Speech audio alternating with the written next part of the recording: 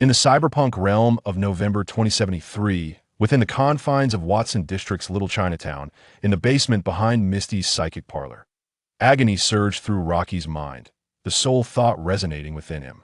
As he struggled to lift his heavy eyelids, he was met with blinding light. You finally awakened. It took considerable effort to pull you back from the brink of death, a voice stated. Who are you? Rocky managed to inquire. My name is Victor the First. I'm a cybernetic physician. I stumbled upon you injured and lying in an alley during my outing and brought you here. Fortunately, while your injuries are severe, they are not entirely fatal. Your left arm has been utterly crushed, your left leg fractured, and 3 ribs on your left side are broken. Regrettably, your left arm cannot be salvaged, so I have replaced it with a prosthetic. As for your other injuries, if you opt not to install prosthetics, they should heal completely within 3 months. Of course, if you wish, I can outfitting you with additional prosthetics, but I would advise against overwhelming your body with too many at once, as it may impose a strain. I must admit, I am curious about your origins. You appear to be a genuine native with delicate skin. You neither resemble a destitute vagabond nor a hulking brute worshipping primal strength. Perhaps you hail from an affluent corporate family, living a life of luxury? Quite the rarity indeed. A.S. Victor's words echoed in his mind. Clarity pierced through Rocky's foggy consciousness. He glanced at the mature man adorned with sunglasses beside him, then surveyed his surroundings, a spacious yet dimly lit basement, cluttered with an array of medical paraphernalia and illuminated by high-tech electronic screens. Everything around him seamlessly overlapped with the scenes in his mind. Now, Rocky had come to a clear realization of his whereabouts without a shadow of a doubt. He had traversed into the realm of cyberpunk. To think I have landed in a cyberpunk world.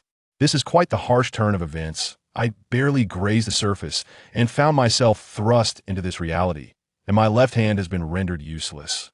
Thankfully, in this cyberpunk universe, one can acquire prosthetics. Otherwise, I would be facing a life of disability. As Rocky pondered this, he attempted to maneuver his left hand, finding it indistinguishable from his original, a testament to the marvels of this cybernetic world. Thank you, Victor. Were it not for you, I might have already met my demise. As for my origins, I apologize. The circumstances are rather convoluted, and I cannot elucidate them clearly. I find myself utterly destitute and without support, and I fear I may be unable to cover the costs of your medical care and the installation of a prosthetic. However, I shall endeavor to repay you. I hope you can grant me a little time. Rocky quickly regained his composure, though the pressing concern remained. He was penniless and needed to devise a means to acquire some funds, lest he be unable to afford even the prosthetic. Fortuitously, the one who discovered him was Victor, one of the few benevolent cybernetic doctors in Night City, rather than one of the unscrupulous practitioners or the organ harvesting scavengers. The former might have sold him off to a butcher for disassembly in exchange for cash when he was unable to pay for his medical expenses. The latter was far more direct should one encounter them. There would be no chance of awakening, as they would be dismantled on the spot. Relieved, yet grateful, Rocky expressed his sentiments towards Old Way. It's quite all right. Almost everyone who arrives in Night City carries an unspeakable past. You may repay me when you have the means. By the way, I'm not yet familiar with your name. My apologies for not introducing myself. You may call me L. If it is not too much trouble, might I serve as your assistant or engage in any work? I only seek a place to stay and food to eat. As you can see, my current state makes survival outside incredibly challenging. Although I possess no skills at present, I am eager to learn and hope you might afford me this opportunity. After a brief contemplation, Rocky resolved to cling to Old Way, recognizing the rarity of encountering a person of integrity in Night City. With his injuries still unhealed, Rocky doubted his ability to achieve much in his current condition. His best option seemed to be to remain with Old Way, recuperate, and perhaps find some work to alleviate his debts while earning a little money on the side. As of now, Rocky had yet to sense any extraordinary abilities within himself. In this ruthless, dog-eat-dog cyberpunk world, remaining as an ordinary person under Old Weiss's roof might very well be the most favorable outcome for someone of his stature. Upon hearing Rocky's words, Old Way rested his hands on his knees and stroked his chin, lost in thought. Perhaps there was no need for an assistant in his shop. The clientele was scant, and his presence alone sufficed. Moreover, He merely wished to lead a simple life, having an additional person around might feel rather peculiar. Moreover, upon observing his demeanor, one could sense a complexity beneath the surface. His fair complexion did not suggest that of a destitute wanderer who could not afford cybernetic enhancements, nor did his slender frame align with that of an individual who revered primal strength. He might well be the scion of a once prominent family now fallen on hard times, potentially entangling him in the tumult of corporate intrigues. After a brief silence, Rocky regarded the contemplative old way with a sense of uncertainty, for he had already rendered ample assistance, and it remained dubious whether he would choose to take him in. Of course, had Rocky been privy to old Weiss's apprehensions, he would undoubtedly have been taken aback, for he was truly innocent in all regards. Yet, if one were to scrutinize his origins, they were indeed not simple, being that he was a traveler from another realm. Very well, you may remain here as my assistant. Your accommodation and sustenance shall be provided, and I will ensure your wages are duly compensated. As for your future, whether you choose to stay or depart once you have recovered is entirely your decision. However, you must first settle your medical expenses, Old Way eventually declared after a moment's reflection. It is unclear what prompted this decision. Perhaps it was a desire to extend aid without reservation, or perhaps the sight of Rocky's naive countenance evoked a genuine need for assistance. In any case, Rocky successfully secured his position in Old Weiss establishment, becoming the assistant to his cybernetic physician. Time sped by, and in the blink of an eye, 2 years had elapsed. November 2075, that unbeknownst to me. The year 2076 approaches. Swiftly the edge runners must soon commence their endeavors. I shall ponder what contributions I can make, Rocky mused as he delicately fitted a cybernetic eyeball into the eye socket of the customer before him. Over the past 2 years, Rocky has seamlessly integrated into and adapted to life in the cyberpunk world. During this time, he has resided in Old Weiss shop, where he diligently learned the intricacies of cybernetic surgery and medical techniques. In his spare hours after work, he devoted himself to studying boxing and delving into the realm of hacking under Old Weiss tutelage. To Old Weiss' astonishment, this enigmatic young man exhibits an extraordinary aptitude for learning. With Old Weiss' patient guidance and education, Rocky has mastered the skills required to assist in surgeries, earning the esteemed recognition of his mentor. It is fair to say that Rocky has now become a fully qualified cybernetic surgeon, with his expertise ranking just below that of Old Way throughout the entire Watson district. Consequently, the majority of cybernetic surgeries are now performed in rotation between Rocky and Old Way. To provide Rocky with ample opportunities for practice and income, Old Way often entrusts the procedures to him. In a cyberpunk world, November 2073, in the Watson district's Little Chinatown, within the basement of Misty's spiritual house. How painful. This thought echoed in Rocky's mind as he slowly opened his heavy eyelids, only to be met by blinding light. At long last, you have awakened. I exerted considerable effort to pull you back from the brink of death, a voice remarked. Who are you? Rocky managed to utter. My name is Victor, a cybernetic physician. I discovered you injured and lying in an alley during my outing and brought you here. Fortunately, while your injuries are severe, they are not entirely fatal. Your left arm was completely crushed, your left leg fractured, and 3 of your left ribs were broken. Regrettably, your left arm could not be salvaged, so I replaced it with a prosthetic. As for your other injuries, they should heal completely within 3 months, provided you do not opt for further prosthetics. However, I advise against undergoing multiple surgeries at once, as it may impose undue strain on your body. I am rather intrigued about your origins. You are an entirely native individual, with delicate skin and a youthful appearance. You neither resemble a destitute vagrant nor a brutish adherent to primal strength. Perhaps you are a pampered scion from a prominent corporate family? How peculiar. As Victor spoke, Rocky's muddled mind began to clear. He glanced at the mature man beside him, adorned with sunglasses, then surveyed his surroundings. Everything around him seamlessly overlapped with the scenes in his mind. At this moment, Rocky had come to a clear realization of his whereabouts. Undeniably, he had traversed into the realm of cyberpunk. To think I've actually arrived in a cyberpunk world. This half measure is truly ruthless. A mere brush against it has hurled me straight into this universe, and my left hand has been rendered useless. Fortunately, the cyberpunk world offers the possibility of prosthetics. Otherwise, I would be consigned to a life of disability. As Rocky pondered, he attempted to manipulate his left hand, discovering it felt no different from his original, one truly a testament to the wonders of the cybernetic realm. Thank you, Victor. Had it not been for your assistance, I may not have survived. As for my origins, I apologize, it is rather complicated and difficult to articulate. I find myself utterly alone and penniless now, which means I may be unable to cover the cost of your medical services and the installation of my prosthetic. However, I assure you, I will find a way to repay you. I hope you can grant me a little time. Rocky quickly regained his composure. Though the pressing concern was his destitution, he needed to devise a means to acquire some funds, lest he be unable to afford even the prosthetic. Fortuitously, the one who found Rocky was Victor, one of the few reputable cybernetic doctors in Night City, rather than some unscrupulous practitioner or a kidney harvesting lucky. Feeling a mix of relief and gratitude towards Old Way, spoke, "It's quite all right. Nearly everyone who arrives in Night City harbors unspoken pasts. When you have the means, you may repay me. By the way, I'm still unaware of your name. Apologies for not introducing myself. You may call me L. If you don't mind, I would like to be your assistant or engage in any work you might have. All I seek is a place to reside and sustenance. As you can see, my current state makes survival outside exceedingly challenging. Although I possess no skills presently, I am eager to learn and hope you might grant me an opportunity." After a brief moment of contemplation, Lucky resolved to cling to Old Way for the time being, recognizing the rarity of encountering a person of integrity in Night City. Given his current injuries, he doubted his ability to contribute meaningfully in his present condition. The most prudent course of action was to stay with Old Way, recuperate, and perhaps find a way to work off his debts while earning a bit of money on the side. At this juncture, Lucky had yet to perceive any extraordinary abilities within himself.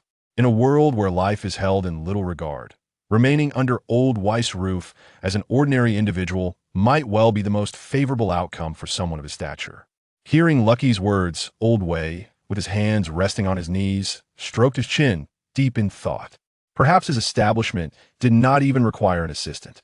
Business was sparse, and one person sufficed. Moreover, as he sought a semblance of normalcy in life, the presence of another might feel rather peculiar. Moreover, his demeanor suggested complexity. His fair complexion and refined appearance did not align with that of a destitute vagabond lacking the means for cybernetic enhancements. Nor did his slender frame resemble that of one who reveres primal strength. Perhaps he was a scion of a once prominent family, now fallen on hard times, potentially ensnared in the tumult of corporate intrigues. After a moment of silence, Rocky observed the contemplative Old Way, feeling a sense of uncertainty himself. After all, he had already extended considerable assistance. Whether Way would take him in again remained uncertain. Should Rocky become aware of Weiss's apprehensions, he would surely be taken aback, for he was, in fact, entirely innocent. Nevertheless, if one were to insist on probing into his origins, they would find them intriguing, as he was indeed a traveler from another realm. "Very well, you may remain here as my assistant. Your sustenance and lodging will be provided, and I shall duly compensate you for your labor. As for your future once you recover, that is your prerogative. However, you must first settle your medical expenses," Way declared after a moment of deliberation. It was unclear what motivated him, perhaps a desire to assist those in need, or merely the impression that Rocky, with his naivety, genuinely required guidance. In any case, Rocky successfully secured his place in Weiss's establishment, becoming an assistant to his cybernetic physician. Time flew by, and 2 years swiftly passed. November 2075, that unbeknownst to me. We are nearing 2076. The Edge Runners will soon commence their endeavors. Let us see what I can accomplish, Rocky mused while carefully implanting a cybernetic eyeball into the eye socket of a customer before him. Over the past 2 years, Rocky has seamlessly integrated into and acclimated to life in the cyberpunk world. During this time, he has remained at Old Weiss's shop, diligently learning about prosthetic surgery and medical techniques. In his spare time after work, he has dedicated himself to studying boxing and exploring hacking skills under Old Weiss's tutelage. To Old Weiss's astonishment, this enigmatic young man possesses an extraordinary aptitude for learning. With Old Weiss's patient guidance and instruction, Rocky has mastered the skills required of an assistant, earning recognition for his craftsmanship from Old Way himself. It can be said that Rocky has now become a fully competent prosthetic surgeon within the entirety of the Watson district, his abilities ranked just below those of Old Way. Consequently, the majority of prosthetic surgeries are now performed alternately by Rocky and Old Way. To provide Rocky with ample opportunities for practice and income, Old Way typically entrusts the surgeries to him. In the cyberpunk realm of November 2073, within the confines of Watson District's Little Chinatown, lies the subterranean chamber behind Misty's psychic parlor. Ah, the pain. This is the singular thought echoing in Rocky's mind. As he struggles to lift his heavy eyelids, he is greeted by an overwhelming glare of light. At last, you have awakened. I exerted considerable effort to pull you back from the brink of death, a voice interjects. Who are you? Rocky murmurs. My name is Victor, a cybernetic physician. I chanced upon you injured and lying in an alley during my outing, and thus brought you here. Fortunately, while your injuries are severe, they are not entirely fatal. Your left arm has been utterly crushed, your left leg fractured, and 3 of your left ribs are broken. Your left arm cannot be salvaged, hence I have replaced it with a prosthetic. As for your other injuries, if you forego further cybernetic enhancements, they should heal completely within 3 months. Of course, should you desire, I can provide additional prosthetics, but I would advise against overwhelming your body with too many enhancements at once, as it could prove burdensome. I must admit, I am quite curious about your origins. You are a complete native, with delicate, unblemished skin. You neither resemble a destitute vagabond nor a hulking brute that reveres primal strength. Perhaps you hail from a privileged lineage within some grand corporation. How curious indeed. As Victor's words resonate in his mind, Rocky's muddled thoughts begin to clear. He glances at the mature man beside him, adorned in sunglasses, then surveys the dimly lit, expansive basement surrounding them, laden with an array of medical paraphernalia and futuristic electronic screens. Everything around him overlapped with the scenes in his mind. Now, Rocky had come to a clear realization of his whereabouts without a doubt. He had traversed into a cyberpunk realm. To find myself in a cyberpunk world? This is quite intense. Merely a brush with fate has thrust me into this dystopia, and my left hand has been rendered useless. Fortunately, in a cyberpunk universe, one can acquire prosthetics. Otherwise, I would be condemned to a life of disability. As Rocky pondered this, he attempted to maneuver his left hand, finding it indistinguishable from his original, one truly a testament to the wonders of this cybernetic world. Thank you. Victor, had it not been for you, I might have met my demise. As for my origins, I apologize, the circumstances are rather convoluted, and I cannot elucidate them fully. I find myself utterly destitute and without support, which means I may be unable to cover the cost of your medical care and the installation of the prosthetic. However, I assure you, I will find a way to repay you. I hope you can grant me a little time. Rocky quickly regained his composure, but the pressing issue remained. He was penniless and in dire need of funds, lest he be unable to afford even the prosthetic. Fortuitously, he had been rescued by one of Night City's few principled prosthetic doctors, the venerable Victor, rather than falling into the clutches of unscrupulous medics or organ harvesters. The former could have sold him to the organ dine response. Rocky felt a sense of relief and gratitude towards Old Way. It's quite all right. Nearly everyone who arrives in Night City carries an ineffable past. Just repay me when you have the means, Old Way remarked. By the way, I still do not know your name. My apologies for the oversight. You may call me L. If you wouldn't mind, I would like to become your assistant or undertake any other work, as long as I have a place to stay and food to eat. Given my current state, it is exceedingly difficult to survive outside. Although I lack skills at the moment, I am eager to learn and hope you might grant me an opportunity. After a brief moment of contemplation, Rocky resolved to cling to Old Way, recognizing the rarity of encountering a person of integrity in Night City. His injuries had yet to heal, and he doubted his ability to accomplish much in his present condition. The most prudent course of action was to remain with Old Way, focus on recovery, and perhaps find some work to repay his debts while earning a little extra. Thus far, Rocky had not sensed any extraordinary abilities within himself without a special talent. In this ruthless cyberpunk world, it might be best for him to spend his days as an ordinary individual under Old Way's roof. Upon hearing Rocky's words, Old Way rubbed his chin while contemplating. Perhaps his establishment did not genuinely require an assistant. The clientele was sparse, and one person was sufficient to manage the shop. Furthermore, he was inclined to lead a simple life. The addition of another person might feel rather peculiar. Moreover, His demeanor suggested an intriguing complexity. His fair complexion did not align with that of a destitute wanderer lacking the means for cybernetic enhancements. Nor did his slender frame reflect the ideals of those who revered raw, primal strength. He might well be a scion of a once prominent family now fallen from grace, potentially entangled in the tumult of corporate machinations. After a brief silence, Rocky observed Old Way, who was deep in contemplation and felt an unsettling uncertainty. He had already extended ample assistance, and it remained unclear whether Old Way would truly take him in. Indeed, had Rocky been privy to Old Way's apprehensions, he would have been utterly dismayed, for he was, in all sincerity, blameless. Yet, if one were to scrutinize his origins, they too were far from ordinary, being that he was a traveler from another realm. Very well, you may stay here as my assistant. Your accommodation and meals will be provided, and I shall pay you accordingly. As for your decision to remain or depart once you have recovered, that is entirely up to you. However, you must first settle your medical expenses, Old Way finally articulated after a moment of reflection. Unbeknownst to him, perhaps driven by a desire to assist someone in need, or perhaps moved by Rocky's naive countenance, Old Way resolved to help the young man. Thus, Rocky succeeded in securing a position within Old Way's establishment, becoming an assistant to a cybernetic physician. Time flew by, and before long, 2 years had elapsed. November 2075. Unconsciously, the year 2076 is approaching swiftly. Perhaps the edge runners will soon commence their endeavors. Let us see what can be accomplished, Rocky mused as he meticulously fitted a cybernetic eyeball into the eye socket of a customer before him. Over the past 2 years, Rocky has seamlessly integrated into and grown accustomed to life in the cyberpunk world. Throughout this period, he has resided in Old Way's shop, diligently mastering the intricacies of cybernetic surgery and medical techniques.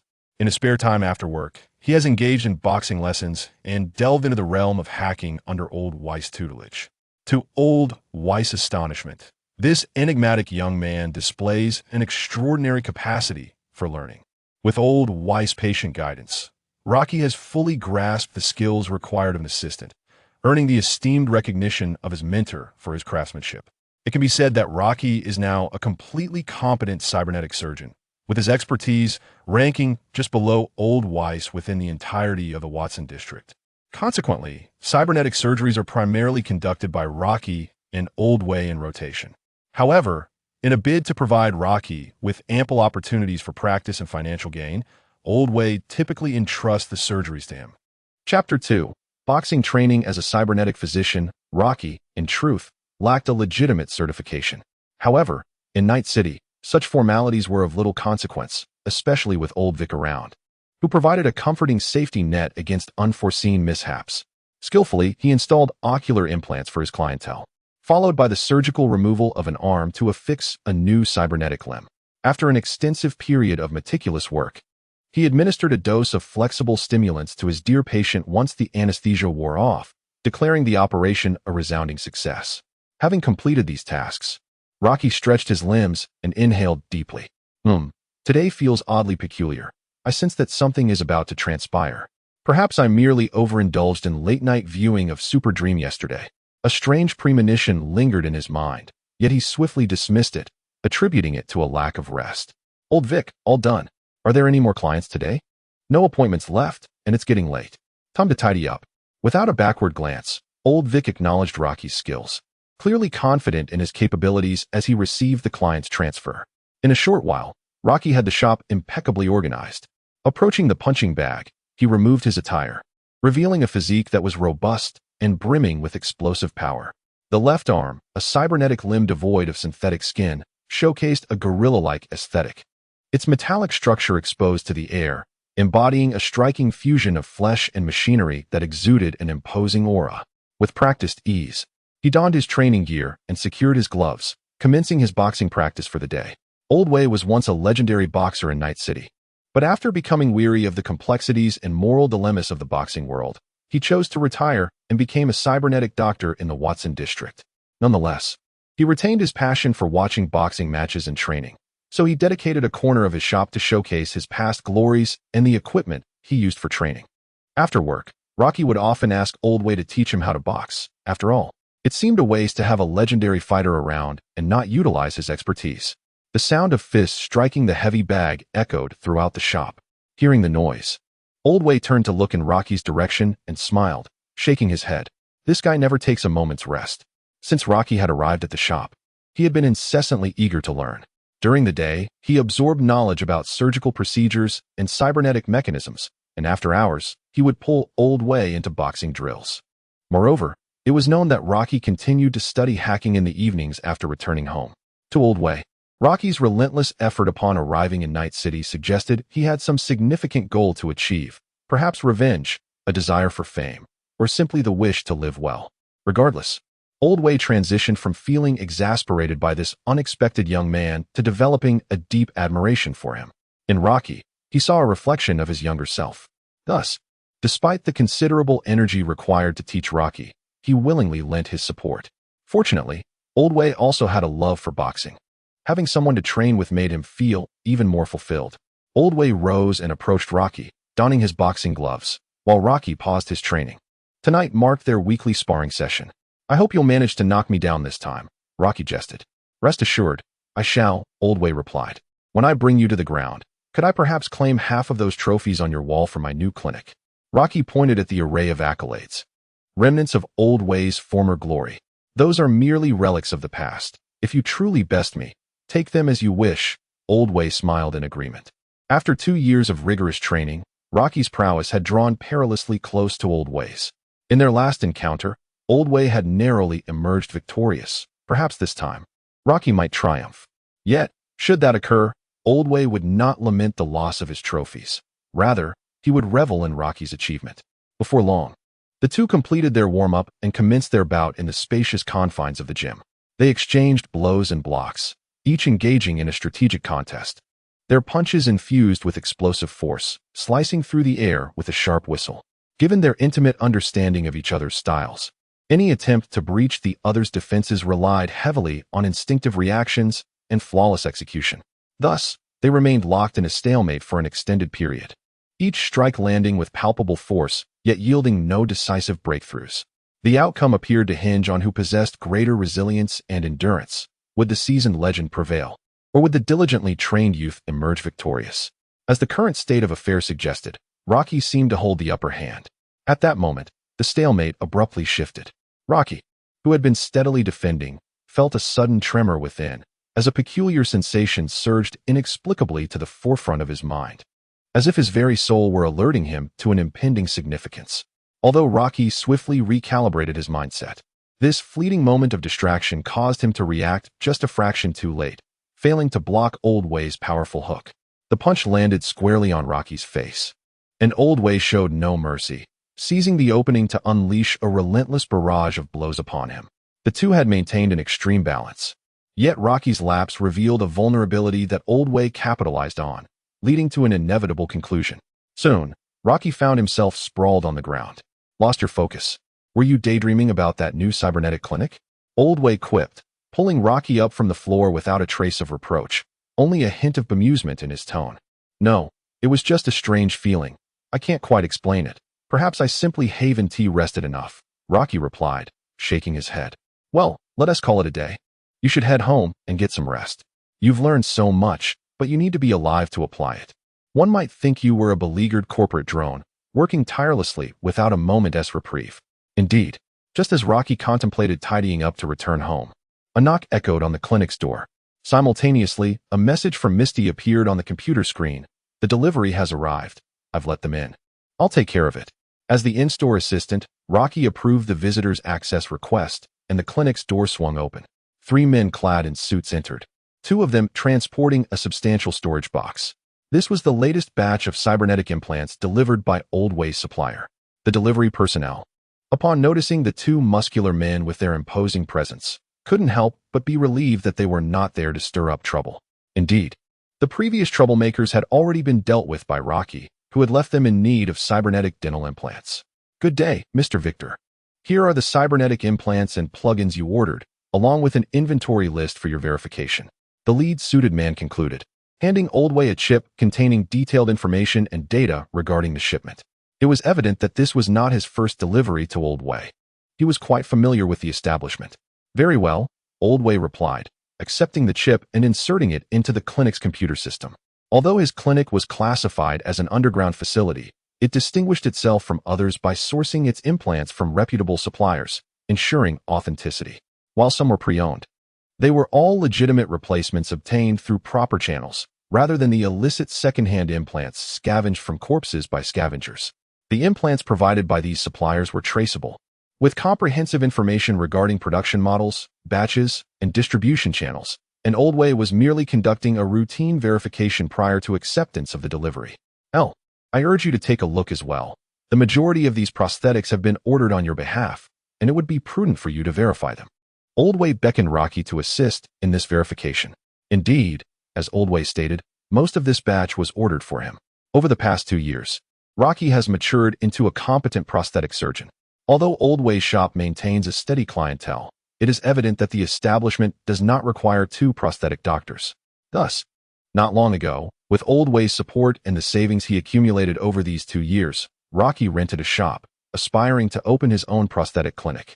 Currently, the clinic is undergoing renovations, and these prosthetics were ordered by Old Wei for the initial supplies of the clinic, with Old Wei still covering the costs.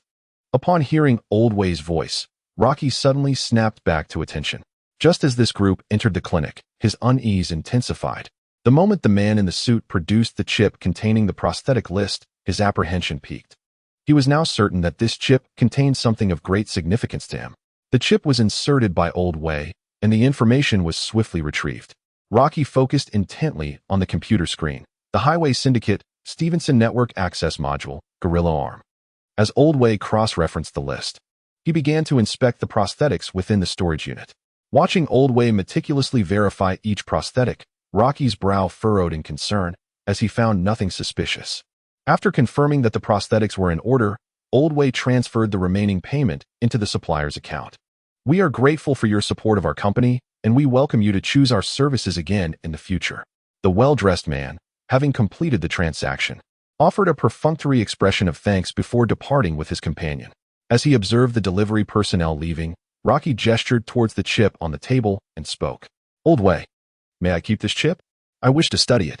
Certainly. Upon hearing Rocky's request, Old Wei handed the chip over to him without hesitation. Originally, this chip was intended for the buyer. The supplier would not reclaim it, and only a small portion of this batch was designated to replenish Old Wei's store inventory. The majority would ultimately be transported to Rocky's clinic, making it entirely reasonable for him to retain it. Well then, I shall take my leave. See you tomorrow, Old Wei. See you tomorrow. After securing the important chip, Rocky donned his attire, tidied his belongings, and bid farewell to Old Wei.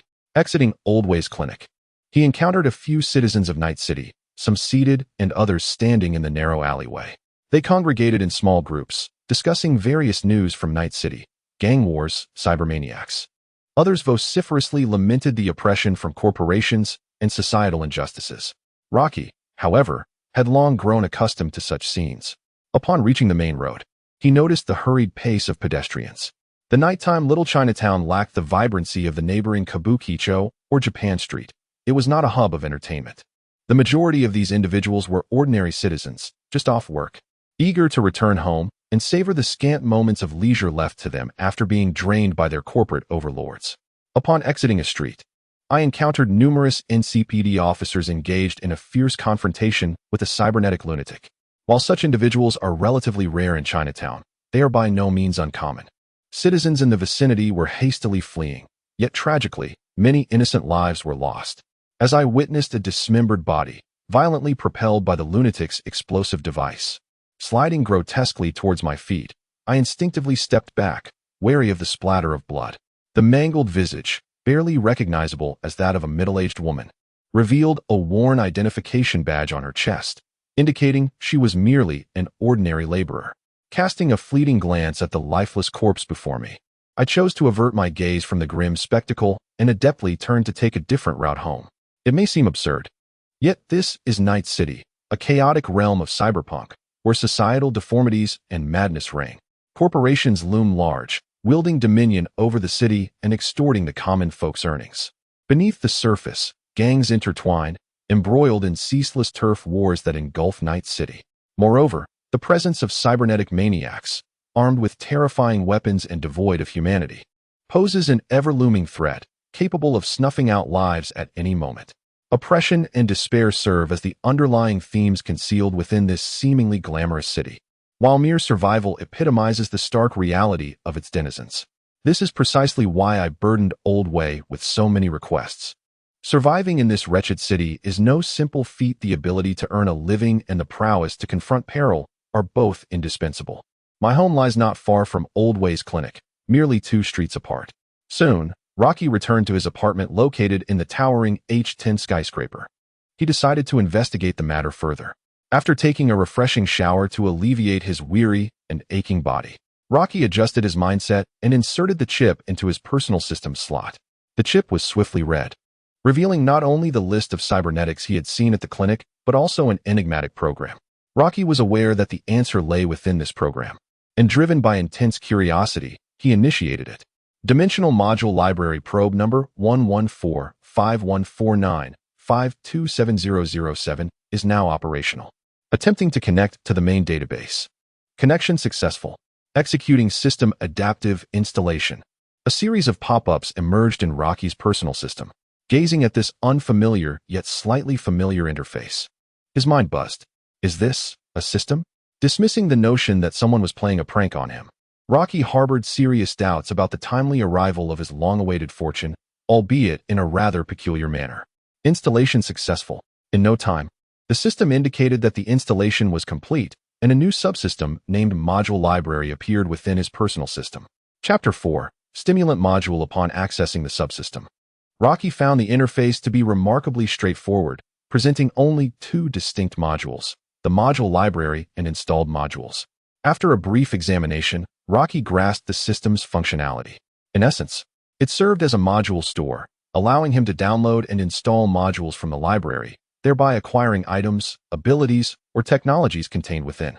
Downloading modules requires a certain expenditure of currency, which varies according to their value. The system's currency is synchronized with that found in Cyberpunk, both utilizing euros.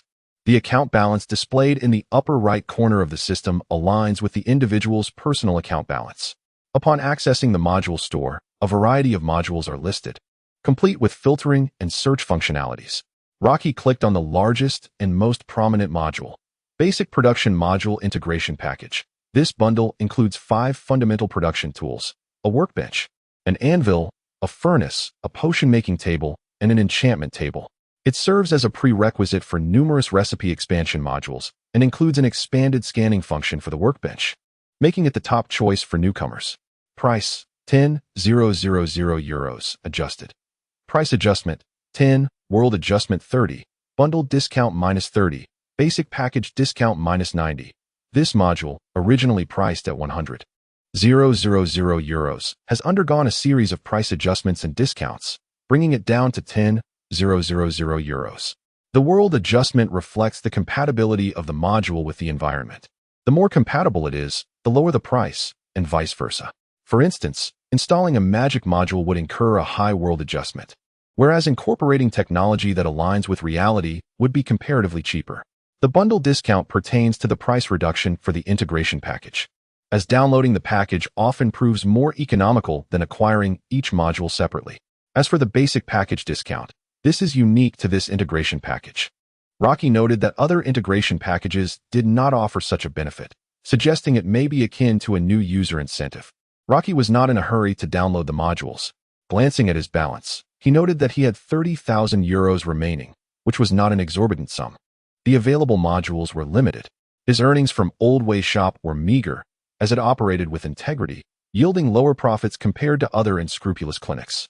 Additionally, as merely an assistant, even with a relatively high commission from Old Way, the pressures of substantial rent and the exorbitant costs of necessary nutrition for training meant that it took Rocky 2 years to accumulate enough capital to establish his own clinic. This 30,000 euros represented his last savings, and he also owed Old Way for the purchase of his prosthetics, making it imperative for him to utilize the modules to achieve a swift return on investment. The Source Project Prosthetic Integration Package. This looks promising.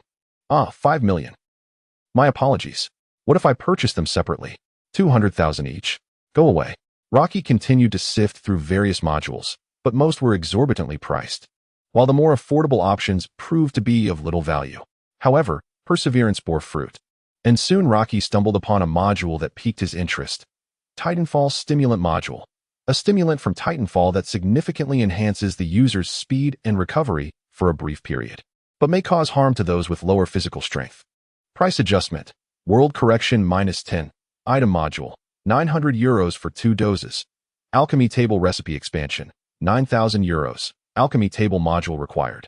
Technical Expansion, €13,500. This was the most suitable and reasonably priced module Rocky had encountered, aligning with contemporary technology and possessing market demand. Should the recipe expansion be successfully installed for mass production and sale, it is anticipated to yield substantial profits. By downloading the basic production package along with the stimulant recipe expansion, nearly €10,000 could be saved, which should adequately cover the production costs of the stimulant. Rocky plans to download the recipe expansion module for the stimulant's alchemy station, allowing him to utilize the station to concoct this item. As for the more expensive technological expansion, it would enable the complete adaptive installation of the item's technology, thereby mastering the production techniques without relying on the alchemy station for creation, thus facilitating large-scale production. However, Rocky currently lacks the factory and resources to realize mass production. At this juncture, the recipe expansion is more than sufficient. Although the output is modest, it remains relatively safe. Small-scale sales are less likely to attract the scrutiny of corporations, and until Rocky possesses absolute strength, he is reluctant to draw the attention of large companies. Initially, Rocky spent €900 to acquire 2 modules of the stimulant, experiencing the tangible sensation in his hands and the vivid green stimulant before him, finally confirming the authenticity of the system. Pressing the mechanism on the stimulant vial, Rocky inserted the ejected syringe directly into his shoulder. In an instant, the entire contents of the vial were injected into his body, rapidly coursing through him. A lightness enveloped Rocky as he attempted to run and leap, discovering a nearly 50 increase in overall speed. Simultaneously, under the stimulant's influence, vitality surged through him, and the injuries inflicted by Old Way's powerful strike were healing at an accelerated pace. The effects of the stimulant lasted for half a minute. Rocky, feeling the aftermath in his body, noted with surprise that he experienced no discomfort, and his injuries had healed. Impressive. Rocky was profoundly astonished, despite the brevity of the enhancement. Its intensity was undeniably formidable. Just as he was still immersed in the shock brought about by the stimulant, a phone call abruptly interrupted his thoughts. "Jack, what's up?" After calming himself, Rocky answered the call. The caller was none other than Jack, a well-known associate of Victor and a significant figure in Night City. Jack, an old friend of Victor, often sought his expertise for cybernetic enhancements and medical assistance, frequently visiting the shop. Over the past 2 years, Rocky had interacted with him numerous times and had naturally formed a friendship. "Hey, El, are you free right now? Come down to the Wild Wolf for a drink. We need to discuss business," Jack said from the other end of the line. "What business? I'm a bit busy at the moment." "Your favorite, dealing with those kidney harvesters." "All right, I'll be there shortly." By day, Rocky served as an assistant at Victor's shop, and by night, he occasionally moonlighted as a freelance mercenary in Night City, taking on jobs with Jack to earn some extra cash. Although Rocky had initially intended to decline this particular assignment, as he was preoccupied with studying the module system, the mention of confronting the scavengers proved irresistible. He loathed those brutes, and it was an opportune moment to test the stimulant's effectiveness in real combat. After taking a moment to collect himself, Rocky powered down the system, mounted his motorcycle, and set off for the Wild Wolf bar. Chapter 5. Clearing the Scavengers, Haywood. Rocky arrived at the Wild Wolf Tavern, nestled in the valley. This establishment, run by Mrs. Wells, the mother of Jack, had been Jack's sanctuary since childhood, essentially his second home. Upon entering the tavern, the atmosphere was lively. Patrons sought solace in their drinks, while groups of friends engaged in spirited conversation. The ever-present intermediaries and mercenaries were also busy conducting their business. Navigating through the bustling hall, Rocky approached the bar, where the bearded bartender, Pepe, greeted him. "Hey, El. Long time no see. What can I get for you?" "The usual. I'm here to see Jack." "Go on up. I'll have someone bring your drink shortly." "Thanks." Rocky skillfully made his way to the reserved room on the second floor where he had arranged to meet Jack. Upon entering, he found Jack reclining with his legs propped on the table, sipping a drink. His robust figure was clad in a black leather jacket, and his short black hair was styled with a small tuft. The glint of several gold chains around his neck and the golden earrings in his ears raised suspicions about his connections to the Valentino gang. Jack, you made it. Have a seat. Jack gestured for Rocky to sit and handed him a chip. This contains the details of the assignment. Take a look. Rocky accepted the chip and inserted it into his personal system, revealing the information contained within. Lijing District, a small scavenger hideout? Indeed. The Valentino gang recently clashed with the Sixth Streets gang, resulting in significant casualties among their ranks. One of the members carrying a high-value cybernetic implant had their body stolen by a group of scavengers. Our mission is to retrieve the lost implant belonging to the Valentino gang. Rocky nodded. The intelligence from the chip indicated that the scavenger group was relatively small, consisting of no more than 4 or 5 individuals, posing minimal danger. Just the two of us? No, the priest introduced us to a hacker, a temporary one named Hylas. Although he is said to be a novice, it is true that sometimes having a hacker can prove beneficial. When do we act? We shall depart once we finish this drink. The waiter timely presented the drinks, and Rocky accepted his glass, clinking it with Jack's. After finishing their drinks, they exited the bar and rode their motorcycles to the scenic area, arriving at the base of an apartment building. After parking their bikes, the hacker assisting them remotely connected to their network.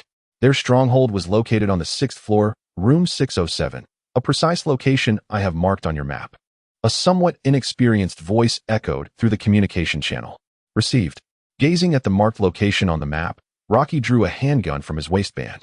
Transitioning into a state of readiness, the two ascended to the floor of the scavenger hideout via the elevator, arriving at the door of the den. Hold on. I am attempting to breach their network. Through the subnet of Rocky and Jack, the hacker could provide remote intrusion assistance. There were no cameras inside, obscuring the view of the interior. However, I managed to connect to their network through their network devices. There are only 4 scavengers in total. Upon entering, one will directly face an operational surgical room, within which 3 scavengers are present.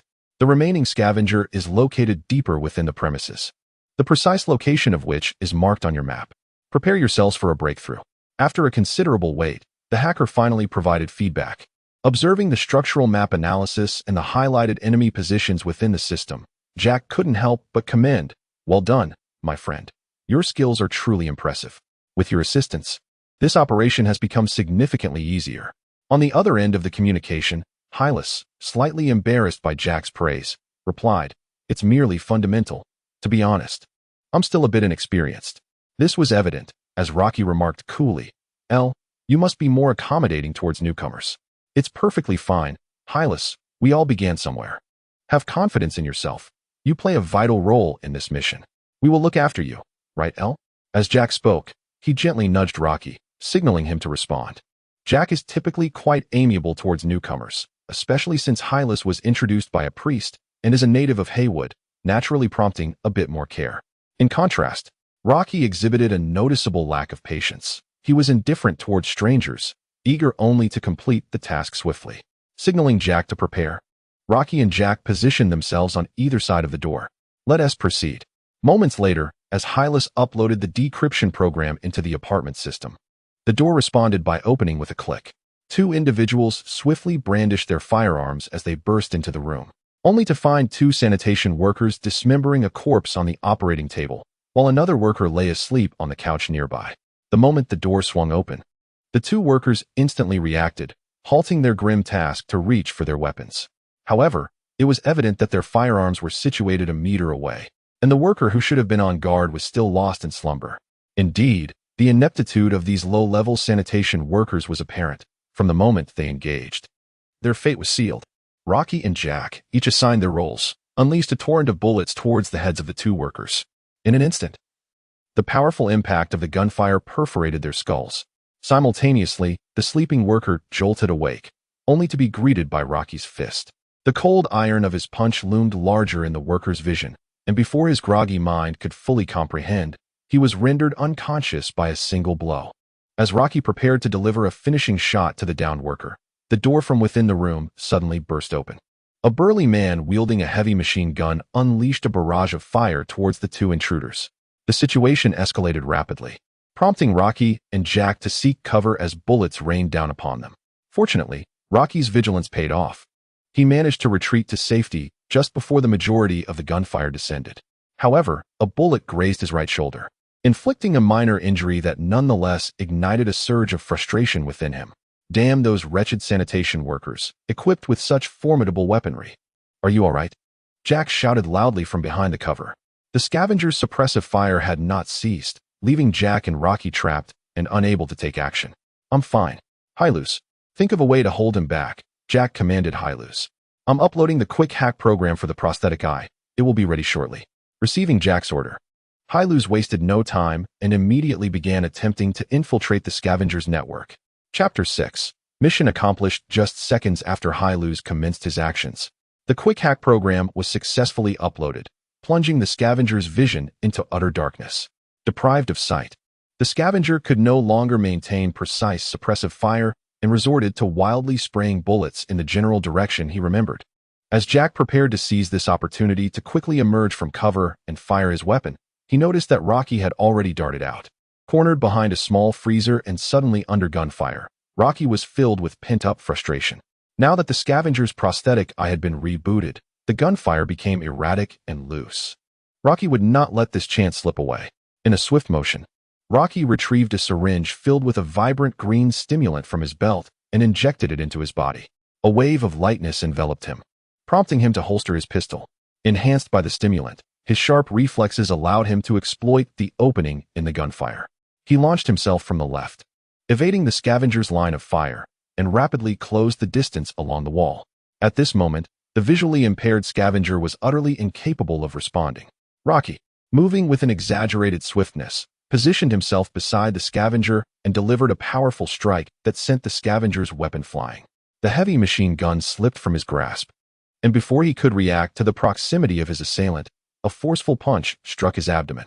The subcutaneous armor he wore failed to mitigate the damage of this blow. The cold metallic sensation, imbued with tremendous force, crashed against his belly, causing his body to instinctively curl up, nearly expelling his stomach acid. Having landed a successful punch, Rocky was not inclined to relent.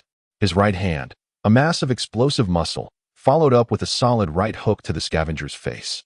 Accompanied by the sound of shattering bone and the splattering of teeth, Rocky's left arm, reminiscent of a gorilla's, operated at full power, delivering an uppercut that connected squarely with the scavenger's chin. The impact, resonating with the crack of jawbone, propelled the scavenger's body into the air. In that suspended moment, the scavenger's artificial eye rebooted, restoring his vision.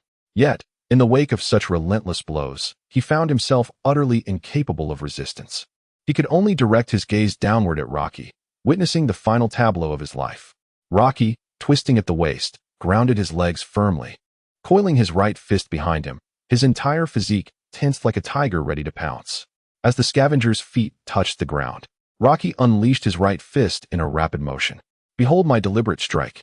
A professional fighter's powerful strike landed squarely upon the already battered head of the cleanser, resulting in an instant shattering of bones, with a gruesome mixture of crimson and ivory splattering in all directions. Under the onslaught of Rocky's combination punches, the cleanser's body collapsed with a thunderous crash, lifeless and utterly defeated. It was exhilarating, profoundly exhilarating. Gazing at the fallen cleanser, Rocky exhaled lightly, lost in contemplation. Meanwhile, Jack, positioned behind cover, held his gun aimed in the direction of the cleanser. Witnessing Rocky boldly approach and dispatch the cleanser in such close quarters left Jack momentarily stunned. Wasn't the usual protocol to fire a few rounds first? Why rush in with fists instead, and at such an astonishing speed? Goodness, you're far too reckless. Charging in like that, Jack could only lament. At that moment, Rocky's fists clenched tightly as he reveled in his physical state. The enhancement of the stimulant rendered his body agile, and his movements became quick and responsive. This enhancement was all-encompassing, while its effects on firearms were subtle, primarily boosting speed. The impact on hand-to-hand combat was markedly pronounced, significantly increasing both the speed and power of his punches, truly a custom fit for him. With the cleanser dispatched and no other enemies displayed online, the voice of Hylas echoed through the communications. Let us clean up the battlefield. Rocky and Jack began to search the interior for corpses. Hey, this must be the guy we were looking for.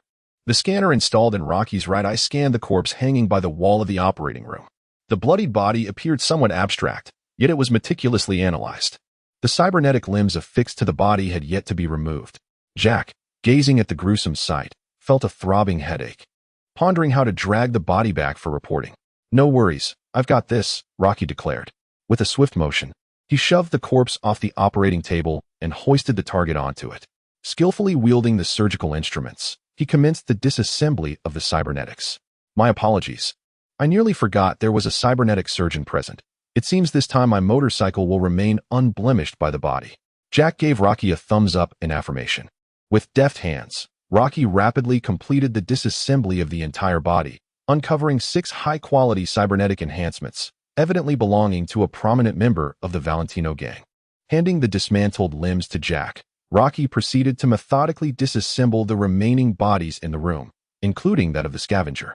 Why not seize the opportunity to acquire these cybernetics? After all, they were an unexpected find amidst the commission. Furthermore, they would prove useful for his shop. Refurbishing and selling them to gang members would yield a handsome profit. As he dismantled the scavengers, it was merely a case of returning the favor, and Rocky felt no guilt whatsoever. Regrettably, the cybernetic enhancements on these scavengers were woefully inadequate, nothing but scraps. The cold scalpel sliced through the scavenger's skin relentlessly, and the one previously rendered unconscious by Rocky suddenly jolted awake in agony. "What are you doing? Damn it!" The cleansers gazed at the man before him as he incessantly carved into his flesh, the searing pain igniting his nerves. He screamed in madness, yearning to struggle, yet his limbs had long been restrained by Rocky.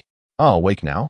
It's nothing, merely extracting some of your usual enhancements," Rocky remarked, casting a dispassionate glance at the cleansers. With each motion, the scant augmentations on the cleanser's body were swiftly removed. Overwhelmed by the agony and the loss of blood, he soon descended into a haze of delirium. As he stared at the man before him, he was engulfed by an unprecedented sense of dread, pondering whether he would come to regret his past actions. In no time, the cleansers succumbed to Rocky's relentless torment, forever closing his eyes. The last image he beheld was Rocky extracting a heart from his body, smiling at him. Enough of this. The gunfire may have been heard, and someone might just report to the NCPD, Jack urged, observing Rocky's sadistic amusement in torturing the cleansers. Very well. Discarding the heart casually, Rocky proceeded to extract the cleanser's ocular implant. To ensure the cleansers witnessed the dismemberment firsthand, Rocky thoughtfully postponed the removal of his ocular enhancement until the end. Once the grim task was completed, the two departed from the cleanser's apartment, bearing the extracted augmentations to meet their intermediary, the priest. Chapter 7. Rocky's Clinic. The priest, whose true name was Sebastian Ibarra, in Night City's Haywood district, one of the most renowned intermediaries, with ties to the Valentino gang, maintained a commendable rapport with Jack. Many of Jack's commissions originated from the priest, and this occasion was no exception. "Hey, Jack, I didn't expect you to act so swiftly. Truly a reliable mercenary," the priest greeted warmly upon their arrival. "Not too bad. I've been preparing to open a cybernetic clinic, and it's nearly ready," Jack replied. "Congratulations. Establishing your own venture is quite an achievement. Where will the clinic be located?" "On Japantown." "What a pity. If you were to set up in Haywood, I would certainly recommend those young fellows to patronize your business. Business is abundant everywhere," Jack mused. Rocky and the priest exchanged pleasantries. Over the past 2 years, Rocky had accompanied Jack on numerous commissions, becoming relatively familiar with the priest, who held a great appreciation for the young man. After a brief exchange, they handed over the retrieved cybernetics to the priest, receiving their commission in return. Rocky pocketed €2,000, although the bulk of the payment was primarily for Jack, as he had taken the other cybernetics. Mounting his motorcycle, Rocky navigated the nocturnal streets of Night City, intending to return home for a well-deserved rest.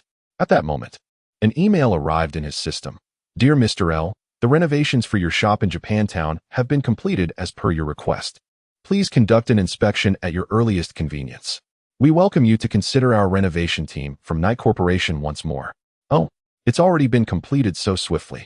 Having just installed the necessary modules, I decided to delve into the production of stimulants. Upon receiving the news that my clinic had been completed, I swiftly maneuvered my vehicle, the Ratch, turning towards Japan Street with increased vigor.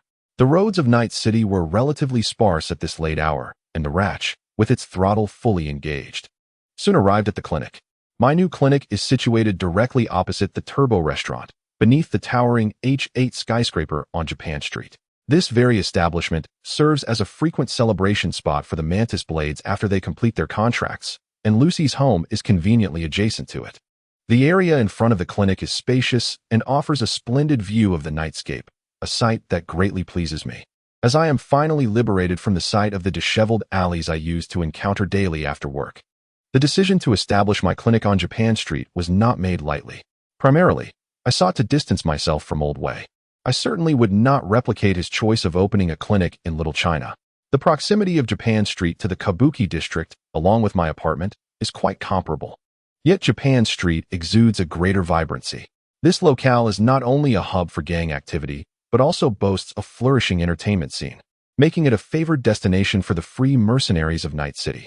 My business caters specifically to these individuals. While I am familiar with the Valentino gang in Haywood, Japan Street possesses an allure that is undeniably unique. Who wouldn't relish the opportunity to stroll a short distance after work to indulge in the vibrant atmosphere of Twisted Street or to unwind in the luxurious heights of the skyscraper? Thus, I ultimately decided to establish my clinic in Japan Street. Upon arriving at the clinic's entrance, Rocky authenticated his access and opened the door.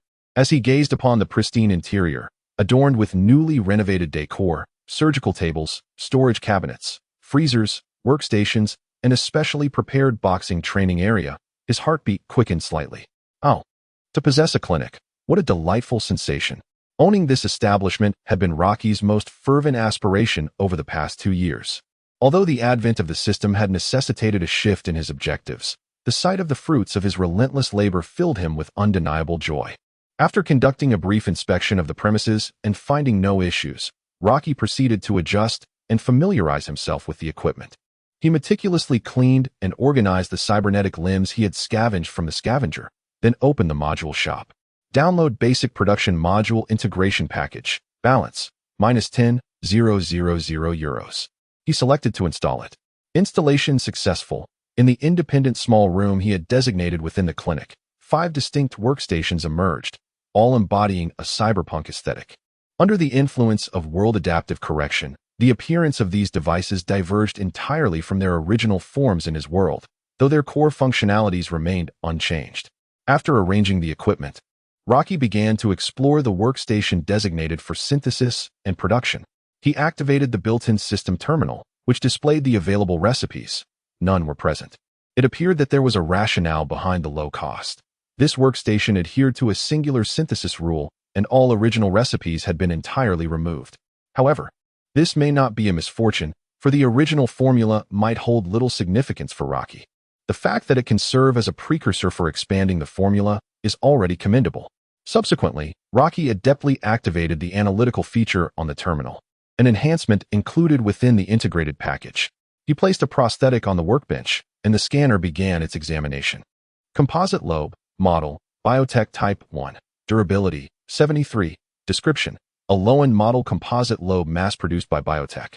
Its transplantation into the human body can enhance endurance recovery speed by 15. Gazing at the information displayed on the terminal, Rocky pondered thoughtfully. The analyzer's notably useful function is its ability to reveal the item's durability and detailed functional description. It can be said that this offers him a modicum of assistance, albeit not significantly.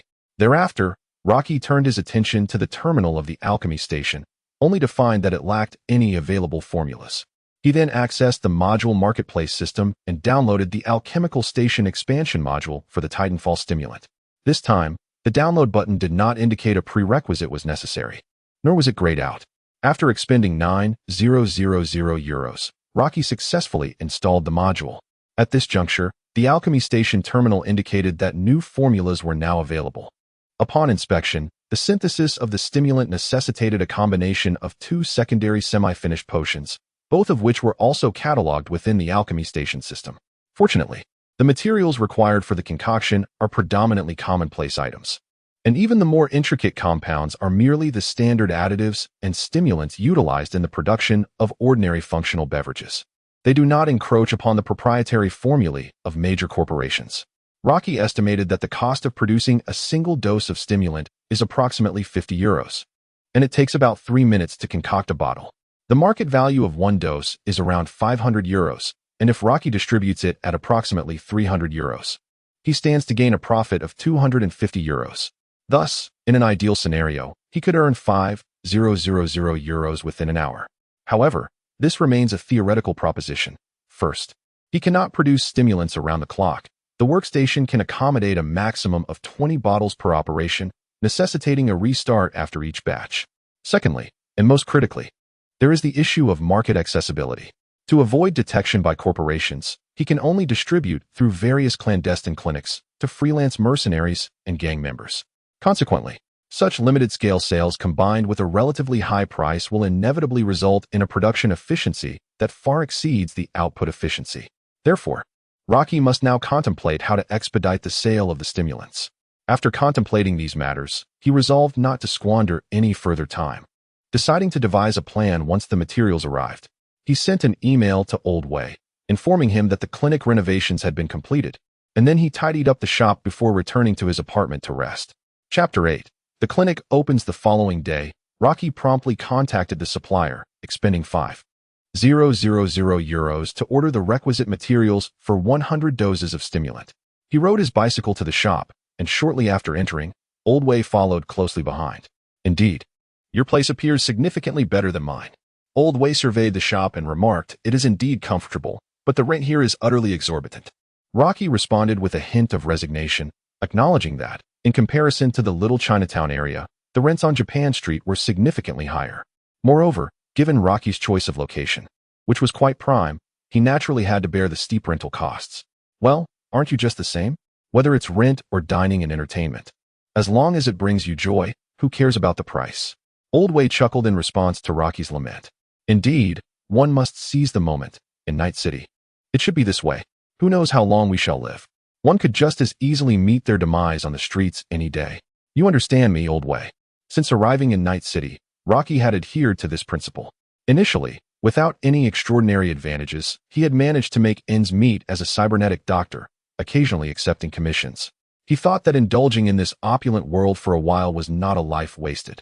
For Rocky, his own happiness was paramount. Indeed, Old Wei nodded in agreement. In his earlier days, he had aspired to become a legendary figure in Night City, but he had come to realize that a simple, unadorned life was what he truly desired. Old Wei then brought over the cybernetic enhancements he had ordered for Rocky, handing them to him, who organized them and entered the details into the shop's terminal. Subsequently, Old Wei brought in a cardboard box filled with fortune cats and various peculiar, yet attractive ornaments. These are from Misty, who asked me to deliver them to you, suggesting you display them in the shop for good fortune. Observing the assortment of trinkets, Rocky graciously accepted Misty's thoughtful gesture. I have accepted her kindness and expressed my gratitude to Misty on her behalf. However, what took Rocky by surprise was when Old Wei brought out a box, which contained a trove of trophies. As he began to arrange the gleaming awards on the counter, Rocky found himself at a loss for words. Old Wei, what on earth are you doing bringing these? He inquired. Did you not mention just yesterday that you wanted to showcase them in the new clinic? Well, here they are. Feeling somewhat awkward, Rocky scratched his head, the metallic sound of his fingers grazing his scalp filling the air. I was merely jesting, and besides, I haven't one against you. Indeed, he had made that comment the day prior, but it was merely a light-hearted quip. After all, those accolades were earned by Old Wei himself. It was inconceivable for him to display them in the shop. Yet, Old Wei held a different perspective. With a smile, he shook his head and remarked, you were distracted yesterday. You possess the capability to defeat me, of that I am certain. You are my prodigy, and I have watched you evolve from a timid novice into the formidable individual you are today. I am immensely proud. These trophies hold no sentimental value. Displaying them here is entirely acceptable. Previously, Jack, whom I once mentored, triumphed over me, and now you too have graduated from my tutelage. Consider these as a gift. Observing Old Wei's proud and joyful demeanor, Rocky realized he could not refuse. Just as Old Wei articulated, he had imparted so much to him. Indeed, everything he possessed now was a result of Old Wei's guidance. Rocky was not one for sentimentality and did not wish to utter overly emotional words. Instead, he silently vowed to repay Old Wei in the future. Thank you, Old Wei. All right, you carry on. I have an appointment to attend to, so I shall take my leave. When you achieve success, do not forget this old man. And remember to come for a spar next week. Old Wei waved his hand and turned towards the door. As Old Wei's silhouette grew more distant, Rocky suddenly called out to him. Old Wei turned back, somewhat puzzled. Rocky yearned to express that one day he would become a true legend, standing at the pinnacle of Night City, at the zenith of the world. and would not betray the teachings imparted to him.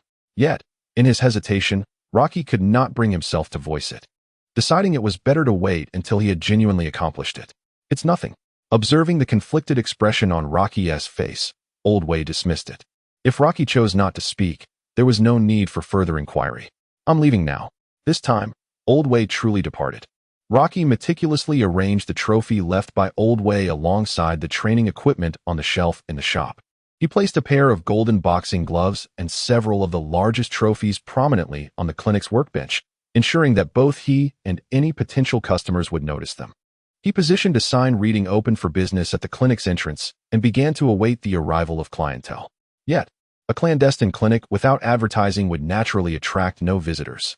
Rocky remained unfazed, engrossed in studying the distribution of cybernetic clinics in Night City. As evening fell, Rocky, on the first day of opening, had yet to greet his first customer. Noticing the late hour, he decided to cease his research. He opened his contact list and dialed Wakako Okada's number. The call was swiftly connected, and a gentle voice, unhurried and calm, spoke from the other end. "It's L. This is your first time reaching out to me, isn't it? Go ahead, what can I do for you?" Wakako Okada was one of the foremost intermediaries in the Westbrook area, with profound connections to the local gang factions. Rocky had interacted with her several times while assisting Jack with various commissions, naturally acquiring her contact information. However, this was the first instance he had initiated contact with Okada. Typically, it was she who would reach out to Jack, who would then involve Rocky. "It's like this," Rocky explained. "I've opened a cybernetic clinic in Japantown. As a new establishment, we lack recognition, and I thought since you wield considerable influence here, I would ask for your assistance in spreading the word." As an underground clinic, the absence of notoriety was indeed a pressing concern for Rocky, thus prompting him to seek the aid of the local power player, Okada, to help attract clients. Once they started coming in, establishing a reputation would become significantly easier. "Ah, I see. Let me guess, your clinic is situated beneath the skyscraper?" Okada chuckled on the other end of the line. "Indeed," Rocky replied. "I had a hunch when those kids mentioned a new clinic opening beneath the skyscraper. I didn't expect it to be yours. Rest assured, I will speak to them and encourage them to frequent your establishment. I trust your skills and character. Sending them your way won't tarnish my reputation."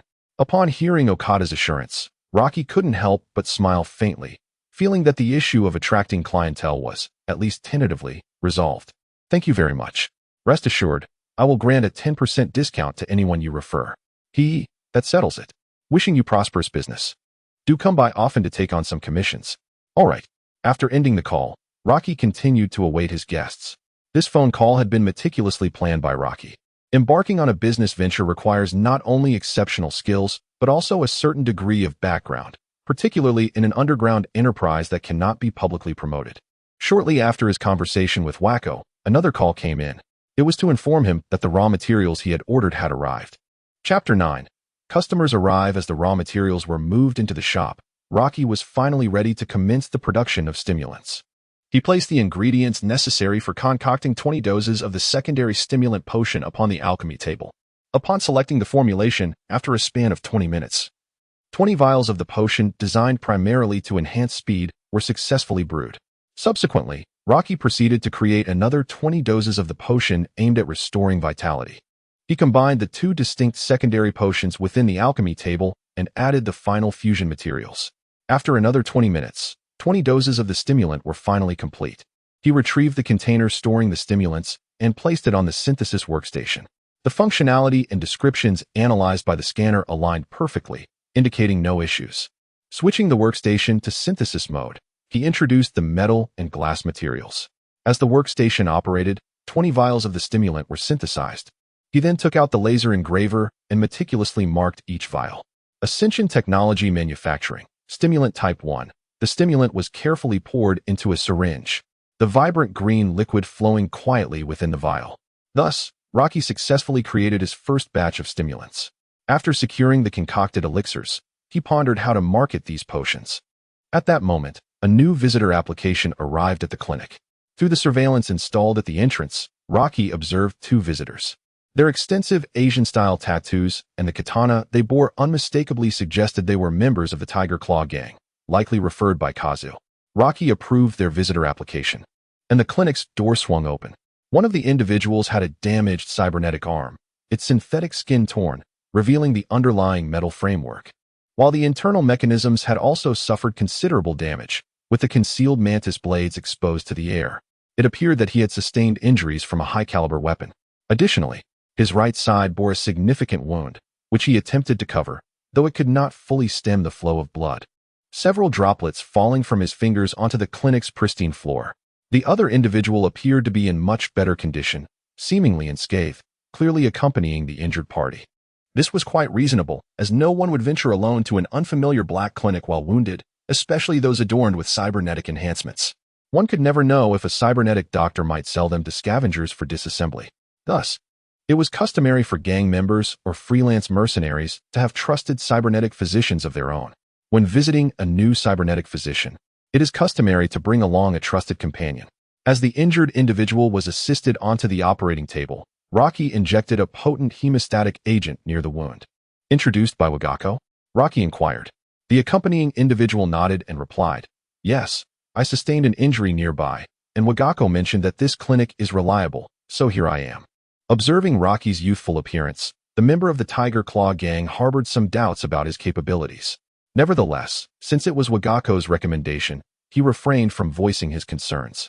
Furthermore, upon entering, he noticed the boxing trophies displayed on the table, which he recognized as indicators of merit. He resolved to assess Rocky's skills first, and if they proved inadequate, he could address his grievances later. After a brief examination of the injured man's right arm, which bore a damaged mantis blade cybernetic, he noted that while it was indeed broken, the damage was not excessively severe and could be repaired. Given the damage to the arm's cybernetic component, would you prefer a repair or a complete replacement? The repair would cost 2,000 euros, plus an additional 2,000 euros for surgical fees, totaling 4,000 euros. However, since you were referred by Wagako, I can offer you a price of 3,600 euros. Upon hearing Rocky's quotation, the injured man nodded in agreement, acknowledging the fairness of the price, which did not seem exorbitant. Additionally, with a 10% discount, it was considerably less than what he would have paid at his usual clinic, saving him a couple of hundred euros. "Let us proceed with that," he affirmed. "Very well. I shall begin your treatment." Rocky adeptly retrieved his equipment and skillfully disassembled the damaged cybernetic arm, placing it aside. He then retrieved a syringe filled with anesthetic to administer a local anesthesia. He extracted the 2 bullets from the wound, proceeded to disinfect the area, staunch the bleeding, and stitch it up. After 2 years of diligent study, Rocky had honed his medical skills to perfection, and such a straightforward surgical procedure was well within his capabilities. In no time, he had attended to the injured man's wound, completing the process with a final dressing. Next, Rocky approached the workstation, gathering tools and components to prepare for the repair of the prosthetic limb. A prosthetic doctor is essentially a fusion of a surgeon and a technician, often even moonlighting as a tattoo artist. As a competent prosthetic doctor, repairing prosthetics naturally fell within his purview. He removed the synthetic skin of the prosthetic, revealing the mechanical structure beneath, and picked up his tools to commence the repairs. However, at that moment, he suddenly recalled something he had forgotten. "I almost forgot about that thing," Rocky exclaimed, slapping his forehead. Repairing the prosthetic would take some time, but not excessively long. He reassured those present to be patient. After instructing his companion to keep an eye on the patient, Rocky took the damaged prosthetic arm into the room housing the production equipment. Meanwhile, the person in the shop who watched Rocky enter the room with the prosthetic fell silent, their minds swirling with confusion. Wasn't he supposed to have all the tools ready to begin the repairs? Why was he taking the prosthetic inside? Could it be that he intended to swap their prosthetic for another? What was this fellow up to? Surely, he did not think them fools. If he dared to play any tricks, they would ensure he learned the consequences of provoking the Tiger Claw gang. The individual grumbled, yet could only await Rocky to retrieve the prosthetic before voicing any further opinions. After all, suspicion alone did not warrant immediate confrontation. A modicum of respect for Waka was in order. Meanwhile, the occupant on the surgical table assessed his physical condition, noting an impressive recovery. He spoke up, "Is it possible?" Waka assured me of his reliability, and I genuinely believe his skills are commendable, certainly superior to those of my previous provider. "Really? However, proficiency does not guarantee trustworthiness." "We shall see," came the retort. Within the confines of the room, Rocky remained blissfully unaware of the potential misunderstandings his actions might provoke. He approached the anvil designated for the installation of the production module, carrying the damaged prosthetic. He placed it upon the anvil, added the requisite metallic materials, and initiated the repair process. As the anvil whirred to life, a brand new mantis blade prosthetic soon materialized before him. Well, what a remarkable device. In this day and age, we are still resorting to traditional repairs. The cybernetic anvil allows for one-click restoration, he exclaimed. The anvil's purpose lay in the restoration of an item's durability. By simply placing the item in need of repair alongside the corresponding raw materials, the restoration could be achieved. How splendid. This means that in the future, I won't even need to purchase parts for the prosthetics, essentially zero cost. Although this repair seems almost too pristine. After the anvil's intervention, the prosthetic appeared as immaculate as if it had just emerged from the factory, devoid of any internal blade wear or scratches. This posed a conundrum, as such a flawless restoration would normally be unattainable through conventional means. Fortunately, the prosthetic was typically encased in synthetic skin, making it unlikely for anyone to notice the extent of wear concealed within. Moreover, the newly repaired components are not necessarily a detriment. Being discovered and providing an explanation can also be a feasible course of action. In the confines of the room, Rocky waited for an appropriate duration before emerging with his cybernetic enhancements. Chapter 10. Stimulant Type 2. Hey, why are you sneaking around while repairing a cybernetic? Have you done something dubious? Upon seeing Rocky exit, a member of the Tiger Claw gang, who had accompanied him, could not restrain himself from questioning. Generally speaking, few cybernetic surgeons in Night City's underground clinics can be deemed trustworthy. Thus, exercising caution towards unfamiliar doctors is the most prudent approach. However, Rocky was evidently an exception and was not fond of being interrogated. Casting a glance at the aggressive Tiger Claw member, Rocky replied coolly, "Firstly, you may question my skills, but you cannot impugn my integrity. If it were not for the sake of Koga, I would have already thrown you out. Of course, if by dubious actions you mean a complete overhaul of the cybernetic, then I indeed have done so." With that, Rocky paid no further heed to him and commenced the installation of the cybernetic. The man, taken aback by Rocky's response, refrained from further remarks. Indeed, as Rocky stated, the cybernetic he presented appeared pristine, rather than a subpar second-hand version. As for whether any inferior qualities had been substituted, that would only be revealed once the enhancements were installed. The process of installing the cybernetics was not intricate for a skilled surgeon. It was as simple as replacing a SIM card in a mobile phone. Before long, Rocky completed the installation, with the cybernetic interfacing with his personal system. Various parameters were read, confirming that his original enhancements were intact and functioning properly.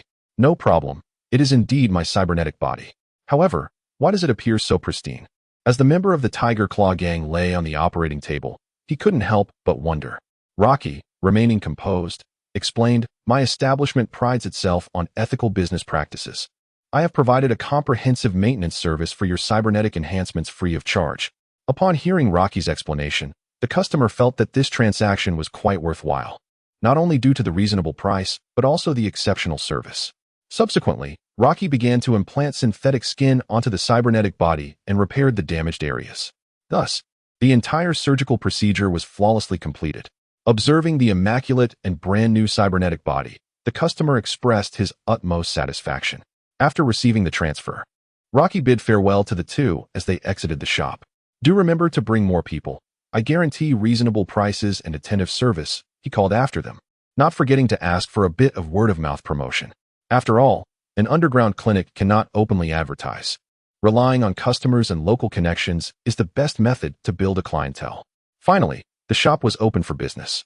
Once the two departed, tranquility returned to the establishment.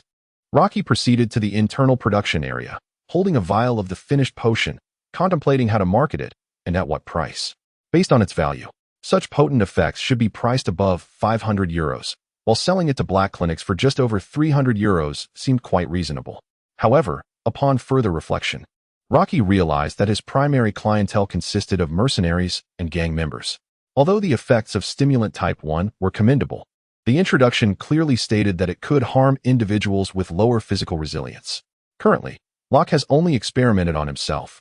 However, disregarding the cybernetic augmentations, Locke's present physical fortitude surpasses that of over 90% of gang members and freelance mercenaries.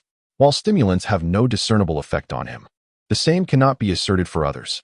Furthermore, these individuals engage in combat primarily for monetary gain, and the recurrent expenditure on consumables would render it economically unfeasible. At most, they would procure a small quantity for emergency use, which would significantly impede sales. Conversely, a mere reduction in price would be incongruous and could precipitate a substantial disruption in the pharmaceutical market, potentially inciting pharmaceutical corporations to vehemently expose him. If only the efficacy could be attenuated slightly, Locke mused, resolving to conduct an experiment. After all, the stimulant is concocted from two subordinate potions in a specific ratio, augmented with fusion materials. The alchemical workstation's formula is merely a fixed preset, not impervious to customized proportional adjustments. It is conceivable that potions with varying potencies could be synthesized. If this were indeed achievable, it would not only facilitate a judicious market entry, but also ensure that the most advanced pharmaceutical technology remains firmly within his grasp, preventing the dissemination of all his trump cards into the market. Consequently, Locke commenced experimenting with divergent proportional compositions of the stimulant. Fortunately, Locke possessed an adequate supply of materials, coupled with the assistance of the workstation analyzer. Useless stimulant. Upon injection, it creates an illusion of speed for the user, yet offers no tangible effects. Contaminated elixir. Ingesting this unfortunate concoction may lead to diarrhea. Injection is ill-advised.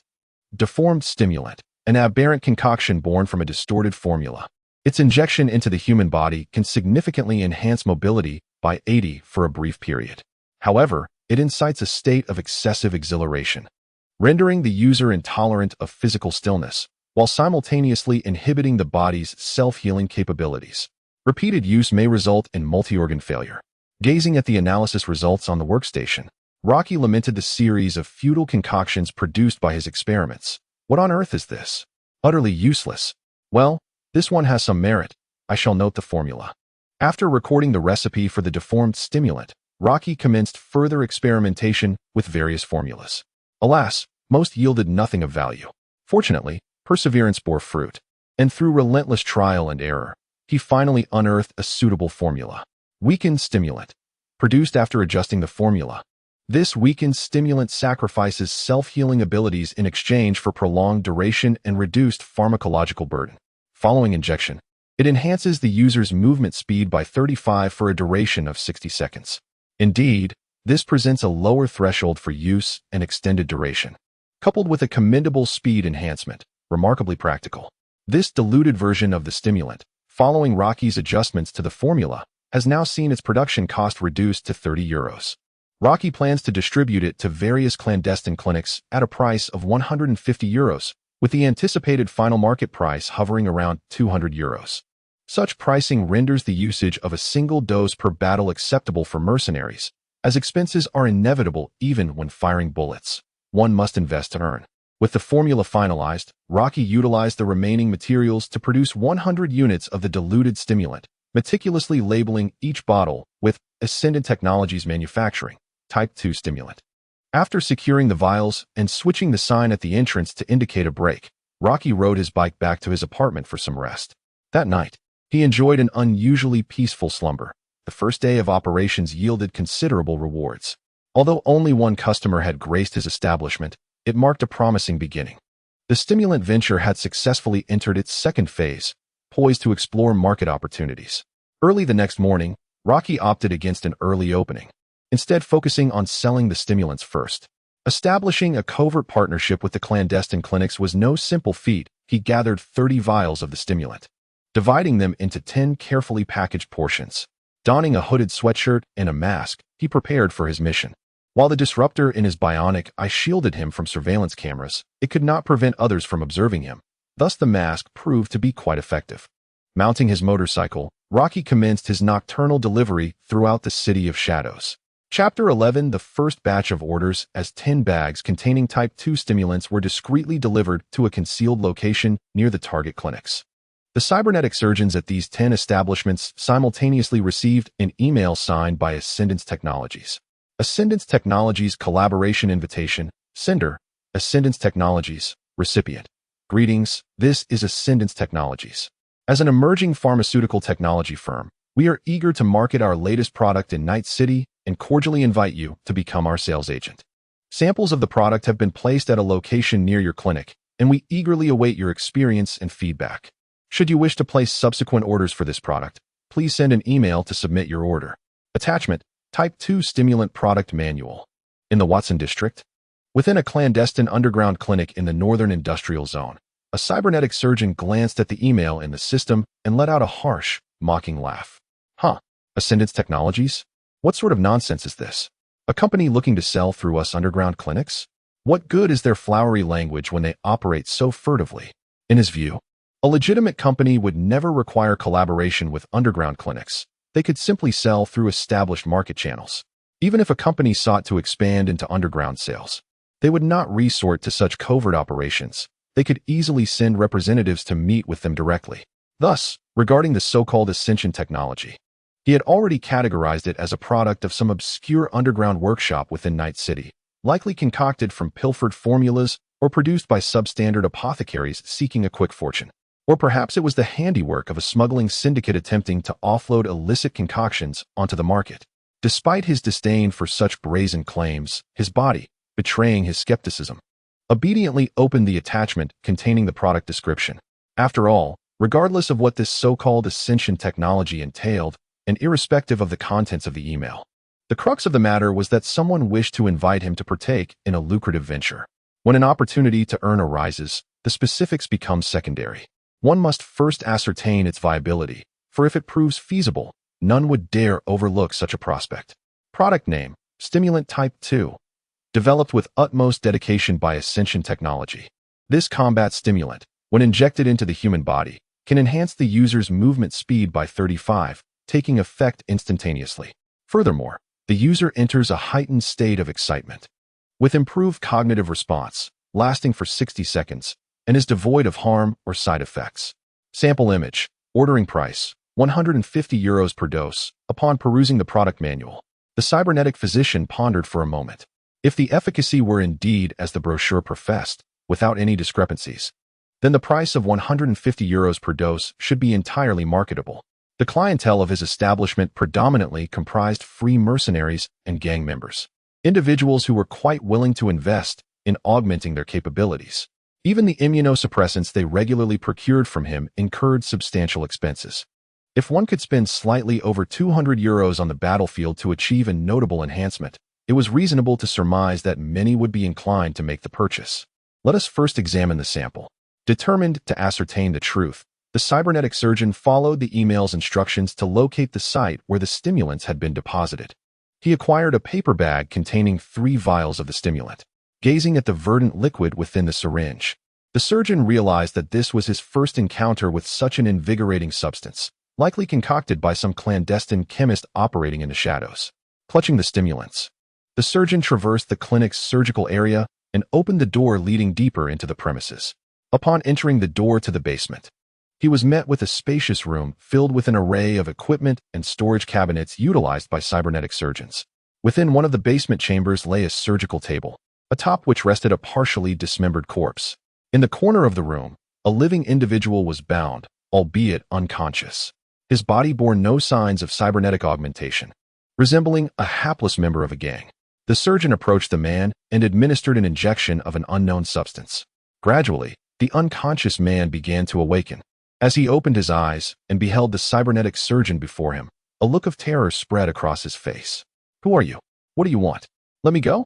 In an instant, he noticed the corpse lying on the surgical table behind the surgeon, and the grim reality of his situation dawned upon him.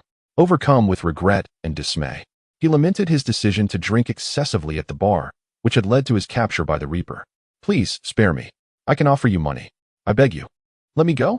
The man, feeling the restraints around his limbs, pleaded frantically.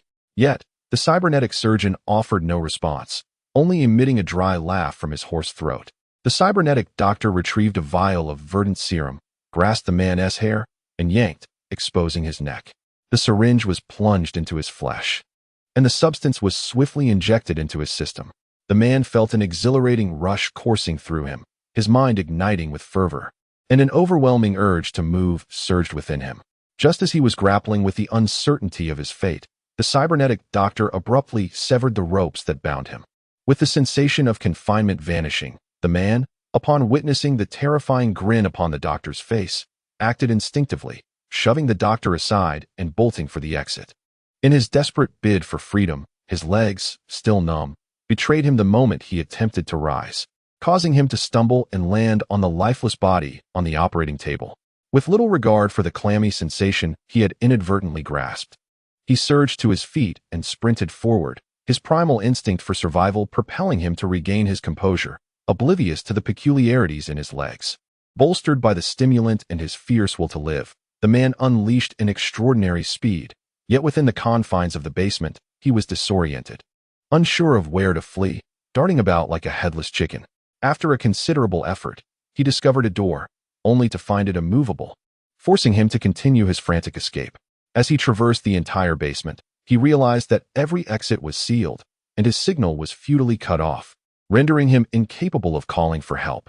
Despair enveloped him as he leaned against the door, listening to the footsteps of the cybernetic doctor drawing ever closer. He understood that his demise was inevitable. "Damn it, I will fight you to the bitter end," he resolved, a fierce determination igniting within him. The man could no longer endure it. Filled with rage, he rose to seek a useful weapon, determined to drag that scoundrel down with him, even unto death. Just then, the door behind him swung open, and he turned in surprise, believing that salvation was at hand. However, what awaited him was an even more terrifying despair. Before him stood a group of cleaners, weapons in hand, carrying a corpse. The leader of the cleaners, astonished to see the very person he had captured just yesterday alive and well, was taken aback. Bang! With a gunshot, the man's head was pierced, leaving an expression of fear frozen on his face. How could this man have awakened and escaped? The shooter holstered his pistol and directed the cleaners to promptly dispose of the body to prevent organ damage. "I released him to test the efficacy of the new drug," the cybernetic doctor explained. Upon hearing this, the cleaners shrugged it off. As long as the man hadn't fled, it mattered little whether he lived or died. The cybernetic doctor glanced at the man's corpse and nodded. It appeared that the stimulant worked effectively. A potential trade with the Sin Technologies seemed promising. Exiting the basement and returning to the clinic, the cybernetic doctor began drafting an email to send to his Sin Technologies. This scene was mirrored in numerous underground clinics throughout Night City, where many cybernetic doctors employed their own methods to verify the authenticity of the drug. Chapter 12, Man's Squad. Japanese Street, Rocky's clinic. Rocky sat at his computer, reviewing several incoming emails, unable to suppress a smile. After a morning's passage, 3 cybernetic clinics that had received samples from Rocky completed their drug tests and sent order requests to him. It is believed that a partnership with most of the cybernetic clinics in Night City will soon be established. With the remaining savings, Rocky placed an order for a new batch of raw materials and began to accelerate the production of stimulants. The next day, in an underground clinic in the Northern Industrial District, the newly opened cybernetic doctor, Sydney, received a visitor's request. Who could it be, arriving so early without an appointment? With a hint of curiosity, Sydney opened the door to his clinic, only to find a young man clad in a black jacket standing before him. "What brings you here?" Sydney inquired, scrutinizing the unfamiliar face, suspecting the visitor's purpose. The man did not answer Sydney's question. Instead, he asked, "Are you Sydney?" "I am." Sydney nodded in confirmation. "Someone entrusted me to deliver this to you, and you are to pay for 500 euros. Upon hearing Sydney's affirmative response, the man produced a bag and placed it before Sydney. Recognizing the bag confirmed Sydney's suspicions. He accepted the item from the man, opened it, and discovered dozens of green vials nestled within. "Who sent you?" Sydney inquired, curiosity piqued. "I am merely responsible for the delivery. I know nothing else." "Pay up." The man's response aligned with Sydney's expectations. Judging by the visitor's attire, it was clear he was a mercenary from Night City. In the realm of mercenaries, transactions are conducted without the knowledge of their employers. To acquire information, one would have to seek out their intermediaries. Yet, these mercenaries are unlikely to disclose the identities of such middlemen, as the so-called ascendant technology appears intent on remaining elusive. Sydney, however, had no intention of being deceitful regarding the payment. He promptly transferred the funds into the man's account. Given that the other party had engaged mercenaries for delivery and payment collection, Sydney was not inclined to experience the debt collection services of the mercenaries in Night City. Well aware of their notorious methods, once the payment was confirmed, the man, who was none other than Rocky, wasted no time and departed swiftly, for he had another delivery to make. After a day of anticipation, Rocky had received orders from 7 clinics. each requesting approximately 20 to 30 doses of stimulants to evaluate their efficacy. After producing the stimulants, Rocky opted for a unified distribution today. Initially, he considered hiring someone for the delivery, but upon reflection, he realized he had no trustworthy individuals to assist him. Although Jack was a viable option, Rocky did not wish to impose such trivial tasks on him. While utilizing intermediaries for the delivery seemed a promising alternative, it was evident that these middlemen were not to be trusted. Should the companies investigate and trace back to the middlemen, Rocky's secret would undoubtedly be ruthlessly exposed. Relying on them to maintain confidentiality regarding major corporations was utterly unrealistic. Faced with this dilemma, Rocky resolved to undertake the delivery himself. Fortunately, his status as a freelance mercenary in Night City afforded him the means to disguise himself adequately, ensuring that the companies would not connect him to the manufacturer behind the scenes. Clinics with orders are dispersed throughout Night City, and Rocky took considerable time to deliver all the goods. Fortunately, there were no obstacles in collecting payments. It is a pity that Rocky's adept skills in debt collection could not be employed. It was only by noon that Rocky returned to the clinic, and upon seeing nearly 30,000 in savings, his heart brimmed with joy.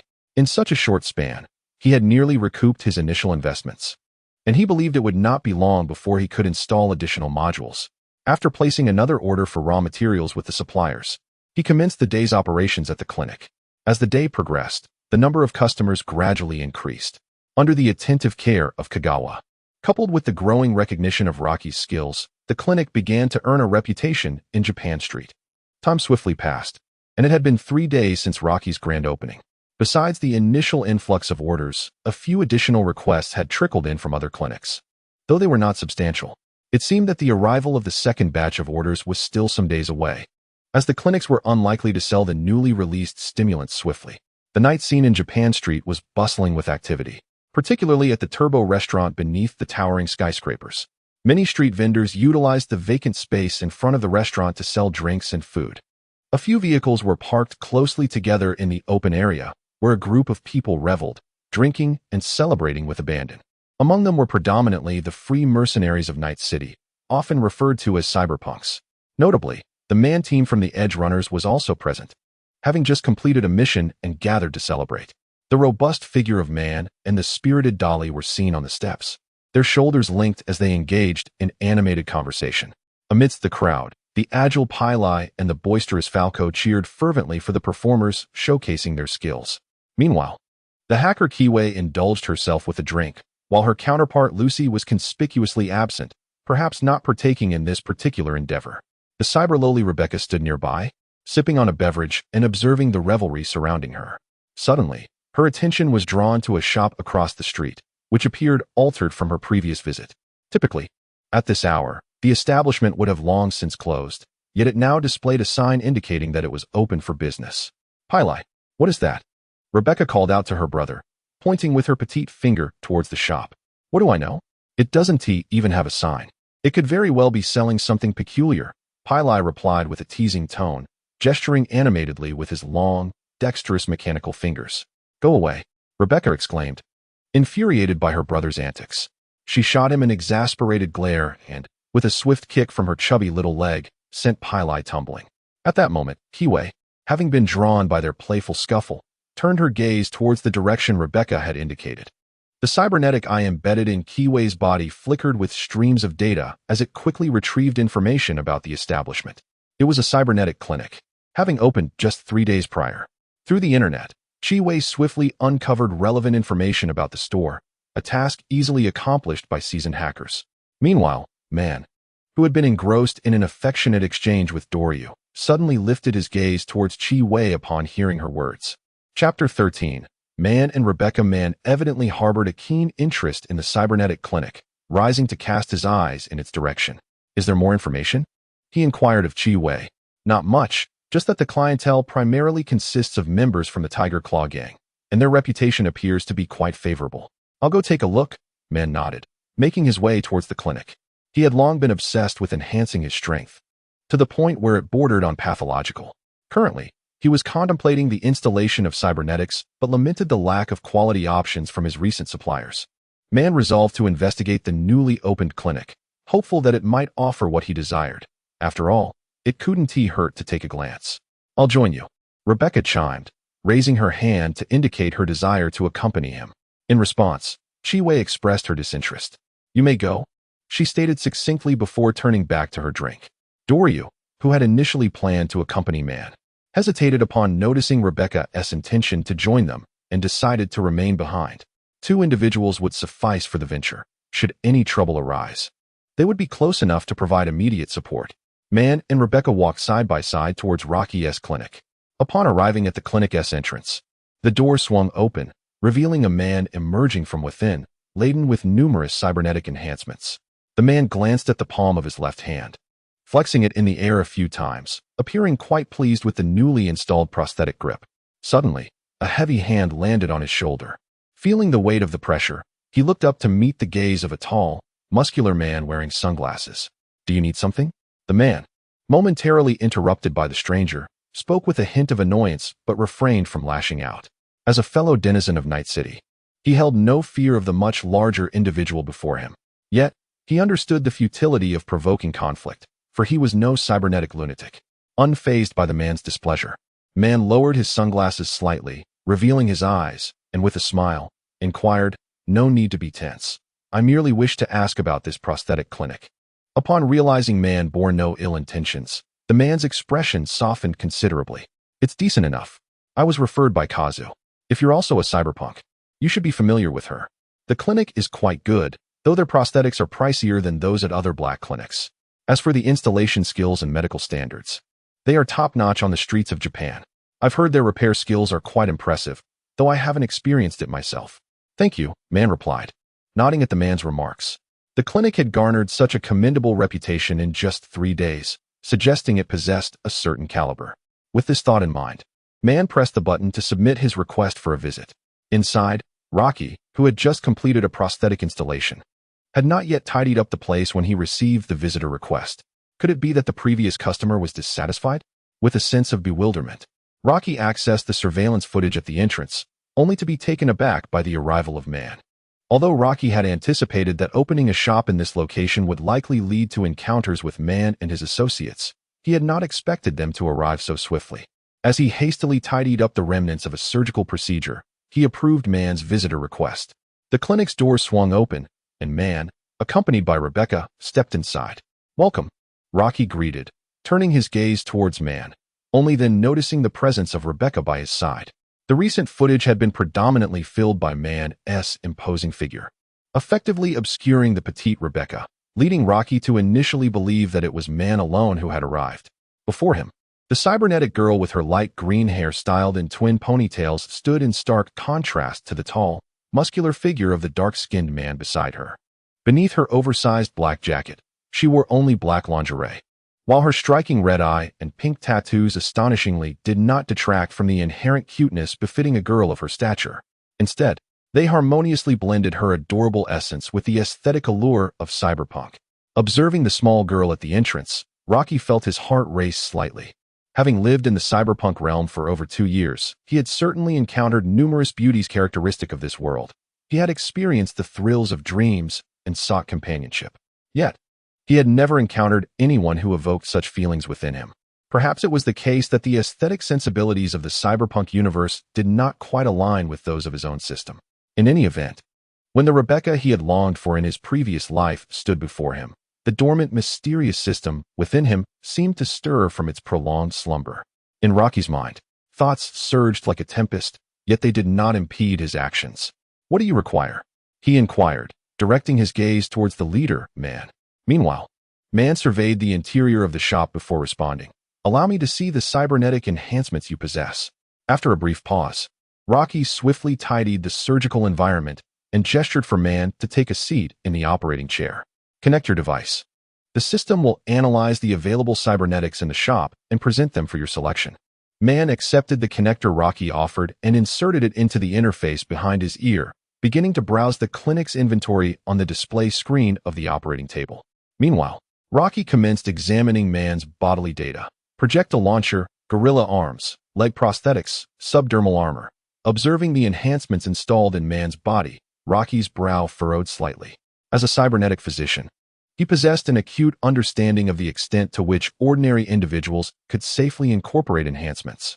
as well as the limits of the human body and the terrifying implications of cyberpsychosis. This awareness was also the reason why, apart from the cybernetic arm he had been compelled to install upon his arrival in this world, he had opted to only have a cybernetic eye in his right socket. Rocky did not perceive himself as exceptional like David, nor did he consider himself particularly gifted. Thus, he preferred to strengthen himself through boxing training under the tutelage of Old Way, rather than augmenting his abilities with numerous cybernetics. Now, as he beheld the enhancements on man's body, he noted that, while the quantity was inferior to the modification fanatic Atom Heavy Hammer, and even less than the cybernetic Lunatic V, it fell short of the future David as well. However, within the cyberpunk circles of Night City, the number had become quite alarming. In Rocky's perception, individuals who installed cybernetics to such an extent often ended up as cyberpsychos. At this juncture, man was already at his limits. If he did not downgrade his cybernetics, it was only a matter of time before he succumbed to cyberpsychosis. Conversely, if he opted for further installations, it would only accelerate his descent, leaving no possibility for retreat. As he pondered, man completed his review of the cybernetic inventory nearby. Your cybernetics are rather subpar. Do you not have anything of better quality? After examining the inventory at Rocky's shop, man appeared visibly dissatisfied. Chapter 14. A week. This is all there is. There are no superior options. Witnessing man's discontent with the offerings at his clinic, Rocky felt a sense of helplessness. The cybernetics available at Rocky's clinic were sourced from Old Way suppliers, and thus, they were not as sophisticated as those from other black market suppliers. After all, the likelihood of high-grade cybernetics emerging from the remains of cyberpsychos was significantly greater than their appearance in the legitimate market. Furthermore, since the procurement costs for the cybernetics were covered by Old Way, Rocky had no inclination to purchase the exorbitantly priced high-end models that catered to only a select few. Nevertheless, the cybernetics he did offer were entirely sufficient to meet the needs of the vast majority of cyberpunks and gang members.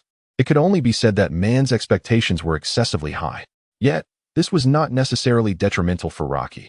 If man were genuinely interested in a particular cybernetic, Rocky would be at a loss as to how to dissuade him. Should he find the clinic's offerings unsatisfactory, he could always bring his own cybernetics for installation. Simultaneously, we also offer medical services, upgrades, and maintenance for prosthetics at our establishment. Additionally, procuring common medications such as immunosuppressants is also a commendable choice. While the sale of prosthetics may not be feasible, it is certainly not the only service provided by the Rocky Clinic. Man nodded thoughtfully. If the prosthetic surgeon before him possessed commendable skills, he might consider returning for future installations of new prosthetics. I shall return to you for prosthetic installations in the future. Should you have any robust and suitable prosthetics, do not hesitate to reach out to me. I am open to acquiring anything that fits well. Man remarked as he rose from the surgical chair. Although he had yet to receive a prosthetic at this clinic, his impression remained favorable. The premises were kept impeccably clean, appearing considerably more trustworthy than other underground prosthetic clinics. Very well, I have sent a request to add you to my contacts. Please feel free to reach out whenever needed. Rocky readily accepted the request to add Man to his contacts. Although he yearned to remind Man that he could no longer install prosthetics, he ultimately chose to remain silent. After all, even Dolly and David had been unable to dissuade Man, and as an ordinary prosthetic surgeon, Rocky's words would likely evoke Man's disdain. With the contact request approved, Rocky's communication system now included a contact named Man. Just then, a gentle knock resonated on Rocky's left hand. Turning with curiosity, he found it was Rebecca standing nearby. Hey, you could at least inquire what I would like. I have been standing here for quite some time. Oh, my apologies. I assumed you were merely accompanying Mr. Man. Do you also intend to install a cybernetic enhancement? Rocky initially believed that Rebecca was merely accompanying Man to consult with the cybernetic doctor, unaware that she too harbored aspirations for a cybernetic upgrade. In Rocky's recollection, Rebecca seemed to have only acquired a cybernetic eye and decorative cybernetic wiring. At this juncture, there was no indication of her planning to install a gorilla arm. It's not about installing a cybernetic enhancement. I merely wish to update the software of my cybernetic eye, Rebecca remarked, gesturing towards her eye. As one of the most ubiquitous implants, cybernetic eyes can host a variety of visual enhancement programs and powerful scanners, which evolve and improve with each iteration. Many lower-tier cybernetic eyes exhibit commendable compatibility with updated software, prompting most individuals to regularly upgrade their ocular systems. Rebecca removed her oversized coat and reclined onto the surgical chair. In a considerate gesture, Rocky adjusted the chair back to its standard form, which had recently been modified to suit man's dimensions, allowing Rebecca to lie comfortably. Connecting the surgical terminal to Rebecca's system, Rocky began to retrieve the data from her cybernetic eye, analyzing it to determine compatible software updates. He selected the latest version of the available updates and compiled a list of all compatible and beneficial expansion programs. The update items appeared on the screen, and after ensuring there were no issues, he proceeded. Your vision may momentarily fade, but it will soon return, he informed her. After presenting the update items to Rebecca and receiving her affirmation, Rocky rebooted her cybernetic eye and initiated the update process. The procedure was straightforward, and before long, the cybernetic eye completed its update and rebooted successfully. With the successful activation of the prosthetic eye and the completion of the resolution adjustments, Rebecca's vision has become markedly clearer than before. Simultaneously, the performance of the analyzer has also advanced significantly. Feeling much improved, she expressed her gratitude. Rebecca disconnected the interface from behind her ear and leaped off the surgical chair. Meanwhile, Man observed as Rocky completed his task and pointed to a particular shelf within the shop, inquiring, "What is that?" Rocky followed Man's gesture and noticed dozens of green vials displayed on the shelf. Those are the recently stocked combat stimulants, which can enhance mobility by 1/3 within 60 seconds after injection. They retail for €230 each. Interested? The items Man indicated were indeed the Type 2 stimulants. Given Rocky's underground clinic's nature, selling such stimulants was entirely reasonable, and the profit per unit was substantial. Is that so?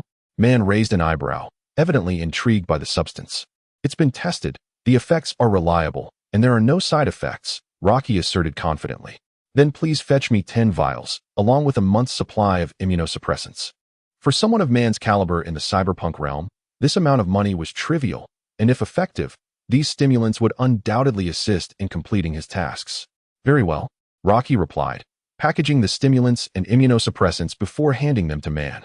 With the transfers from both Man and Rebecca received, this transaction was deemed a resounding success.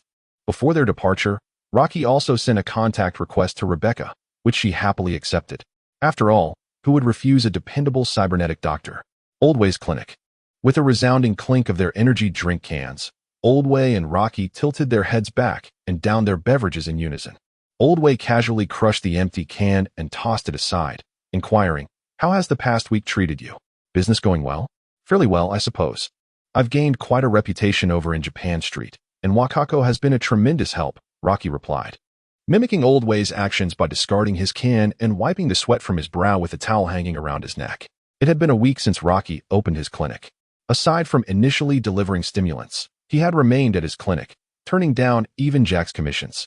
With his encounter with Man and Rebecca merely a fleeting episode, today marked the day Rocky had arranged to spar with Oldway, and he had deliberately concluded his business early to join him. Chapter 15. Rocky's confession. Pleased to hear that Rocky was faring well on Japan Street. Oldway nodded approvingly and remarked, "In our line of work, it always starts off tough. Having helpful friends can make things much easier. Yet, the crux lies in one's own skills. Without them, it's all mere talk." Rocky grabbed another bottle of energy drink, popped the cap, and drank deeply, alleviating the fatigue from their recent intense sparring session. "Ah, refreshing," he exclaimed with satisfaction. He continued, "I can't quite discern whether you're complimenting me or yourself. Hee. Let us assume it's a bit of both. After all, isn't it commendable to produce an exceptional cybernetic surgeon?" "Indeed." Rocky nodded in agreement with Oldway's perspective. The two sat together, discussing various matters concerning Night City, ranging from clinics to boxing matches, from corporations to cyberpunks, and eventually returning to the topic of cybernetic clinics. "By the way, I've noticed that many cybernetic clinics have begun selling a certain stimulant lately. Are you familiar with it?" Oldway's inquiry raised Rocky's eyebrows. The clinic he had chosen as his target did not include Oldway.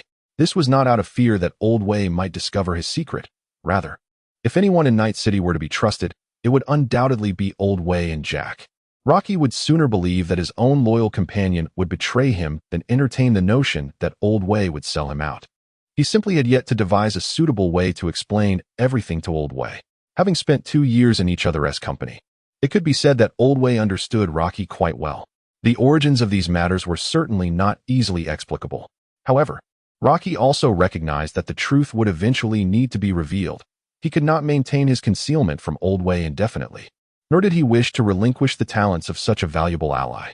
Rather than waiting until the situation escalated with more complexities and obfuscations, it would be wiser to lay everything bare now, thus paving the way for future collaboration with Old Way. After a moment of hesitation, Rocky finally spoke. Are you referring to the Ascension Technologies stimulant type 2? Yes. Are you aware of that substance? I attempted to investigate it, but I couldn't uncover their supply channels. Old Way spread his hands in a gesture of helplessness. I am indeed aware. My clinic is also selling it. As for the supply channel, to be candid, I am the one producing it. Rocky's unassuming words struck Old Way with great astonishment. Old Way paused for a moment, the can of beverage hovering at his lips before he ultimately set it down. Are you certain you're not jesting? I never instructed you on such matters. I purchased 2 samples for study, and the ingredients appeared rather simple, akin to the ubiquitous functional drinks on the market. Logically, they shouldn't yield such effects. Strangely, it does indeed function as a stimulant, enhancing the user's speed. If this is truly your creation, I am quite curious as to how you accomplished it. As Old Way noted, the raw materials for stimulants are indeed quite ordinary. Their efficacy relies entirely on the unique components derived from the rules of the alchemical apparatus. Old Way's rudimentary examination could not uncover this. It can be said that without the alchemical apparatus in Rocky's possession, it would be impossible to produce it by any other means. To manufacture it independently from the apparatus, one would need to implement the technological expansion of stimulant modules, allowing stimulants to genuinely form a comprehensive set of rules and become an original production of the cyberpunk world. However, at that point, the materials and costs would differ entirely. And at this stage, Rocky sees no necessity to pursue such a path. I am not jesting, Rocky asserted, shaking his head. After a brief pause, he continued, Old Way. I should have mentioned before that I have not yet shared with you the events preceding my arrival in Night City. No, over the past 2 years. You have never voluntarily brought it up, and I had no intention of inquiring. After all, everyone harbors their own past, which I can comprehend. This marked the first occasion that Rocky spoke of his origins. Even though Old Way held a deep respect for Rocky, he could not suppress his curiosity and instinctively prepared himself to listen attentively to Rocky's narrative. Rocky gazed ahead, his eyes momentarily distant, as if lost in the reverie of bygone times. Before arriving in Night City, I resided in a place far removed from here, not within this nation. The society there was not as decayed as it is now. The people were not tainted by the murky world surrounding them. They were vibrant and full of aspiration, continually striving to transform a world dominated and oppressed by corporations. Regrettably, they could not achieve this. Only I made it here, bearing their hopes alone. The turn of events unfolded too swiftly. When I appeared in Night City, half alive, I realized that I could never return. I was left as the sole vessel capable of realizing their ideals. Recently, I received an inheritance from them, a collection embodying years of their thoughts, filled with the potential to transform this world. I am determined to utilize these treasures to instigate change. It is a task I must undertake. To be fair, Rocky's words were imbued with genuine emotion, devoid of any deceit. However, the perspectives of the listeners varied, leading to different reflections. For Old Way, thoughts of Rocky's homeland conjured images of a group of individuals fervently striving to alter the world. Ultimately, for various reasons, be it due to corporate machinations or the ravages of war, they faced extinction. Only Rocky managed to escape to Night City, bearing the crystallized wisdom of his people to fulfill their unaccomplished aspirations. For Rocky, this narrative mirrored his own journey of traversing dimensions and acquiring a system. Before his journey, anyone who had engaged with Cyberpunk 2077 or witnessed the tale of edgerunners yearned to transform the decaying world of Cyberpunk, to alter the tragic outcomes of its stories. Yet, Rocky found himself in this new reality, capable of manifesting such changes. The elements within the modular system were derived from a multitude of games and films from his previous life. It would not be an exaggeration to consider them the essence of their collective thoughts. Regarding the origins of this technology, Rocky could only express so much. He did not wish to deceive Old Way, but revealing his most fundamental secret was impossible, thus resorting to such means. Old Way, with a torrent of thoughts swirling in his mind, placed a hand on Rocky's shoulder and gave it a gentle pat. I apologize for bringing up painful memories. It's nothing. It's all in the past. In truth, I am quite content with my current life, Rocky replied in a lighthearted tone. Although his arrival in Night City had irrevocably altered his existence, he did not regard it as a misfortune. He had gradually grown fond of this place, especially following the emergence of the Golden Finger. Chapter 16. A meeting at the bar. What are your plans moving forward? Could these technologies pose a danger to you? A hint of concern flickered across Old Way's face. Perhaps they might, Rocky acknowledged, which is why I choose to remain concealed for the time being. As for my plans, I suppose I shall take it one step at a time. First, I must rely on potions to earn some money. Only with capital does one acquire the qualifications to engage in a contest of strength with those formidable corporations. Are you certain you have contemplated this thoroughly? These companies have deep-rooted foundations. To sprout and flourish under their dominion is no simple feat. The capabilities of an individual are ultimately limited, and one may even face peril as a result. Corporations wield control over the world, casting an inescapable shadow over the populace. Even a legend like Johnny Silverhand could merely obliterate the Arasaka Tower and nothing more. He was unable to strike at its core. The towering presence of the Arasaka Tower in Night City stands as testament to this reality. Sensing Old Vic's concern for him, Rocky offered a faint smile. Rest assured, I shall not perish. Moreover, I am not alone. I have you by my side, right? You will assist me, won't you? Huh, you rascal. When you truly find yourself in need, I shall indeed lend my aid. However, I am no longer young. Engaging in violent confrontations is no longer suited for me. Upon hearing Rocky's intentions, Old Vic could only smile in resignation. Yet, should Rocky genuinely require his assistance, he would not decline. Victor's transformation from a legendary fighter to a cybernetic surgeon speaks volumes of his unique talents. Even the titans of biotechnology have extended an olive branch to him, offering generous terms in hopes of securing his allegiance. Nevertheless, Old Vic yearns for a tranquil life, free from corporate entanglements, and thus has not responded. Should Old Vic find a place within Rocky's team in the future, providing support for Rocky's technological research, it would undoubtedly serve as a formidable asset. Rocky, of course, would not let such an opportunity slip away. With your assurance, I feel at ease. Now, let us toast to a brilliant future. Instead of indulging in alcoholic beverages, Rocky and Old Way engaged in a lengthy conversation. Once his strength had been sufficiently restored, Rocky bid farewell to Old Way. Upon exiting the clinic, he retrieved a vial of stimulant type 1 from his pocket. After tossing it lightly in his hand, he swiftly extracted the syringe and injected its contents into his body. Ah, this sensation is truly exhilarating, he exclaimed, feeling his vitality surge as he quickened his pace toward his apartment. After returning home and taking a refreshing shower, Rocky settled in front of his computer terminal to examine the distribution and order information of the prosthetic clinics. At that moment, the majority of clinics had sent in their second batch of orders. This time, both the quantity ordered and the clinics placing orders had seen a significant increase. The transaction amount soared to a staggering 200,000, a pivotal deal for Rocky. He meticulously recorded the locations of the clinics, the quantity of stimulants ordered, and the payment information onto a chip. Then, he opened his contact list and dialed a number. In a northern industrial district, at an apartment in Long Beach North. Rebecca had just finished her shower and was drying her hair with a towel. Unlike her usual twin ponytail hairstyle, her long hair cascaded down, presenting a gentle and endearing appearance. However, this was merely an illusion. Buzz. As the ringtone echoed in Rebecca's ear, her attention shifted to the communication interface. Who could be calling at this hour? Is it that prosthetic doctor? What could he want? Puzzled, she nevertheless answered the call. Hello. Is this the prosthetic doctor from Japan Street, L?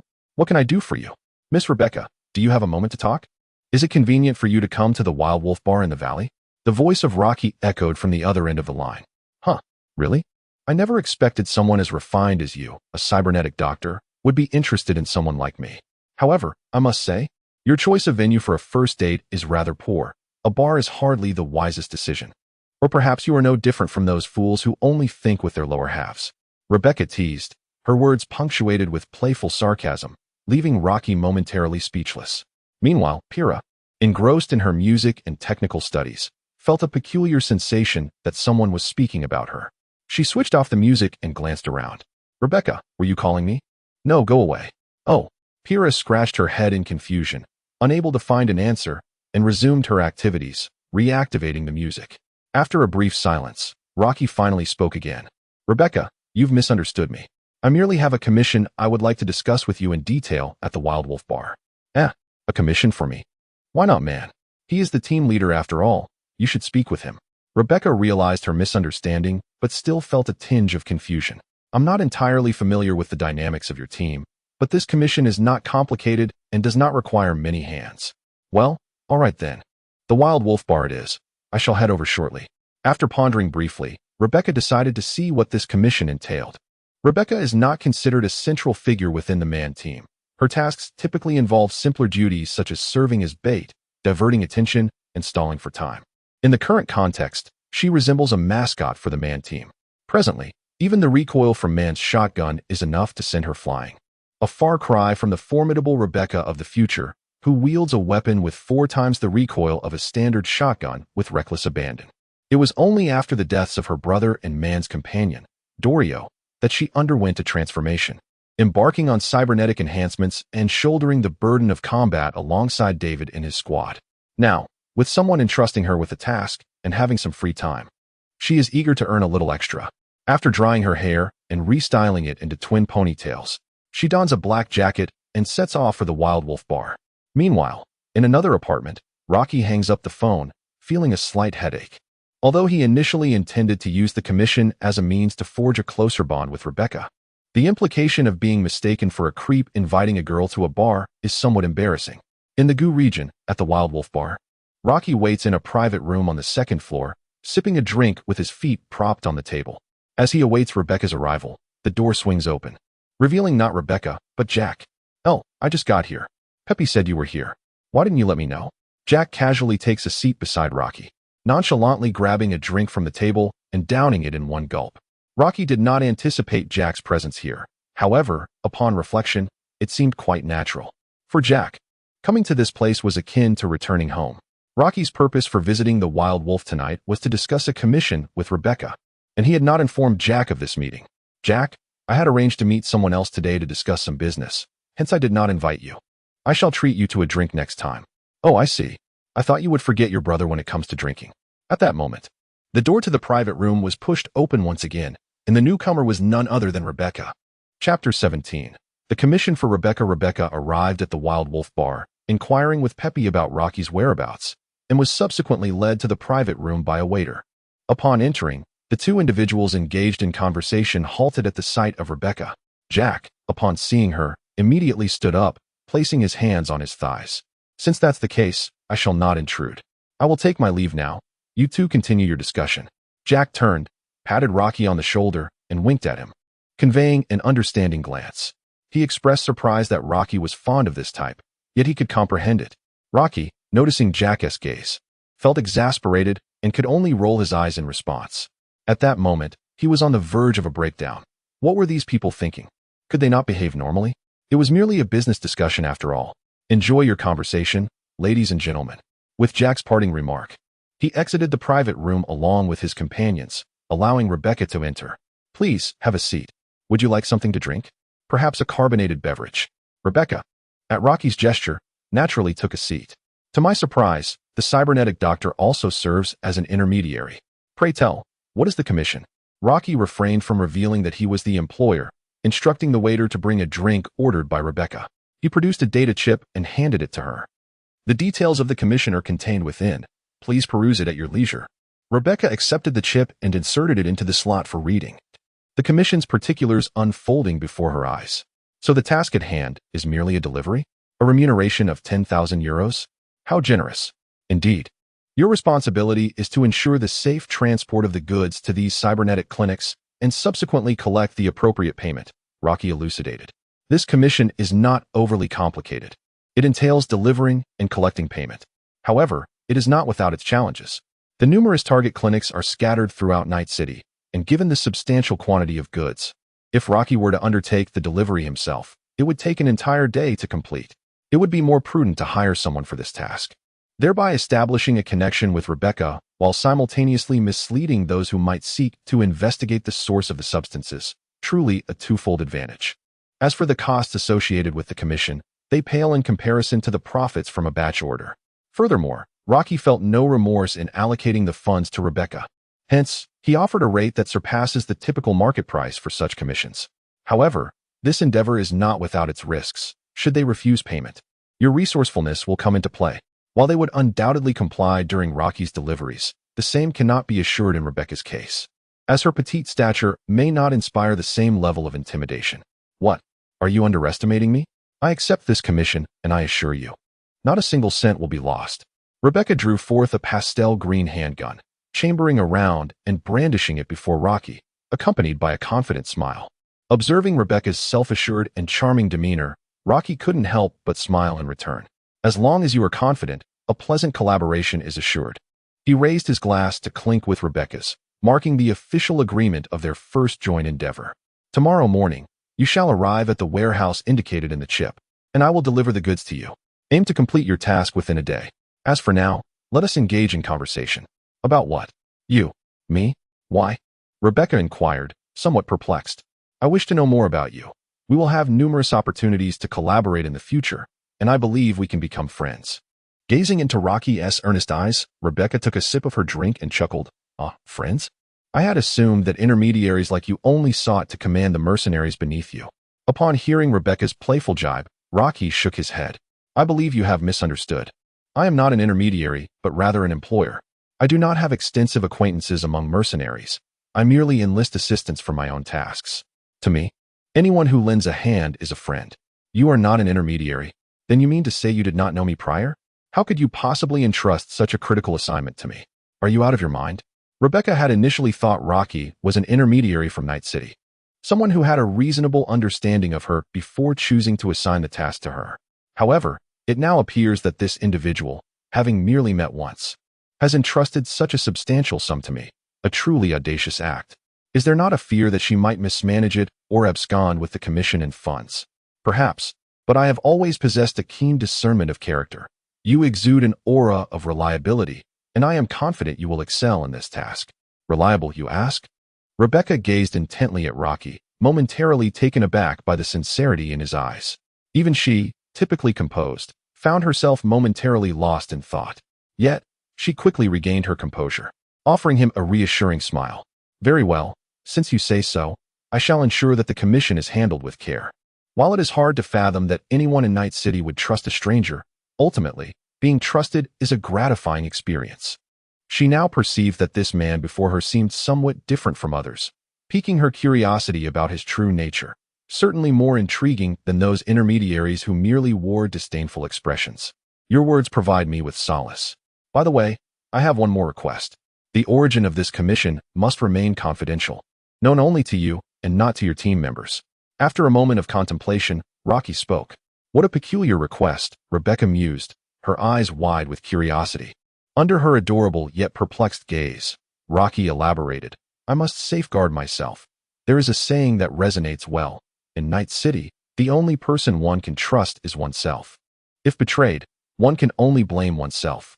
Rock reflected upon the classic lines from Edge Runners, contemplating the ephemeral nature of trust in this fantastical city where no one could truly claim to understand others, nor guarantee their own safety from betrayal. Among Man's squad, only the fiercely loyal Rebecca offered him a semblance of reassurance. He believed that if he could draw her into his fold, she would remain steadfast and become a formidable ally. As for the others, he held reservations, particularly regarding the unpredictable Kiwi, a veritable ticking time bomb within the team. Then why do you still choose to trust me? Are you not afraid I might betray you? She inquired. You are an exception, he replied with conviction. Moreover, I cannot forsake this venture simply due to mistrust of others. After all, trust must be cultivated step by step. As the saying goes, sincerity begets sincerity. As he gestured animatedly while elucidating his thoughts, Rock momentarily recognized a resemblance to Jack, realizing he had been somewhat influenced by his mannerisms after spending time together. Nevertheless, he acknowledged that adopting Jack's approach to friendship was far simpler. Observing this peculiar individual who harbored deep suspicions towards others, yet inexplicably trusted her, Rebecca chuckled resignedly. Very well. I accept your proposition, you strange fellow. Now, let us toast to friendship. Rock raised his glass. To friendship. Does this mean we are friends now? Is forming friendships so casual nowadays? Rebecca quipped, downing her drink in jest. It's all rather casual. The one who just left taught me this. It's called fate. Well, having more friends seems rather pleasant, she conceded. Chapter 18.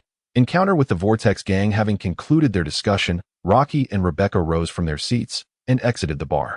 As they passed the second floor, they spotted Jack indulging in a drink, Upon noticing the duo departing side by side, he discreetly gave Rocky a thumbs up.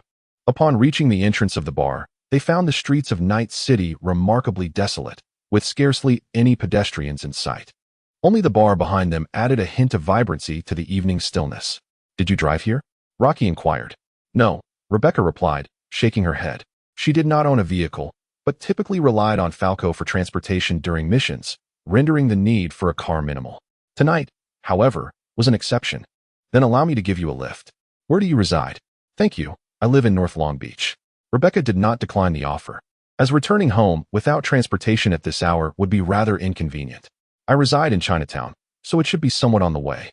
Rocky summoned his motorcycle through a vehicle connection and, upon mounting it, gestured for Rebecca to join him by patting the seat behind him. Rebecca hesitated for a moment, surprised that Rocky rode a motorcycle, but she quickly set aside her reservations and confidently took her place behind him. "Hold on tight," he said. As the engine roared to life and speed increased, Rebecca's small hands nestled on either side of Rocky's waist. She could distinctly feel the muscles concealed beneath his clothing, which were far from what one would expect of an ordinary cybernetic doctor. The motorcycle sped along, the wind whipping past them with a fierce intensity. Leaning forward, Rebecca straightened her posture, extending her head toward Rocky's right ear as she endeavored to speak to him. "It is hard to discern that your body, as a cybernetic physician, could be so robust. I engage in physical training daily. After all, those involved in such underground enterprises must possess the ability to protect themselves." "Indeed, that is a valid point." Rocky navigated the night city with Rebecca seated beside him, her body leaning closer to engage in conversation, remaining steadfastly by his side. At that moment, Rocky was wholly engrossed in driving, oblivious to the pair of enchanting eyes fixated upon him. Rebecca had never observed this man from such proximity before. Gazing at his concentrated demeanor, she noted that aside from his peculiarities, he exhibited commendable traits, particularly in his demeanor toward her. For Rebecca, her petite stature had often been a source of discomfort, especially when faced with the arrogance of intermediaries and the flippant remarks of mercenaries, who frequently belittled and mocked her. Even the bouncers at bars often halted her passage. Yet, Rocky did not underestimate her. Instead, he placed considerable trust in her, warming Rebecca's heart and instilling a sense of validation within her. Upon reflection, he seems rather admirable, Rebecca mused. Rocky's vehicle boasted impressive performance, and with his adept driving skills, they swiftly traversed a significant portion of Night City, returning to the northern industrial district. On the main road leading to Long Beach North, Rocky focused on the road. Soon sensed something amiss. His keen right eye detected an unusual obstruction ahead. Adjusting the visual capabilities of his cybernetic eye, he noticed that several vehicles had been used to block the road. A group of 7 or 8 gang members stood in the middle of the road, their numerous conspicuous cybernetic enhancements revealing their affiliation with the Vortex Gang. This notorious gang had established its stronghold in the industrial district of the northern part of the city, exhibiting an obsessive fascination with cybernetic modifications, daring to affix any enhancement to their bodies. One could describe them as a veritable militia of cybernetic lunatics, and at this moment, these madmen appeared to be engaged in some form of team-building exercise. Rebecca Lachi slowed the vehicle and called out to Rebecca, "What's wrong?" "There are members of the Vortex Gang blocking the road ahead." "What?" Upon hearing Lachi's words, Rebecca placed her hands on Lachi's shoulders, slightly lifting herself to peer ahead. Indeed, as Lachi had said, a cluster of Vortex Gang lunatics had gathered in front of them. These individuals were not to be trifled with. "What are you planning to do?" Aware of the formidable gang members ahead, Rebecca understood that these crazies would not be easily dealt with. Perhaps if man were here, he could confront them head-on. But she was not capable of that, at least not at this moment. What to do? Naturally, they would charge through. "Brace yourself." Lachi flashed a bright smile as she fixed her gaze on the Vortex Gang, twisting the throttle of the motorcycle to its maximum capacity and hurtling towards them. The sudden acceleration caught Rebecca off guard, causing her to lean back, nearly losing her grip. "Are you insane? Why not take a detour?" Holding onto Lachi's waist to steady herself, Rebecca shouted at her. She had never anticipated that Lachi would opt to charge straight through. It was akin to courting death. "No need for a detour, trust me, Rebecca." Rocky gazed ahead at the members of the Vortex Gang. To be candid, he harbored a disdain for these individuals. They were nothing short of lunatics, repugnant in nature, akin to scavengers. Since they had encountered these obstructive hounds, it was only fitting to eliminate them. "Trust you? Very well." You madman. Rebecca recalled Rocky's words. True sincerity for true sincerity. With that in mind, she resolved to place her faith in him just this once. After all, they were already in the vehicle. She could not simply leap out. Instead, she might as well indulge in his madness. As the Vortex Gang's convoy drew nearer, Rebecca retrieved her handgun, bracing herself for combat, her arms enveloping Rocky, her body pressed firmly against his to maintain stability. Feeling the warmth of his back against hers, Rocky's smile radiated even brighter. Simultaneously, he manipulated the interface within the system, installing a module. The members of the Vortex Gang, now aware of the duo, were met with the thunderous roar of motorcycles reverberating in their ears. Huh, we have prey approaching. Let the dismemberment party commence. I shall affix his eyes. Using them to witness his own disintegration, they cackled with glee. Their eager gazes fixated on the approaching Rocky, madness glimmering in their eyes, as though he were already the fish on their chopping block. Yet, what they did not anticipate was that the oncoming motorcycle showed no signs of halting or veering away. It charged straight toward them. What does this fellow intend to do? The members of the Vortex Gang were taken aback, unable to comprehend that someone dared to barrel directly toward them without a hint of hesitation. With unbridled speed, Rocky swiftly approached them, charging towards the gaps between the vehicles. Before a gang member could react, a steel hand seized his head. The hand loomed larger before him, consuming his entire field of vision. As it swiftly lifted him with terrifying velocity, the forceful fingers penetrated deeply into his bones, akin to grasping a mere puppet, as Rocky whisked away the unfortunate soul, allowing him to experience the exhilarating sensation of soaring at 180 miles per hour. With a flick of his left hand, he propelled this hapless individual forward, casting him violently against a roadside pillar. At such a fearsome speed, the impact against the pillar's surface was akin to fragile tofu shattering. Blood and brain matter erupting like a blossoming flower, staining the indented column with crimson. Chapter 19. Fierce battle. Having effortlessly dispatched a gang member, Rocky shook his left hand, ensuring his arm remained intact.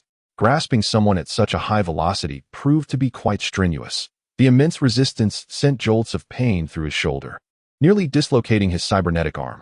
Fortunately, Rocky had injected himself with a stimulant at the outset, and now the discomfort was gradually dissipating under the influence of the drug. At that moment, the members of the Vortex Gang regained their senses, realizing they had been provoked, and were ready to hop into their vehicles to pursue the audacious assailant. However, Rocky had already left them a parting gift as he passed by. Rolling on the ground were 2 round grenades, which, after a flash of red light, erupted in a sudden explosion. The powerful shockwave instantly sent 2 nearby vehicles flying. Several members were thrown to the ground by the explosion. Damn it! I want to kill that beast. Kill him. The others, untouched by the blast, screamed frantically as they scrambled into their vehicles. The cars roared to life. The accelerators pressed to the floor, and they surged forward in pursuit of Rocky. The growl of engines echoed behind him, and when he glanced back, he saw the members of the Vortex Gang relentlessly chasing him in their vehicles, with 2 of them leading the charge on motorcycles. As the cars drew nearer, a radiant smile spread across Rocky's face. He retrieved a cylindrical grenade, releasing its safety mechanism. The outer shell elongated, flames spewed from both ends, and the overwhelming heat emanating from within was palpable. He hurled the grenade in the direction of the advancing gang members. Upon impact, it erupted, creating a fiery wall that spanned across the road. He swiftly threw 2 more grenades, producing additional walls of flames that erupted skyward, unleashing a terrifying heat wave. The unfortunate souls at the front failed to react in time and plunged headlong into the inferno. The scorching temperature enveloped them instantly. Under the assault of the 2 fiery barriers, the tires of their vehicle melted away, rendering it immobile and stripping it of any ability to pursue. Even more unfortunate was the motorcycle rider who could not evade the flames. Upon colliding with the fiery barrier, every flammable item on him ignited. As the motorcycle spiraled out of control, the hapless rider and his bike crashed to the ground, leaving a long, charred trail behind. The unfortunate soul who fell did not emit a piercing scream, thanks to the installation of the pain editor, but the explosion of the motorcycle nearby rendered him forever silent. The true culprit behind this chaos was the grenade obtained from the mod recently installed by Rocky. The Apex Legends Grenade Integration Pack features 3 fundamental grenades. 1. Fragmentation Grenade, a conventional grenade renowned for its formidable explosive force, capable of swiftly clearing the battlefield and inflicting substantial damage upon fragile bodies. 2. Thermite grenade. This grenade contains a terrifyingly high-temperature incendiary agent, which, upon detonation, emits a searing wall of fire from both ends, making it an excellent choice for obstructing foes and executing cruel pyrotechnic tortures. 3. Arc Star, with its dart-like design. This grenade possesses remarkable penetrating power and the ability to adhere to its target. Once embedded, a powerful electrical surge will impair the target's mobility, while the ensuing electrical explosion inflicts devastating damage to enemy armor and electronic devices. Price adjustments. World adjustment, 10. Bundle discount, 20 item mod, 1,050 euros per set recipe expansion for crafting table, 28,000 euros technical expansion, 35,000 euros to confront these adversaries. Rocky specifically spent 2,000 euros to acquire 2 sets of item mods. Following the explosions generated by 2 fragmentation grenades and the fiery blockade of 2 thermite grenades, only a car and a motorcycle remained in pursuit. Rebecca, it's up to you now, Rocky shouted over his shoulder. Understood, replied Rebecca, seated behind Rocky. Rebecca had been eagerly awaiting this moment. As she watched Rocky relentlessly toss grenades to eliminate members of the Vortex gang, she was astonished by his audacity, while simultaneously feeling an itch for involvement. The motorcycle riders in pursuit were closing in behind Rocky, and Rebecca, striving for stability, found her shooting angle rather poor. She decided to release her grip on Rocky and entwined her legs around his waist, securing herself by crossing her calves in front of him. Leaning back, she raised her pistol and aimed at the rapidly approaching targets. Rebecca's marksmanship was impeccable. The adversaries had not anticipated such an unconventional attack, and before they could react, their heads were riddled with bullets. Meanwhile, Rocky glanced down to find Rebecca's legs tightly wrapped around him, her chubby calves pressed against him. It was fortunate that Rebecca's legs were relatively short. Otherwise, it would have been far more challenging for anyone else to achieve such a position. Is this really exhilarating? Rocky pondered, when suddenly he felt a force from his legs as Rebecca pulled herself up using her grip on him. That car is bulletproof. I can't penetrate it, she shouted to Rocky. After dispatching the motorcycle riders, Rebecca turned her attention to the lone remaining sedan, but regrettably, her current firepower was insufficient to breach the bulletproof glass. Rebecca, do you know how to throw darts? Take this and activate the safety to take them down. Glancing through the rearview mirror at the approaching vehicle, Rocky addressed Rebecca, handing her the remaining 2 arc stars. Rebecca stared at the 2 dart-like objects in her hand, momentarily bewildered. What? She exclaimed. Press the safety in the middle and throw the darts at them. The wind howled around them, and upon hearing Rebecca's confusion, Rocky raised his voice in urgency. Although Rebecca could not fathom the rationale behind using darts to strike a vehicle impervious to bullets, her trust in Rocky compelled her to comply with his instructions.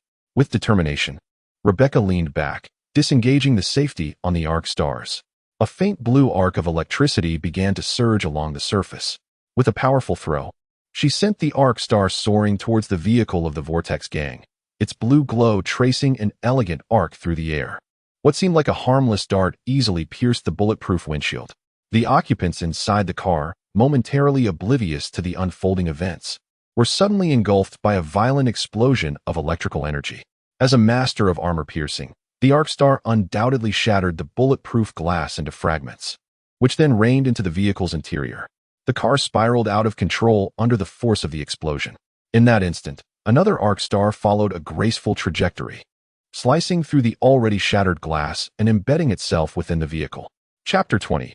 The delivery. As the electrical explosion wreaked havoc inside the car, the remaining members of the Vortex gang met their untimely end. Impressive. Watching as 2 arc stars swiftly dispatched an entire vehicle of gang members, Rebecca exclaimed with delight. With the enemies eliminated, Rocky reduced the speed of the vehicle. Rebecca then urged Rocky to let her sit up, grasping his shoulders with both hands, and leaned in to inquire, Hey, where did you acquire these items? These grenades are my exclusive concoction. If you desire, I can deliver some to you later, Rocky replied. He had only intended to use this grenade integration module in emergencies, though he might consider production, given the commendable functionality and performance of these grenades, not to mention their reasonable price. You created these? You must be joking. How many secrets do you possess? Rebecca mused, her perception of Rocky shifting once again. One moment he was a cybernetic doctor, then he was assigning her tasks, and just moments ago he had acted like a formidable mercenary from Night City, provoking the Vortex gang, only to now reveal he could manufacture grenades? There's much about me that you remain unaware of. But fear not. You will come to know me better. We have ample time ahead, he assured her. That's true, Rebecca nodded, her curiosity about this man growing by the moment. It was then that she remembered her legs were still entwined around Rocky, prompting her to quickly release them and adopt a more comfortable embrace. My apologies. The angle was awkward, so it had to be this way, she explained calmly, without a hint of embarrassment or shyness in her tone as she felt the restriction around her waist ease. Not a problem. It's rather comfortable, Rocky chuckled. Given the physical resilience of Rocky, this level of pressure is hardly significant, posing no threat to him. In fact, he finds a certain enjoyment in it. One might say that being ensnared by Rebecca's fleshy legs is quite a pleasant sensation, though he wonders how it would feel without the barrier of clothing. Hearing Rocky's teasing tone, Rebecca playfully tapped his left hand with her handgun, responding with a smile. Hey, you better watch out, or I might just kill you. Having shared the experience of battle, their relationship rapidly deepened, and Rebecca began to genuinely acknowledge Rocky as a friend. After escorting Rebecca to the base of her apartment building, she released him from her grasp and waved goodbye. See you tomorrow, Elle. See you tomorrow. As Rebecca ascended the stairs, Rocky rode his motorcycle back to the skyscraper. The following day, in a warehouse located somewhere in the streets of Japan. This was a facility that Rocky had anonymously rented in the black market, intended for the convenient storage and distribution of goods. Inside the warehouse, Rocky meticulously counted the vials of medication designated for delivery, each one prepackaged and labeled for the corresponding clinic. At that moment, a knock echoed through the warehouse door. It was Rebecca. Good morning, Elle. As he opened the roller door, he was greeted by Rebecca, brimming with energy. Good morning, Rocky replied, glancing past her to see a vehicle parked outside the warehouse, seemingly having brought Rebecca here. Who is that? Rocky noticed Falco in the car, who was staring straight ahead, oblivious to Rocky's gaze. Upon noticing Rocky's gaze, Rebecca elaborated. That is Falco, the driver of our team. After returning home last night, Rebecca informed Man about the commission they had received, to which Man responded with understanding. As the team had not been assigned any tasks in recent days, he suggested that Rebecca handle it independently. Consequently, Rebecca reached out to Falco, requesting his assistance for this undertaking, as she lacked a vehicle of her own, and transporting goods necessitated a driver. Falco readily accepted, for who would decline a chance to earn 5,000 euros while cruising through Night City? Understood, please enter, Rocky nodded, inviting Rebecca into the warehouse. These are the items you are to transport, he indicated towards the stacked boxes within the warehouse, each adorned with its corresponding label. All is well, Rebecca assured. I will take care of it here. You may leave. Handing Rebecca a key card for the warehouse, Rocky lifted a box of potions and exited through the back door. Mounting his motorcycle, Rocky transported the potions to Old Way's clinic. What brings you here today? Old Way inquired, setting aside his work, intrigued by Rocky's visit. Nothing much. Just delivering some potions, Rocky replied, placing a box containing 100 units of stimulant type 2 on Old Way's desk. These are stimulant type 2. You may sell them in your shop. Old Way picked up a vial of the stimulant, confirming it was identical to what he had previously procured from other clinics. These items are quite valuable. I shall transfer the payment to you. Come on, Lao Wei, the cost of these items is merely a few thousand yuan. Hardly enough to cover the trifling debt I owe you. Just accept them directly. As of now, Luochi still owes Lao Wei nearly 100,000 yuan in goods, which illustrates how easily Lao Wei's money can be borrowed. However, Luochi truly cannot repay it at the moment. At least I must wait until the funds from the second batch of orders arrive before considering repayment. We can discuss that money matter later. If these potions were sold to someone else, you would still earn nearly 20,000 euros, and you are in greater need of funds than I am at present. Lao Wei, you know I dislike such discussions, so just accept them as interest on my debt to you. Very well. Lao Wei shook his head helplessly, realizing he could not sway him, and chose to accept the potions and set them aside. At that moment, Luochi produced another bag of potions and handed it to Lao Wei. These were a different type of stimulant, the initial version, not for sale. Their efficacy surpassed that of the previous ones and could facilitate rapid recovery from injuries, though they had specific requirements for the user. I brought you a few. You may use them yourself or administer them to your patients. If you encounter a patient with severe injuries, this might yield excellent results. Lao Wei took the bag from Luochi and examined the contents. They appeared nearly identical to the previous potions, but the inscription on the exterior indicated it was a type 1. Why is it not for sale? This more effective potion seems to have a larger market. Lao Wei inquired. Luoqi smiled and explained, perhaps it is merely a matter of habit. I prefer to reserve the best for personal use, thus retaining a stronger advantage for myself. As for the items sold, as long as they are profitable, they are all the same. It seems to be a reasonable notion. Old Wei nodded in agreement, acknowledging that reserving good things for oneself is certainly wise. Even the largest corporations prioritize deploying their most advanced innovations for the use of their own personnel. Having successfully delivered the goods to Old Wei, Rocky made no further delay, exchanging brief farewells before returning to his clinic. Chapter 21. The next module. Nightfall. A street in Japan. A car came to a stop behind the Turbo restaurant. The door swung open, and a delicate, fair leg gracefully emerged. This is far enough. Thank you, Falco. You can head back now. I have some matters to attend to. After transferring Falco's payment to him, Rebecca stepped out of the vehicle. Hey, since we're here, aren't you going to have a drink? Falco asked, puzzled by Rebecca's urgency. I don't have time. Isn't the commission already completed? Why are you asking so many questions? Just go back. All right. Falco conceded, feeling somewhat helpless. Today, Rebecca seemed different from her usual self. It was a rare occasion to receive such an easy commission. Not celebrating with a few drinks felt like a missed opportunity. However, he decided it was best to leave, sensing that Rebecca might be on the verge of an outburst. Perhaps he should indulge himself at the Lazy Bar instead. After bidding farewell to Falco, Rebecca made her way to Rocky's clinic. The clinic's automatic door granted entry to Rebecca's visitor request. At that moment, the clinic was devoid of clients, and upon seeing Rebecca, Rocky set aside the prosthetic he was tinkering with. Ah, it's Rebecca. How did the commission go? Of course, it went smoothly. It wasn't a particularly challenging task. And with Falco's excellent driving skills, it didn't take much time at all, Rebecca replied, transferring the received payment to Rocky. After deducting her fee, a sum of 190,000 remained. Observing the funds finally arrive, Rocky's spirits soared. Haha, thank you. Indeed. Having a vehicle and a driver for deliveries makes everything more efficient. It seems the expenditure was worthwhile. Rocky contemplated that it might be time to invest in a four-wheeled vehicle. After all, previously, riding solo on a motorcycle sufficed, but now, with the need to deliver goods and the prospect of forming a small team, a car had become quite essential. Well then, this commission can be deemed a resounding success. Shall we go out for a couple of drinks to celebrate? Rebecca, noticing Rocky's cheerful demeanor, gestured invitingly with her thumb towards the back. Celebrate. It certainly seems like a fitting occasion. Looks like I'll be leaving work a bit early today. Rocky glanced at his account. With the 190,000 from the commission and the transactions from the past week, he now had 270,000 quietly resting in his account. With this amount, he could indeed install his next module, a cause for celebration. After tidying up the shop and changing the sign to indicate a break, Rocky and Rebecca made their way to the open space in front of the clinic where they had parked.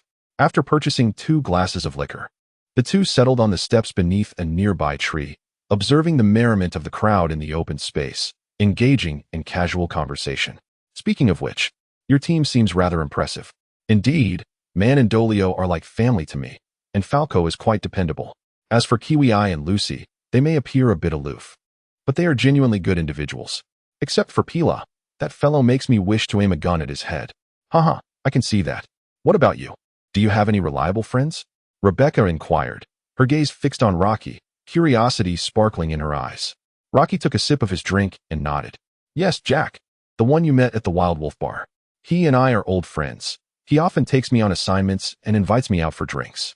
He is one of the brothers I trust most. And then there's my mentor, Victor, whom you probably haven't met. He works as a cybernetic surgeon in the Watson district, and all my skills were taught by him. I would love to introduce you to him sometime. Of course. There's you too. Rebecca, you are also my friend.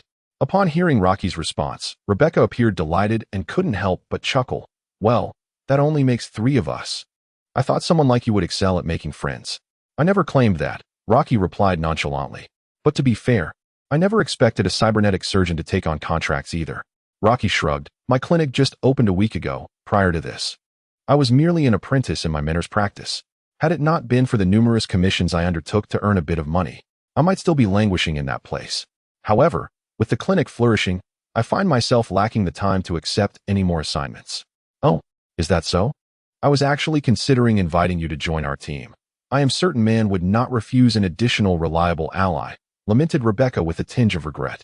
As for joining the team, perhaps it is best to forego that notion. If I were to join you, Jack would likely lose his mind. Nevertheless, I firmly believe that we shall have the opportunity to fight side by side in the future. Upon hearing Rebecca's intention to recruit him into Man's squad, Rocky felt a flicker of surprise, yet upon reflection, he deemed it unnecessary. The disintegration of Man's team was an inevitable fate. Man could not sustain it for long. Once he is no longer around, there would be no one to uphold the group. Moreover, David was already on Rocky's list of priorities, which meant he was practically disconnected from Man's team. In light of this, the future of Man's squad appeared bleak, and it was imperative for him to rescue Rebecca and Lucy from their dire circumstances. Really? Absolutely. The two conversed for quite some time, and once again, Rocky rode his motorcycle to escort Rebecca home. Fortunately, this time they did not encounter the bothersome Vortex gang along the way. Upon returning to North Long Beach, Rebecca released her embrace around Rocky and leapt off the motorcycle. After bidding farewell to Rebecca, Rocky did not head home directly. Instead, he made a detour to visit Wacko. "Ah, it's you. What brings you here?" Wacko inquired with curiosity as she observed Rocky's entrance. "Oh, nothing much. I simply wanted to extend my gratitude for all the clients you have recommended to me over the past few days. If it weren't for you, I doubt anyone would even know about my clinic." As Rocky spoke, he transferred 10,000 euros to Wakako, considering it a fee for her promotional services. It must be said that Wakako had indeed assisted him significantly. In Night City, it is not solely about violence and conflict. Understanding human relationships is equally important. To ensure Wakako continues to help him attract clients, such a gesture of goodwill is essential. "Well, since you insist, I shall accept this money," Wakako replied with a smile. No one is indifferent to wealth. After all, receiving a modest fee for her efforts is entirely justified. There must be some decorum in these matters. Failing to compensate would only reflect poorly on Rocky's understanding. After meeting with Wakako, Rocky could finally return home for a well-deserved rest. The following day, Rocky sat in his clinic, not rushing to open for business, but instead perusing the various modules within his system. He already had some thoughts on selecting the next module.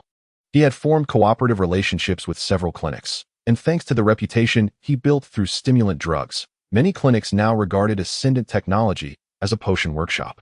If he were to choose another module focused on potion production and sales, it would facilitate market expansion even further.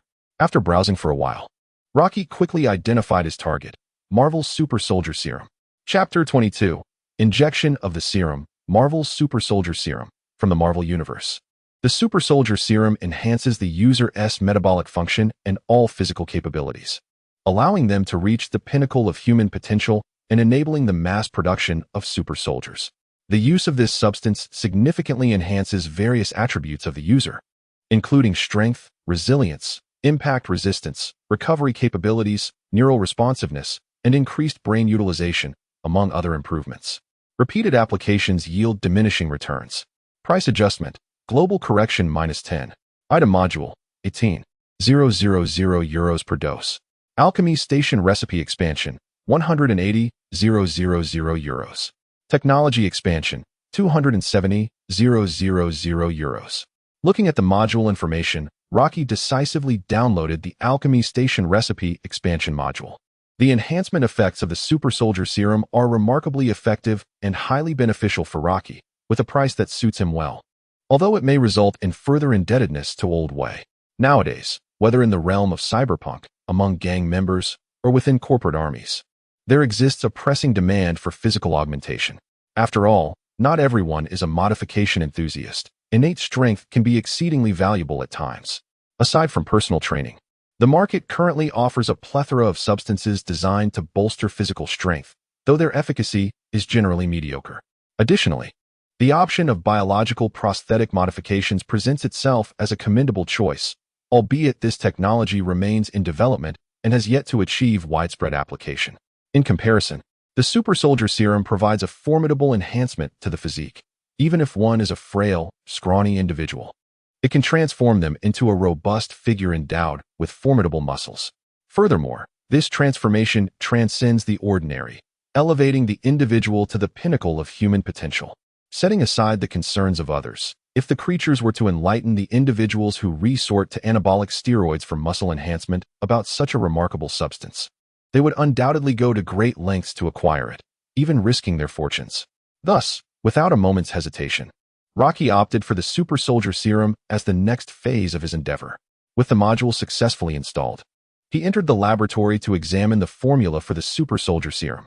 Similar to the stimulants, this new formula also included secondary ingredients, and notably, it comprised even more components than the previous iteration.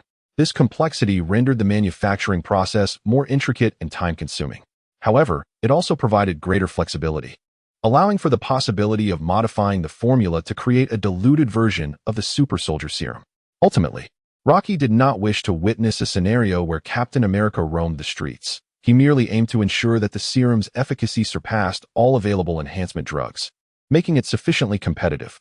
As Rocky scrutinized the array of materials required for the various formulas, a frown creased his brow. This formula differed significantly from the last. Many of the required ingredients had become rather rare. While the prices remained reasonable, locating suppliers for these items proved to be a considerable challenge.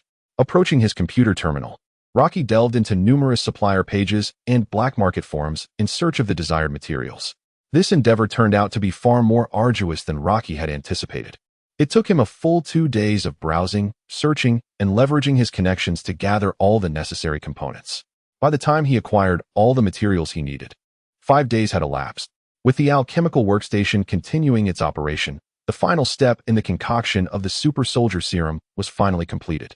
Gazing at the several vials of Azure Serum in his hand, compared to the serums from the Marvel Universe, the serum produced by the module is a concentrated version, requiring only a single vial to achieve enhanced effects. The method of administration is rather straightforward. It is simply injected into the body, rendering it exceedingly convenient. Though the precise nature of its effects during the process remains uncertain, Rocky resolved to test it on himself first, reasoning that there was only benefit to be gained and no detriment. To ensure a thorough evaluation and accurate documentation of the serum's effects, as well as to mitigate any unforeseen occurrences, Rocky specifically summoned Old Way to his clinic. "What is this?" Old Way inquired, eyeing the blue serum that Rocky had handed over. "A new pharmaceutical, a Super Soldier Serum that can comprehensively enhance the user's physical capabilities," Rocky explained. And Old Way quickly discerned the reason for his summons. "Do you intend to inject this?" "Indeed. Which is why I require your assistance to monitor and record any changes in my bodily data," Rocky affirmed with a nod. "Is it safe? Are there any preliminary experimental assurances?" Old Way expressed his habitual concerns, given that conventional medications undergo numerous trials to ensure their safety for human use. "Absolutely safe, trust me." Old Way. The dual assurance of the alchemical formula and the workbench analyzer guarantees that there will be no safety issues, Rocky assured him. "Very well." Various detection devices were connected to Rocky, who lay on the surgical chair.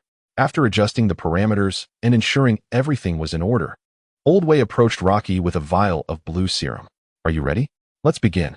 As the syringe pierced Rocky's skin, the blue serum was gradually injected under Old Way's careful control. The dosage was modest, and the injection was swiftly completed. Lying in the operating room, Rocky focused intently on the changes occurring within his body. "I feel so hot, so itchy, so drowsy." Unable to resist, Rocky closed his eyes. When he opened them again, the first thing he saw was Old Way sitting beside him, causing him a moment of fright as he feared he had traversed time once more. "How long have I been lying here?" Rocky inquired. "Just 2 hours. How do you feel now?"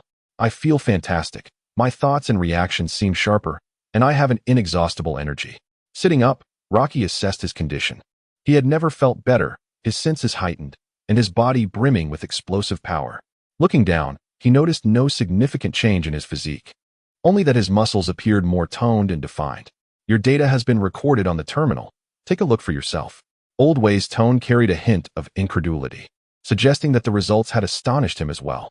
Rocky approached the terminal to review the data, and as a fellow cybernetic doctor, he was naturally capable of understanding the information displayed. According to the recorded data, it is evident that Rocky has indeed experienced enhancements in all bodily functions, including metabolic levels. As described, the areas that were previously weaker have shown the most significant improvements, effectively transforming him from a strength-focused individual into a versatile warrior. This enhancement also encompasses cognitive fortification, to the extent that one could assert Rocky has now become a hexagonal warrior, or even, to exaggerate slightly, a superhuman. It is no surprise that the inventor of the super soldier serum has characterized it as the next step in human evolution. Chapter 23. The Power of the Serum. Old Way. What is your perspective? Rocky has developed a general understanding of the super soldier enhancement effects, but wishes to hear Old Way's thoughts, especially since he has presumably conducted prior research on this data during the 2 hours of Rocky's transformation. It is an astonishing enhancement, and it is comprehensive.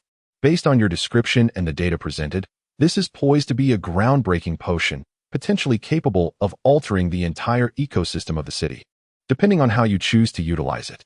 Old Way offered an evaluation that exceeded Rocky's expectations, leaving him somewhat perplexed. Could you elaborate? Noticing Rocky's confusion, Old Way pointed to a segment of data on the terminal. The key lies in its development of the human brain and the fortification of the nervous system. Coupled with enhancements to the body's resilience and recovery capabilities, these are unprecedented.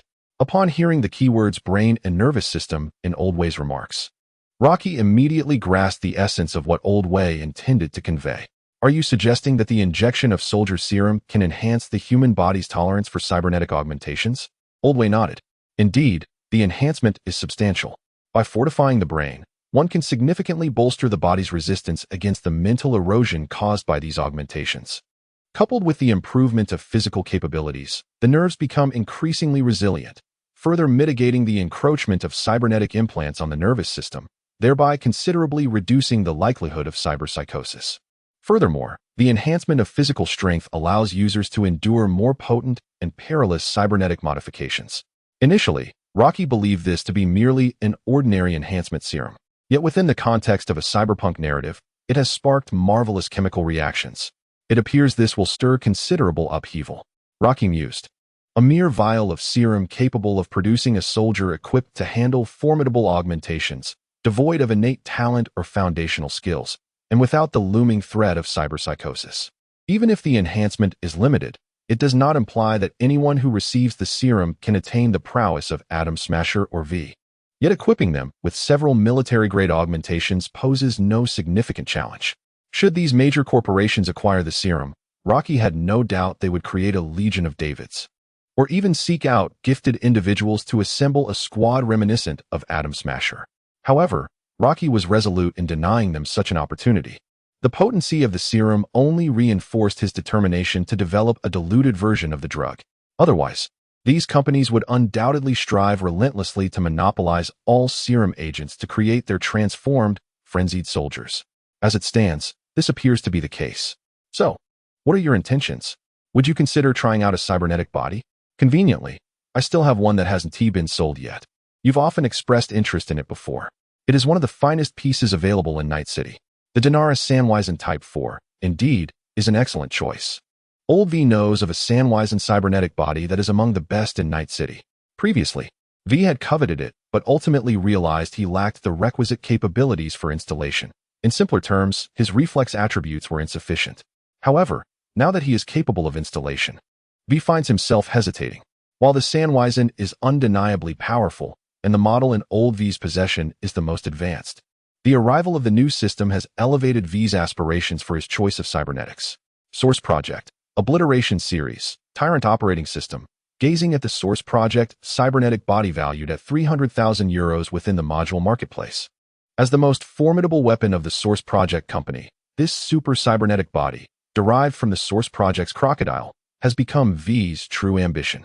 Although replacing cybernetic bodies in the cyberpunk realm is relatively convenient, there are indeed distinctions between the two worlds of cybernetics.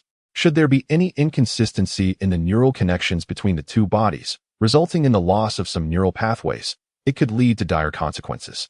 Even if one could undergo nanoscopic surgery for repairs, it would still require a significant amount of time. After much hesitation, Rocky ultimately decided to decline Old Way's proposal. After all, once the knife fell, there would be no turning back.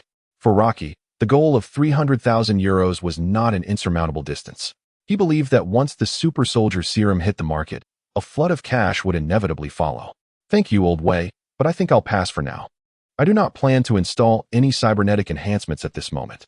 Upon hearing Rocky's refusal, Old Way was not surprised. You remain as you always were. Since that is the case, I shall take my leave. Take some time to adjust to your body. Remember to reach out if anything arises. Wait a moment, old Wei. Want to you have a shot before you go? Rocky waved the blue serum in his hand. What would I do with this? I do not engage in battles daily, nor do I have any enhancements in my body. Old Wei shook his head, indicating his lack of interest in the serum. One cannot dismiss it so lightly. The benefits are numerous. In addition to strengthening the body, it can also delay aging and extend one's lifespan. I have no desire to attend your funeral prematurely. As Rocky spoke, he began adjusting the equipment, seemingly offering Old Wei no chance to refuse. Reluctantly, Old Wei allowed Rocky to administer the super soldier serum. As the injection concluded, Rocky could not help but smile at the sight of Old Wei, who appeared significantly rejuvenated. Indeed, one must personally experience its wonders to truly appreciate them. Feeling the surge of power within him, Old Wei could not help but express his astonishment. After bidding farewell to Old Wei, Rocky began to delve into research on a weakened version of the Super Soldier Serum. Incomplete Super Soldier Serum. The incomplete Super Soldier Serum possesses considerable enhancement effects akin to the complete serum. However, it may transform the user into a grotesque monster. Isn't this precisely what Red Skull utilized? Rocky mused, reflecting on the description provided by the analyzer. Disposing of this serum, he immersed himself once more in his research. Drawing from his previous experience, this round of experimentation unfolded with relative ease. Advanced Soldier Serum 50, a derivative of the Super Soldier Serum from the Marvel Universe. This variant enhances the user's metabolic functions and all bodily capabilities. It is a weakened version, retaining only 50 of the original serum's efficacy. Without expending excessive materials, Rocky successfully created the desired version. Observing the Advanced Soldier Serum in his hands, he nodded in satisfaction, noting that the production cost for one vial is approximately 3,000 euros. Rocky intended to sell it for 20,000 euros, a price that aligns well with the serum's intrinsic value. However, his concern lingered over whether clinics would be willing to invest 20,000 euros in an untested potion. After all, this time he could not provide them with samples. Fortunately, his previous achievements with stimulants had garnered him a commendable reputation, and he believed some would be willing to take the bold step of being the first to venture forth. If all else fails, Rocky could seek collaboration with animal assistance organizations or companies. As long as he demonstrated sufficient sincerity, he was confident that substantial orders would follow. Once he has accumulated sufficient funds for the source plan's cybernetic enhancements, perhaps he will no longer need to be so tentative. Chapter 24, Corporate Canines Corporate Plaza, Arasaka Tower. 33rd floor, Arasaka Counterintelligence Department. Within an office cubicle, a department employee is perusing the report that has arrived on his computer today. Arasaka Counterintelligence Investigation Report, NC 8754699. Ascension Technologies Investigation Report. Investigator, Stephen. Contents of the investigation report concerning the recent circulation of Ascension Technologies stimulant type 2 in underground clinics.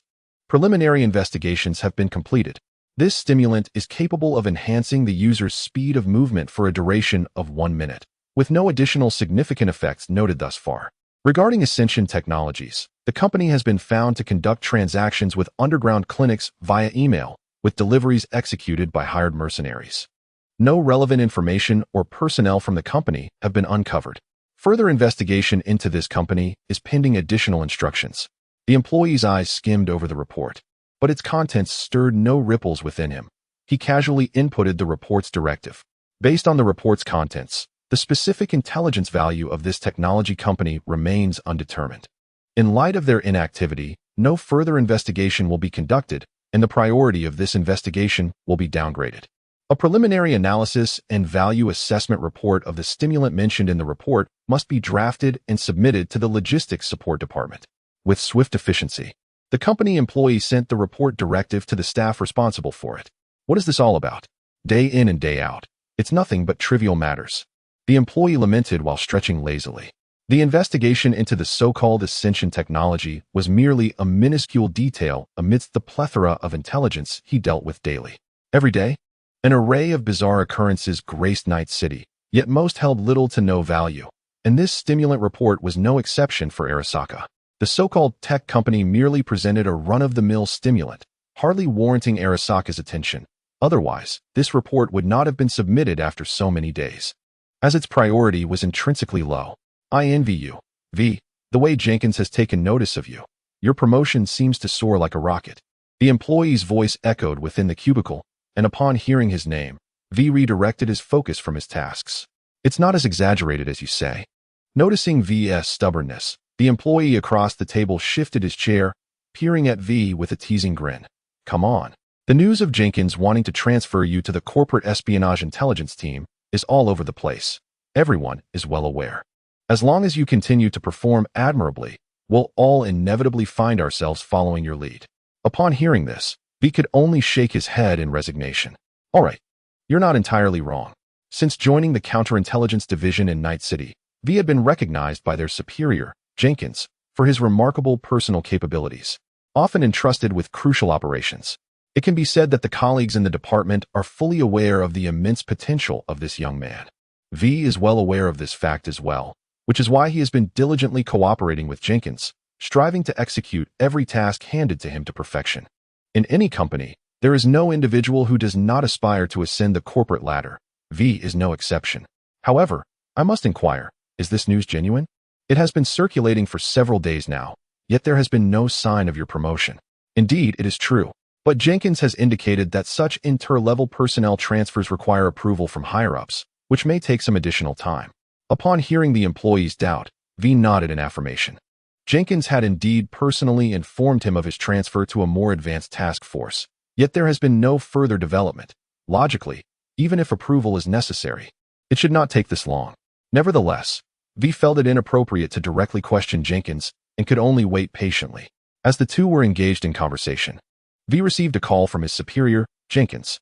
V, please come to my office at once, came Jenkins' voice from the other end of the line. Understood. I will be there shortly, V replied swiftly. Observing V's call from Jenkins, his colleague across the room teased. It seems our star is off to take on another assignment. You should refrain from speaking too much, V replied. All right. But I must say, do not place too much pressure on yourself. Sometimes, being at the top is not necessarily advantageous. You are aware of the head of the intelligence tracking group, right? She, like you, is also a trusted confidant of Jenkins and is one of the top individuals in the counterintelligence department. I must discreetly inform you that I overheard someone mention that they spotted that individual vomiting in the restroom today, and it was quite a spectacle, likely a result of overwhelming pressure. I hope you do not follow in their footsteps. Are you not concerned that he might discover your behind-the-back chatter about him? V jested, aware of the person to whom he referred, a powerful figure within the department. Although they had only crossed paths a few times, her unique, dark red hairstyle resembling 3 petals left a lasting impression on V. Hey, I am merely offering a friendly warning, and I understand you. You certainly wouldn't spread rumors indiscriminately. All right, I shall be cautious. Thank you. In a hurry to meet Jenkins, V refrained from further engaging with the gossipy colleague, exchanging a few pleasantries before exiting the cubicle. Jenkins' office was not far. After a short stroll, V arrived and encountered Jenkins. The impeccably tailored suit adorned Jenkins, accentuating his distinguished appearance, coupled with the aura of authority that immediately signified his exceptional status. You've arrived, please take a seat, Jenkins remarked as he settled into his position. V complied, pulling out a chair and sitting down.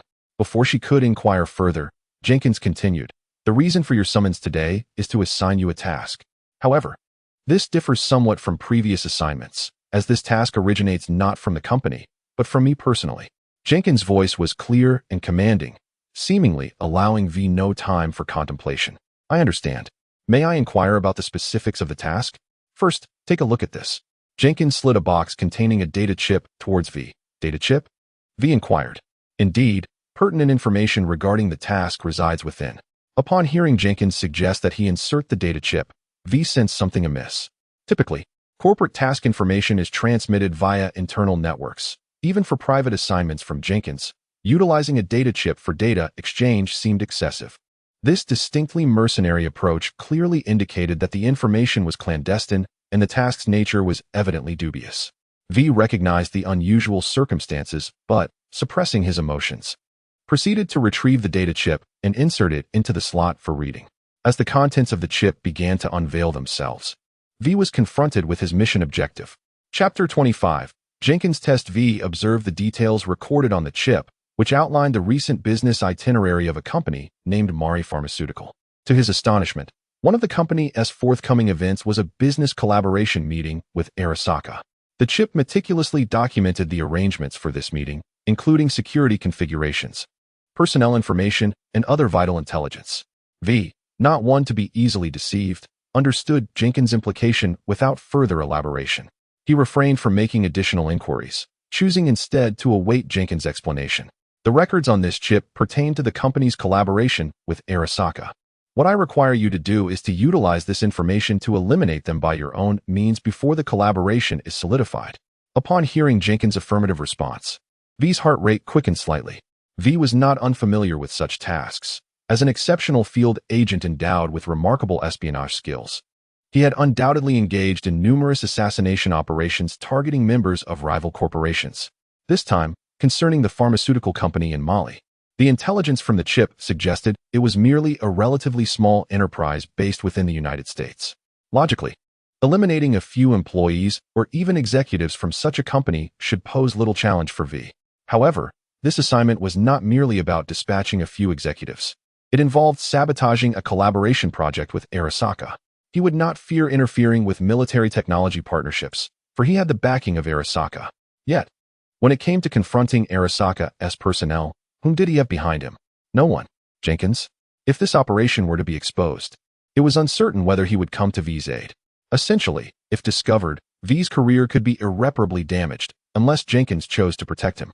After a moment of silence, V spoke. You mentioned that this task is of your personal initiation. Does that imply I have the option to decline? Upon hearing V's words, Jenkins smiled slightly, seemingly unconcerned about the prospect of V genuinely refusing. Of course, I cannot compel you to undertake it, but have you truly contemplated your decision? Jenkins' fingers lightly tapped the surface of the table as he continued. You know, V, since your arrival at the counterintelligence department in Night City, I have held high expectations for you. I assigned you to complete operations, and your performance has been commendable. The entire department is aware that I am intentionally promoting you. You are indeed exceptional, but to me, that is still insufficient. To ascend to greater heights, one must naturally present greater value and sincerity. A flicker of data danced in Jenkins' eyes as he summoned the holographic display on the table, revealing a document to V. Do you recall our previous conversation regarding your promotion? The approval from above has long been granted, yet I have yet to inform you. The final decision rests solely in my hands. Consider this. Should you accept this task and execute it with excellence, you will seamlessly attain your promotion, ascending the ranks to become my right-hand ally. All company benefits will gravitate toward you, and with them, power will follow. After a brief pause, Jenkins deactivated the display and gestured toward the office door. However, if you refuse today and exit through that door, you shall be left with nothing. Have you contemplated this thoroughly? Though it is difficult to admit, Jenkins' assertions ring true. V is no naive novice. Having reached this position within the company, he is acutely aware of the intricacies of the workplace.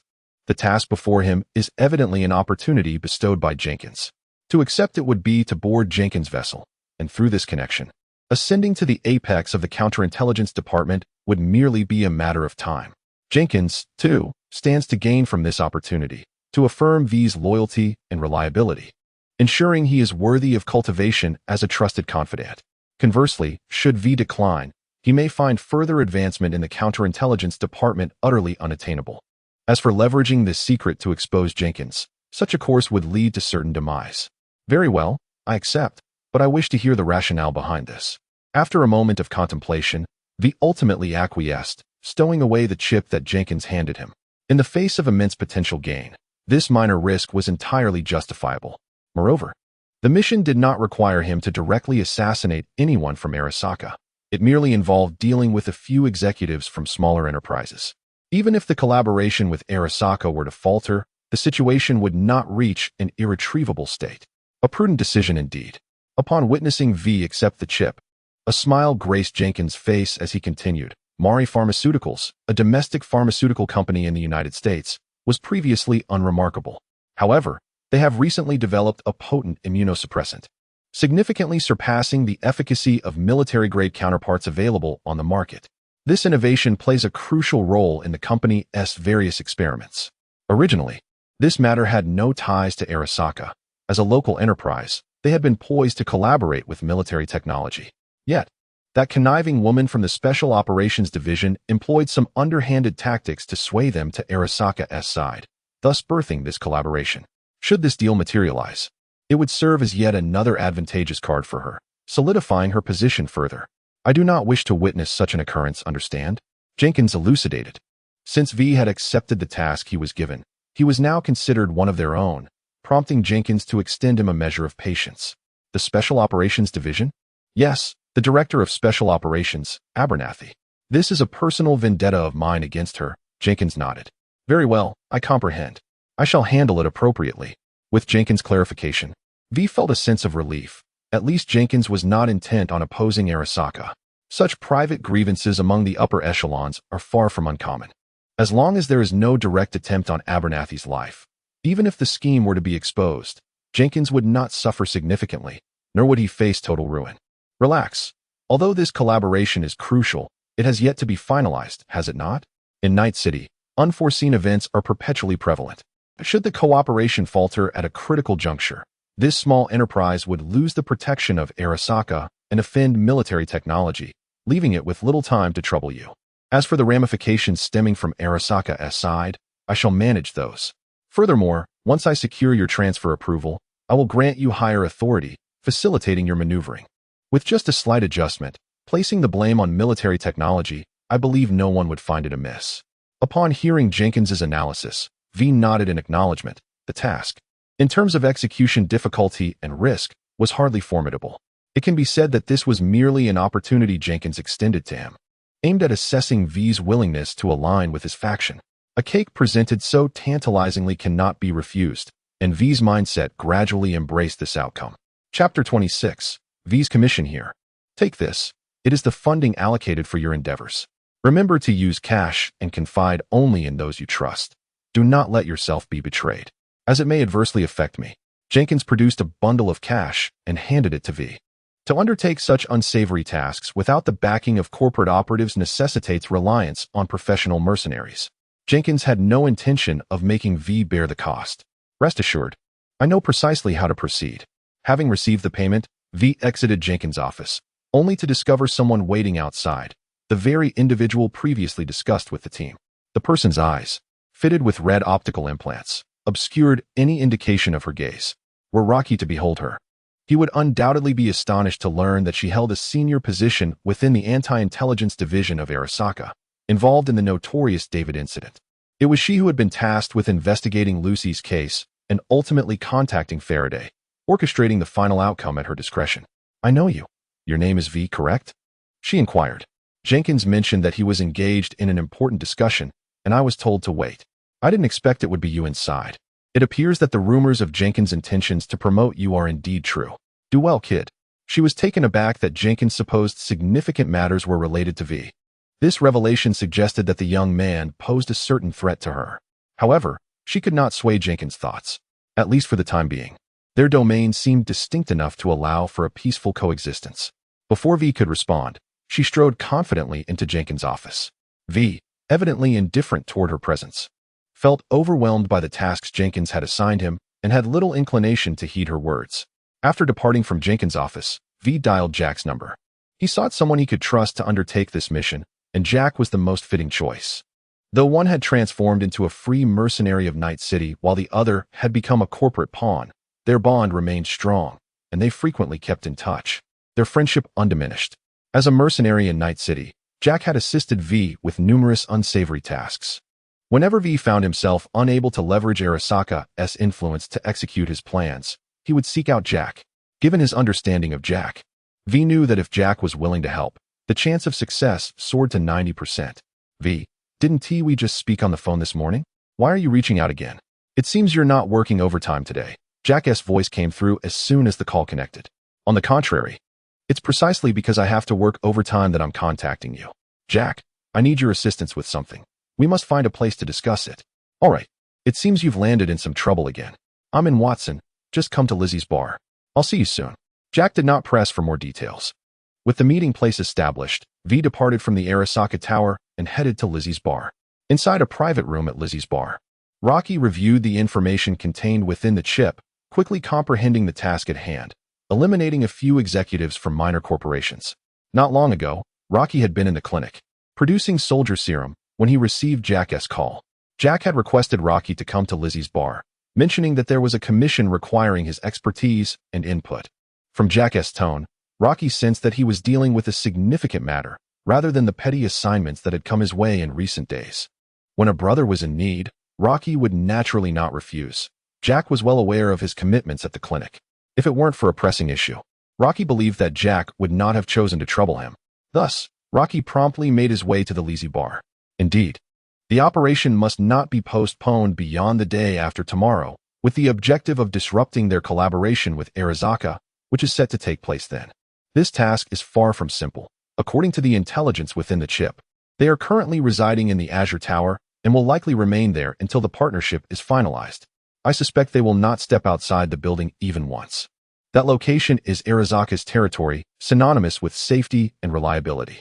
Should they discover that a few petty thieves have murdered their guest right under their noses, one can only imagine the repercussions from Arizaka, of which I believe you are more aware than I am. Rocky articulated his analysis, and Jack nodded in agreement, clearly having discussed similar matters with V previously. The Azure Tower, being the most upscale hotel in Night City, caters exclusively to elite individuals, and its security measures are exceptionally stringent. Moreover, Arizaka places considerable importance on this venue. Committing murder there entails significant risk. Rest assured, I will manage the subsequent ramifications of this incident, shifting the blame onto military technology, thereby diverting Arizaka's focus from seeking the murderer to exerting pressure on military tech. Your sole concern should be how to eliminate the target. I cannot assist you in this regard, as it may leave traces. By the way, I wonder if Jack has mentioned that I work in Arizaka's counterintelligence department. V, in an effort to persuade Rocky, willingly revealed his background. Primarily because during his recent conversation with Jack had distinctly stated that the decision to accept the commission would rest with Rocky. Jack, on one hand, wished to remain uninvolved in the affairs of the company, reluctant to become an executioner that would bring harm to others. On the other hand, he was loath to forfeit such a lucrative contract. Ultimately, V was still his brother, and within his capacity, Jack hoped to extend his assistance. Thus, he no longer hesitated and resolved to entrust the decision to Rocky. If Rocky was willing to take on the contract, then they would proceed. This decision led to the unfolding scene at Lizzie Bar. Rocky gazed at V before him and nodded. This was his first time encountering the renowned V face-to-face. He had once heard Jack mention having a brother in the company, and at that moment, Rocky had surmised it must be V. However, over the past 2 years, his interactions with V had been minimal. After all, V was indeed a company man, generally not well regarded among the cyberpunks. It was only a good brother like Jack who maintained a close connection with V. Jack was uncertain whether Rocky and V would get along, so to avoid any unpleasantness, he had never arranged for their meeting. However, this time, circumstances left him no choice. Well then, in light of this, I choose to accept the commission. Jack, what is your take? I have said it before.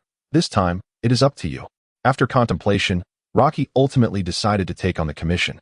Although there were risks involved, they were not insurmountable, and Rocky felt confident in his ability to fulfill the task.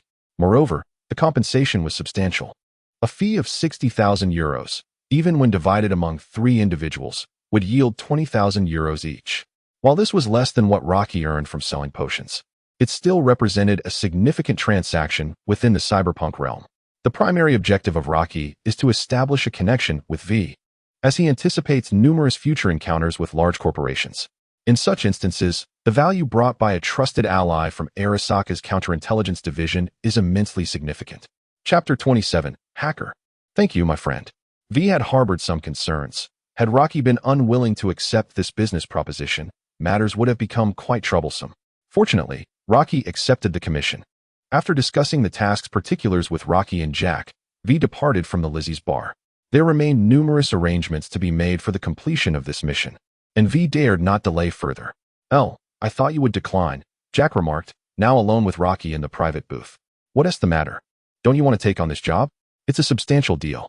Rocky was well aware of Jack's thoughts. It mirrored the situation where V wished to enlist Jack for the assassination of Abernathy, only to be met with refusal. Like most of the denizens of Night City, Jack harbored a deep-seated disdain for corporations and was averse to working for them. As Jack had often asserted, one must live for oneself. That is the sole path to survival. He had always adhered to this principle. No, it's not that. I merely believe that entangling oneself with corporations will never lead to a favorable outcome. Jack shook his head. But he is your brother, is he not? Rocky raised his glass and downed its contents, jesting. Indeed, he is my brother. Yet, I have always maintained that he has sold his soul to Arasaka. It sounds appealing to ascend to the pinnacle. However, above him lies that insufferable Jenkins, and above Jenkins stands Saburo Arasaka. He shall never ascend to the pinnacle. Hey, perhaps not. Let us not be overly pessimistic. Rocky consoled the complaining Jack, then continued.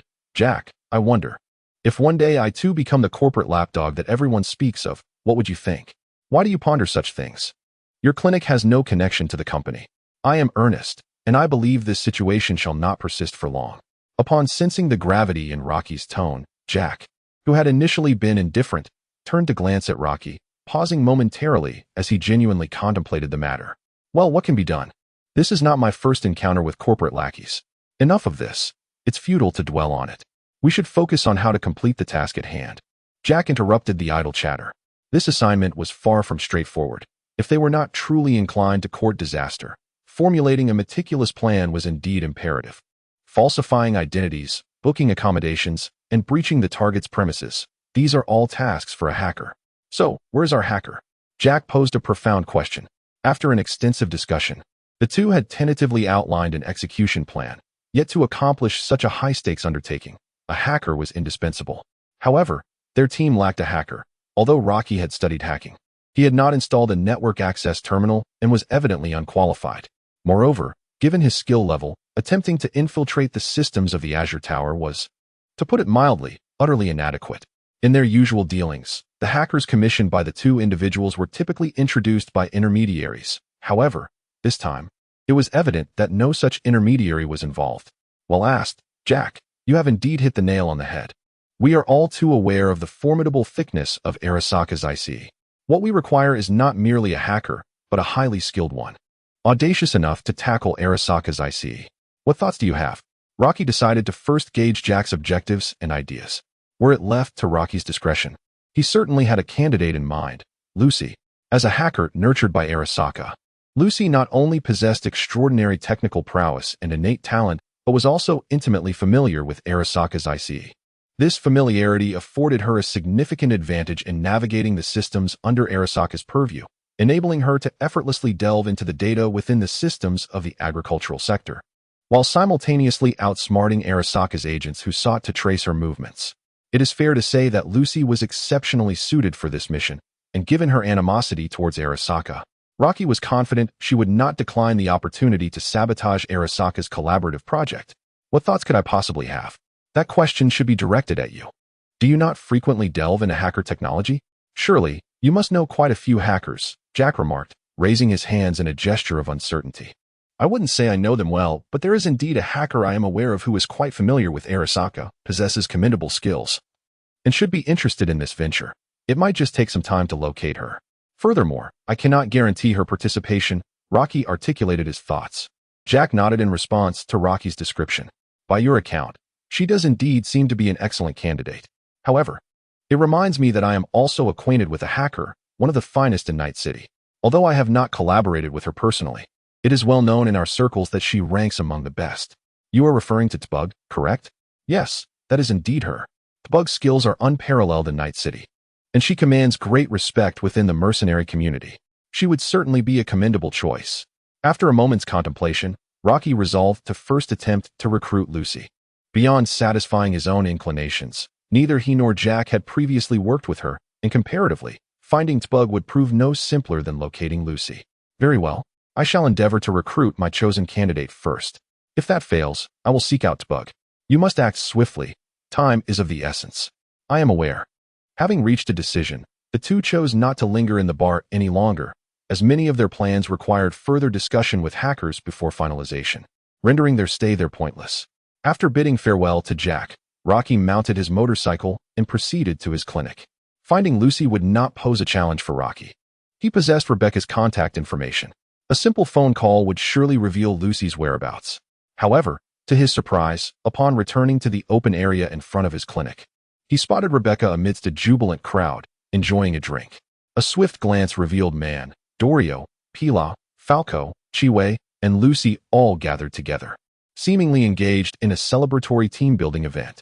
This rendered any phone calls unnecessary. He ordered a drink akin to hers and parked the car before approaching the mobile bar where Rebecca was stationed, settling beside her. At that moment, Rebecca noticed Rocky's presence, appearing somewhat surprised, yet evidently pleased by his arrival. "Hey, Elle, what brings you here? I just swung by your clinic hoping to coax you out for a couple of drinks, only to find it had already closed," Rebecca remarked with a smile. In the few days since their acquaintance, Rebecca's team had frequented the restaurant. On a previous occasion, Rebecca had brought wine to the clinic to chat with Rocky, but he had been preoccupied at that time. She had watched him perform surgery until he was free, and they had enjoyed a brief outing afterward. It was unexpected that Rocky's clinic was closed today, yet here he was before her, igniting a feeling of joy akin to rediscovery. Chapter 28. Lucy having just returned from running errands, she inquired, "How have things been lately?" Rocky raised his glass, swirling the contents, glancing into the drink. He had already indulged in a round at the Lazy Bar and felt little inclination to continue drinking. "Well, things have been relatively smooth, otherwise. I wouldn't have found the time to be here for a drink, wouldn't you agree? Cheers." Rebecca lifted her glass and clinked it against Rocky's, downing the contents in one go. Rocky, observing Rebecca's spirited demeanor, resignedly took a small sip of his drink. "Is something the matter?" Rocky turned to Rebecca, who seemed to have been fixated on him, their gazes locking. A hint of confusion crossed Rocky's features. "It's nothing. It's just that ever since you arrived, you appeared to be deep in thought. Is it that obvious?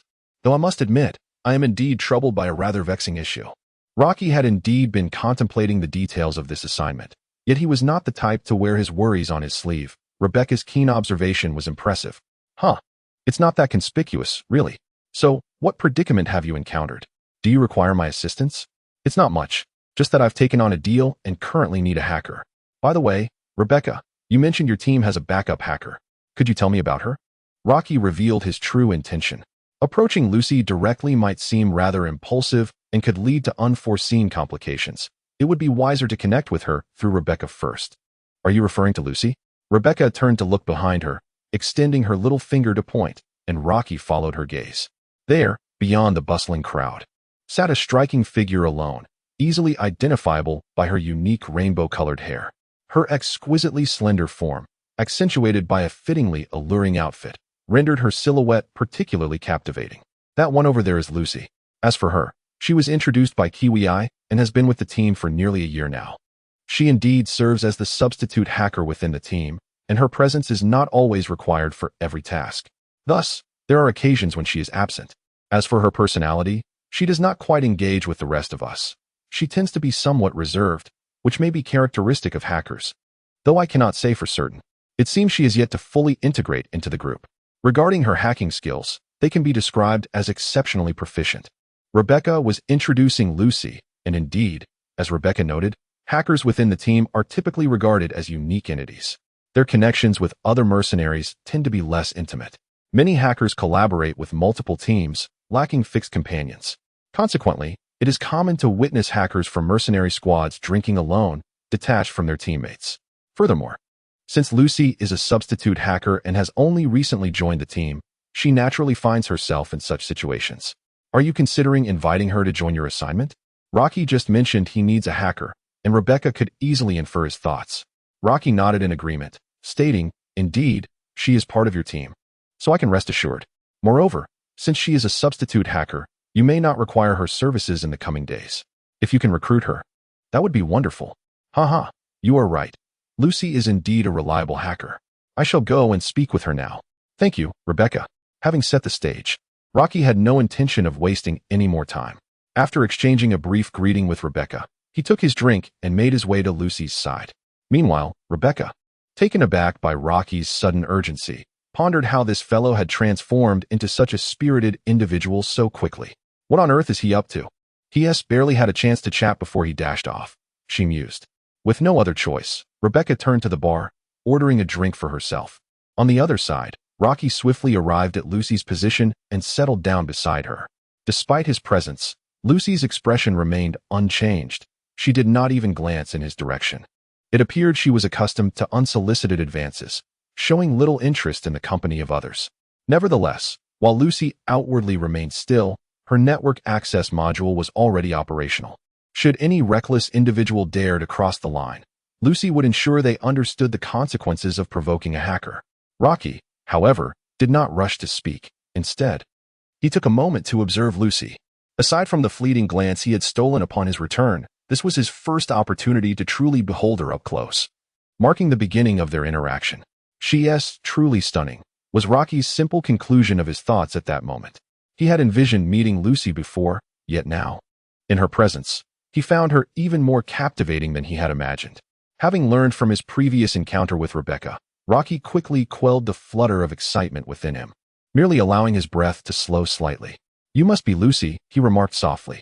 Rocky observed Lucy's indifferent demeanor and took the initiative to speak. Although Lucy displayed little reaction, Rocky understood her well. Beneath her frosty exterior lay a fierce desire for self-preservation.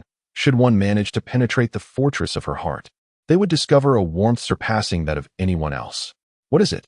Upon hearing Rocky utter her name, Lucy finally responded, turning to face him. "I am a friend of Rebecca's. I heard you were the hacker for their team, and I wanted to have a word with you." "Rebecca?" "Yes. I just finished chatting with her over there," Rocky nodded. Lucy turned her gaze towards Rebecca, who was still seated at the bar, sipping her drink, yet curiously twisting her head in their direction for reasons unknown. Their eyes met, and just as Rebecca attempted to turn away, she noticed Rocky looking back at her, smiling and waving. Reluctantly, Rebecca reciprocated the gesture, giving them a thumbs up in affirmation. "See, I told you the truth," Rocky remarked, confirming his honesty, and Lucy nodded in agreement. Unbeknownst to them, Rebecca, with her back turned, had just downed an entire bottle of wine that had been freshly served. "What a fool Elle is. He must have come to find Lucy," she thought, frustrated. "Why am I even thinking about this? Boss, another bottle, please." After a few consecutive drinks, Rebecca felt the effects of the alcohol and couldn't resist glancing back. Under the dim lights, Rocky and Lucy sat side by side, engaged in conversation. Whether it was the intoxication or something else, she felt a peculiar sensation. Gazing at Rocky's reassuring back, which exuded a sense of security, alongside Lucy's graceful silhouette, they appeared strikingly well matched. Yet, a sense of impending loss, as if something dear to her might be seized, crept into her heart. Chapter 29. Lucy's hesitation. "I have a commission that requires a hacker. I wonder if you might be interested?" Rocky stated directly. Upon hearing Rocky's intent, Lucy felt no surprise. Although lacking enthusiasm, she opted to listen to the details of the commission. "This matter pertains to Arasaka. Please take a look at the contents of this chip." Rocky produced a data chip and handed it to Lucy.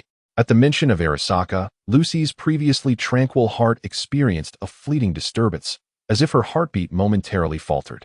However, she quickly regained her composure and pushed the chip away with her hand. "I'm sorry, but I am not interested." Lucy had been evading Arasaka's pursuit, striving to escape the shadow of its influence. Her fear of Arasaka overshadowed her hatred. Thus, her thoughts were solely focused on fleeing rather than launching an assault against Arasaka Tower with a nuclear weapon, for she recognized the futility of such an endeavor. Arasaka was beyond her capacity to challenge. She would willingly engage in trivial tasks, such as stealing a chip from Arasaka's minions. But when it came to any commission related to Arasaka, particularly involving its upper echelons, she would promptly distance herself. Although she was unaware of the specifics of Rocky's commission, any association with Arasaka was a matter best avoided.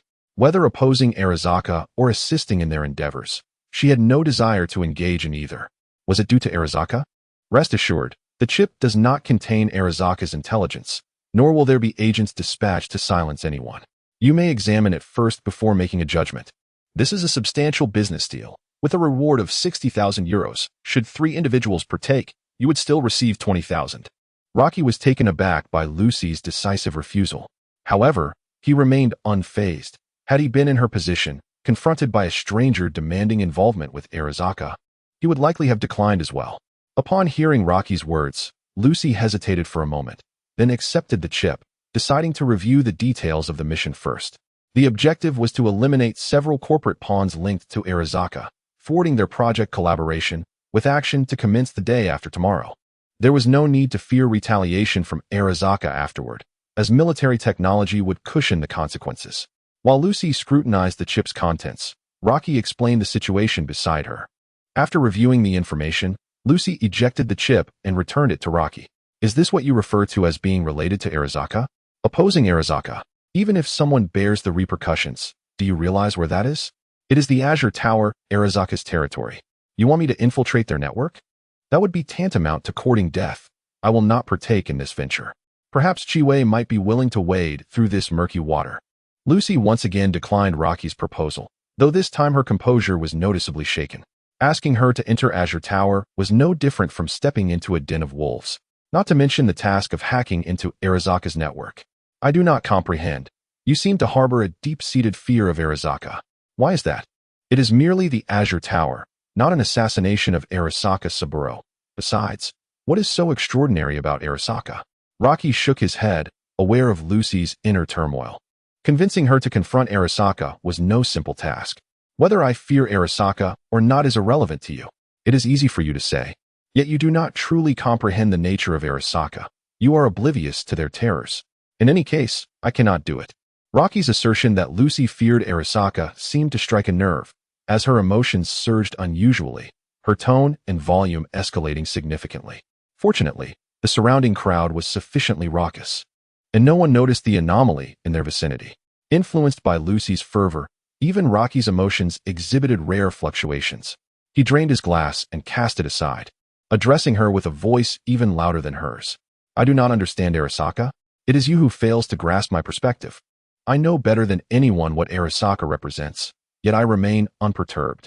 To me, Arasaka is no different from any other worthless corporation. I despise them, but I shall never be afraid of them. These insufferable companies have towered over us for too long.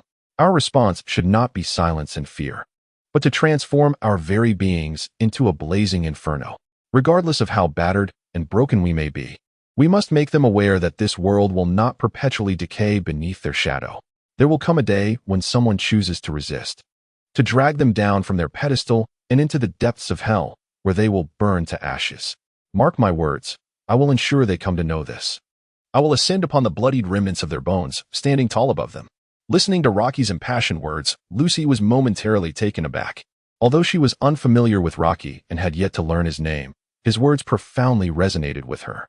Having endured the ruthless training of the Arasaka from a young age, devoid of familial affection, she had been cast into the depths of the old network to extract data upon completion of her training.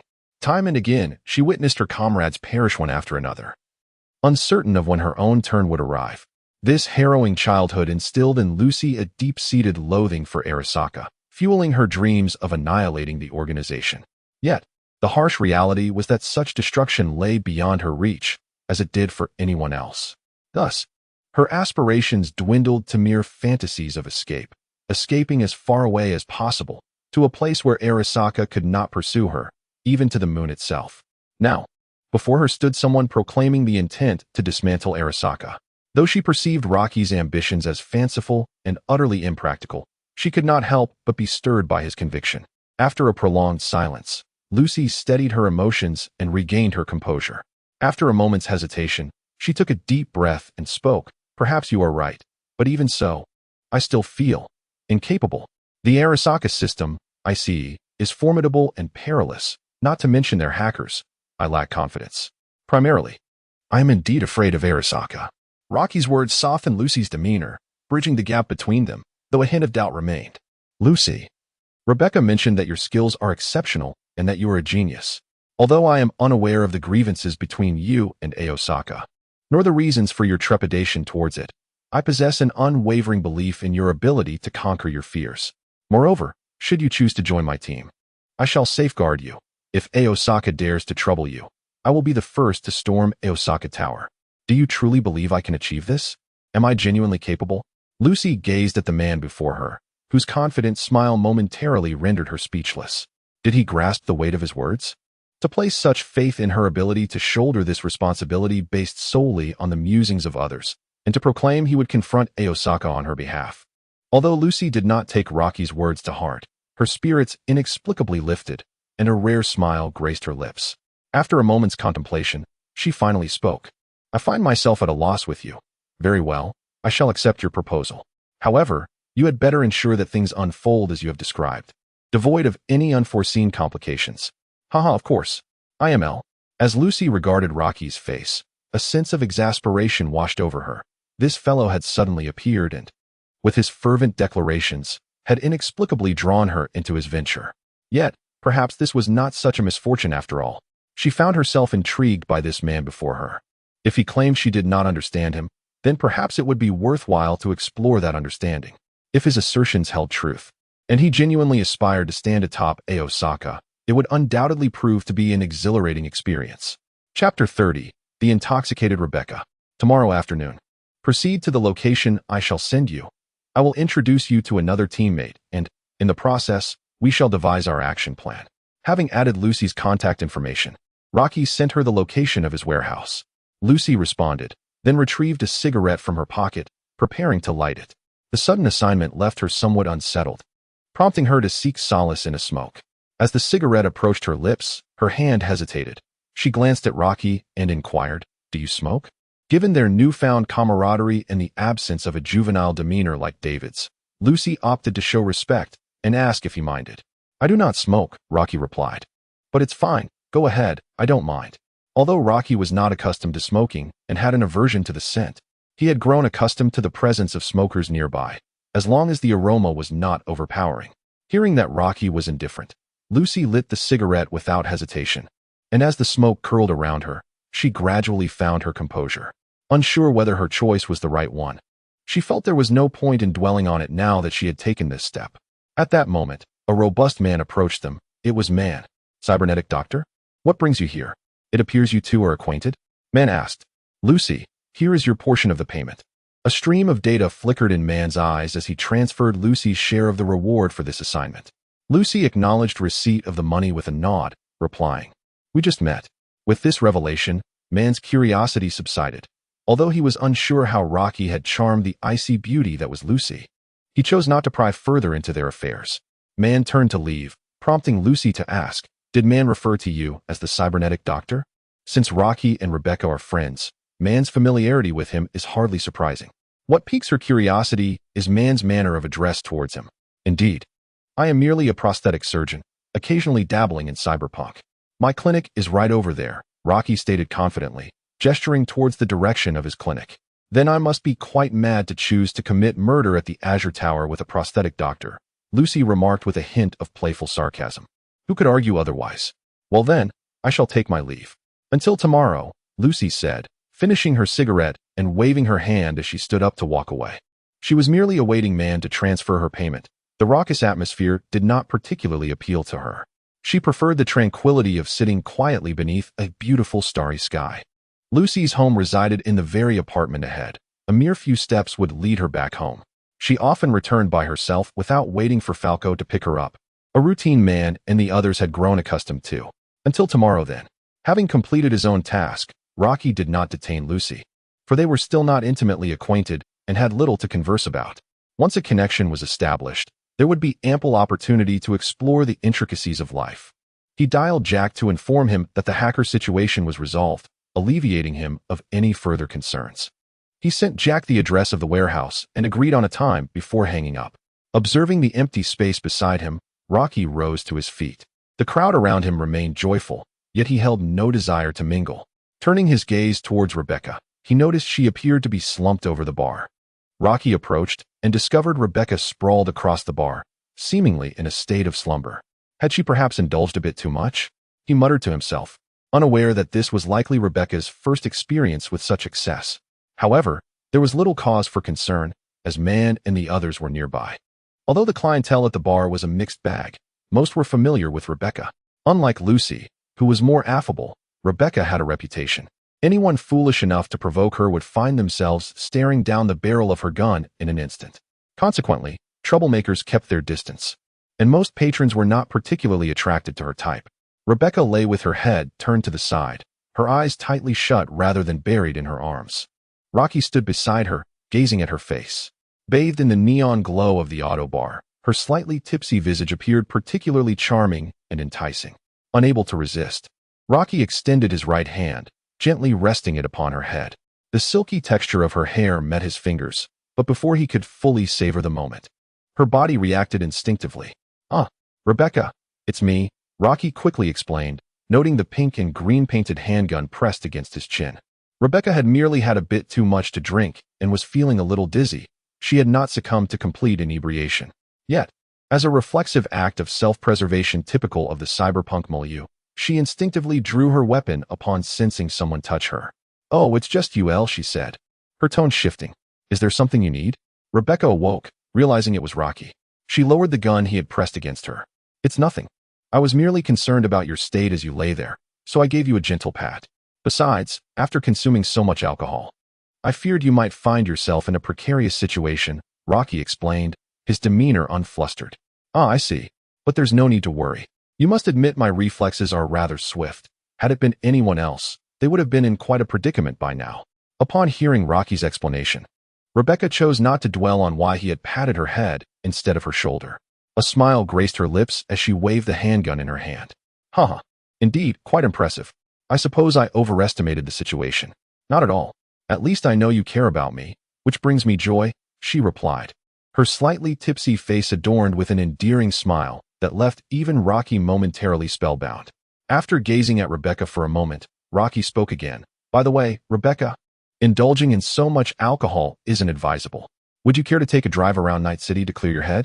Originally, Rocky had intended to return to the clinic to wrap up the serum production, but witnessing Rebecca's current state, the quickening of his heartbeat made him feel that the creation of the serum was not as urgent as he had once thought. "That's a splendid suggestion.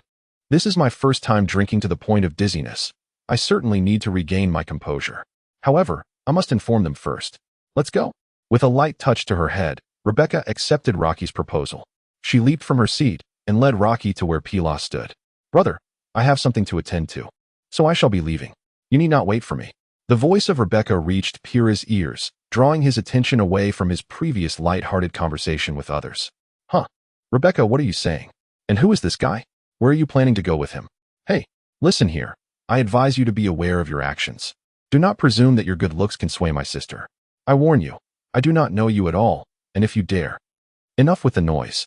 Chapter 31. By the sea. Pira observed as Rebecca prepared to leave with a stranger he had never encountered, and his mind swiftly conjured an imagined narrative of what might transpire next. Of course, it was merely his own version of events. Although Pira and Rebecca often engaged in playful banter, seemingly at odds with one another, he genuinely cared for his sister. The thought of an unknown young man whisking Rebecca away naturally filled him with anxiety. However, before he could articulate his concerns, Rebecca interrupted him. "You scoundrel. Do not use your brain cluttered with nonsense to speculate about my affairs. He is my friend, and if you utter another reckless word, I will shatter your skull." Rebecca shouted at Pira, her fury teetering on the brink of explosion. Pira's remarks had left her feeling utterly embarrassed. What began as a simple outing had been distorted by his words. While Pira's concerns stemmed from a place of care, it made her feel as though she had lost face in front of Rocky.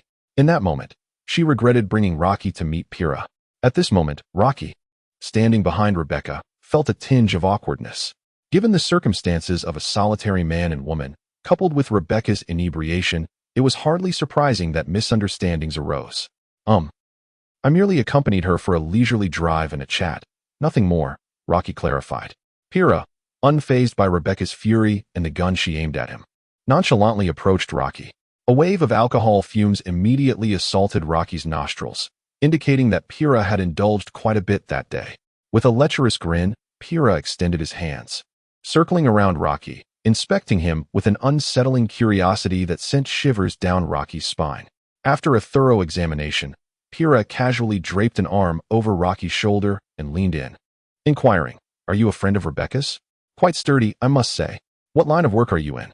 Sensing the firmness of Rocky's muscles and the sophisticated power of his left cybernetic arm, Pira, being a technical expert, quickly deduced that Rocky was not an ordinary patron of bars. The pungent breath of alcohol wafted from Pira's mouth, making Rocky somewhat uncomfortable. Yet he refrained from offering excessive explanations, responding with a resigned, "Cyberpunk.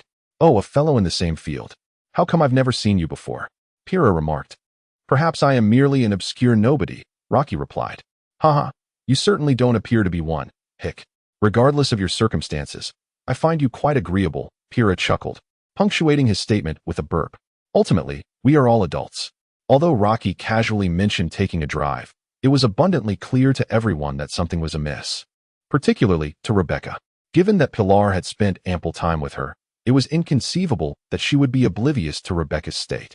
Nevertheless, Pilar felt it was not her place to intervene in Rebecca's affairs. At least Rocky appeared to be a reliable companion, so she allowed Rebecca to accompany him. Subsequently, Pilar leaned in and whispered to Rocky, suggesting that managing her fiery-tempered sister was a feat in itself, but she reminded him to prioritize safety. Upon hearing this, a slight twitch appeared at the corner of Rocky's mouth, and his expression darkened, revealing that his earlier explanations had been in vain.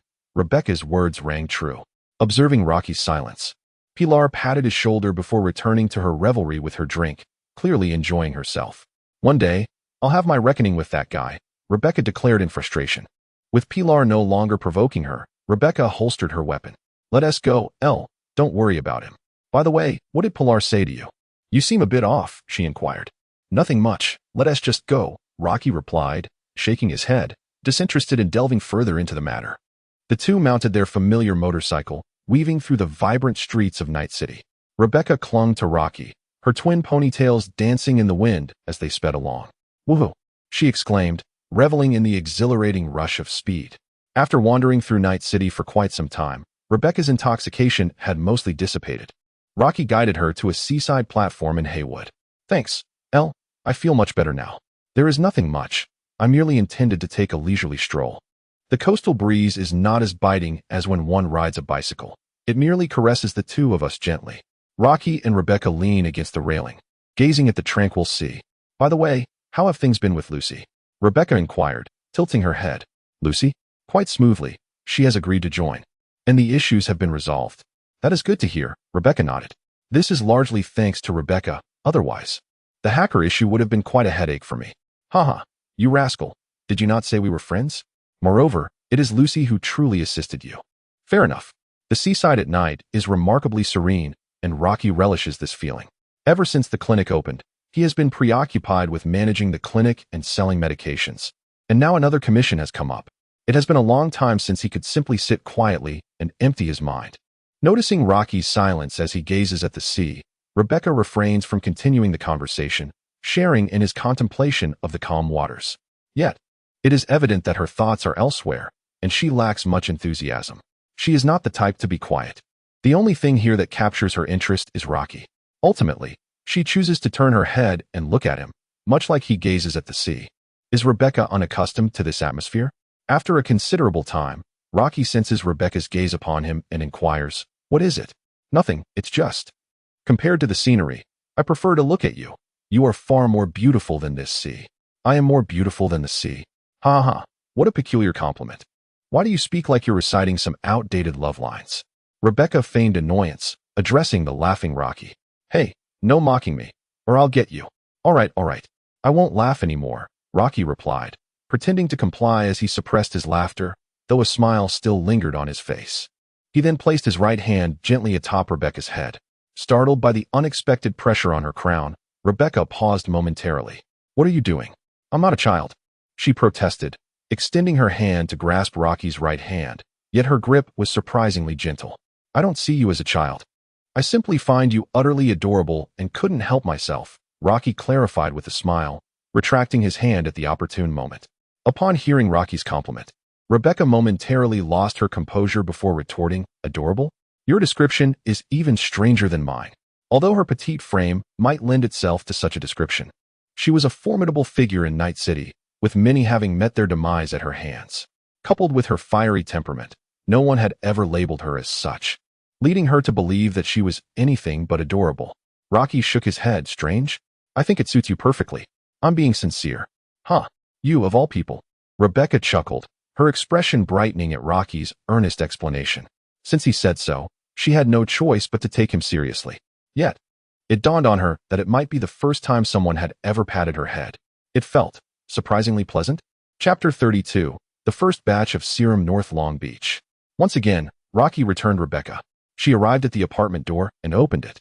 Inside, Pyra, who seemed to have just returned not long ago, was reclining on the sofa, squinting his eyes in a drunken stupor. The sound of the door opening reached his ears, and as he opened his eyes, he discovered it was Rebecca returning. He erupted in laughter, exclaiming, Ha ha ha. Am I so inebriated that I am seeing things? How could it be Rebecca back so soon? I never imagined you two merely went for a joyride. It appears our dear Rebecca lacks allure after all. Seeing Rebecca's return, Pyra unabashedly mocked her, his foggy mind momentarily sharpening. However, Rebecca, who had initially been in high spirits, found herself repulsed by Pyra's antics upon entering her home. Unable to bear it any longer, she drew her gun and fired at him. Fortunately, Pyra was prepared and swiftly dodged, leaving several bullet holes in the spot where he had been reclining. You fool. Whether I return or not is none of your concern. I've told you repeatedly, we are merely friends. Are you so dense that you cannot comprehend human speech? For reasons unknown, as she listened to Pyra's taunts, Rebecca's previously joyful demeanor soured into irritation. Despite having enjoyed a delightful evening with Rocky, she felt an inexplicable emptiness. Meanwhile, Pyra, having evaded her shot, recognized that Rebecca's aim was directed at him. Realizing she was genuinely angered, Rebecca's marksmanship was precise. Her playful jests were typically aimed at his mechanical body, but this time, her fury was unmistakable. Setting aside his usual flippant demeanor, Pyra momentarily adopted a more serious tone and said, "Friends, do you truly believe you can deceive me? Or are you attempting to deceive yourself? This behavior is unlike you, Rebecca. At least for now, he and I have not reached that stage. We have only known each other for a week." Rebecca secured her handgun, carelessly tossing it onto the pile of weapons, then removed her coat, drawing her legs up on the sofa and sitting cross-legged with the soles of her feet touching. She seized a can of drink and took a hearty swig. Meanwhile, Pyra leaned against the wall, arms crossed over his chest, watching Rebecca with keen interest. It was the first time he had seen her in such a posture. Could it be that the feisty little girl was contemplating romance for the first time? Pyra, unusually attentive to Rebecca, remarked, "So what if it's only been a week? I recall moving much faster than this. When the spark ignites, there's no need for so much preamble. So where does that leave us? You're quite the conversationalist. Yet all you seem to do is fiddle with your virtual fantasies.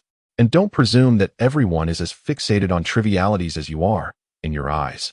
Love has been reduced to mere frivolity." Initially eager to boast of his impressive exploits, Pyra found himself at a loss for words in the face of Rebecca's retort, resorting to a stubborn defense.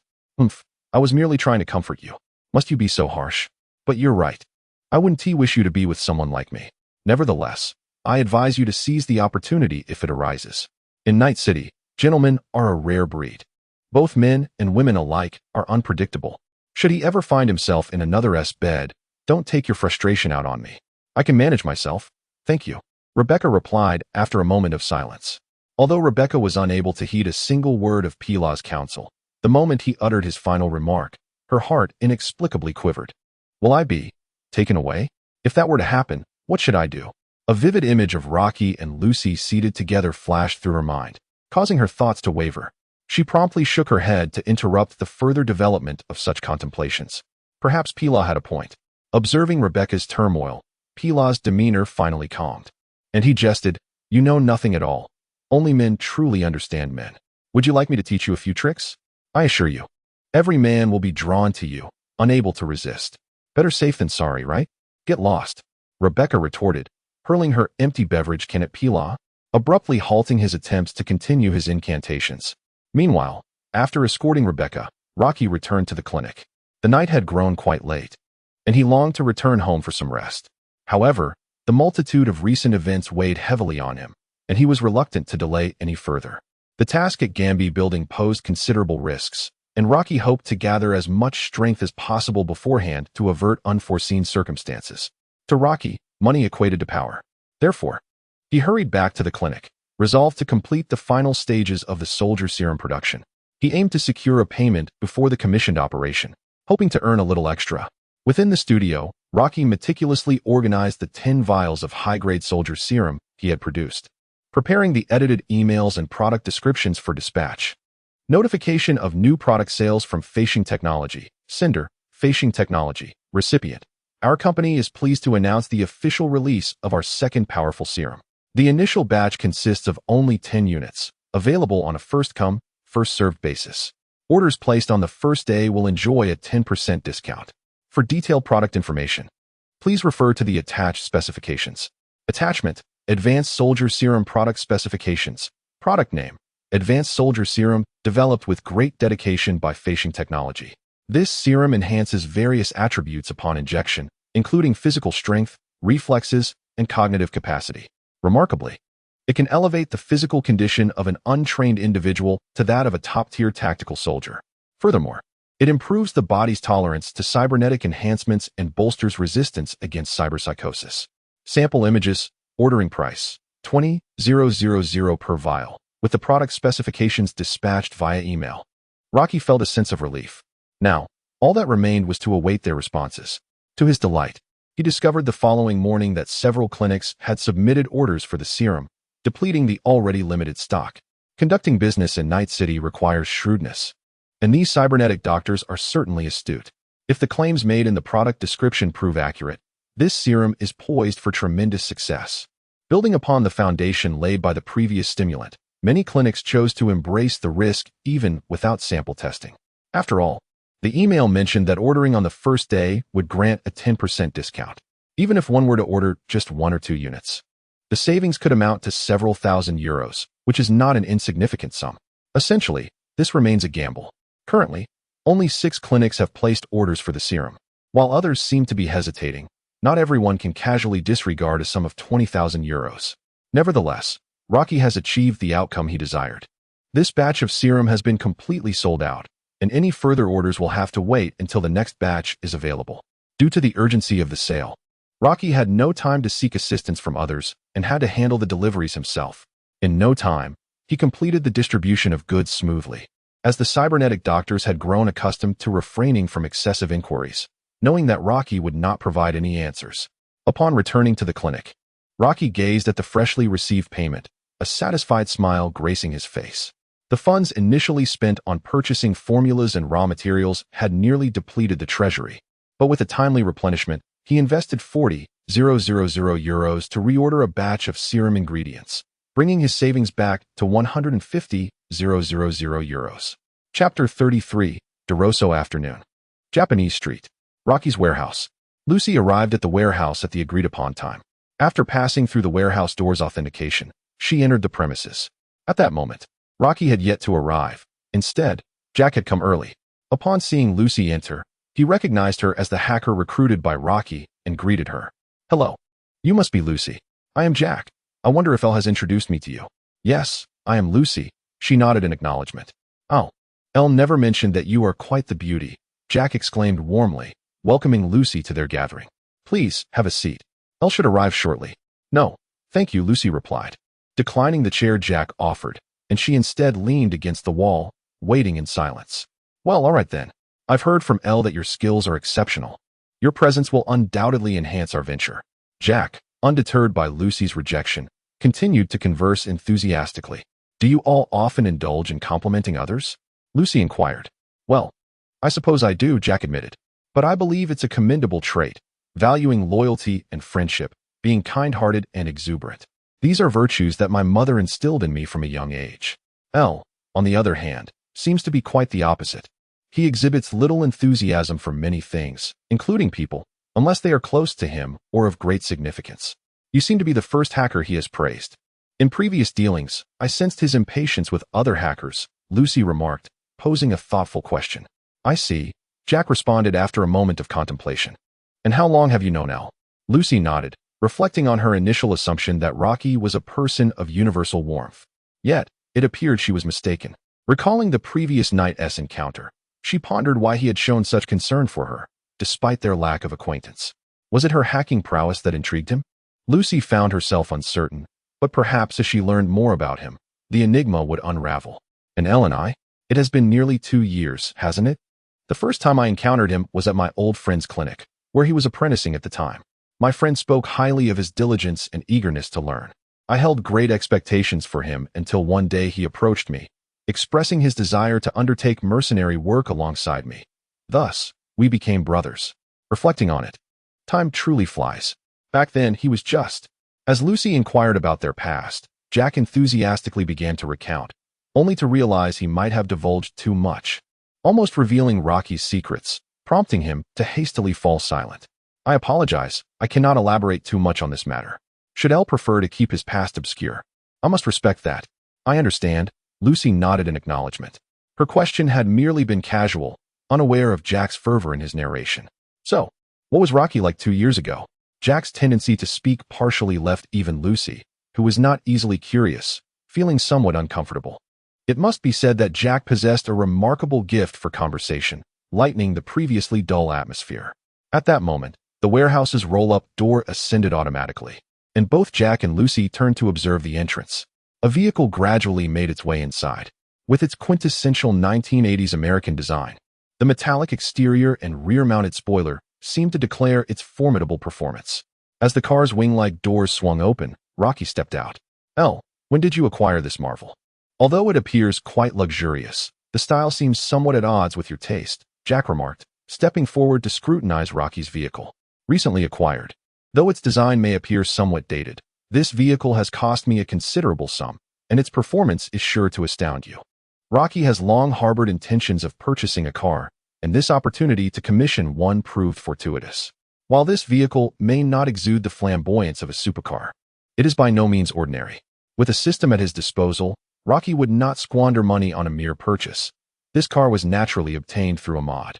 Vehicle mod, Dealerazo. From the classic vehicle in GTA 5, Dealerazo boasts formidable ground performance while possessing a flight mode. Although its speed diminishes in the air, it retains remarkable convenience and maneuverability, epitomizing the perfect fusion of land and air transport.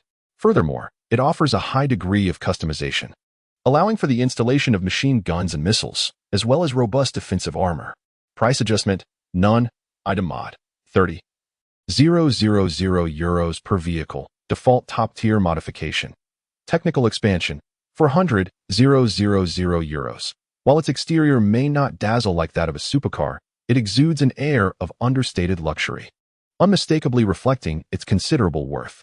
The Dealerazo's powerful performance, combined with its formidable defensive capabilities and the lethal potential of its mounted machine guns and missiles, makes it a formidable choice. Its ability to fly opens up a plethora of possibilities, alleviating concerns over terrain whether one is in pursuit or in flight.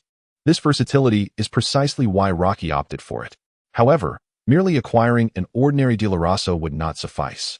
The original Dealerazo comprises merely 2 units, and the strength of its defensive armor, along with the potency of its weaponry, appears somewhat inadequate within the realm of cyberpunk, evidently failing to meet Rocky's demands.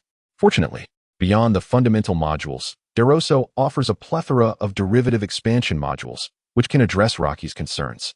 An additional expenditure of 10,000 euros was incurred to download the Dealerazo 4-unit expansion module, followed by a further 20,000 euros to acquire the Dealerazo Comprehensive Enhancement module, thereby augmenting its defensive capabilities and weapon strength. Lastly, another 10,000 euros was spent on the Dealerazo Jet Propulsion Acceleration expansion, enhancing its maneuverability. Thus, a premier vehicle was born at a total cost of 70,000 euros. Don't try to fool me. Frankly, I find it hard to believe. Jack clearly harbored doubts about this vehicle. Rocky, however, offered no further explanation, merely chuckling, "You'll see when the time comes." Now, it was time to discuss the course of action. Rocky led Jack and Lucy to a partitioned area within the warehouse, which he had meticulously transformed into a compact operations command center. Equipped with a computer terminal, an armory, and a conference table, it was designed precisely for scenarios like this. He reiterated the basic operational plan. First, Lucy was required to assist Jack and him in booking a room on the target's floor using forged identities. "Lucy, do you have any issues with this step?" "Let me check," Lucy replied, nodding as she picked up a tablet terminal from the table, connecting her personal device.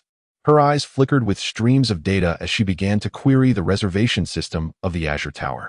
"The designated floor for our objective is the 40th, specifically tailored for employees of small and medium enterprises, offering a modest accommodation package with a singular suite option.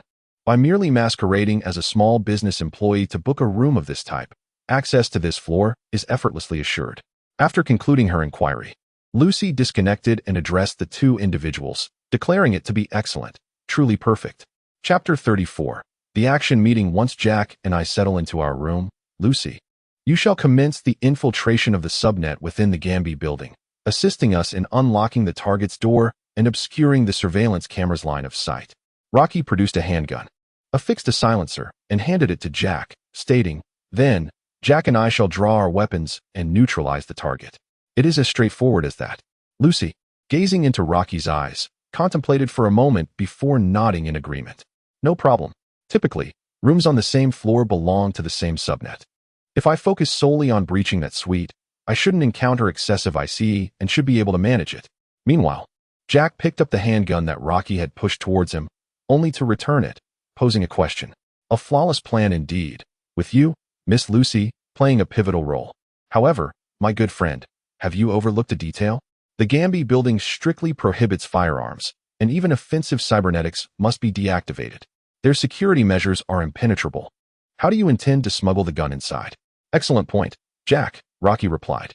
The security at the Gambi building is indeed formidable, yet my methods are even more so. Locke took the handgun, transferring it from his right hand to his left. However, at the very moment his left hand made contact with the firearm, it vanished into thin air. Goodness, brother, when did you master the art of illusion? Where's the gun? Jack exclaimed, staring incredulously at Locke's empty left hand. Although Lucy remained silent, her eyes mirrored Jack's astonishment, clearly grappling with the same bewilderment. Such a newly learned trick is perfectly suited for this mission. Locke mused with a faint smile, clenching his left fist with the palm facing downward against the table. Under the puzzled gazes of Jack and Lucy, he slowly opened his palm, instantly transforming their expressions from confusion to sheer astonishment. Before them lay an array of weapons cascading from Locke's hand and piling onto the table. Handguns, rifles, shotguns, and even a few grenades. Incredible. How on earth did you conjure this? Have you been concealing an arsenal on your person? Jack was profoundly taken aback, confronted with a scenario he had never anticipated. Locke merely shook his left hand and elucidated, this is the latest in spatial folding technology modules, capable of creating a space for storing items, a perfect solution for circumventing security checks. This remarkable ability was, of course, acquired by Locke through the module titled Basic Storage Ring Module. Storage Ring contains a spatial compartment for storing objects, a commonly used storage tool across various realms. It can be controlled through thought and features a master recognition function, providing protection against theft, fire, and water. Truly practical. Price adjustment. World modification 200 item module, 30,000 euros per cubic meter workbench recipe expansion, 600,000 euros technology expansion, 900,000 euros. This is undeniably a highly practical item, albeit with its drawbacks, chief among them being its exorbitant cost. The storage ring's capabilities stem from its connection to the realm of cultivation, rendering it poorly compatible with the cyberpunk universe. Consequently, the price penalty for world modification is exceedingly severe, amounting to a tripling of the original price for acquisition. However, the simplicity and purity of the storage ring's functionality mitigate its high price penalty, making it only marginally more expensive than the spatial storage modules available in the technological domain. All while boasting a more compact and convenient form factor. Loki procured a cubic meter storage ring for 30,000 euros, which suffices for his needs. Following modifications, the storage ring no longer relies on mental command or spiritual binding. Instead, it necessitates a connection to the user's nervous system. When worn on the finger, the ring extends neural probes that penetrate the body, employing nanoneurology to establish a link with the user, thereby permitting control over the ring's spatial access. Furthermore, the act of storing objects cannot be performed at will. It requires the ring to physically contact the item in question for successful implementation. Overall, while there are numerous limitations, they do not overshadow the remarkable capabilities of the device. After acquiring the ring, Loki opted not to wear it, but instead integrated it into the palm of his left prosthetic hand, connecting it to the prosthetic's nanoneural system, effectively bestowing the prosthetic with storage functionality as an expanded module. In this manner, whether retrieving or storing items, it proves far more convenient than directly wearing a ring. Truly, it is you, L, who has outdone yourself this time. With this device in hand, our venture to the Azure Tower will be significantly easier. Initially, I presumed we would have to engage in hand-to-hand combat. Guests at the Azure Tower are strictly prohibited from carrying weapons, unless one possesses the caliber of Arasaka Raisin. Otherwise, compliance is mandatory. Hence, our target will undoubtedly be unarmed, while Rocky and his companions will be armed with firearms, and the outcome is all too predictable. The plan is largely as follows. If all goes smoothly and we do not trigger any alarms, we will make a direct exit through the front door. should complications arise. We will act according to my directives. No objections were raised, as both Lucy and Jack expressed their agreement. Although this assignment was essentially initiated by Jack. Having spent considerable time alongside Rocky, Jack has come to recognize Rocky's leadership capabilities. Typically, it is Rocky who directs these commissioned operations, and there have been no dissenting opinions. After concluding the operational meeting, Lucy commenced the task of forging identities and booking accommodations, while Rocky and Jack prepared the firearms intended for use the following day. Jack affixed a silencer to a handgun and entrusted it to Rocky for safekeeping, retaining the other for personal defense. Lucy promptly completed her assignments. You are named Fabian, and you are Barzata. The room is the Silver Suite on the 40th floor and has been reserved. Very well, I shall be Barzata. Hey, Fabian, what do you think? Jack remarked, patting Rocky on the shoulder with a smile. I believe it is excellent. We are essentially finished. Let us conclude our endeavors for today. Barzata, Lucy, we may return to rest now. The preparations for our mission are nearly complete. We await tomorrow's encounter at the Cobalt Tower to unveil the truth. Rocky approached Drasso and opened the car door. Allow me to drive you home. Experience my new vehicle, which will transport us tomorrow. Lucy and Jack accepted without hesitation, settling into the car. As Drasso roared to life, the dashboard illuminated with various parameters. After modifications, Drasso had adapted to the cyberpunk environment. In addition to accommodating the new cyberpunk fuel, CHOH2, the operating system had also been tailored. Features such as remote vehicle connectivity and personal interface were all present. Rocky's warehouse was not far from the clinic, and soon he delivered Lucy to her home. Once Lucy exited the vehicle, Rocky parked in front of the clinic, beckoning Jack to join him. Jack, come to my clinic. I have something special for you. What kind of special thing? You will see shortly. Chapter 35, The Suit Inside the Clinic. Rocky retrieved a vial of blue serum from his studio and presented it to Jack. Is this what you referred to as something special? What is it? Jack inquired. Intrigued. It is an injectable serum that enhances human capabilities. Tomorrow's mission may involve combat, and this could prove invaluable. You want me to inject this? Indeed, Rocky nodded. Very well. What must I do? Just lie down. Although Jack was unaware of the serum in Rocky's possession and had no habitual reliance on medication, he placed his trust in Rocky. Since he claimed it was beneficial, Jack decided to give it a try. After all, as long as he was certain that Rocky would not harm him, there was little point in asking too many questions. Rocky was the expert in this domain, and Jack would heed his guidance. Jack reclined on the surgical chair as Rocky began to prepare for the injection of the serum. By the way, did you know Lucy before? Rocky inquired while adjusting the equipment. I didn't. Actually, yesterday was my first encounter with her, Rocky replied, shaking his head. While you were absent in the afternoon, I chatted with her and inadvertently revealed that you were working at Old Ways, Jack mentioned to Rocky. No worries, it's not a significant matter. Just don't disclose my details about those super dreams to her, Rocky responded nonchalantly, even chuckling. Hey, I can assure you that I won tea. All right. I'm about to begin the injection, so be mindful of your heartbeat. This one tea hurt, but you might drift off for a while. Not a problem. After a considerable duration, Jack, wake up. The injection of the serum was complete, and Jack slowly opened his eyes. Wow, this is impressive, he exclaimed, reveling in the newfound state of his body. How do you feel? Rocky asked with a smile. Standing up, Jack began to move and leap around, testing his physical capabilities before rushing to the corner where Rocky practiced boxing to gauge his strength. This truly is remarkable, Rocky. Where did you acquire this? It must have cost a fortune. Not particularly expensive. It cost 5,000 euros, and I produced it myself.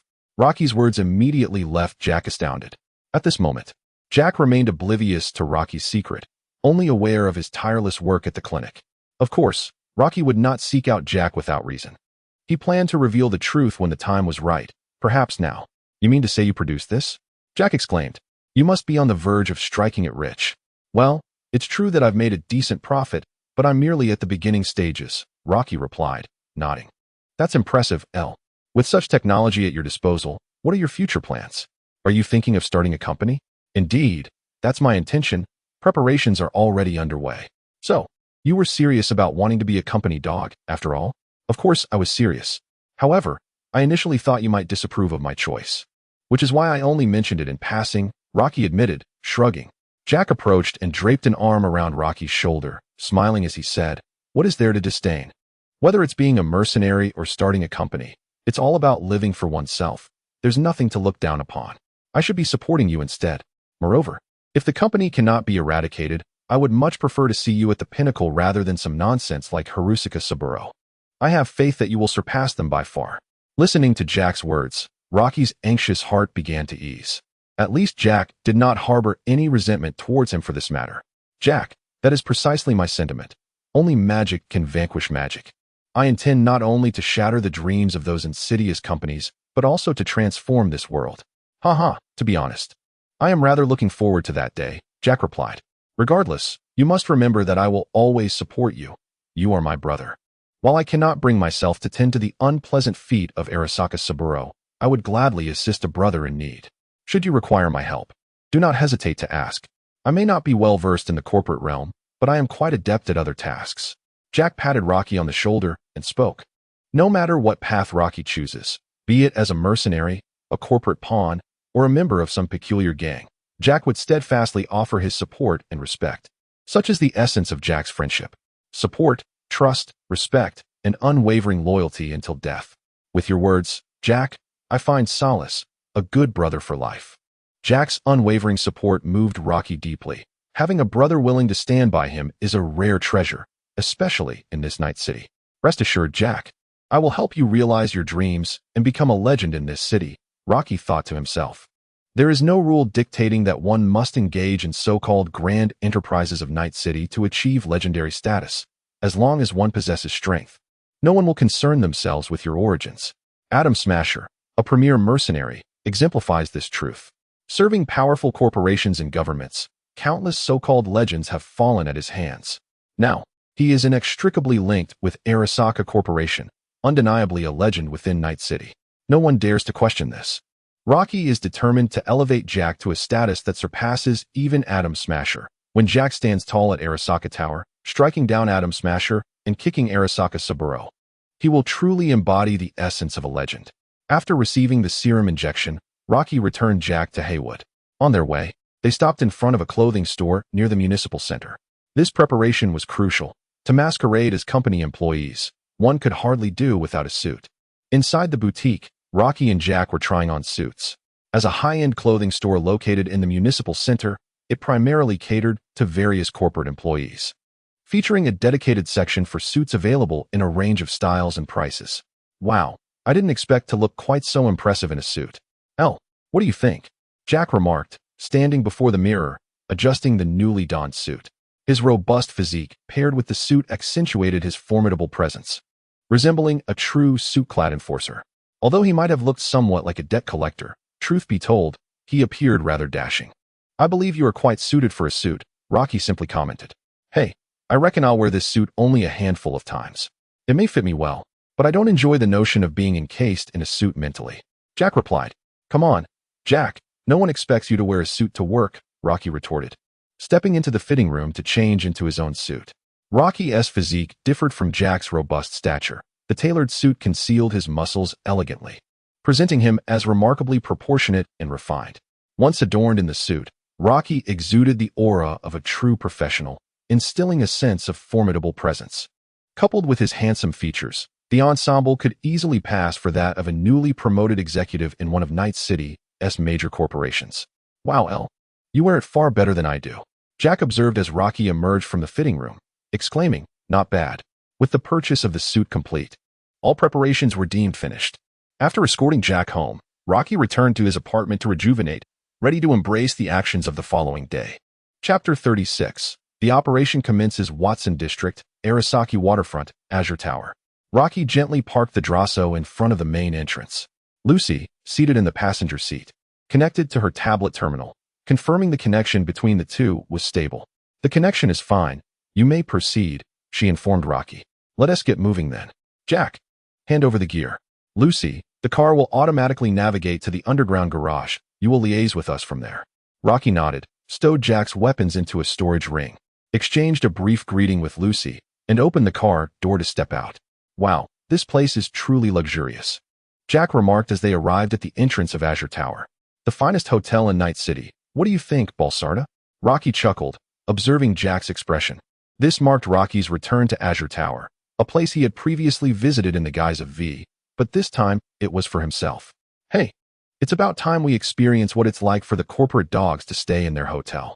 Let us go, Fabian. Upon reaching the security checkpoint, the personnel conducted a thorough body scan, triggering no alarms or anomalies. Gentlemen, please proceed, they announced. With the security staff and concierge extending their hospitality, the duo successfully entered Azure Tower. Clad in finely tailored suits, both Rocky and Jack were dressed to impress, receiving the utmost courtesy from the tower's staff. We would like to check in, Rocky addressed the front desk in the lobby.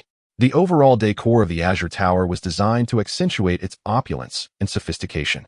With a dazzling golden hue permeating the space, even the concierge desk adorned with gilded embellishments. However, Rocky found the aesthetic unappealing and speculated that the staff might not have chosen it willingly. Good day to you both. May I inquire if you have a reservation? Asked the front desk attendant, cloaked in gold. Yes, under the name Fabian. Very well, Mr. Fabian. I will assist you in retrieving your reservation details. Please hold for a moment. The attendant began to input Fabian's name into the terminal, and soon the reservation information appeared. Mr. Fabian, may I confirm that you have booked the Silver Suite located on the 40th floor? Indeed. Is there an issue? Rocky observed a hesitation in the attendant's demeanor and inquired. Well, sir, for distinguished guests such as yourself, we offer even more luxurious suite options. For instance, our Lapis Lazuli suite on the 42nd floor not only boasts a more spacious and lavish environment, but also includes daily dining services and additional accommodation insurance, ensuring a higher standard of safety and quality service befitting your status. Might you consider upgrading your suite? The attendant smiled, promoting the enhanced suite service. Yet, while the upgrade was indeed luxurious, it also came with a significantly higher price tag. Rocky had long anticipated such sales tactics and was not surprised. Are you implying that the room I booked is of an inferior standard, or are you suggesting that my status is somehow lacking? Not at all, sir. I merely thought you might require superior service. I certainly did not intend any offense, and I sincerely apologize.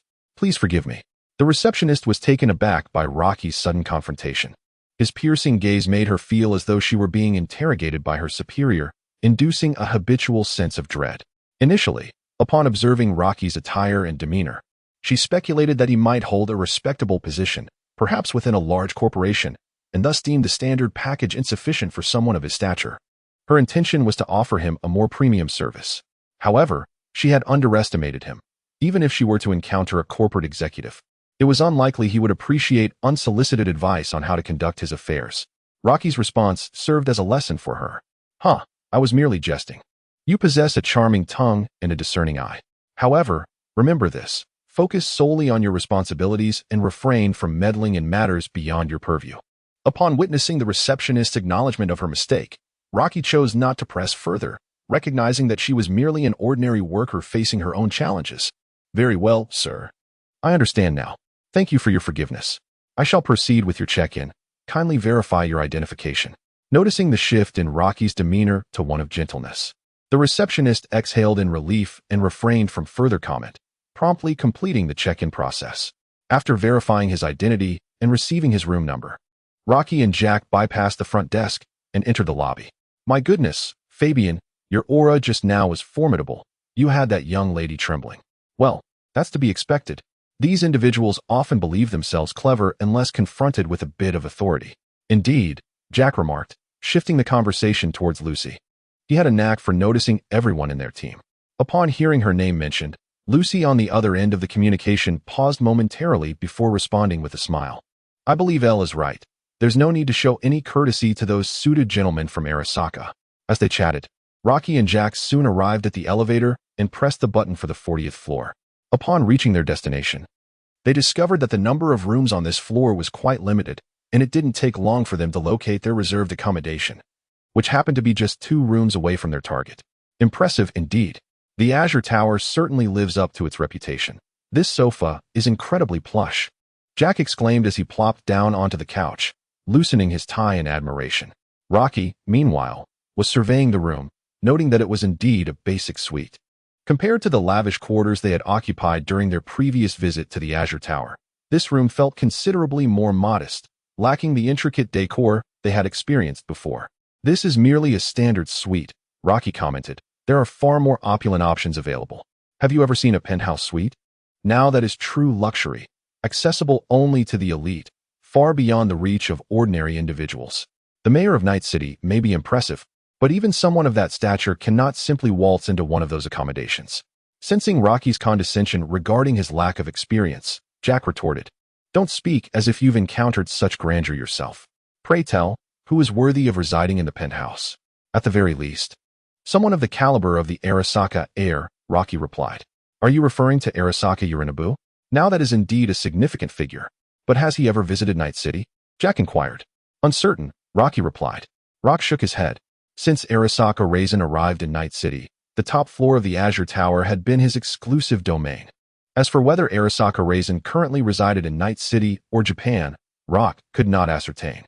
At least, he had not yet encountered any intelligence on that front. While Jack and Rock were engrossed in their conversation, Lucy's voice suddenly emerged from the communicator. "Should I remind you to expedite your efforts?" "Apologies, Lucy. What should we do now?" Rock promptly replied, acknowledging Lucy's urgency. After all, while he and Jack were comfortably engaged, Lucy remained in the garage. And the sooner this matter was resolved, the better. There should be a smart room terminal in your suite. Connect your personal device to it. I will use that to infiltrate the network. This apparatus connects to other devices within the network, making it the most suitable for our intrusion, Lucy commanded. Understood. Rock located the smart room terminal and connected his device. However, after a prolonged wait, there was still no sign of Lucy initiating the hack. "Lucy?" Rock gently called out to her through the communicator. Chapter 37. An Unexpected Turn? In cyberspace, Lucy gazed at the Arasaka system's ice before her eyes momentarily glazing over. Although she had resolved to come here, standing once more before Arasaka's ICE, she found herself grappling with hesitation. Fear gripped her. What if she failed and was discovered by Arasaka? What would she face then? "Lucy?" Rock's voice pierced through her reverie, bringing her back to the present. Lucy began to articulate her thoughts, but was swiftly interrupted by Rock. "Lucy, you can do this. You absolutely can. Trust yourself and proceed boldly. I shall always support you."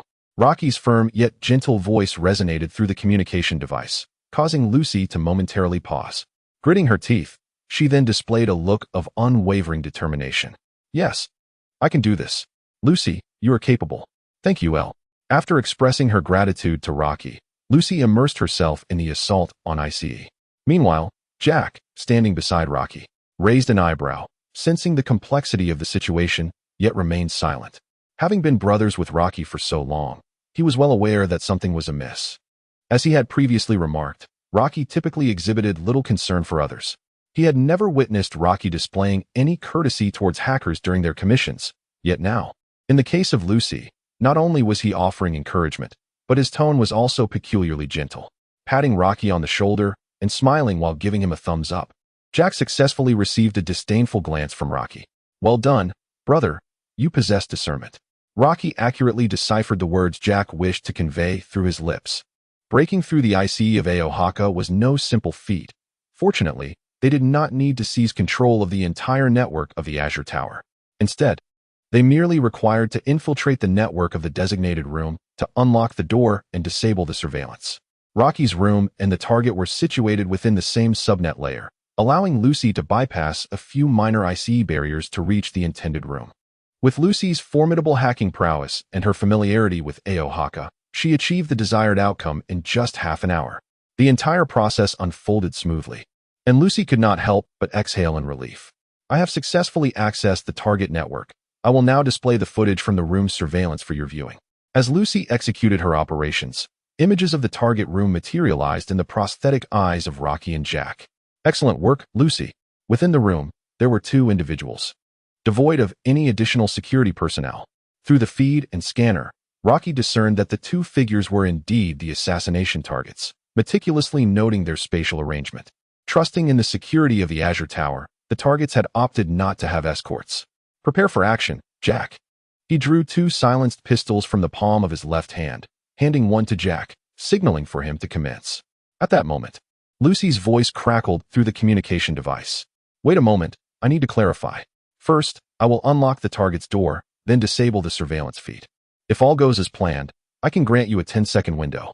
Should the feed remain unresponsive for over 10 seconds, the system will automatically alert the main network's hackers. I must deactivate the block within that time frame. Beyond that, your fate is in the hands of chance." Therefore, you must swiftly eliminate the targets and make a hasty retreat. I do not have control over the entire network of Azure Tower.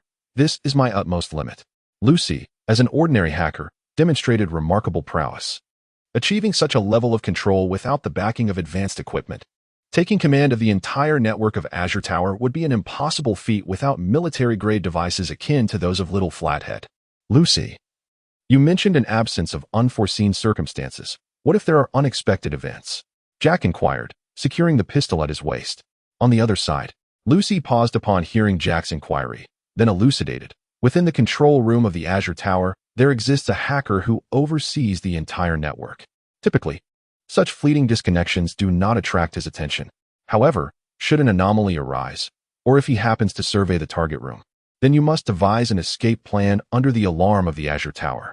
Nevertheless, the likelihood of such an occurrence is exceedingly low, so there is no need for concern. Well, if that's the case, then there should be no unforeseen complications. Let us proceed, L. Let us make it a grand performance. Jack remarked with a smile after hearing Lucy's words. This level of risk was trivial for an ordinary mission. After all, they were engaged in a perilous line of work, and fear was not in their repertoire. Yet, Rocky furrowed his brow, harboring an unsettling premonition. Jack patted Rocky on the shoulder, signaling for action, and Rocky chose to withhold his misgivings. Having come this far, there was no room for hesitation. If discovered, they would simply charge through. Casting aside his concerns, Rocky and Jack approached the target room, placing their hands on their concealed weapons, ready for a sudden assault. We are prepared. Let us go, Lucy. Remember, you only have 10 seconds, Lucy reiterated. Rest assured, we will finish it in 2 seconds. We are professionals, Rocky confidently replied. The moment Lucy concluded her countdown, the door to the target room swung open. Rocky and Jack swiftly entered, closing the door behind them to prevent any outside witnesses. All within a span of 1 second. The two individuals swiftly drew their firearms, each with a clear objective, and aimed at their respective targets. In an instant, the bullets pierced through the victims' skulls, leaving them no time to comprehend the catastrophe that had befallen them. It took merely 1 second more, aligning perfectly with Rocky's assertion. A total of only 2 seconds, and the targets were rendered lifeless. Having confirmed the target's demise, Rocky and Jack turned to exit the room. However, at that moment, the door unexpectedly indicated a forced lock state, the status light flashing red furiously, while alarms blared throughout the room. An unforeseen complication had arisen, or rather, it was no mere coincidence. The hacker had been monitoring this room all along. It was evident that they were trapped, and it would not be long before the security forces of the Indigo Tower would arrive. Lucy, Rocky shouted into the communicator. I've lost control over the room's network. Lucy's voice crackled with urgency. The hacker from Arasaka has discovered us. He has taken over the network. Damn it, Rocky exclaimed, slamming his fist against the door in vain. What do we do now? With the situation rapidly deteriorating, Jack immediately turned his gaze to Rocky, calmly inquiring. We need to find a way to escape. Lucy, you are in grave danger. Disconnect from cyberspace immediately. Lucy, though eager to withdraw, felt a twinge of concern for Rocky and Jack. Without the hacker's assistance, they would be akin to headless flies in such a perilous situation. Don't worry about us. We can manage to escape on our own, Rocky assured her. Rocky was not concerned about escaping the Azure Tower. His primary concern was Lucy's safety. Just as he contemplated their escape, a fourth voice resonated through the communication channels of the trio, unmistakably indicating that a hacker from Azure Tower had infiltrated their network. Chapter 38. Phase Rift within the Cyber Realm. Upon hearing the voice of the enemy hacker, Lucy immediately attempted to withdraw from cyberspace, but it was too late. The hacker had cunningly set a trap within the subnet of the room, swiftly locking onto Lucy and ensnaring her within its confines. A few little bugs have infiltrated the Azure Tower, just as Director Abernathy suggested. Focusing on these corporate employees' rooms was indeed a prudent choice. The hacker's voice echoed in Lucy's ears, audible to Rocky and Jack as well. At that moment, Lucy, trapped and witnessing the arrival of the Arasaka hacker, was filled with terror and fury. You Arasaka dog, let me go? She exclaimed, struggling fiercely to break free from the control. Yet, it was evident that she was no match for them. With Arasaka's formidable technological support, they were no longer hackers of the same caliber. Stop your futile struggles, soon. The security forces will locate you. Prepare to descend into hell, the hacker taunted. However, before you meet your demise, allow me to peruse any useful intelligence you possess. Surely, Director Abernathy would find these items intriguing. Perhaps they could yield a handsome reward. The hacker spoke nonchalantly, as if Rocky and his companions were already his captives. With a mere wave of his hand, he manipulated the data flow and commenced his breach into the subnet of Rocky, Lucy, and Jack. At that moment, within the confines of the room, both Rocky and Jack found themselves under the influence of external forces to compel them to obediently accept his intelligence search. The hacker from Arasaka unleashed a dual wave of electromagnetic short circuit and synaptic dissolution decryption programs directly into their systems via network connection. In an instant, a powerful electromagnetic shock coursed through their bodies, causing their legs to weaken and threatening to send them crashing to the ground. Fortunately, the effects of the soldier's serum began to manifest, having significantly enhanced their neurostrength and resilience. With their newfound resistance to such neural manipulations, they managed to brace themselves with their hands just before hitting the floor. Their remarkable recovery and adaptability enabled them to swiftly acclimate to the discomfort they experienced. "Oh, now I understand why you despise hackers," Jack quipped, even in the midst of chaos. However, the sharp pain that soon followed silenced him. The synaptic dissolution program had been successfully uploaded, and the connection between their cybernetic enhancements and personal systems began to overheat, scorching their nerves. Although their nerves had been reinforced, the rate of dissolution had been considerably slowed, yet it could not be entirely halted. "You are right, Jack. That is precisely why I harbor such disdain for hackers." With that, Rocky conjured a vial of vibrant green serum from his left hand and plunged it into his thigh. Instantly, a surge of vitality and vigor surged within him, rapidly mending the dissolved synapses in a remarkably brief span of time. This is precisely the effect of the stimulant type 1, under the augmentation of the super soldier serum. The injection of the stimulant yields a result greater than the sum of its parts.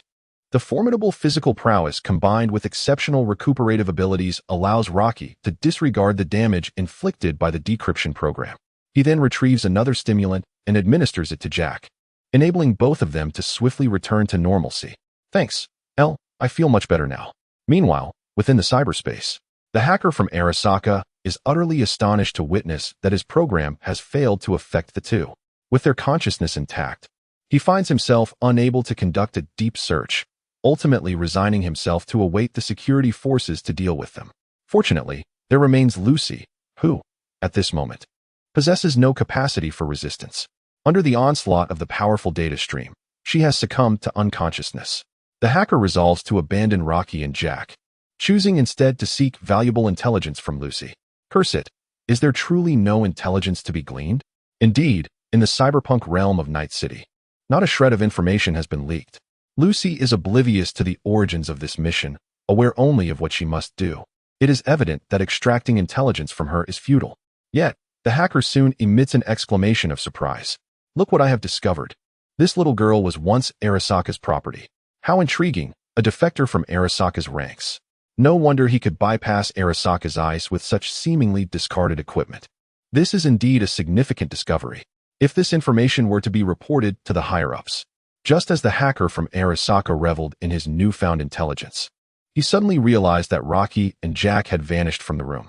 Their presence could not be detected within the subnet, as if they had simply evaporated into thin air. While he remained perplexed, two red dots abruptly materialized on his system map. Clearly, these represented the two missing individuals. The location was the network surveillance room. "What?" The hacker gasped in astonishment. "Where is the network surveillance room? Isn't it right where he was lying?" The hacker could not fathom how they had instantaneously arrived there, and even suspected that his system might be malfunctioning. However, when he exited the deep dive and left cyberspace, the rapidly enlarging fist before him confirmed the reality of the situation.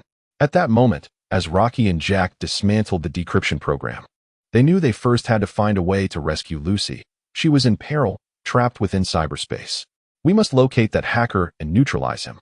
Rocky's eyes burned with indifference and fury. He abhorred surprises and despised anyone who threatened Lucy. He was determined to make this bothersome hacker pay. "How do we find him?" Jack perceived Rocky's urgency. With the only hacker in their team incapacitated, the two were effectively as blind as bats. Locating the hacker was a daunting task, and even exiting the room posed a challenge. "Stay close to me," Rocky commanded, while his mind raced through the modules. In the present day, the only way to break the deadlock lies in the capabilities of modules, and Rocky has long been prepared for various contingencies, which is one of the reasons he dares to participate in the conflict at the Azure Tower. Without a moment's hesitation, Rocky selected a module. As the module materialized, he produced a dagger-like object and inserted it into the prosthetic of his left hand. After a brief pause of 1 or 2 seconds, a red dot suddenly appeared on Rocky's system map, revealing the enemy's position. With the emergence of the red dot, a notification popped up. Apex Legends, Ash's skill equipment module, includes Ash's 3 skill equips from Apex Legends. Death Mark, Data Blade. Stabbing it into a target reveals the attacker's location. It can be used on corpses, typically to disclose the killer's whereabouts.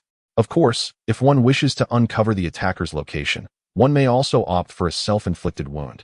Arc Trap, a throwable electromagnetic trap that binds the nearest target and inflicts damage. Phase Breach, Phase Blade. It can tear open a phase rift at any location within range for a one-way teleportation dash. Price adjustment, package discount -30, item module, 35,000 euros. This was the module chosen by Rocky. It was not merely a matter of capability. The module manifested Ash's skills in the form of equipment. Moreover, unlike the reductions made for balance in games, the module's equipment possessed more formidable and reasonable functions, enabling Rocky to utilize the data blade to reverse search the location of the hacker who had just executed a cyber attack against him. The phase knife, as long as it is within range, can effortlessly disregard the obstruction of walls and directly tear open a portal to any desired location. Chapter 39, Evacuation Jack, follow me. Loki commanded, his gaze fixed on the marked location on the system map as he drew forth the phase knife. With a swift motion, he cleaved open a rift that extended from the room straight to the hacker's position. The moment he stepped into the phase rift, Loki was instantly consumed by it. The sensation of phase traversal was far from pleasant. The volatile void energy seemed poised to rend his very being apart at any moment. Fortunately, his physical resilience was sufficient to withstand such harm, though the disconcerting sensations of phase travel required adaptation.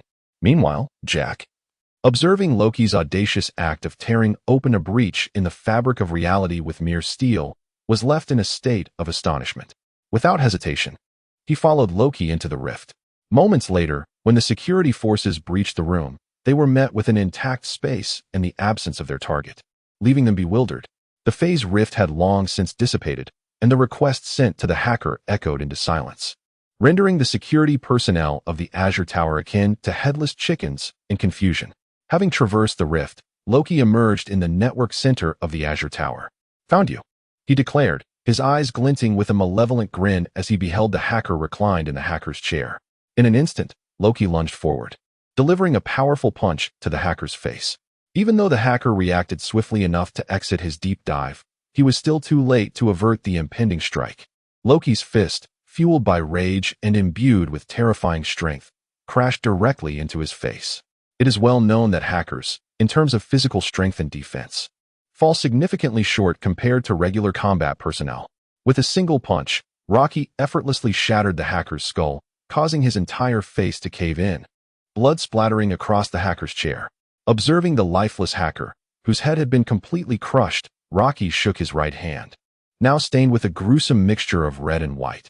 At that moment, Jack emerged from the fissure, still reeling from the staggering experience of the phase distortion and the wondrous journey through the rift, only to witness Rocky reduce the hacker to a grotesque state. "Wow, El, you remain as ruthless as ever," Jack mused, his mind filled with pressing questions, yet understanding that this was not the time for inquiries. They needed to hasten their escape, so he could only offer a casual remark. Meanwhile, with the hacker's demise, the program restraining Lucy within the cyberspace ceased to function, allowing her to successfully exit the digital realm, albeit still in a state of unconsciousness. "Lucy," Rocky attempted to call out, but received no response.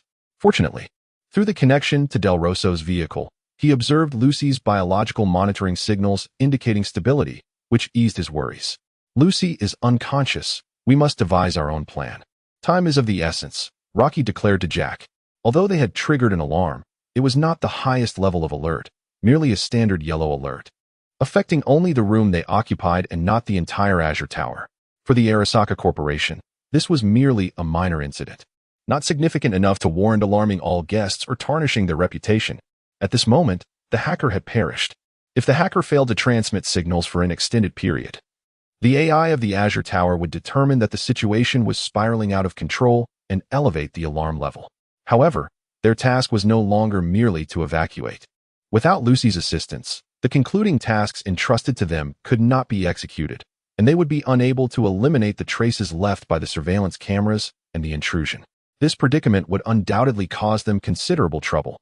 Fortunately, they found themselves in the network center of the Azure Tower, a location directly connected to the servers, a place where erasing traces could be accomplished swiftly and conveniently.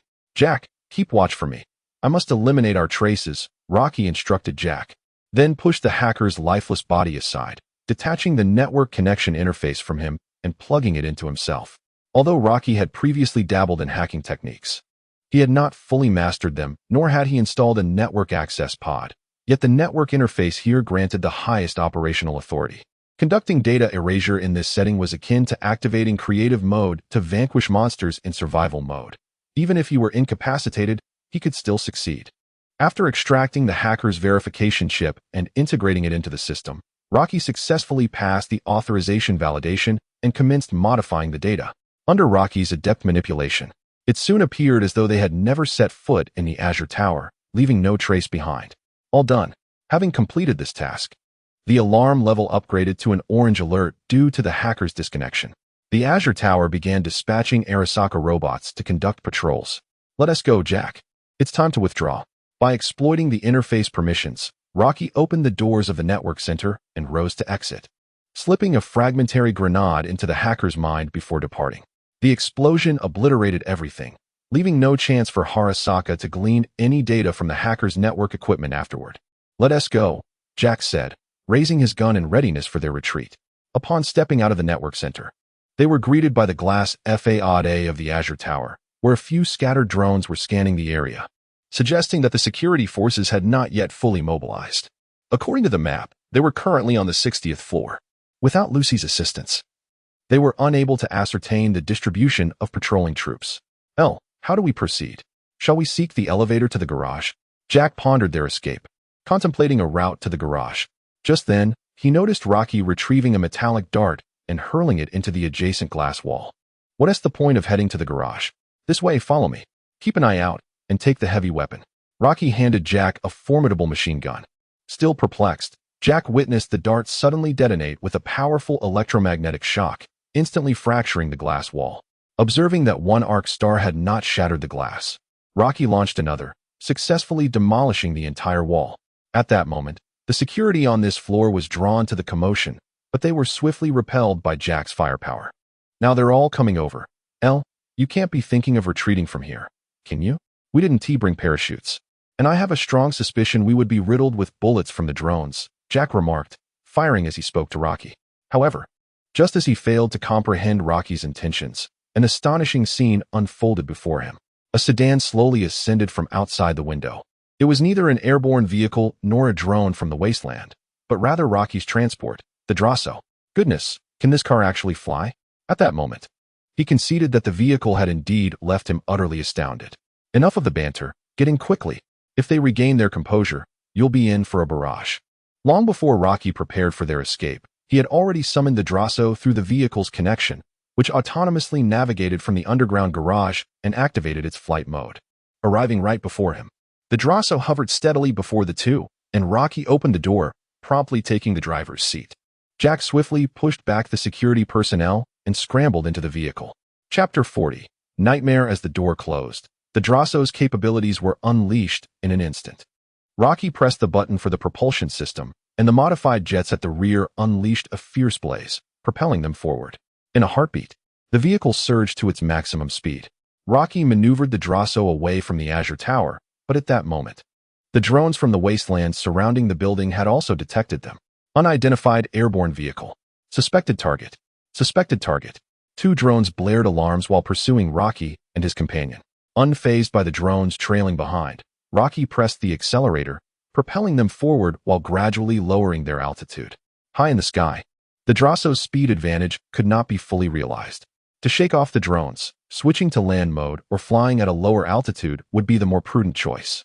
Yet, even so, The distance between the drones and them continued to diminish. Confirming the current vehicle as the target, an immediate interception was ordered, and fire was opened. At that moment, the drone also received confirmation from the main network of the Azure Tower that this was indeed the fleeing target, and its onboard weaponry began to activate. The machine gun's barrel erupted in a barrage of bullets, raining down upon the Drossel. Rocky's defensive enhancements came into play, as bullets struck the vehicle, sparking showers of fire. Yet they failed to penetrate the armor and bulletproof glass. Incredible! Jack straightened up, turning to observe the drones madly unleashing their firepower from behind. He had braced himself to duck and evade the oncoming bullets, only to find that none could breach their defenses. At this juncture, Rocky had lowered the altitude to skim the ground, achieving maximum agility in turning. He glanced at the relentless drones pursuing them. Although they could not breach the vehicle's defenses, their incessant buzzing around him was akin to an annoying swarm of mosquitoes, and it could attract additional support from Arasaka. To truly elude Arasaka's pursuit, it was imperative to eliminate them first. A quick glance at the dashboard revealed that the propulsion system had just finished charging. Activating the propulsion device, Rocky instantly created distance between himself and the two drones. He then deftly yanked the steering wheel, and the Drossel, with its low-altitude maneuverability, executed a swift 180-degree turn, gliding forward without losing speed, transitioning seamlessly from a forward trajectory to reverse mode in an instant. Facing two drones, Rocky activated the weapon module on the Drossel. The missile launch bay at the front of the vehicle opened, and the mounted missiles immediately entered a state of readiness. With a swift sequence of scanning, locking, and firing, the enhanced weapon system not only amplified its power, but also supported multiple target locks. Both missile launch bays simultaneously unleashed their projectiles, hurtling toward the targeted drones. Boom! With two bursts of explosive light, the pursuing Hybeka drones were obliterated in an instant. Having neutralized the threat, Rocky deftly maneuvered the steering wheel, aligning the vehicle with minimal loss of speed. Isn't that impressive, Jack? Rocky glanced at Jack in the back seat, who, due to the sudden maneuver, nearly found himself flung against the door for lack of a seatbelt. Fortunately, he managed to steady himself just in time. Impressive indeed. But could you please give me a heads up before you drift next time? Jack clung tightly to the overhead handle, fearful of another sudden turn. Given his size and weight, a fall would indeed be quite perilous. Huh, it's a rare sight to see you like this, Rocky chuckled, exhilarated. With the drones finally shaken off, Hybeka had completely lost their position. Chasing them was now a distant fantasy. Switching the vehicle to land mode, Rocky finally felt a sense of relaxation and turned his attention to Lucy. At that moment, Lucy lay quietly in the passenger seat, undisturbed by the recent chaotic drift, indicating that she would need a bit more time to recover. Is Lucy all right? Jack inquired, peering from the back seat with concern. There are no significant issues. The biological monitoring indicates that everything is normal and her breathing is steady. It seems she has succumbed to a state of overload-induced unconsciousness due to the intense data stream. A little rest should suffice, and I will take her to the clinic for a thorough examination later, Rocky replied, inserting a field emergency monitoring chip into Lucy's interface. The readings appeared normal, but a detailed assessment would have to wait until they reached the clinic. I'm relieved to hear that. By the way, regarding Lucy, you heard what the hacker said back at the Azure Tower, right? He claimed she was Arasaka's property? I never expected she had such a history. It is indeed hard to fathom. However, in Night City, who truly cares about your past? Just as you remain oblivious to mine, we can still be brothers, Rocky remarked. That's a fair point. The Arasaka beachfront is not too distant from Japantown, and soon Rocky escorted Jack back to the clinic. Jack, I need to assess Lucy's condition first. You can take my car and head home. And remember, please keep Lucy's situation confidential. After exiting the vehicle, Rocky moved to the passenger side, carefully lifting Lucy out and reminding Jack, "Rest assured my lips are sealed." Jack exited the car, accepting the car key that Rocky produced from his left hand. It's still early days for me and Lucy. I need to put in more effort. Then best of luck. I must return now. My mother has been nagging me all night, fretting over my safety. I need to hurry back and reassure her. Bidding farewell to Jack, Rocky cradled Lucy and brought her to the clinic, where he gently placed her on the surgical chair and connected her to the equipment for a comprehensive examination. Lucy, run, escape. Lucy, welcome to the man team. You can do this. Stop struggling. The security forces will soon find you. Lucy seemed to drift into a protracted slumber, dreaming of her companions perishing before her eyes. fleeing to Night City, and recalling Rocky's encouragement. She envisioned being discovered by the Arasaka hackers once more, imprisoned in the bleak confines of their base, strapped to the hacker chair, enduring the relentless data extraction. Gradually, Lucy regained consciousness. Her brow furrowed as she sensed the familiar sensations enveloping her, as if she were once again seated in the hacker chair. Have I been captured again? No, she gasped, suddenly jolted awake, her eyes wide with terror, fearing that the scene before her was the haunting Arasaka base she could never forget. Do not be afraid, Lucy, relax. A gentle voice whispered in her ear. A firm hand rested on her shoulder, its warmth providing a modicum of comfort. Turning her head, Lucy saw Rocky sitting beside her. Surveying their surroundings, the scene gradually coming into focus. It was a cybernetic clinic, and beneath her, the chair was not a hacker's seat but an operating table. Observing that she had not been recaptured by Arasaka, Lucy felt her taut nerves slightly relax under Rocky's soothing words. Yet, her gaze remained somewhat vacant, as if the recent nightmare still lingered in her mind. Just as Rocky pondered how to console her, Lucy suddenly turned and embraced him tightly. The unexpected gesture momentarily short-circuited Rocky's thoughts, rendering his body still. Don't move, let me hold you for a while, just a moment, Lucy whispered softly against Rocky's ear. Her character seldom allowed her to exhibit such vulnerability, but the recent nightmare had become the final straw, and she truly needed a warm refuge. If only for a brief moment. Since accepting this commission, she had endured a tumult of emotions, from hesitation and fear about infiltrating Arasaka's network, to the terror of being discovered. And now, to the relief of it all coming to an end. Lucy had an abundance of emotions to release. She always portrayed strength, yet deep within, she felt lost and fearful. Unfortunately, no one was there to whom she could confide, nor was there anyone who could understand her. In Night City, who was worthy of her trust? Perhaps this time, she would have to continue silently smoking in the corner, bearing the weight of her burdensome past alone. As she felt the warmth radiating from Rocky's body, the chilling sensations of her dream seemed to dissipate, and her frantic heart gradually found tranquility. Hearing Lucy's words, Rocky too relaxed, extending his arms to embrace her in return. Lucy, it is all over now. The target has been neutralized, and we have successfully extricated ourselves. The hackers who invaded us have also been dealt with, and now no one knows our involvement. We are completely safe. You may embrace me for as long as you wish, and feel free to express any emotions you have. There is no one else here, and I will listen to you attentively. Rocky's gentle words echoed in Lucy's ears, causing her heart to flutter. It seemed like the first time someone had assured her of her safety, granting her the freedom to share everything without restraint. The solid form enveloping her provided a sense of security she had never experienced before. Yet, Lucy shook her head, tightening her embrace slightly, and whispered, "This is enough." "Thank you, Elle. All right, it's perfectly fine. I am always here for you," Rocky said, placing his hand gently on Lucy's back, offering her comfort. After a considerable time, Lucy released Rocky, her expression returning to normal, as if her earlier emotional turmoil had merely been an illusion. The old Lucy was back. "Thank you, Elle. I feel much better. I apologize for my earlier behavior. I hope you don't mind." There was no sign of embarrassment on Lucy's face. A smile returned to her lips as she tidied her somewhat disheveled hair and addressed Rocky. "I don't mind. To be honest, it is partly my fault for involving you in this. Otherwise, you wouldn't have to bear such burdens." Upon hearing Rocky's words, Lucy shook her head. "No, this was my own decision. I was the one who faltered, and it is not your concern. Indeed, could you share with me what transpired subsequently?" The last image imprinted in Lucy's mind before her unconsciousness was the harrowing encounter with a hacker within cyberspace. Upon regaining consciousness, she found herself in this unfamiliar place. Despite hearing from Rocky that the ordeal had concluded, her curiosity about the specifics remained unquenched. After you lapsed into unconsciousness, Jack and I successfully pinpointed the hacker's location. We infiltrated the network center of the Azure Tower, where we confronted and neutralized the hacker, utilizing the privileges granted to me by the network center. I obliterated all traces of our presence before making my escape in my vehicle.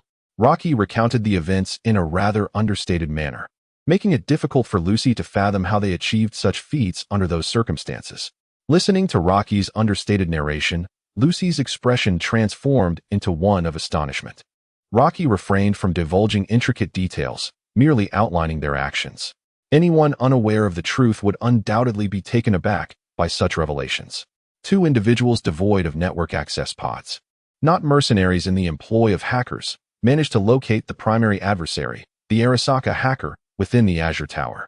They breached multiple layers of security, stormed the network center, eliminated the hacker, and deleted the data right beneath Arasaka's nose, ultimately escaping the encirclement in their vehicle. If Rocky's account holds true, such a remarkable achievement would surely earn them legendary status among the denizens of Night City, the cyberpunk elite. However, the reality of Rocky's tale is indeed authentic, albeit not the embellished version that one might imagine. With the assistance of Aish skills and DeRosso, he accomplished everything with remarkable ease, encountering minimal conflict. However, this situation may not align with your expectations. There were not as many twists and turns as one might assume. Unfortunately, it is rather challenging for me to elucidate, but you will understand in due time. Rocky, too, did not intend to elaborate excessively, as many things lack persuasiveness without first-hand experience. Once Lucy experiences DeRosso's flight mode and phase rift, she will naturally comprehend. At this moment, DeRosso had been taken away by Jack, and the phase blade's charging remained incomplete, leaving Rocky with no choice but to proceed as is. Upon hearing Rocky's words, Lucy refrained from further inquiries and rose from the surgical chair. By the way, Lucy, there are some matters I wish to discuss with you. Noticing that Lucy appeared to be in good health, Rocky began to tidy up the equipment while addressing her. What is it? Lucy inquired, somewhat puzzled.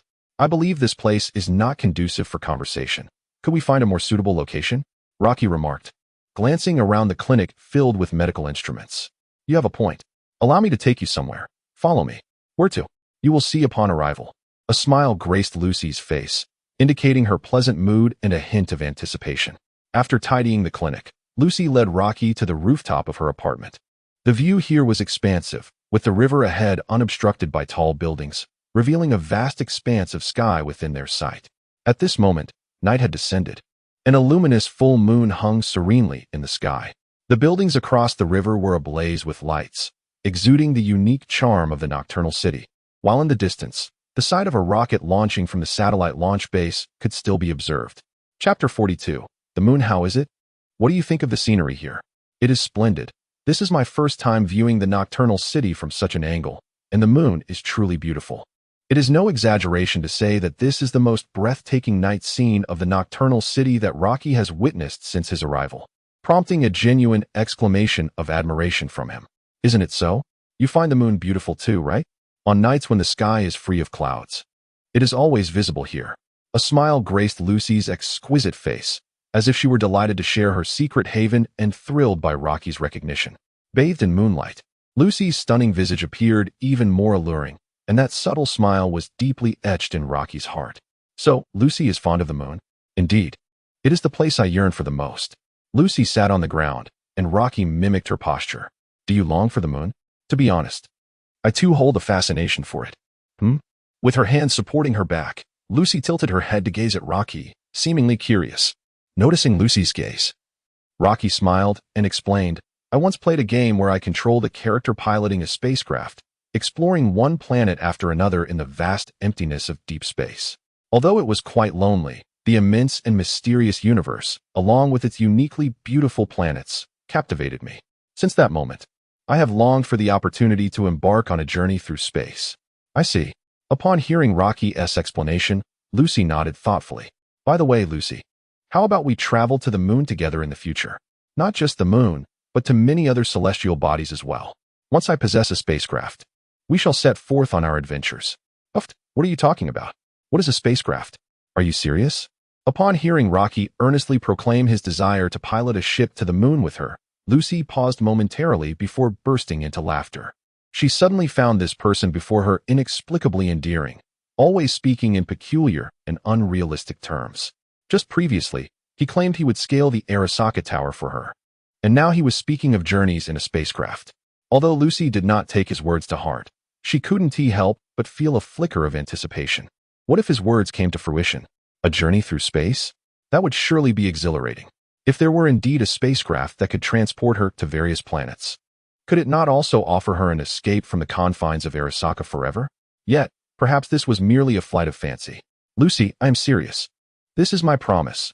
I will take you to the moon, but I need a little more time. Observing that Lucy did not regard his words with seriousness, Rocky reiterated with conviction. He was indeed earnest, though currently unable to fulfill this dream. However, in the future, when he possesses sufficient means, a journey through space would not be beyond the realm of possibility. The module bestows upon Rocky boundless possibilities. As he gazes upon the array of spacecraft modules from the game No Man's Sky within the module marketplace, his conviction strengthens. After all, it is merely the moon.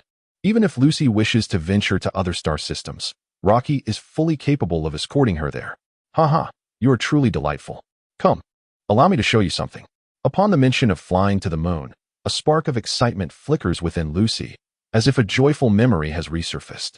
She rises and gently tugs at Rocky's arm, urging him to follow her. Without hesitation, Rocky stands and is led by Lucy to her apartment. Lucy opens the door, inviting Rocky inside.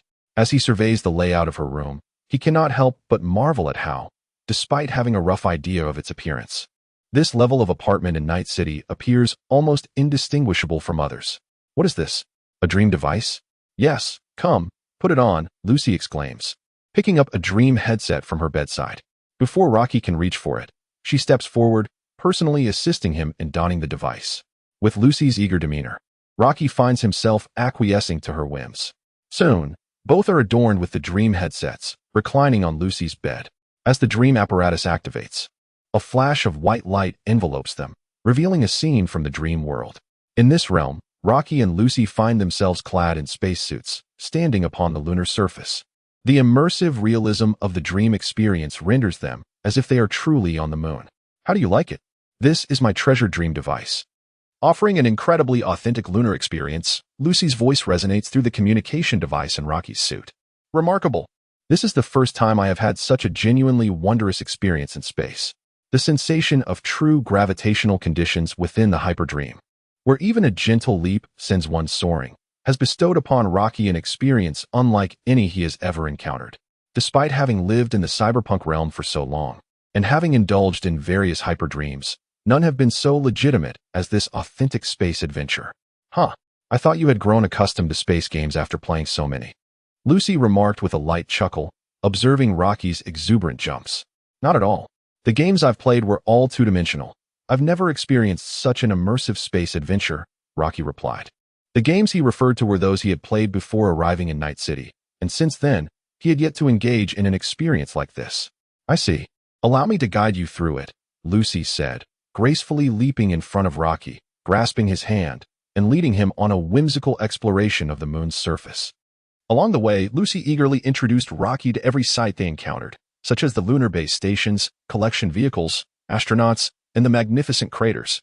She appeared as though she had traversed this realm countless times, her familiarity with every aspect of the hyperdream evident. After sharing her insights on the captivating features, Lucy turned to face Rocky. A radiant smile illuminated her face, and through the glass of her spacesuit helmet, the warm sunlight bathed her visage. As if all beauty had converged in that moment, Rocky was momentarily entranced. It was the first time he had witnessed such a smile on Lucy's face. He could perceive that Lucy was genuinely experiencing joy. Here, it seemed as though she had cast aside all her worries, free from the burdens of Arosaka, and was solely reveling in the wondrous journey upon the moon. In this moment, Lucy felt an unprecedented happiness, not merely due to the extraordinary dream of the moon, but rather because of Rocky's presence. This was her first time bringing someone to this place, her true sanctuary, akin to the very chambers of her heart, a realm where no one had ever ventured before.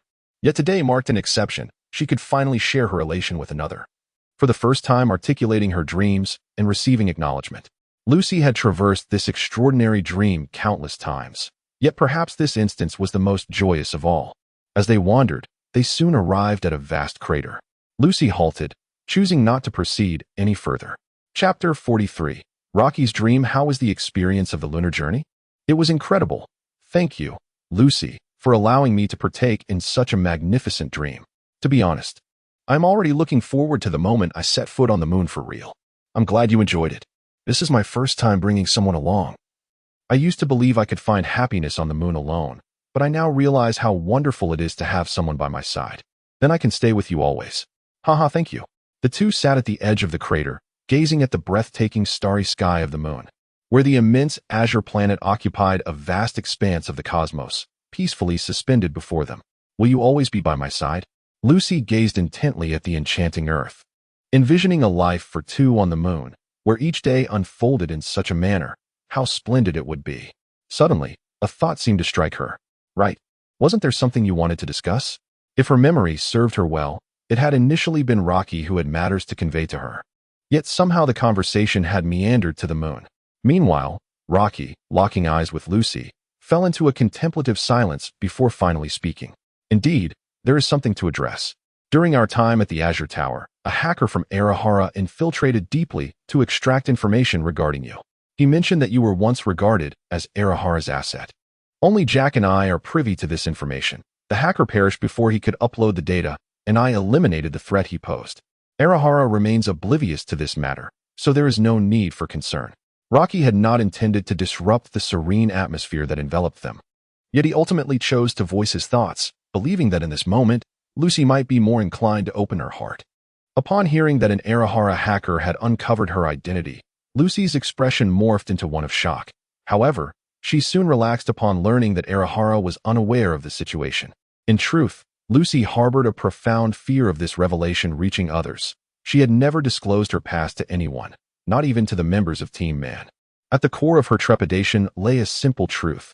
In Night City, one could only ever trust oneself. She was acutely aware that if this information were to fall into the wrong hands, she could be betrayed to Arahara at any moment. Yet, now that Rocky and Jack were informed, she had no choice but to accept the reality, for it was impossible for her to silence them permanently. Let us not dwell on whether she is capable of accomplishing it. The fact remains that at the Azure Tower, they rescued her. Although their time together has been brief, she perceives these two individuals as significantly more dependable and trustworthy than others. If Rocky truly intended to betray her to Arazaka, he would not have divulged such intentions. Reflecting on the events of the evening, from Rocky's initial comfort to his subsequent promises, culminating in their journey to the lunar hyperdream, Lucy has come to regard Rocky as the only person she can genuinely trust. Indeed, you are now aware. I was once a hacker under Arazaka's command, and I have since escaped to the City of Night. You previously inquired why I harbor such fear of Arazaka. This is the reason. From a young age, I was groomed by Arazaka as a hacker, devoid of parental figures, subjected only to relentless training. Many children, like myself, were treated as mere tools by Arazaka. As we matured, Arazaka cast us into the old web, tasked with uncovering valuable data. Yet, that realm was riddled with countless malicious programs and rogue AIs. And with each foray, casualties were inevitable. Many fell, their existence forever lost in that abyss. Each day was fraught with the uncertainty of becoming the next victim, prompting us to rise in rebellion, utilizing the very skills Arazaka had imparted to us to vanquish them and flee. My journey has been relentless. A ceaseless flight motivated by the dread that Arazaka might one day pursue me, find me, and consign me once more to that interminable darkness. It was only upon my arrival in the City of Night that I found a semblance of chaos where no one cares about your past. Here, the oppressive urgency of Arazaka's pursuit has dissipated, yet my fear remains undiminished. As long as I remain within the confines of Arazaka's shadow, an inescapable terror grips me, as if they will inevitably discover my whereabouts. To me, any place touched by Arazaka is akin to hell itself. Hence, my yearning for the moon. I have long dreamt of setting foot on its surface, believing that such an escape would allow me to evade the grasp of Arazaka forever. Do you find this shameful? Cowardly? Yet, this is my aspiration. Lucy's tone carried a sense of relief, as though a heavy burden that had weighed upon her heart for years had finally been lifted. This secret had been locked away within her for too long, and upon voicing it, she experienced a profound sense of liberation. Not at all, Rocky interjected, shaking his head. Lucy, I empathize with your feelings. This is not your fault, but rather the fault of Arazaka. Their power is overwhelming, and any individual in your position would likely resort to fleeing. This is neither cowardice nor shameful. For an ordinary person, Arazaka looms like a colossal entity, and to confront it is akin to courting death. I apologize if my previous words were too severe and caused you distress. Whether before arriving in Night City or after being cast into its depths, I have harbored a deep-seated hatred for these corporations. I long for the day when I can shatter their dominion and stand atop this city, this world, that is my dream. However, this remains solely my aspiration, not yours. and I should not impose my dreams upon you. Rocky's calm, yet resolute words stirred a tempest within Lucy's heart. Is this your dream? This is the most unrealistic dream she has ever heard. What kind of person can calmly proclaim their desire to stand at the pinnacle of the world? She had previously listened to others' aspirations, whether it was to become a legend, ascend to the upper echelons of a corporation, or accumulate enough wealth to escape the city.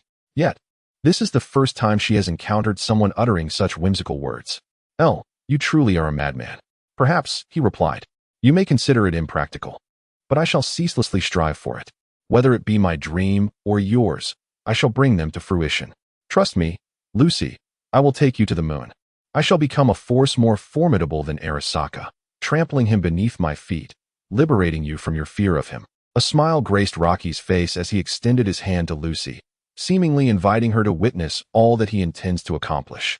Lucy stood entranced, observing the scene before her.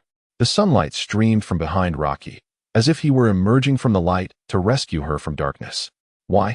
Lucy murmured, perplexed. She could not comprehend how he could advocate against others laboring for his dreams while simultaneously wishing to realize hers.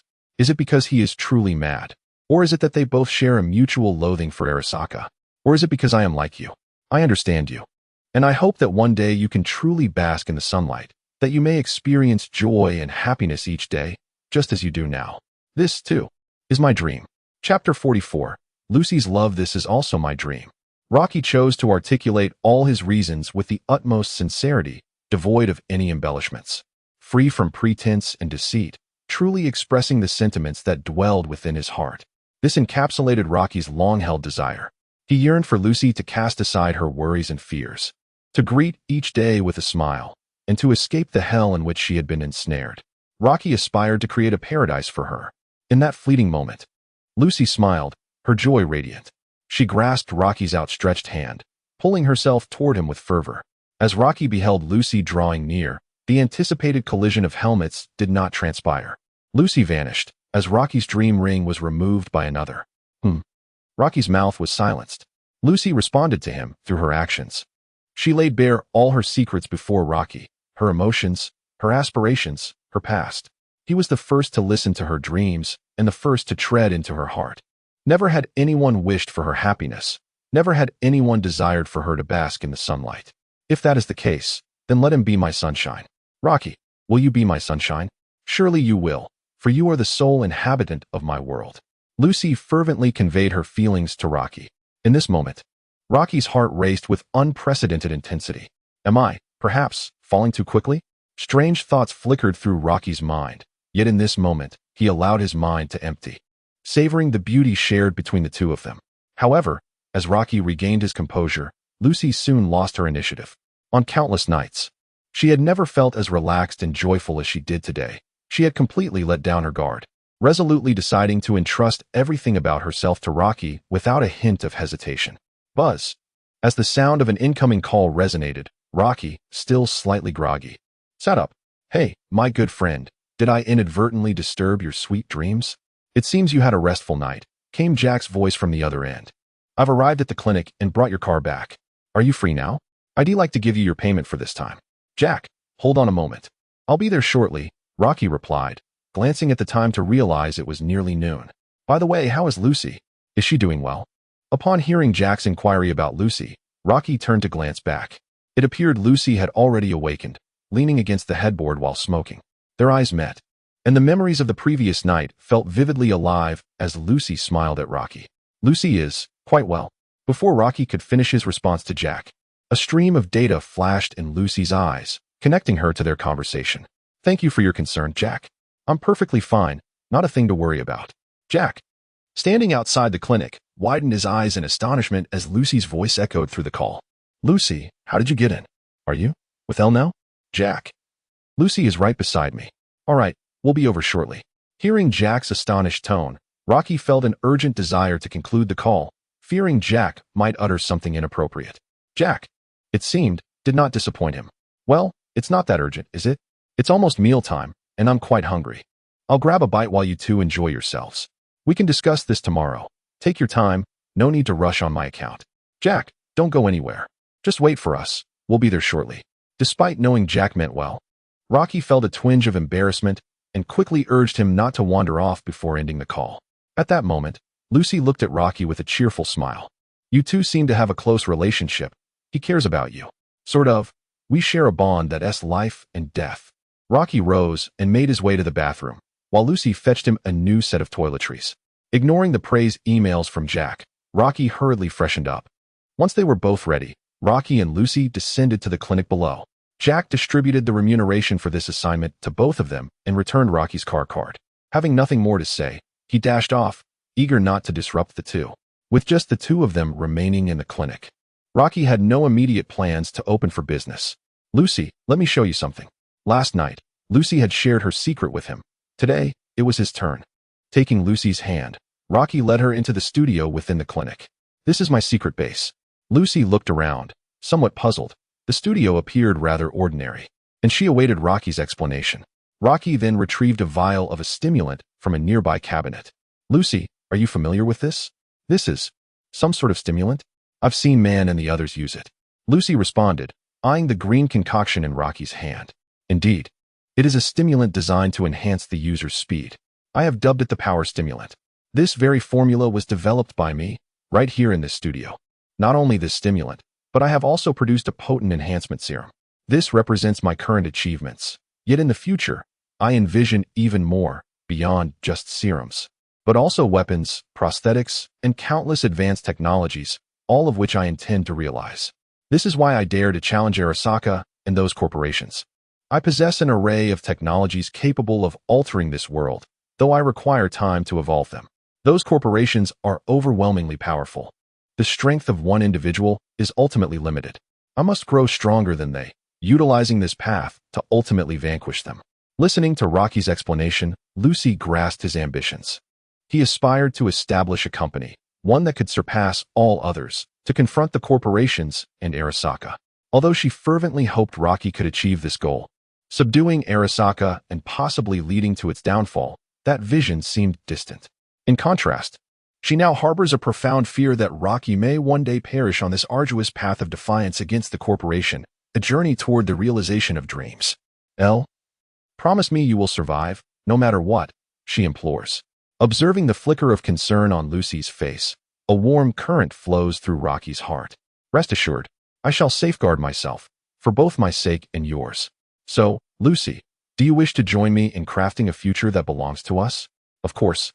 This has now become my dream as well, she replies, a smile illuminating her face as she embraces Rocky's invitation. Lucy is indifferent to the origins of Rocky's skills. Unconcerned about the methods he employs to confront the corporation, nor does she fret over the possibility of him becoming the next Arasaka. Since last night, Rocky has irrevocably become a part of her world. Their dreams have intricately intertwined and merged in the wake of last night's fervor. Regardless of the circumstances, she chooses to support him. Chapter 45. The Impact of the Serum Arasaka Tower. Counterintelligence Department. Within the office, Jenkins and V sit across from one another. V, you've reviewed the report from the Azure Tower, haven't you? You've indeed hired a commendable group.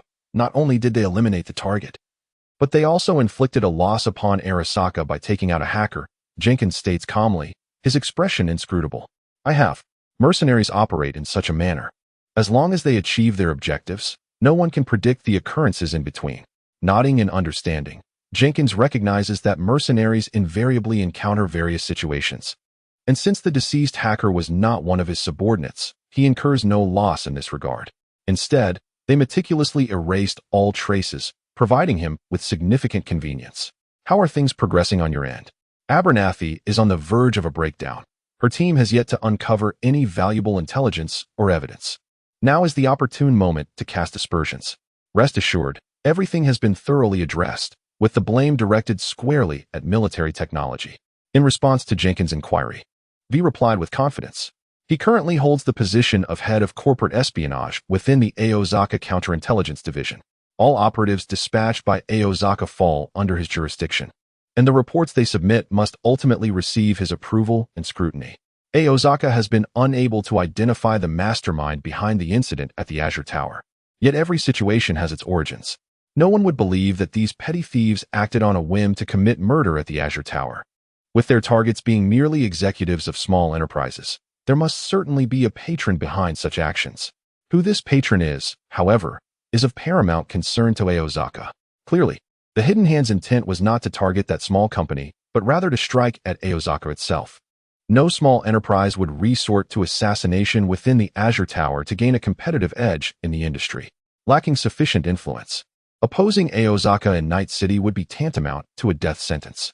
In this context, if Aozaka's undercover operatives uncover intelligence linking military technology to this incident, the latter would find it virtually impossible to exonerate itself.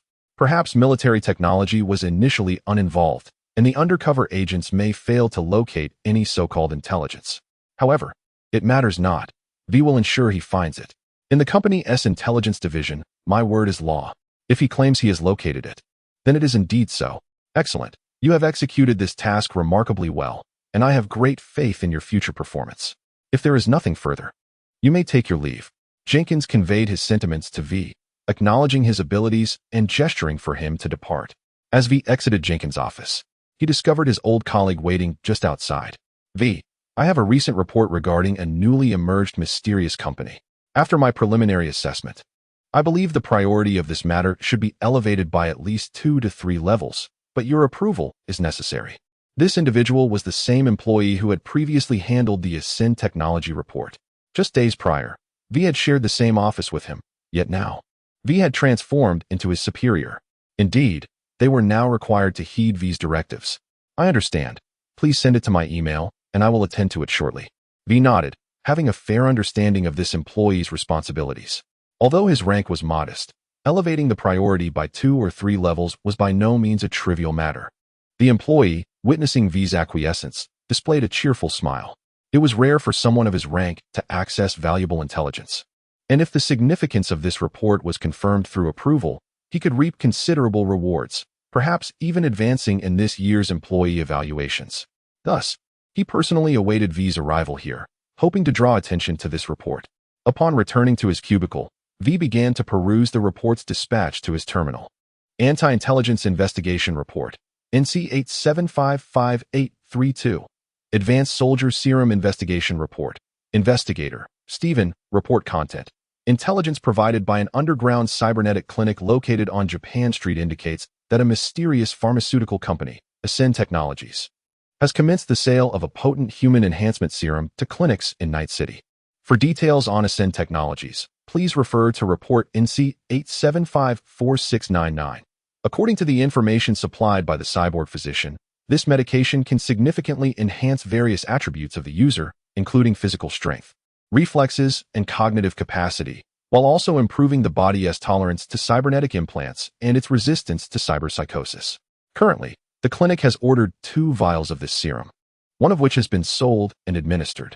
Initial investigation report on the injection subject, NC 8755943. Investigations reveal that the serum's efficacy is largely substantiated. Whether to continue inquiries into this serum, and the company awaits further directives. Preliminary approval report. Initial assessment indicates that this drug possesses considerable value, necessitating an elevation of this incident's priority for further investigation. Handler, Bruno, leaning back in his office chair. V concluded his review of this report and its associated documents. This truly presents me with a remarkable opportunity. Enhanced physique, increased tolerance to cybernetic implants, and heightened resistance to cyberpsychosis. With a deft flick of his fingers across the desk, V gazed at the keywords in the report, a smile gracing his face. The collaboration between Arasaka and Mari Pharmaceuticals had just been thwarted, and now Ascendant Technologies had emerged. Mari Pharmaceuticals' potent immunosuppressant could mitigate the effects of cybernetic enhancements, thereby assisting Arasaka in its various experiments. However, Ascendant Technologies' advanced soldier serum could achieve the same, if not superior, results. Moreover, it was not limited to experiments. Arasaka could potentially utilize it to forge an even stronger military force. The serum, therefore, held boundless value for Arasaka. With the intelligence and authority over the serum now in his hands, V recognized that, if wielded judiciously, it could secure this coveted serum for Arasaka. Consequently, both he and Jenkins would possess a formidable bargaining chip. After a moment of contemplation, V commenced orchestrating the response to this situation. As for the serum, Arasaka's desired outcomes could be distilled into 3 primary objectives. The first was to achieve complete control over its production, ideally ensuring that only they could manufacture it. The second, a more pragmatic approach, involved establishing a supply partnership that would guarantee Arasaka a steady and reliable source of the serum. The third, perhaps the scenario Arasaka most dreaded, was the possibility of failing to secure the serum while allowing rival companies to obtain it. In such a case, they would have no choice but to consider eradicating the serum altogether. To achieve these outcomes, a variety of methods could be employed: negotiation, theft, coercion, intimidation, or outright destruction. Regardless of the approach, Arasaka excelled in all. Chapter 46. Barloom as V issued a series of commands. The counterintelligence department's operatives, hackers, and tactical teams sprang into action, swiftly mobilizing to address the unfolding events. Regarding this operation, V does not believe he will falter at the hands of the so-called mysterious corporation. His sole concern lies with the assistance from rival companies, and the time allotted to him is rather limited. This endeavor has not stirred much commotion. For the counterintelligence department of Arasaka, it remains a routine affair. However, the target has now shifted to Ascension Technologies. Night City continues to thrive in its customary chaos. As dusk falls, the Rebirth Bar emerges as the most renowned establishment in Night City, where esteemed mercenaries converge to secure contracts. Herein lies the most lucrative opportunities, accompanied by substantial rewards.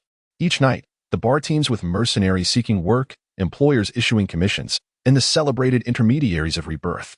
As usual, the bar welcomes a diverse array of mercenaries in search of assignments. Yet tonight, an unusual familiar face has arrived. At the entrance, security halts an individual.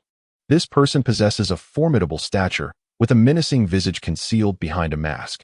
All limbs exhibit extensive cybernetic enhancements, with metallic augmentations glaringly exposed to the elements, revealing horrific weaponry within. Although the security personnel at Rebirth are robust in their own right, they find themselves looking up at this towering figure. Nevertheless, the guards exhibit no fear in the presence of such an intimidating appearance. No one dares to cause a ruckus at Rebirth, unless they are Atom Smasher. Yet, it is evident that despite the individual's extensive modifications, he falls significantly short of the stature of Atom Smasher. It is I, Barum. A deep electronic resonance emanated from the mask of the individual before me. Upon hearing his words, the security guard paused momentarily, casting a bewildered glance at this man. After a moment of contemplation, he seemed to ascertain the man's identity. To think, Barum, it truly is you. The transformation is so profound that I scarcely recognized you. Very well, you may enter. Barum is a frequent patron of this establishment, often seeking work here, and as a member of the security team. He is naturally familiar with him. However, the individual before him bore little resemblance to the Barum he once knew. Although Barum had always been robust and imposing, he had never appeared as exaggerated as he does now. His legs were not replaced with prosthetics, and he lacked the mask that now adorned his face. Yet, from the upper half of his visage and his eyes, he could still discern that this was indeed Barum. As Barum stepped into the afterlife bar, his strikingly altered appearance captured the attention of many patrons within. Who is this fellow? I can't shake the feeling that he resembles Barum. Could it truly be him? No way. I saw him just a few days ago, and this hardly seems like the same individual. Whispers regarding Barum circulated among the crowd, reaching the ears of the man team nearby. The members of the man team were also regular visitors to the afterlife, and they had come this evening in search of assignments. What an exaggerated brute. Who exactly is Barum? Rebecca casually propped her legs on the table, interlacing her fingers behind her head as she inquired. Upon hearing Rebecca's question, Man raised an eyebrow beneath his sunglasses, casting a sidelong glance at the distant figure of Barum. Barum? I am acquainted with that individual, a notorious mercenary renowned for his obsession with augmentation, unafraid to adorn his body with cybernetic enhancements. I harbor suspicions that he hails from the Vortex Gang. I have previously encountered Barum, and I believe this man is not he. There have been whispers that Barum's mental state has deteriorated, suspected to be a manifestation of cyberpsychosis, even leading to a tragic incident where he inadvertently caused the demise of his comrades during a mission. At that time, his modifications were not nearly as extensive. If this individual were truly Barum, he would have long succumbed to madness and would not be leisurely sipping a drink in this very moment, remarked Man, revealing his gleaming white teeth. Were Rocky present, he would undoubtedly chide Man for lacking the standing to criticize others. Numerous patrons in the bar had shifted their attention to Barum, including idle mercenaries like Man and employers seeking competent hands for their contracts. Barum, too, had taken note of this. His enhanced auditory senses allowed him to perceive the murmurs surrounding him, though he remained unfazed.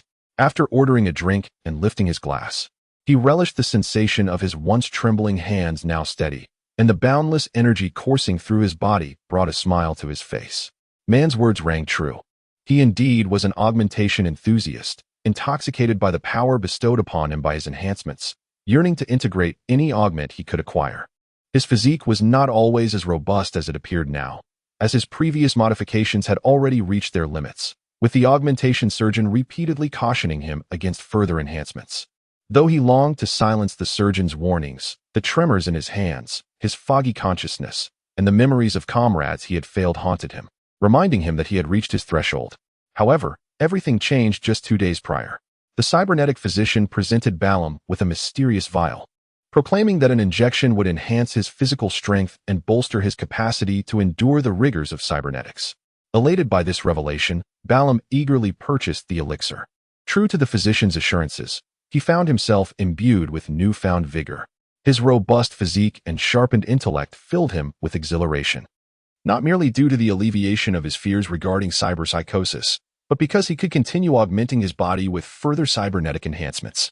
It was evident that Balam was beyond redemption, having once again pushed his modifications to their limits. Yet, this time, it seemed there would be no remedy to save him. "Hello, you must be the illustrious Balam." A man clad in a suit approached him shortly after he had taken his seat. This encounter drew admiration from several mercenaries present, as it was clear that showcasing formidable prowess led to an unending stream of opportunities. "Indeed, that is I," Balam acknowledged with a nod, unfazed by the man's recognition of his transformed identity. "I have a commission for you, if you are inclined to consider it." "Go on," Balam replied.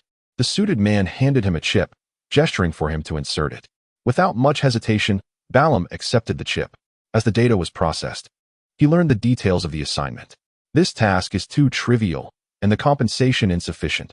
I shall not accept such a menial job," he declared, tossing the chip back to the man in the suit. The serum he had injected had undeniably altered his perspective. In his eyes, only substantial ventures were worthy of his involvement. The trivial skirmishes merely squandered his time. "Then I shall not intrude further." The man in the suit, witnessing Baram's refusal, remained unperturbed, instead revealing a satisfied smile, as if he had already achieved his objective. Chapter 47. An unexpected visitor. After dismissing the man in the suit, Baram was soon approached by others. Regrettably, none of these propositions managed to captivate him. Unfazed by the lack of ideal commissions, Baram decided to leave and return the following day. However, shortly after stepping outside, his system interface suddenly displayed anomalies, and the entire system malfunctioned. A powerful surge of electricity erupted from the base of his skull. The current enveloped his entire body, causing his system to spiral into chaos. His limbs lost their autonomy, rendering him as if he had been frozen in time. With a sharp sound, a swift beam of energy sliced through the air, striking Baram's leg. It was a bullet from a technical sniper rifle. Instantly, his leg's prosthetic was perforated and rendered useless, causing him to topple towards the ground. At that moment, his formidable regenerative abilities allowed him to regain partial control, and Baram attempted to activate his countermeasure, the Sandweisten. Yet, the appearance of 2 combat specialists extinguished the flames of his retaliation entirely. The barrels of 2 shotguns were already pressed against his hands, and the overwhelming firepower unleashed at such close range obliterated his hands in an instant. Thus, Baram's once proud prosthetic limbs were rendered ineffective in the blink of an eye. Having lost all mobility, Baram collapsed to the ground, at which point Sandweisten was successfully activated, albeit merely accelerating his writhing like a maggot. With great difficulty, Baram lifted his head, only to find the suited man from the afterlife right before him. "It is your faulty chip, you wretched creature. I shall kill you." It was evident that the virus causing the system malfunction had stealthily infiltrated at the moment the chip was inserted. This dreadful virus had deprived him of any chance to retaliate. The Sandweisten he had installed had not even had the opportunity to initiate before his limbs were rendered useless. Baram emitted a roar of defiance. But in the activation state of Sandweisten, his words only served to render him more ludicrous. He could scarcely fathom that someone would ambush him with a virus. Setting aside the question of why he was targeted, the sheer insidiousness and ferocity of such a neural virus was beyond the capabilities of an ordinary individual, which ultimately led to his downfall. Target has been captured successfully, requesting evacuation. Ignoring Barum entirely, the suited man issued commands to the communication device. Two combat specialists approached from behind, hoisting him off the ground, as a hovering vehicle slowly descended before them. The enormous logo of the Arasaka Group stood out prominently. And at that moment, Barum finally comprehended that Arasaka had set its sights on him. You are from Arasaka. Why? He could not understand. He had no apparent ties to Arasaka, so why were they intent on capturing him? Little did he realize that his cybernetic doctor had sold all his information to Arasaka. The details of the serum he had injected, along with all his cybernetic enhancements and weaponry, were now known to Arasaka. Under the meticulously laid traps and ambushes orchestrated by Arasaka, Barum appeared utterly vulnerable. At present, Arasaka had only obtained a sample of the original serum from the cybernetic doctor, and the scarcity of the drug was evident until its source was discovered. In such circumstances, it was only natural that Arasaka would not let slip the opportunity of a ready-made test subject. As the only known individual to have injected the serum, Barum was unsurprisingly targeted by Arasaka. Bound to an aerial vehicle, Arasaka's action team departed with an air of nonchalance, leaving behind a multitude of stunned mercenaries. Damn it! This outrageous Arasaka has truly gone too far, brazenly coming to the afterlife to seize people. Do they really think we are easy prey? Someone exclaimed in indignation. Yet, this was merely futile shouting. Had Arasaka's team remained, he likely would not have dared to utter a word. It sounded tragically sad, but such was the reality. What crime had this man committed that warranted the deployment of such force by Arasaka? At that moment, man's team had just emerged from the afterlife, coincidentally stumbling upon this dramatic spectacle. Perhaps he had angered Arasaka with his previous assignment? Who could say? With a mindset of enjoying the show as long as it did not involve them, man's team paid little heed to the unfolding events. After witnessing the spectacle, they scattered, returning home or moving on to their next venue. Meanwhile, Rebecca intended to pay a visit to Japantown. Rebecca had not contacted Rocky for 2 days. She was aware that Rocky had tasks to attend to and refrained from disturbing him with calls. However, the lack of communication was mutual, leaving Rebecca uncertain about when he would conclude his commitments. Caught in this dilemma, she felt a twinge of anxiety. Initially, she considered sending Rocky an email, but that seemed inconsistent with her usual demeanor, given that she had no pressing matters this evening. And with the hope that Rocky would resume his clinic operations once he finished his tasks, Rebecca resolved to visit his clinic. Meanwhile, Rocky was engaged in the production of soldier serum at his clinic. The foundational framework of the data fortress, known as IC, had been established, yet further refinements were necessary. Thank you for your hard work, Lucy, he remarked, conversing with Lucy over the phone as he prepared the potion. At that moment, Lucy was in her apartment, assisting Rocky in constructing a small-scale data fortress. After Rocky outlined his plans, Lucy set to work on some online infrastructure for him. The establishment of a company naturally necessitated a dedicated data fortress. Although they had not yet reached that stage, Lucy aimed to create a rudimentary server prototype to facilitate Rocky's ambitions. As their discussion unfolded, a new visitor request arrived at the clinic. Lucy, I have a guest here. I'll talk to you later. All right. Though the production of pharmaceuticals required Rocky's occasional intervention, constant supervision was unnecessary. Thus, he naturally chose to manage the clinic as well, hoping to earn a little extra income. After ending his call with Lucy, Rocky accessed the surveillance footage at the entrance, but the sight of the visitor caused him to furrow his brow. A man in a suit stood outside, a complete stranger adorned in unmistakable agent attire, signaling to Rocky that the visitor bore ill intentions. He was clearly not there for cybernetic enhancements. Indeed, trouble has come knocking, Rocky thought, his heart racing. Although he had anticipated this day would come, he had not expected it to arrive so swiftly. Ever since he decided to introduce soldier serum to the market, he had known it was only a matter of time before the company would come calling. Perhaps they were indifferent to the sale of trivial stimulants. But when he presented something sufficiently enticing, they would undoubtedly go to great lengths to locate him. Rocky realized that evasion was futile, lamenting his insufficient development. If only he had a bit more time, he could possess greater leverage to negotiate with those corporations. Steeling himself, Rocky approached the door and opened the clinic's entrance. Chapter 48. Confrontation. Good day. Are you here for some cybernetic enhancements? Rocky inquired calmly, observing the man in the suit. Ignoring Rocky's question, the agent expressionlessly stated his purpose. L, while managing an underground clinic, is also a freelance mercenary in Night City. 2 weeks ago, and again a few days prior, you transported goods for a company known as Ascension Technology and have been disseminating product information on their behalf. I require comprehensive details regarding your employer, Ascension Technology. Upon hearing the agent's words, Rocky raised an eyebrow, realizing they were still unaware that he was the one producing the potions. They merely regarded him as an intermediary for Ascension Technology in selling and delivering the potions. The Arasaka agents conducted a thorough investigation based on the intelligence and leads provided by the cybernetic physician, yet the information gleaned was rather scant. While they identified the delivery mercenary and traced the emails to Rocky's clinic, they uncovered no details regarding the potion production or its origins, as if it had materialized out of thin air in Night City. Rocky's production was facilitated solely through the potion station. There were no factories, no data fortresses, no formulas, no shipping records, nor any other employees, rendering Arasaka incapable of locating any source. Without evidence, they naturally would not deduce that these potions were produced by Rocky. In their perspective, he was likely just an appointed representative of Ascension Technology in Night City. Oh, where did you acquire such information? How astute. But what if I claim ignorance regarding their details? Rocky displayed an air of indifference, seemingly unimpressed by the well-dressed individual before him. Do you realize your words carry no weight? Come with us. Remember, this is not a request, it is a notification.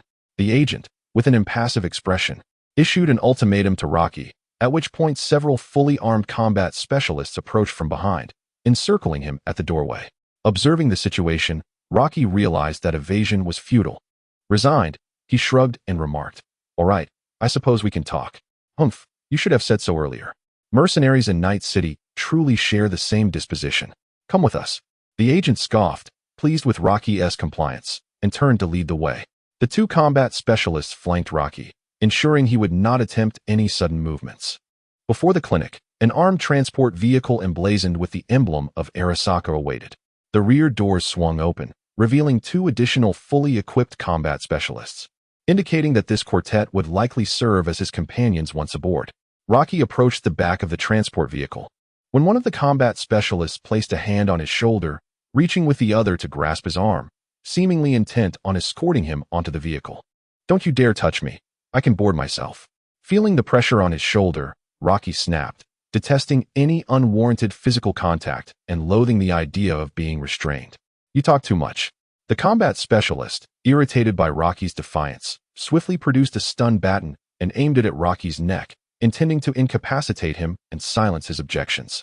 Resorting to violence to resolve matters was the company's customary approach to dealing with obstinate mercenaries. In a scenario marked by an imbalance of power, there has never been a tranquil exchange of dialogue. Regardless of how egregious their actions may be, these individuals are likely to be left with no choice but to silently endure their grievances. A tremendous force struck Rocky, accompanied by a fierce surge of electricity. The sudden onslaught momentarily disoriented him, rendering his body somewhat limp under the electrical influence. However, his exceptional physical resilience and fortitude quickly restored him to consciousness. With a slight groan, Rocky twisted his stiff neck, producing a series of crackling sounds, before turning to face the combat expert behind him. The expert, astonished that his seemingly invincible strike had failed to subdue Rocky, found himself ensnared by Rocky's piercing gaze, causing him to involuntarily swallow hard. Before he could contemplate his next move, the figure before him erupted into action. In an instant, Rocky pivoted, seizing the combat expert by the throat and drawing him close. The expert felt the crushing grip constricting his airway, a sense of suffocation surging to his brain. Instinctively, he grasped at Rocky's hand in a futile attempt to pry it away while his other hand reached for his weapon, preparing to retaliate. Yet, the gun barrel that Rocky pressed against his head halted any further movement. "I told you, don't you dare touch me. Do you not comprehend human speech?"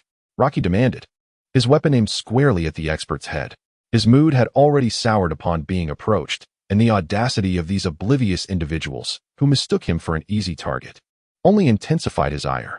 At that moment, several combat experts surrounding the area had already entered a state of heightened alert, all firearms trained on Rocky, seemingly poised to take his life at any moment. "Cyberpunk, lower your weapons immediately and cease your reckless behavior." warned the nearest combat specialist. However, Rocky remained unfazed. Instead, bursting into laughter, "Haha, what are you going to do? Go ahead and kill me. Come on, let me see the courage of you cowards. Let's see if you can extract the information you seek from the lips of a second person." Observing that their warnings had fallen on deaf ears, the combat team remained still, shifting their gaze towards the suited agent.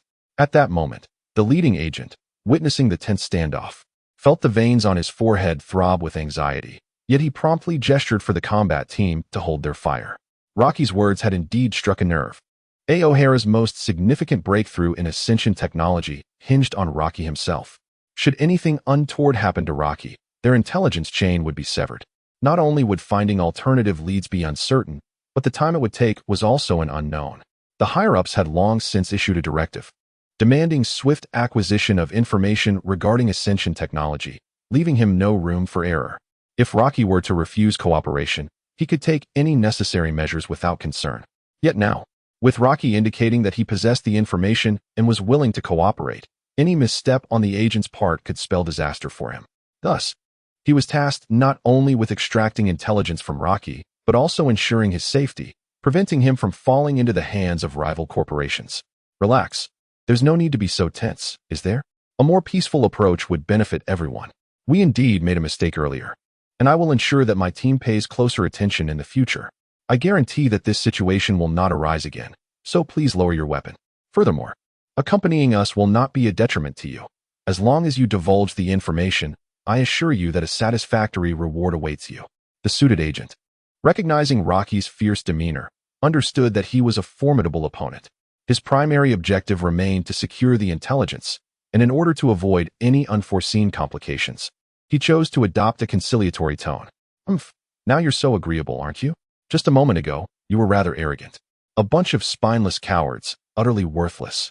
Rocky derisively mocked the members of Arasaka. This is cyberpunk. This is Night City. The weak are left as mere remnants, while the righteous find themselves at the mercy of those wielding firearms. Without sufficient leverage and strength, one is destined to remain subservient for a lifetime. Had Rocky not displayed his assertive attitude, they would have regarded him as an easy target, and the conversation would not have unfolded as amicably as it did. Nor would they have considered offering a reward to placate him. With a swift motion, Rocky holstered his weapon and unceremoniously tossed the captured individual aside. The flushed combat specialist gasped for air, regaining his breath, before silently rising and returning to his squad. Chapter 49. Rebecca's rescue plan with the conflict concluded. Rocky ascended onto the transport vehicle.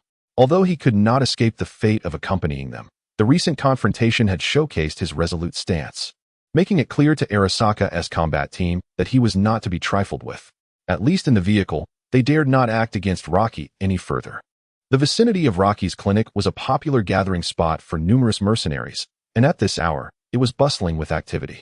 The clash with the H-Saka team had stirred considerable commotion, and the conspicuous presence of H-Saka's combat squad had drawn the attention of many passers-by, who cast curious glances in that direction, whispering among themselves, yet refrained from intervening. Just then, Rebecca arrived on the scene. Observing that the mercenaries, who should have been indulging in their own amusements, were instead fixated on something, she felt a flicker of curiosity about what had captured their attention. However, as she realized that their gaze was directed toward Rocky's clinic, an unsettling premonition took root in her mind. Navigating through the throng that obstructed her view, Rebecca leaned in to see. Before her stood several fully armed operatives escorting an individual towards a vehicle. The glaring emblem of H-Saka emblazoned upon it, leaving no doubt about their affiliation. From Rebecca's vantage point, the crowd had their backs to her, and the operatives effectively obscured Rocky's silhouette, rendering her unable to immediately recognize him. Yet, as she pondered the unusual occurrence of witnessing H-Saka apprehending someone for the second time that day, and speculated on whom they intended to seize, the individual had already entered the vehicle and turned to occupy a seat directly facing the door. The operatives followed suit, closing the door behind him. The entire sequence transpired in an instant, yet within that fleeting moment, Rebecca caught a glimpse of the person's face. Rebecca gasped. She caught a fleeting glimpse of Rocky's face. Though it was but a moment, she could never be mistaken. The location she found herself in left no room for doubt. Rebecca was 100% certain that the person abducted by Arasaka was indeed him. Without a moment to ponder, Rebecca dashed out, drawing her pistol. As she fired at Arasaka's vehicle, a torrent of expletives escaped her lips. "You scoundrel! Release him!" Bullets ricocheted off the armored transport, sparking flares of fire. Despite her relentless attempts to strike, the formidable defenses of Arasaka's vehicle rendered her efforts futile. The bullets barely scratched its coating, let alone penetrated it. The agent seated in the passenger seat glanced back through the rearview mirror, noting only a small figure frantically gesticulating. Just a nuisance, he thought. With the primary target identified, there was no need to concern themselves with her. They would proceed without delay. Ignoring Rebecca, the agent gestured to the driver to continue onward. He had no time to squander. Although he recognized Rebecca as a mercenary who had previously delivered goods, her current relevance was negligible, and she posed no threat. As the door closed, the driver was already poised to start the vehicle. Upon receiving the agent's signal, he pressed the accelerator with determination. "Damn it, come back!" Rebecca shouted, futilely unleashing her firepower as she sprinted toward the retreating vehicle. Yet, as the engine roared to life, they swiftly vanished from her sight. If only I could have arrived a moment sooner. With a fierce throw, Rebecca cast the useless, battered handgun to the ground, unleashing an anguished roar of defiance. She was acutely aware of the malevolent nature of Aozaka. Being captured by them was almost certainly a harbinger of misfortune. Moreover, she recognized Aozaka's formidable strength. Had she arrived even earlier, it is doubtful she could have withstood their might. Yet, her heart brimmed with discontent. Desperately, Rebecca dialed Rocky's number, yearning for a response. However, it was painfully evident that the vehicle Rocky occupied was equipped with a signal jamming device, allowing only Aozaka's designated frequencies to penetrate. When her calls went unanswered, an overwhelming sense of despair enveloped Rebecca, leaving her frozen in place. Why now? Why must it be at this moment? In that instant, Rebecca felt utterly lost, her mind a tumultuous whirlwind. She could not fathom Aozaka's motives for abducting Rocky, but she was acutely aware of the peril he represented.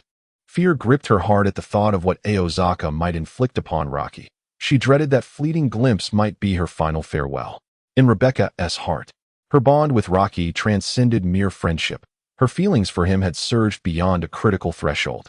She openly acknowledged her affection for him. Pira's words had also instilled a sense of urgency within her. She had long contemplated confessing her feelings to Rocky once he concluded his significant project. Yet now, all her plans lay in disarray, shattered by Aozaka's untimely intrusion. Tonight was supposed to be the moment she would finally express her heart's desires to Rocky. But fate had dealt an unexpected blow. Taking a deep breath to steady herself, Rebecca clenched her hands into tight fists. Sitting idly by is not Rebecca's style. Her concern for Rocky spurs her into action rather than futile prayers. With Arasaka having taken Rocky, she resolves to rescue him. I will undoubtedly save you. You must hold on, Rebecca declared with determination. However, a stark reality loomed before her. Arasaka was exceedingly powerful, and she was acutely aware of her own limitations. Rushing in alone to rescue him would likely result in her being mercilessly subdued by Arasaka's security forces. Furthermore, she had no idea where Arasaka had taken Rocky, making it evident that she could not accomplish this task single-handedly. Regaining her composure, Rebecca disregarded the peculiar gazes of the surrounding mercenaries, picked up the firearm from the ground, and dialed Man's number. Rebecca? What's the matter? Man's voice was somewhat muddled upon answering, suggesting he was preoccupied. I need to rescue someone. Who? The cybernetic doctor from the Japanese street. He has been captured by Arasaka. Rebecca articulated her intent, hoping Man and his associates could assist her. On the other end, Man paused momentarily upon hearing Rebecca's mission to save someone taken by Arasaka. Pushing away the clingy Dorio, he gestured for her to remain calm, then earnestly engaged in the conversation with Rebecca. What? You intend to rescue someone captured by Arasaka? Where did you acquire such a commission? Man, sensing Rebecca's unease about confronting Arasaka, presumed she had stumbled upon a significant job. It is not a commission. I am determined to rescue him myself, but I require assistance. Chapter 50. Rocky's friend. Upon hearing Rebecca's response, Man pondered for a moment and discerned that something was amiss with her. He was well aware of who Rocky was, having purchased stimulants from him on several occasions, yet their acquaintance was not particularly close. It was merely a series of transactional interactions. Rebecca's tone suggested a hint of urgency, which Man found perplexing. Why would one choose to oppose Arasaka for the sake of a cybernetic doctor? Rebecca, are you certain you are not jesting? He is merely a cybernetic doctor. Arasaka's abduction of him is of no concern to us. You are actually contemplating rescuing him from Arasaka? You must understand the nature of Arasaka. Man articulated his thoughts, believing that as long as it did not involve the capture of his teammates, the abduction of anyone else was utterly irrelevant to him. He is not just a cybernetic doctor. He is someone I hold dear. I am not joking. I must rescue him. I am acutely aware of Arasaka's formidable power, which is precisely why I need your assistance. I recognize that this matter does not concern you, but I can offer compensation, as though you were undertaking a job. Please, Man, will you help me? Rebecca spoke with calm determination, hoping Man would lend her aid. Upon hearing her words, Man comprehended her urgency in seeking to save him. Nevertheless, he still declined. Rebecca, this is not about compensation. It is Arasaka who has taken him. And opposing them is undoubtedly a path to demise. I must take responsibility for my team and cannot lead them to certain death. I can empathize with your sentiments. Yet, that is Arasaka, the Emperor of Night City, and the likelihood of success is bleak. I would advise you to relinquish this notion. After all, you are a member of the team, and I would hate to see you perish at the hands of Arasaka. On a more optimistic note, perhaps Arasaka will not inflict any harm upon him. It is conceivable that they may release him in a few days. You understand my implication, do you not? Man implored Rebecca, hoping she would adopt a more rational perspective. If Arasaka truly intended to do harm to Rocky, it was beyond their influence. The grim fate of Barum before the gates of the afterlife remained vividly etched in their memories. Rocky was merely a cybernetic physician, unworthy of such peril, regardless of any potential reward. This was not as simple as pilfering a few scraps of intelligence from Arasaka or eliminating a handful of their operatives. Should Arasaka apprehend Rocky and return him to Arasaka Tower, would they truly storm the tower for a rescue? That would be more akin to a death wish than a rescue mission. Very well. I understand now. It is of no consequence. After being rebuffed by Man, Rebecca fell into a moment of silence before ending the call. Although Man refused to assist her, she held no resentment towards him. The dominion of Arasaka was indisputable, and few dared to oppose them. To Man, Rocky was merely a cybernetic doctor with whom he had crossed paths a few times. It was entirely reasonable for him to be reluctant to jeopardize himself for someone he barely knew. Furthermore, she had no right to demand that others join her in this perilous endeavor. If Man had acquiesced, it would have been fortuitous. If not, she could understand. She attempted to contact Falco and Kivi, but they too unequivocally declined her request. However, Rebecca had long anticipated this outcome. With Man's refusal, it was highly likely that the other members of the team shared a similar sentiment. Having ceased her futile attempts, Rebecca found herself engulfed in a haze of confusion. Utterly alone and helpless. Rational? How could I possibly be rational? Reflecting on Man's words, she realized that maintaining composure was beyond her reach. Each perilous moment that Rocky faced felt like an agonizing torment. With no one willing to assist her, she resolved to take matters into her own hands. I must rescue you. Even if no one else is willing to join me, you still have me as a friend. As she clung to this determination, the notion of friendship sparked an epiphany. Perhaps she need not seek Man and the others for aid. Rocky had friends too. If she conveyed the news of his capture to them, they would surely choose to help her. With this shift in perspective, a flicker of hope reignited within her. Rocky had once spoken of two friends, a mercenary named Jack and a cyberneticist named Victor who operated in Watson. Though she lacked Jack's contact information and had no clue where to find him, she did know how to locate Victor, as Rocky had previously shared the address of Victor's clinic. With clarity of purpose, Rebecca promptly set off for Victor's clinic. Inside Misty's spiritual shop, Rebecca followed Rocky's earlier description to find her way here. Welcome. How may I assist you? Misty inquired gently as Rebecca entered. I am looking for Dr. Victor. Rebecca stated directly, revealing her intent. Certainly, please hold on a moment while I contact him. Despite Rebecca's petite stature, Misty warmly assisted her in contacting Old Way. Soon, a response arrived from Old Way, indicating that he was available to meet Rebecca. Dr. Victor is ready to see you now. You may go in. The clinic is located in the basement of the alley. Just exit through the back door, and you will see the stairs leading down. Misty, noticing that Rebecca was unfamiliar with the place, kindly explained the directions to ensure she wouldn't get lost on her first visit. Thank you. Rebecca nodded in appreciation before hastily making her way inside. In the clinic, upon Rebecca's entrance, Old Way turned his chair to face her, preparing to greet her. However, Rebecca spoke first. You must be Victor. I am a friend of L. Elle has been captured by the Arasaka people, and I need your assistance. Rebecca, intent on not wasting any time, directly stated her purpose. Old Wei, upon hearing Rebecca's words, immediately perked up. Elle has been captured by Arasaka? Please, calm down and tell me exactly what happened. Although Old Wei felt a tinge of anxiety upon learning about Rocky's predicament, his composed demeanor quickly prevailed. Rebecca swiftly recounted the entire sequence of events to Old Wei. This is quite troublesome. Elle is in serious trouble. From Rebecca's description, Old Wei gleaned an understanding of Rocky's situation, suspecting that it was likely due to the sale of the serum that Arasaka had targeted him.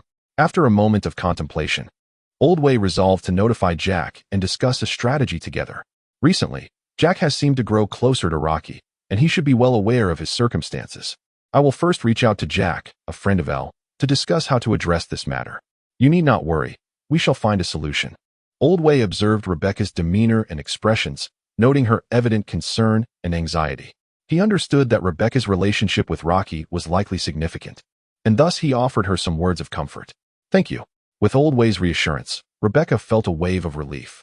It seemed that seeking Victor was indeed the right choice. At least now, someone was willing to assist her.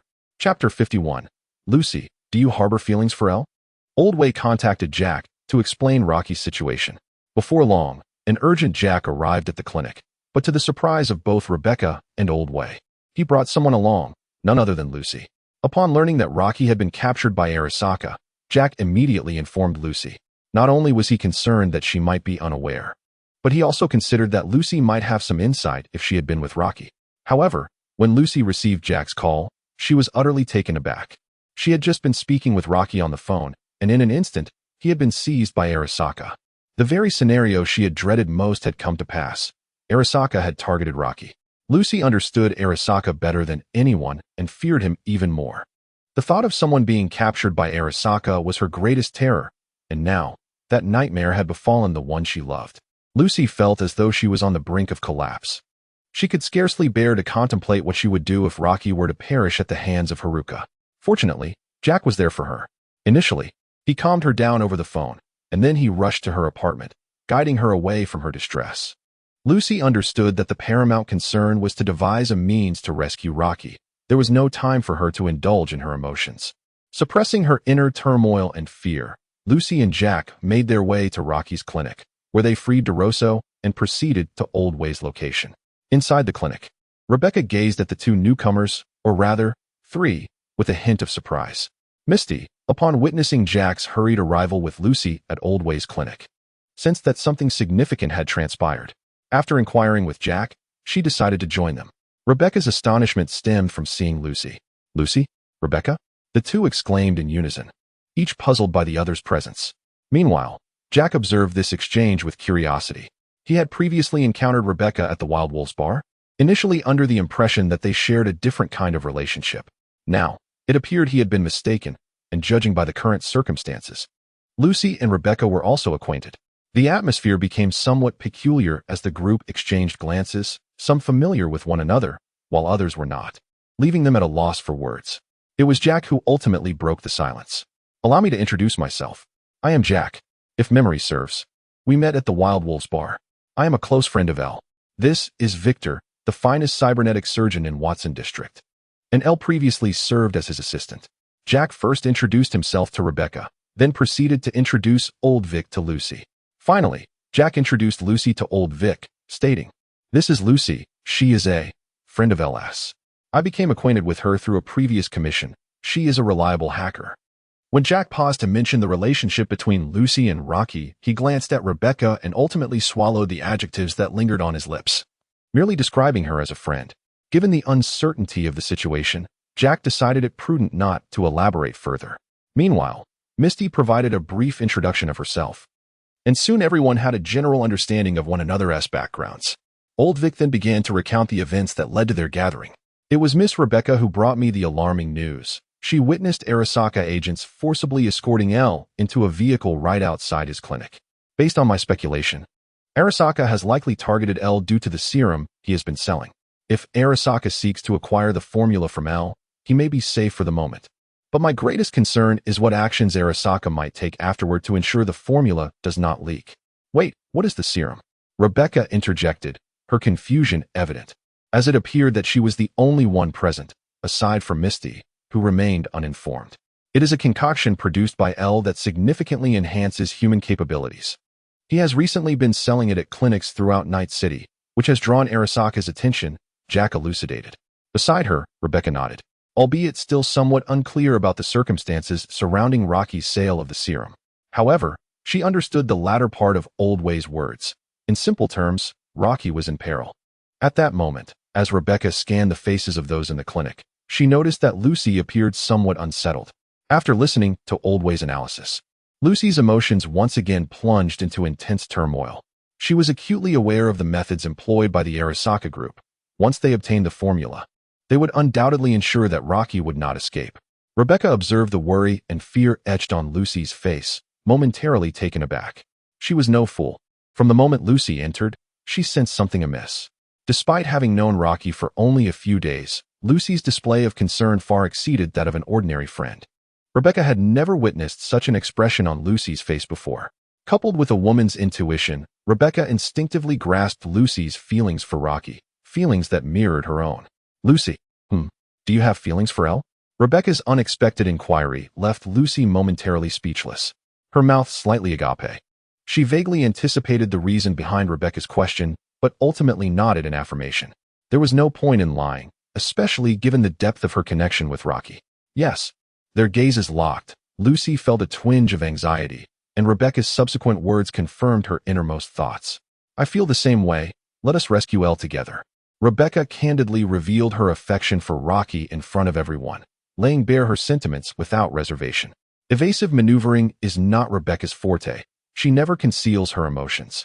When angered, she expresses her ire vocally. When joyful, she beams with laughter, and when in love, she boldly proclaims her affections. Although Rebecca might not have anticipated that Lucy could usurp her home in such a short span, her current preoccupation lies not with who loves Rocky or who Rocky loves. Her singular focus is on rescuing him, for her affection for Rocky compels her to act, regardless of the circumstances or outcomes. While she may feel disgruntled by Lucy's apparent competition for Rocky's affections, such thoughts can wait until after his rescue. For now, both she and Lucy stand united on the same front. Lucy's suspicions were confirmed, igniting a peculiar sensation within her. She had not expected Rebecca to harbor feelings for Rocky. Uncertain of the nature of their relationship, she fretted over the possibility of being perceived as an interloper should they have already been mutually enamored. Yet, in this moment, she, like Rebecca, is consumed by concern for Rocky. Regardless of the myriad uncertainties, their priority remains clear: to secure Rocky's safety. With a resolute nod, Lucy acknowledged Rebecca, and the two shared an unspoken understanding, choosing to forego further discussion of their rivalry until Rocky's safety was assured. Meanwhile, Jack observed the scene with wide-eyed astonishment. Thoroughly taken aback, Old Way chuckled softly, reflecting on the joys of youth. Following this brief interlude, the group's spirits noticeably lightened. Old Way continued, "To rescue Elle, we must first ascertain where Arasaka has taken him. What are your thoughts?" Clearly, Old Way is of no assistance in this matter. Chapter 52, Rebecca's Resolve. It would be prudent for Lucy to attempt to locate Elle's whereabouts first. If that proves futile, they will have no choice but to seek the services of a specialized intermediary for intelligence. Jack expressed his thoughts, as they currently possessed no clarity regarding Rocky's situation. Hence, they must allow Lucy to embark on a deep dive into the internet to trace Rocky's whereabouts. The group nodded in agreement with Jack's proposal, acknowledging that no better alternatives were available at this moment. "I will prepare for the deep dive," Lucy declared, ready to take action first. The clinic lacked the necessary interfaces for deep diving, and time was of the essence. She needed to act immediately. Meanwhile, Misty, who had remained silent, observed the group's discussion and voiced her concerns. "You intend to rescue Elle, and I am aware he is in peril. However, what if he is imprisoned by the Arasaka people? Their defenses are formidable, and that could be exceedingly dangerous. I am quite worried about you all." Misty expressed her apprehension. Although she was equally anxious about Rocky's capture, she understood the nature of Arasaka and feared that Jack and the others might also fall into peril. "Regardless of the danger, we must save him.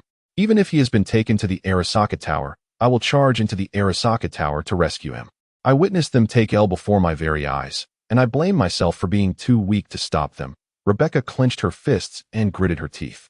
Reflecting on that moment outside the clinic, she truly despised her lack of strength for failing to protect Rocky. Rebecca had never been a fragile girl. She required no one's protection. On the contrary, she yearned to safeguard those she cherished. In the past, she had no one to love, but now that she did, she could only watch helplessly as others whisked him away. Thus, she vowed to rescue Rocky. Her resolute words resonated in the ears of the crowd, who were unexpectedly moved. They had not anticipated the unwavering determination Rebecca possessed in her quest to save Rocky. Is this what love means for Rebecca? It seems that some truly would ascend the treacherous heights for the sake of love. Would Elle do the same for me? Surely, he has said he would. Lucy, touched by Rebecca's heartfelt declaration, felt an inexplicable sense of unease. It was as if she were the thief who had stolen Rebecca's beloved. How would Rebecca perceive her if she were to discover the truth about Lucy and Rocky?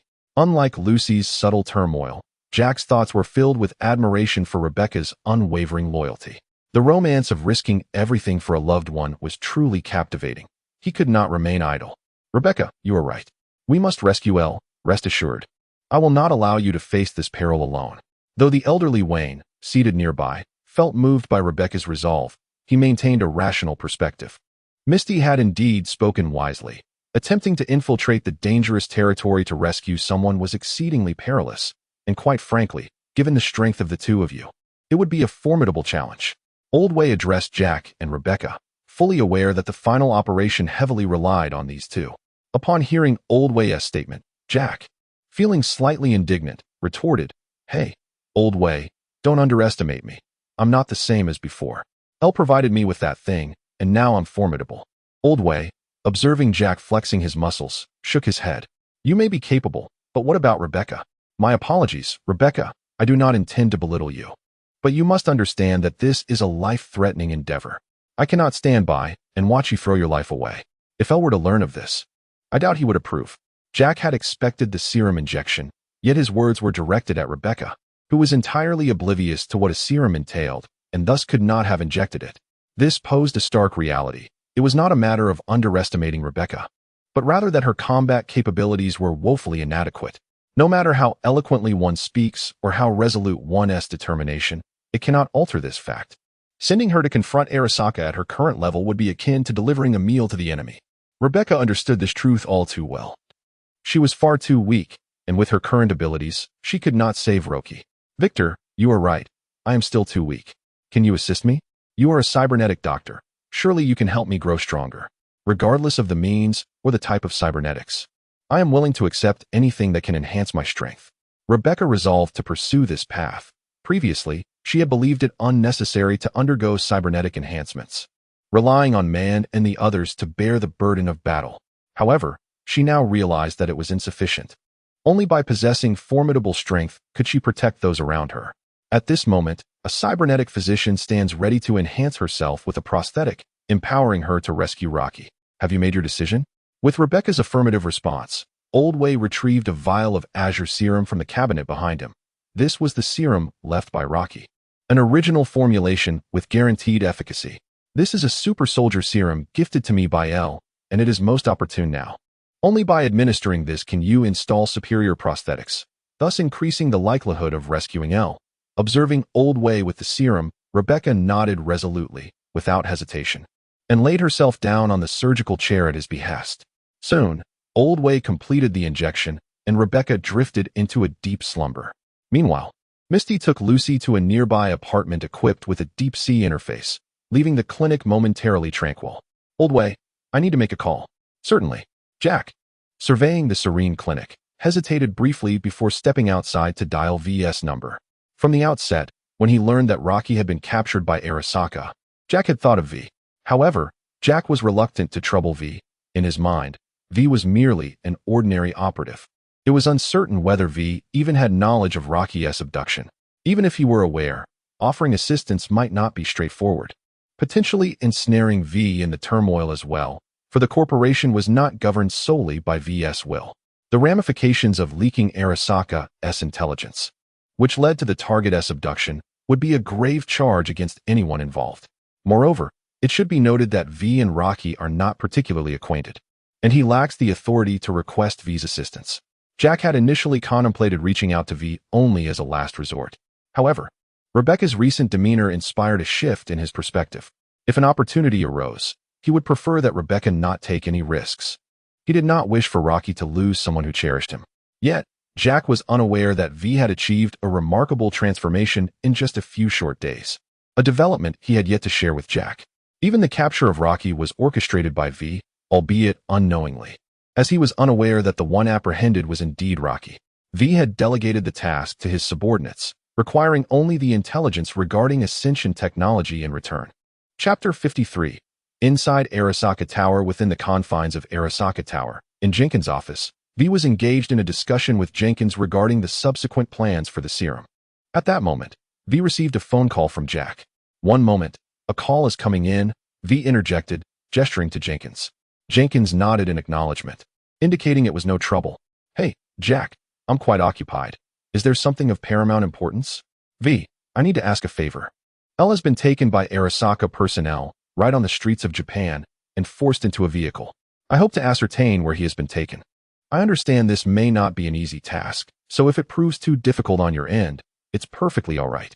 As Jack recounted the situation, V's brow gradually furrowed. "L has been taken? Very well, I will keep an eye out. However, Jack, I must clarify that this matter may not yield a favorable outcome." "All right, I await your update." The conversation between the two was quite straightforward.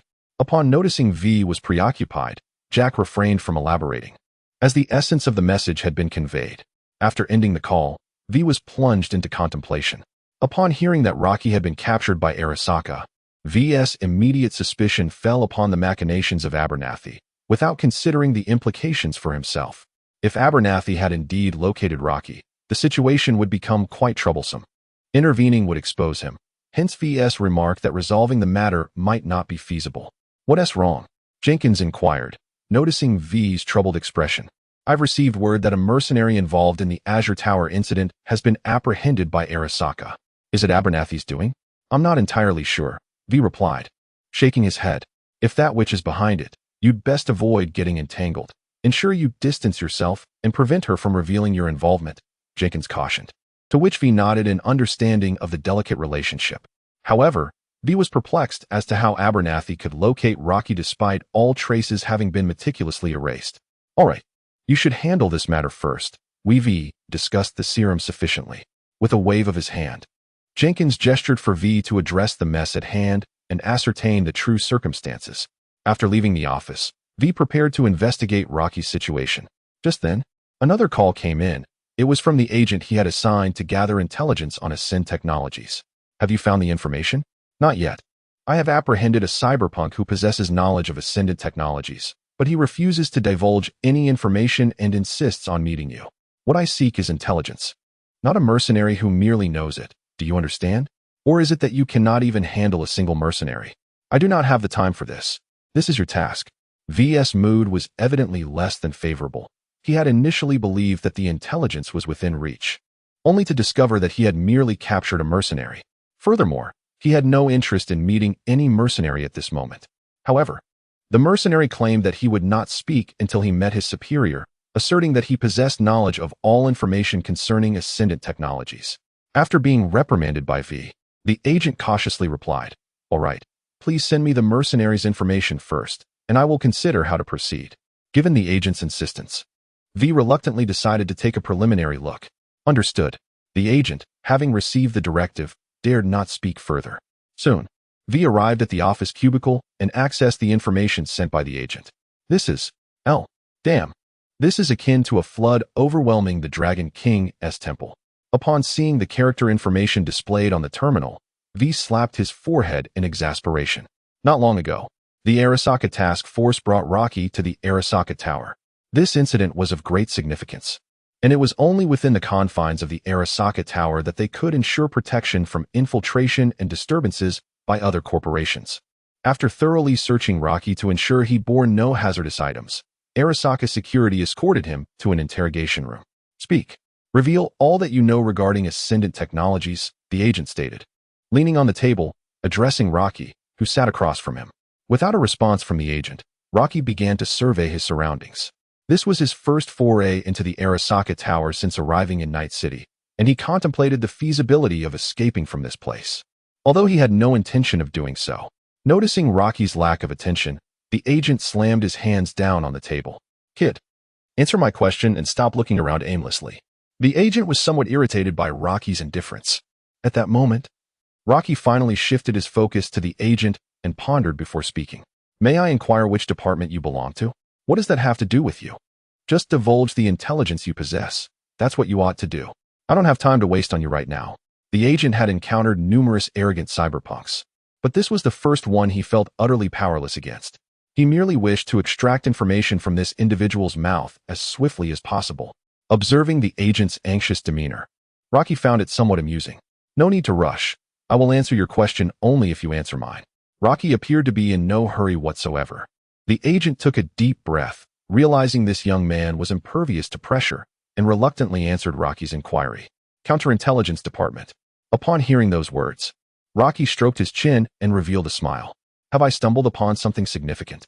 Could it be that V is responsible for this? If that's the case, and he had me brought here, that would truly be a nightmare, Rocky mused. I want to meet your superior. Rocky's words struck the agent like a powerful blow once more. Not a chance, my friend. The Arasaka Tower is your domain. You can meet whomever you wish. Presently, you find yourself in our grasp. Can you not discern your position? 1,000 horses galloped through the agent's mind. Impossible. You must divulge the intelligence you possess immediately. The agent flatly refused Rocky's demand, to which Rocky merely shrugged. So, no negotiations then? Allow me to clarify. I hold comprehensive knowledge regarding Ascension technology. Yet your rank is far too low. Conversing with you is futile. Bring someone of greater stature. Upon hearing Rocky's words, the agent's expression grew grave, as if weighing the truth of Rocky's claims. In his estimation, this individual was merely a merchant. How much could he possibly know? At most, he might reveal the upper echelons of Ascension technology. Now, he professes to possess all information regarding it. Perhaps they had misjudged him. He seemed to know more than they had anticipated. After a moment of silence, the agent fixed his gaze on Rocky and spoke. You had better ensure your words are truthful. Should I lose face before my superiors because of you, you will come to know my methods. Rest assured, I am confident. Now, quickly summon your master, Rocky replied with a smile, lightly tapping his fingers on the table. Ignoring Rocky's taunt, the agent hesitated briefly before dialing his superior, informing Rocky to wait. Before long, the door to the interrogation room swung open. As expected, V entered. Long time no see, V. Rocky exclaimed with a smile upon seeing V enter and dismissed the agent. Having a familiar face certainly makes matters easier. It seems my arrival is not surprising to you. I recently inquired about the department of that agent and surmised it might be you. I apologize. I truly did not expect to encounter you in such a manner and in this place. Had I known of your involvement in this matter, we could have chosen a more comfortable venue for our discussion, perhaps a bar to enjoy a drink together.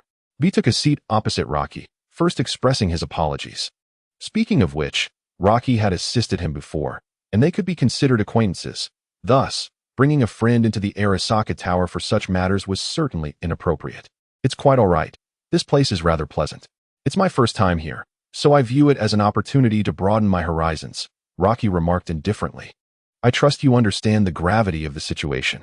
Let us address the main issue, for it is of utmost importance to me.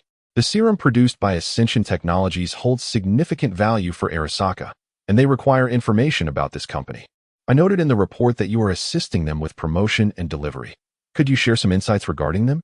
Rest assured, if you provide the intelligence, we will offer you a generous reward, and I can request protection for you from any reprisals by Ascension Technologies. Indeed, the treatment of acquaintances is markedly different. Upon his arrival, V demonstrated his sincerity to Rocky. Noticing V's direct approach, Rocky refrained from further pleasantries and spoke up. The serum, is it? I am well aware of its significance to Arasaka, and not just to them. Military technology, biotechnology, and international trauma teams. Every major corporation covets it. As V listened to Rocky, he found himself puzzled by the implications of his words. Was he attempting to demand an exorbitant price? Nevertheless, V remained indifferent, as it was ultimately the funds of Arasaka at play. While V was still in a state of perplexity, Rocky continued, You seek information regarding ascendant technology. But to speak candidly, I am unable to divulge anything. What do you mean? V inquired, a flicker of confusion crossing his face. The truth is that the company does not actually exist. I am Ascendant Technology, Rocky proclaimed, leaving V in a state of astonishment. Are you suggesting that you produced the serum? V paused momentarily, refraining from outright denying Rocky's assertion, and instead posed a question. Rocky nodded affirmatively, providing clarity. Indeed, the serum, along with the previously sold stimulants, were all manufactured by me. Ascendant Technology is merely a FAAD. There is no actual company. V fell into silence, harboring some skepticism regarding the veracity of this revelation, yet he felt that Rocky was unlikely to deceive him. Without further discussion on whether the serum was indeed produced by Rocky, V ventured a new inquiry. I have a question. Since you possess the means to produce the serum, why opt to sell it through an underground clinic instead of handing the formula over to a corporation? Either directly selling the formula or granting production rights would undoubtedly yield far greater profits than your current endeavors. From V's perspective, it seemed that Rocky could secure an abundance of wealth simply by selling the formula to a corporation. Thus, he questioned why Rocky would choose to take the risk of selling the serum himself. However, Rocky shook his head, indicating that V's line of thought was fundamentally flawed. V was viewing the situation from a corporate standpoint, and indeed, from the perspective of the affluent, it appeared to be a sound assumption. Authorizing the production formula to large enterprises indeed yields considerable profits. The case of biotechnology granting the production rights of CHOH2 to petrochemical companies is a prime example of this. However, from the perspective of an ordinary individual, the scenario is far less favorable. Rocky lacks substantial backing, and should enterprises gain control over production, he believes they would prefer to erase him rather than offer a significant sum of money. For them, it would be a trivial matter. For me, this is utterly impossible. This potion can only be produced by me, and I shall never disclose the formula, not even to Arasaka. I am willing to sell the potion to you, but the formula is non-negotiable.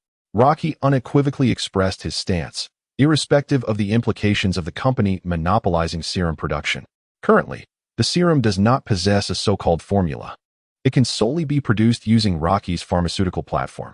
Even with identical raw materials, without the platform, the result would merely be a puddle of waste. This is why Rocky confidently negotiates terms with Arasaka. Presently, he is the sole producer of the serum, and should he perish, the serum would cease to exist. As for whether Arasaka might uncover his secret and seize the pharmaceutical platform, apologies, but his system is a modular one.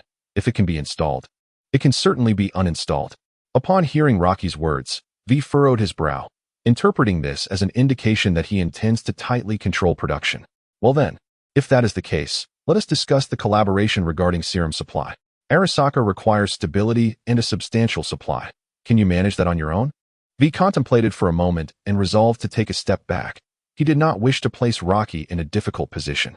Although this decision would ultimately fail to achieve the outcome that Arasaka most desired, it still resulted in the acquisition of the serum, which could not be deemed the worst outcome.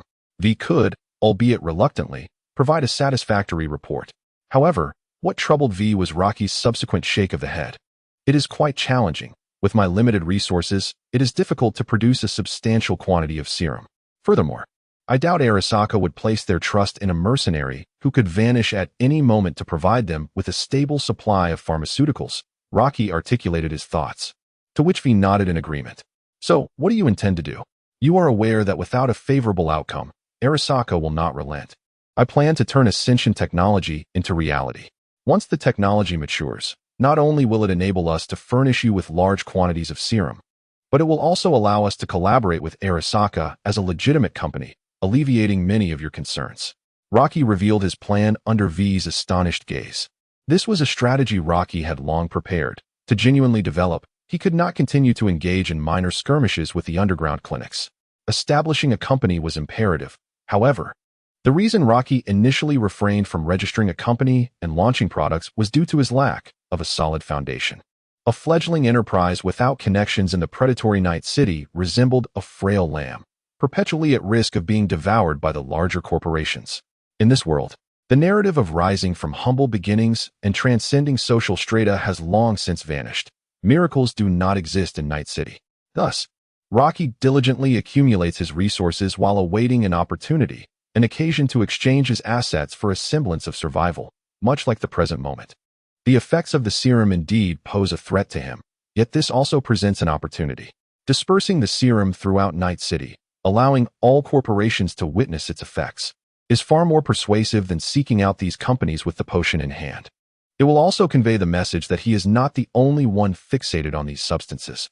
Initially, Rocky was reluctant to target Arasaka due to Lucy's influence. However, he knows Arasaka all too well, and the connections V possesses within the company are undeniably advantageous. Relinquishing these benefits and refusing to collaborate with Arasaka would be imprudent. Furthermore, partnering with Arasaka could provide him the chance to meet the notorious traitor, Raisin. With the support of this princeling, the difficulty of achieving his goals would diminish significantly. Of course, this hinges on his ability to persuade Raisin that their aspirations align, while simultaneously assuring him that he would not become the next Saburo Arasaka. At times, leveraging the power of one's adversaries becomes a necessity, and Rocky bears no qualms about this. He merely hopes that Lucy can comprehend his reasoning. Chapter 55. Rocky returns to be honest. L. Your ambition truly astonishes me. As V listened to Rocky's words, he grasped their meaning but was taken aback by the sheer magnitude of Rocky's aspirations. A modicum of ambition is natural. Who among us wishes to languish in this city for eternity? Moreover, are you not the same? V. Rocky remarked with a smile. V paused momentarily, acknowledging the truth in Rocky's words. He too harbored ambitions of ascending to greater heights. Rocky's statement served as a reminder to V that this endeavor constituted an investment for him as well. Should Ascendant Technologies flourish and emerge as a significant partner for Arasaka, V would undoubtedly reap substantial rewards. Conversely, if Ascendant Technologies were to falter, V, as the lead figure, would inevitably face repercussions. Well, you are right. However, this matter has transcended my jurisdiction, and I lack the authority to make such decisions. Nevertheless, I will contact my superiors and facilitate a meeting for you. After some contemplation, V recognized the considerable potential of Ascendant Technologies, and with Jack's connection, he resolved to assist Rocky. Thank you. With V's response, Rocky stood and shook his hand, signifying a mutual understanding. By the way, although we still need to discuss the collaboration further, if you currently possess any potions, you may sell them directly to us. Although V could not make decisions regarding the partnership, procuring potions fell squarely within his responsibilities and authority. The evaluation and experimentation of serum potions could not rely solely on a single sample obtained from a cybernetic physician. There are 20 more. You can collect them from my clinic now. Rocky nodded in agreement. As this arrangement suited him well, his remaining funds were scarce, and he urgently needed to recoup some resources to navigate the impending situation. I shall arrange for someone to accompany you to retrieve them. The sooner, the better. The security outside is already prepared, and I will have them escort you. Rocky nodded and proceeded towards the interrogation room's exit. Just then, V suddenly called out to him again. Rocky replied, I understand your ambitions are vast, but do not press Arasaka too hard. Even if the serum has never materialized, Arasaka remains one of the most powerful corporations in this world. V hesitated for a moment before offering this well-meaning caution. I understand. I will exercise discretion. Rocky replied with a reassuring smile, putting V at ease. Moreover, Jack is quite concerned about your situation. Be sure to reach out to him soon. Upon hearing V's words, Rocky paused, puzzled as to how Jack knew of his abduction. He had intentionally refrained from informing anyone to spare Jack and Lucy from worry. It had not been long since his disappearance, and it seemed unlikely that Lucy would have found Arasaka so swiftly. Despite his confusion, Rocky nodded in acknowledgement. I understand. Thank you. Before long, Rocky emerged from the interrogation room, escorted by security out of the Arasaka tower. V, meanwhile, found the agent and instructed him to follow Rocky to procure the serum, ensuring that personnel were assigned to keep a close watch on him. Although friends are friends, V did not yet fully trust Rocky. He could not afford to be deceived, especially if Rocky was merely seeking an excuse to elude him. Furthermore, V had to ensure that Rocky was not abducted by agents of rival corporations, making surveillance all the more essential. After departing from Arasaka Tower, the agent drove Rocky back to the clinic. Rocky retrieved the serum from the clinic and handed it over to the agent, swiftly receiving the transfer in return. The wallet has once again warmed, and Rocky couldn't help but marvel at the lavishness of large corporations, spending $400,000 on 20 vials of medication without a flicker of an eye. In front of the clinic, Rocky bid farewell to the agent, only to notice that a number of onlookers were casting curious glances in his direction. It was only natural, after all, given the recent commotion caused by Arasaka, who had abducted him and now returned him. Ignoring the stares, Rocky turned to head back to the clinic to contact Jack. However, he soon stumbled upon something peculiar. He noticed that his car, the Drossas, was missing from its parking spot. Hey, where the hell is my car? For a moment, Rocky thought some audacious fool had dared to steal it. But upon reflection, he realized that the Drossas' anti-theft capabilities ought to prevent such an occurrence. Checking the map for the vehicle's location, he discovered it was stationed at Old Way's clinic, likely taken by Jack. With no other option, Rocky mounted his motorcycle and sped towards Old Way's clinic, simultaneously dialing Jack's number. Meanwhile, Jack, Lucy, Old Way, and Misty were gathered at Old Way's clinic. Any news? Lucy could not contain her curiosity. Not yet. Just wait a bit. My buddy said everything is fine, so don't worry. V had informed Jack that Rocky had been taken by him, assuring him that Rocky was unharmed and that he would handle the situation, releasing him shortly.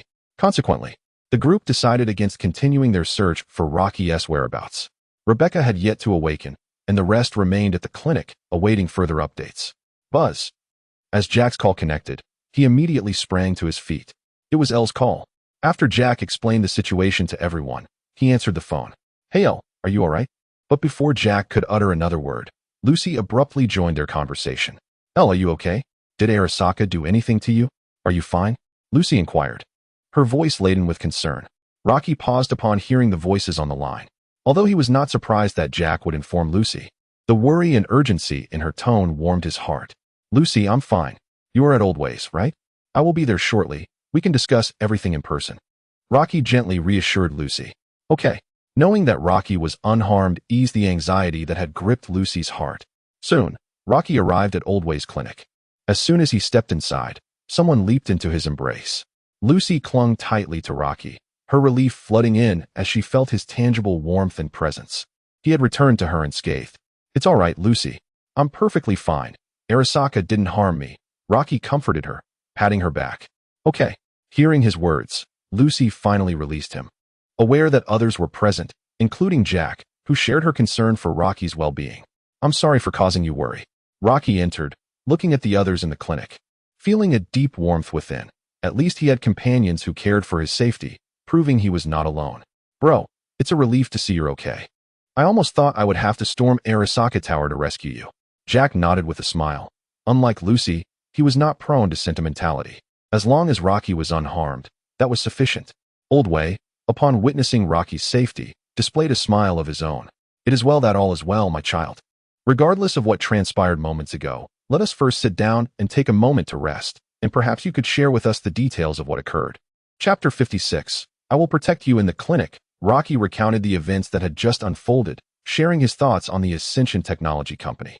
It was indeed related to the matter of the potion. However, your point is valid. If one wishes to establish a foothold in Night City, collaborating with Arasaka is indeed a prudent choice. Old Way nodded in understanding of Rocky's decision. Jack, on the other hand, raised his hands in exasperation, commenting, Elle, you make a fair point, but might I suggest that before you engage in such grand endeavors next time, you inform us beforehand? You had us believing you might not return. Were it not for V's warning, we would have been ready to charge into Arasaka ourselves. Rocky, upon hearing Jack's words, felt a touch of helplessness. The incident had occurred so unexpectedly, and he had intended to spare them worry by not informing them. Little did he know that they were already aware. However, I am quite curious. How did you come to know that I had been captured by Arasaka? Did V notify you? Noticing Rocky's confusion, Jack turned and pointed to the surgical chair in the clinic. Rocky turned to see Rebecca lying upon it. Upon entering, Rocky immediately noticed Rebecca. However, he had no opportunity to inquire further amidst their questioning. Now, observing Jack point towards Rebecca, he began to piece together the situation. It was Rebecca who informed us that she witnessed you being taken by the men from Arasaka in front of your clinic, leading her to seek out Old Way. Which is how Lucy and I became aware of the matter. Upon hearing Jack's words, Rocky finally had his questions resolved. He recalled hearing muffled sounds resembling bullets striking the vehicle after they had boarded, which he had dismissed at the time. But now it seemed likely that Rebecca was the cause. Given Rebecca's current state, Old Way, have you administered the serum to her? Rocky inquired, fully aware of the effects following the serum injection. Old Way nodded in response. Yet before he could elaborate, Rocky felt a tug on his hand. Elle, come with me. I have something to discuss with you. Lucy pulled Rocky outside the clinic. As Rocky pondered the necessity of speaking outside, Lucy began to speak. Rebecca injected herself with the serum because of you. Not only that, she is more concerned for your well-being than any of us and is resolutely determined to rescue you. She would charge into the Arasaka Tower without hesitation for your sake. She persuaded Victor to assist her in administering the serum and outfitting her with a prosthetic, all in an effort to save you. Lucy conveyed everything regarding Rebecca without reservation. Rocky was left in stunned silence. He had not anticipated such a whirlwind of events in such a short span and was taken aback by the extent of Rebecca's sacrifices for him. Rebecca. She also mentioned that she harbors affection for you. Everything she does is driven by her love for you. You must feel a similar sentiment towards Rebecca. Lucy unabashedly revealed Rebecca's feelings for Rocky. In her perspective, Rocky had the right to know this, and such truths could not remain concealed. Her intention was not to evade, but to clarify matters. At that moment, Rocky felt his mind was overwhelmed. The shock of being confronted by a loved one was undeniably explosive in any context. After a brief silence, Rocky finally spoke. I do indeed have such feelings for Rebecca. But Lucy, I feel the same way about you. My affections are not merely a response to your initiative. Rocky's affirmation made it clear that, with the truth laid bare, deception held no purpose. Yet, before he could elaborate further, Lucy pressed her finger against Rocky's lips, silencing him. I know, she said with a smile, one filled with joy and relief. She had already discerned the answer. The moment Rebecca confessed her feelings for Rocky, Lucy had sensed it. With the depth of Rebecca's emotions for Rocky, it was impossible for him to remain indifferent. Nevertheless, Lucy felt no anger. Rebecca's love for Rocky earned her respect, especially since it was Lucy who had pursued a relationship with him first. She had no grounds to condemn either Rebecca or Rocky. Lucy's happiness stemmed from Rocky's declaration that his feelings for her were equally profound, affirming that he loved her just the same. That is sufficient. Tearing apart the facade would be detrimental to all three of them. Lucy did not wish to place Rocky in a difficult position, nor could she bear to lose him again. Rebecca is a wonderful girl. Do not let her down. Lucy's words left Rocky momentarily speechless, for the situation seemed to be veering into absurdity, albeit not diverging from his initial intentions. I will, he replied, but soon his mouth was silenced once more. Lucy could tolerate the feelings between Rebecca and Rocky, yet that did not signify her relinquishing her claim on him. She was asserting her ownership through her actions. In the clinic, Rebecca opened her eyes. The serum's alteration had rendered her mind remarkably clear. Yet, upon witnessing the scene before her, she questioned whether she had truly awakened or was merely ensnared in a dream. For there stood Rocky's face, vividly alive before her. Is that you? Rebecca asked, her disbelief palpable. It is I, Rebecca. Thank you for your endurance, Rocky replied with a smile.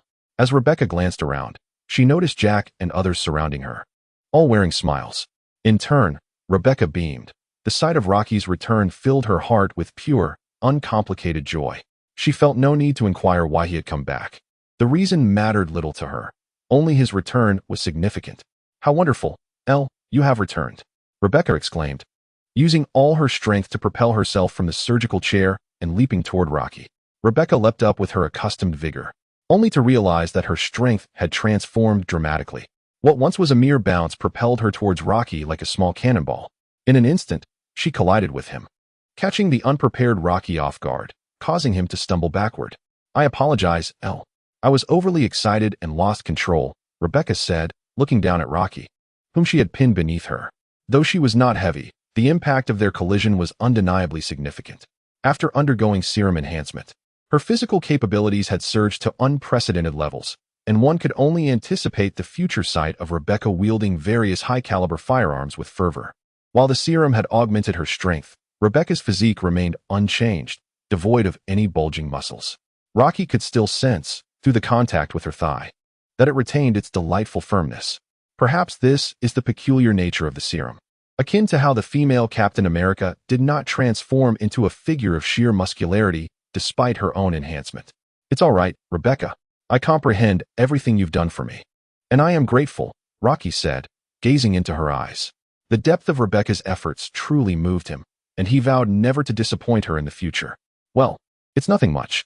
Since I have feelings for you, I will always protect you, Rebecca declared, raising her hands to showcase the subtle definition of her delicate, pale arms.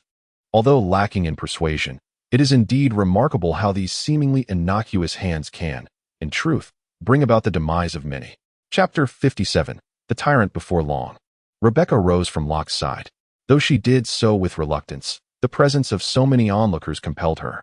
As the crowd witnessed Locke's safety and Rebecca's awakening, they prepared to let the matter rest. However, at that moment, Locke called out to Old Wei. "Old Wei, I have a favor to ask. Please assist me in installing a prosthetic." Locke then produced a prosthetic that resembled the advanced vertebral systems of Sion Waystan. The segmented white mechanical skeleton, coupled with its intricate internal structure, immediately conveyed its extraordinary nature. This was the prosthetic for the Source Project that Locke had long been prepared to install.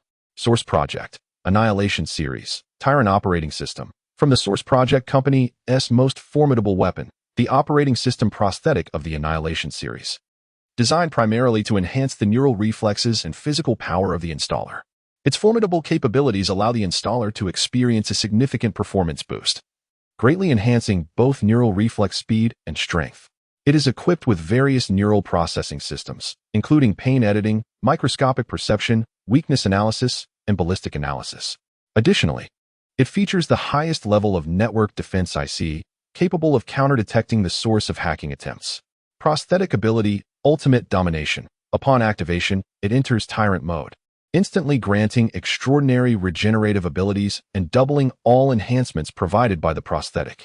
Simultaneously, all other cybernetic enhancements on the installer transitioned into a state of frenzied performance, doubling all capabilities and enhancements.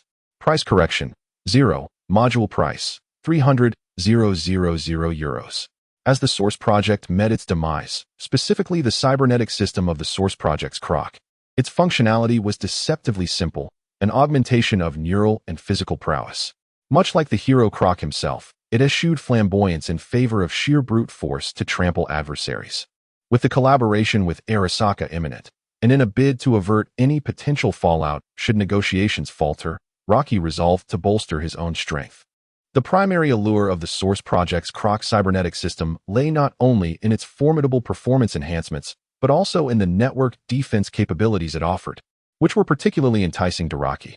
Hackers were an ever-present threat, and Rocky lacked effective countermeasures. Conventional IC could not withstand the onslaught of elite hackers. In the event of a conflict, should the enemy employ a hacker while he possessed no means of defense, he would find himself ensnared in a state of perpetual vulnerability. However, upon installing the Tyrant operating system, his system would transform into an impregnable steel fortress, rendering the possibility of invasion virtually non-existent. What model of cybernetic enhancement is this? I don't believe I've ever encountered such a design before, Old Wei remarked, examining the enhancement handed to him by Rocky. He noted that no known company had ever manufactured such a model of operating system. You know what I mean, Wei? Rocky cast a glance at Old Wei, who immediately understood without further inquiry. After all, given the array of peculiar items that had already been presented, the emergence of a cybernetic implant was hardly surprising. Although Old Wei had yet to install an unknown model of such an implant, he felt assured that, following modifications, the Source Plan implant would be fully compatible with the structure of cyberpunk implants, rendering the installation akin to that of a conventional one. As Rocky reclined on the surgical chair, Old Wei commenced the installation process. The procedure itself was not overly complicated. After administering a dose of anesthesia to Rocky, the installation was soon complete. Upon awakening on the surgical chair, Rocky opened his eyes, acutely aware of the differences the implant had imparted. It felt as though the world around him had entered a slow-motion state, everything becoming strikingly clear and languid. The Tyrant operating system had augmented Rocky's neural reflexes to an unprecedented degree, allowing him to experience the world as if he had activated a state akin to that of a Stanswissen. Under this heightened intensity of neural reflexes, time seemed to decelerate. Unlike Stanswissen, which achieves a temporary surge in neural reflex speed through activation effects, the Tyrant system operates more like a Krenzikov neural implant, perpetually active and continuously enhancing the reflexes of its host. However, the enhancements brought forth by the Tyrant system far exceed those of Krenzikov, approaching levels akin to the activated state of Stanswissen. One might say that Rocky was now perpetually in a state akin to being under the influence of Stanswissen. Noticing movement from Rocky on the surgical chair, Old Wei recognized that he had awakened. "How do you feel?" he inquired. Old Wei glanced in Rocky's direction and inquired. However, as soon as he finished his question, Rocky, who was lying on the surgical chair, flickered and vanished before his eyes. L. Lucy and the others, who were accompanying Rocky, gasped in unison upon witnessing this scene. "I feel splendid, better than ever." At that moment, a voice emerged from behind them. Turning around, they found Rocky standing there, stretching his body. Although the enhancement effect of the Tyrant system would persist, it was not impossible to adjust. At this moment, Rocky had calibrated his reflex efficiency to a level only 50 higher than normal, striving to adapt to a world that moved slowly in comparison to his rapid neurological responses, allowing his speech to regain its normal pace. He needed to gradually acclimatize to this adjustment, as maintaining the highest intensity of reflexes would impose a burden on his body. Truly, the cybernetic enhancements of the strongest weapon from the Source Project are formidable in their acceleration capabilities, Rocky mused. While the Source Project Crocodile was not renowned for its speed, this was only relative to other attributes. As the strongest weapon, the Source Project Crocodile could not exhibit any glaring weaknesses. Even its most deficient aspects were not something an ordinary individual could rival. In addition to enhanced reflexes, the Tyrant operating system had also augmented Rocky's strength by a remarkable 50. When Rocky operated the Tyrant system at full capacity and activated the ultimate dominion, he would undoubtedly transform into a humanoid monstrosity. Presently, Rocky was even eager to engage in a few exchanges with Adam to assess the caliber of the legendary assassin. After Rocky completed the installation of his cybernetic enhancements, the group was finally able to return home and take a respite, bringing the events of the evening to a temporary conclusion. Departing from Old Way's clinic, Rocky took a seat in the Delasso, as he was tasked with escorting Jack and the others back home. "Hey, what's your game, oddball?" Lucy and Rebecca simultaneously placed their hands on the car door handles in front of the passenger seat. Lucy had previously discussed her relationship with Rocky with Rebecca while he was undergoing the procedure, and now Rebecca was aware of the bond between them. Although Rebecca felt elated to learn that Rocky harbored feelings for her as well, she was understandably displeased by Lucy's involvement. Even though the two had established a pact for fair competition, Rebecca's fiery temperament could not suppress the palpable tension directed at Lucy. It was evident that the first skirmish between the two women had commenced. Chapter 58. The heavy-handed entrance of Adam. Lucy was unperturbed by Rebecca's whimsical nicknames for her. Given Rebecca's temperament, which often led her to call Chi-Wei old lady when she was in a foul mood, it was clear that she was unrestrained in her choice of words. "I used to sit here," Lucy remarked nonchalantly. "Huh, used to? I used to sit behind L, holding on to him, and you talk to me about used to?" Inside the car, Rocky watched the escalating dispute between Lucy and Rebecca with beads of cold sweat forming on his brow, too apprehensive to interject for fear of drawing their ire. At that moment, Rocky's savior made an appearance. "Ahem, ladies, I believe I could take this seat," Jack interjected, standing just behind the two women, causing them to turn and fix their gazes upon him, making him feel rather uneasy. Fortunately, in the end, both individuals released their hands simultaneously and took a seat in the rear. Upon seeing the three of them embark on the vehicle, Rocky exhaled in relief. Starting the engine to transport them home, he first dropped Jack off at Haywood, then opted to take Lucy home. This evening, Rocky had no intention of returning to the clinic, as both he and Rebecca resided in Watson District, which was more convenient. Arriving at the vacant lot in front of the clinic, Rocky parked the car, and Lucy prepared to exit. Just then, Rocky suddenly sensed a data stream entangling his system. "Lucy, wait a moment," he called out. As Lucy halted her movements, the sound of hovering vehicles filled the air. Several armored cars emerged from various directions, surrounding the Del Rosos. An abundance of well-equipped combat personnel disembarked one after another, aiming their firearms at the Del Rosos and entering a state of heightened alert. The glaring insignia on the vehicles unmistakably revealed their origins. They were agents of military tech. Within the airborne craft, a hacker from military tech was currently attempting to breach their primary target, Rocky, through cyber infiltration. Equipped with military-grade network devices, this hacker was adept at dismantling any cyberpunk or even cybermaniac. However, this time, when she endeavored to penetrate Rocky's system, she found his ICE to be as formidable as a granite wall, utterly impervious to her efforts. "Damn it, I can't break through his ICE," the hacker exclaimed.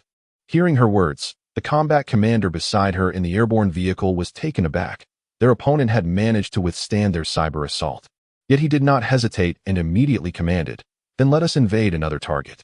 The hacker nodded, but just as she prepared to execute the intrusion against Lucy and Rebecca, a sound akin to the tearing of space echoed around them.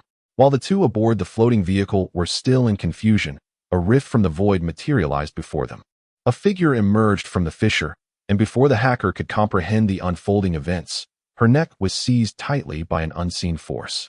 With a firm grip, Rocky held the hacker aloft by her throat. "Is the hacker game enjoyable, insect?" he uttered casually. Then, with a swift motion, he crushed her neck as if it were caught in a vice, resulting in an instantaneous decapitation. A fountain of blood erupted from the severed neck, splattering the interior of the floating vehicle. At that moment, the commanding officer regained his senses and began to fire frantically at the sudden intruder. However, in the instant the bullets were unleashed, Rocky moved, having maximized the power of the tyrant system, and the world around him seemed to freeze. He deftly maneuvered around the officer's line of fire and appeared behind him in an instant. With a series of crisp sounds, the officer's hands, still clutching the weapon, were violently severed. The interior of the floating vehicle became even more saturated with blood. The officer, lacking a pain editor, let out a horrific scream, but soon, his mouth was silenced. To prevent the disturbance of his midnight screams, Rocky thoughtfully stuffed a fragmentary grenade into his mouth. Having disregarded the dying man, he shifted his gaze to the encirclement below. At that moment, the ground forces of military technology were relentlessly advancing towards Draso, while several combat personnel stationed directly beneath had also noticed the anomaly of the hovering vehicle and were aiming their weapons at Rocky. Observing the soldiers below, a peculiar smile graced Rocky's face. Something grand was about to unfold. With a sudden leap, Rocky hurtled downwards towards the combat personnel, plummeting at an astonishing speed. The soldier, realizing the impending threat, immediately opened fire. A few bullets grazed Rocky's body, causing splashes of blood, yet they did nothing to impede his descent. Boom! With a resounding explosion, the gunfire ceased abruptly. Dust swirled and gradually settled, revealing Rocky's figure, along with the unfortunate soldiers beneath him. Ha ha ha! Adam's hammering entrance, how delightful! Rocky laughed heartily. At that moment, the grenade on the hovering vehicle detonated, showering down a rain of blood, as if heralding Rocky's arrival. Military technology? Allow me to test the power of my new cybernetic enhancements, he mused, as he noticed that all the combat personnel in the encirclement had trained their weapons upon him. With a light chuckle, he declared, "The ultimate domination has commenced." The once white exoskeleton on his back transformed into a blinding crimson hue, as the tyrant operating system unveiled its most ferocious aspect at that very moment. The world around him slowed once more, and Rocky felt an overwhelming surge of power threatening to burst forth from within him. Simultaneously, the wounds he had sustained healed rapidly within this brief span of time. Without hesitation, Rocky swiftly darted towards the nearest combatant, seizing his head and forcefully slamming it into the ground. Instantly, a vivid crimson bloom of blood erupted from the impact. After dispatching two more adversaries in quick succession, the military tech unit finally opened fire in unison. Numerous operatives equipped with Cyanweisten began activating their enhancements. However, even with their newfound speed, they appeared sluggish in comparison to Rocky in his tyrant state. At that moment, Rebecca, noticing that the attention of the military tech unit was entirely fixated on Rocky, kicked open the car door. Grasping the heavy machine gun that Rocky had thrown to her just before tearing open the phase rift, she unleashed a torrent of gunfire. Ha ha! As she reveled in the recoil of the gun, her laughter echoed around her. This was her first encounter with such devastating firepower, and she was exhilarated by the thrill of unleashing it. Previously, Rebecca had only wielded two small handguns for minor skirmishes, but tonight, it felt as if she had finally discovered her joy. Heavy weaponry embodied the romance of cyberpunk, she thought, laughing heartily as she continued to rain bullets upon the encircling combatants. Meanwhile, Rocky moved like a specter, relentlessly harvesting the lives of the military tech personnel. Chapter 59.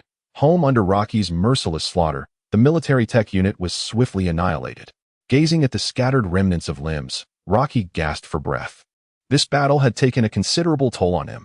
Operating the tyrant system at full capacity, coupled with the burdens imposed by the ultimate domination, left his muscles feeling as though they were being torn apart. Even his left arm, resembling that of a gorilla, had become heated and inflamed due to the overload. At this moment, the duration of the tyrant state had expired, and the cybernetic enhancements behind him had returned to a state of calm. The regenerative effects brought on by the ultimate domination could not alleviate the strain experienced after the effect's conclusion. Certainly, Should Rocky activate the ultimate domination once more, it might allow him to recuperate in the short term. However, the extent of the burden incurred after the second termination of the effect remained uncertain, and Rocky was hesitant to take such a risk. Extracting a Type 1 stimulant, he injected it into his body, feeling a gradual restoration of his physical state, which brought him some relief. At this juncture, Rocky was drenched in blood, yet he paid it no mind. Although this marked the first occasion he had slain so many in one go, the distinction between killing a few and a multitude held little significance for him. Furthermore, he harbored no intention of sparing those from the military technology faction. After all, they had initiated the conflict, and the arrival of individuals from military technology could hardly herald good tidings, likely akin to the situation with Huangban. Now, having allied himself with Huangban, offending military technology was an inevitability. Rocky had no intention of reaping benefits from both sides. Between Huangban and military technology, he could only choose one. As for the notion of straddling the divide between the two corporations, that path would undoubtedly lead to an untimely demise. Neither Huangban nor military technology would tolerate such duplicity. The last individual to waver was Faraday. Though he ultimately did not perish at the hands of either company, his fate was nonetheless quite tragic. However, it seems that Faraday continues to thrive in Night City, having avoided provoking Rocky, who, in turn, shows no inclination to engage with him. As for the complete annihilation of the military technology forces, Rocky remains unperturbed by the possibility of retaliation. After all, collaboration with Arasaka inevitably leads to such encounters, and Arasaka would certainly assist him in managing the aftermath of this incident. At that moment, the very individuals meant to handle the fallout arrived. Another hover car descended from the sky, but this time, it was not from the military technology faction. Rather, it was sent by Arasaka. Simultaneously, several armored vehicles approached the ground, representing Arasaka's operational team. The hover car gradually settled onto the open space, and the previously mentioned agent disembarked. Upon stepping out, the agent's expression was one of unmistakable shock, as the scene before him caused him to question his own vision. A complete military technology unit had been utterly decimated. Even if they were not the most elite forces, how many in the entirety of Night City could achieve such results in such a short time frame? Arasaka had long been monitoring Rocky, and upon discovering the military technology's maneuvers against him, they responded immediately. Although it appeared as if Arasaka had arrived late, their response time was, in fact, quite swift given their preparedness. They believed Rocky could hold his ground during this interval. What they did not anticipate, however, was that Rocky not only endured but utterly exterminated the military technology personnel. Moreover, gazing at the grim sight of dismembered limbs and severed arms strewn across the ground, one can only imagine the sheer horror of the battle that had just unfolded. At this moment, the agent realized the true nature of the individual he had just attempted to apprehend. Had Rocky chosen to resist at that time, he might have ended up like those unfortunate souls scattered across the floor. "Ah, it's you again, arriving rather promptly, I see. You certainly keep a close watch," Rocky remarked with a hint of amusement upon recognizing the agent. It struck him as odd that this individual was working late into the night. The demands of employment at Hisaka seemed indeed quite intense. The agent, observing Rocky, who was drenched in blood and appeared as though he had just emerged from the depths of hell, refrained from retorting to the mockery. "Mr. L, this is a necessary protocol to ensure the smoothness of our collaboration and to safeguard your safety," the agent stated, his tone noticeably more courteous. "Very well. I shall leave this mess for you to clean up. I am weary. Farewell." Rocky waved his hand dismissively and, disregarding the agent, proceeded towards Rebecca and the others. The personnel from Hisaka had come to thwart the military technology operatives, and with the latter now annihilated, there was no reason for them to impede Rocky's departure.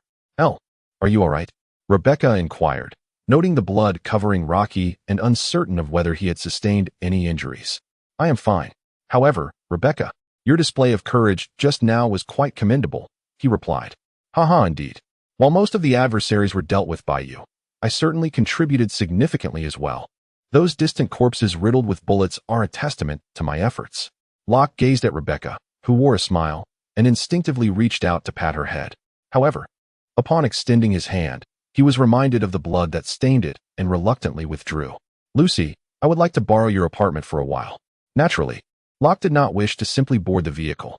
After allowing Drossas to navigate autonomously to the parking space, the three of them arrived at Lucy's apartment. Before long, Locke had cleansed the blood from his body. Upon emerging from the bathroom, he found Lucy leaning against the windowsill, smoking, while Rebecca sat cross-legged on the sofa, engaged in conversation. "What poster is that on the wall? I didn't realize you had such a quaint hobby, Lucy," Rebecca remarked, poking fun at the advertisement for the lunar new life that adorned the wall. "Well, perhaps," Lucy replied nonchalantly. Hearing her dream described as quaint did not provoke anger in Lucy. Since that fateful night, she had grown less sensitive. Now, she cared little for the opinions of others regarding her aspirations, as long as Locke approved. Tch. Noticing that Lucy remained unfazed by her teasing, Rebecca clicked her tongue and chose not to pursue the topic further. At that moment, Lucy turned her gaze towards Locke with a smile and suggested, "Since you're all cleaned up, why not stay here for the night? Let Rebecca return home on her own." Upon hearing this, Rebecca immediately exploded with indignation. Leaping from the sofa and positioning herself between Locke and Lucy, arms outstretched. "No, I do not agree," she shouted at Lucy, then turned to Locke, saying, "Don't listen to her. We're going home."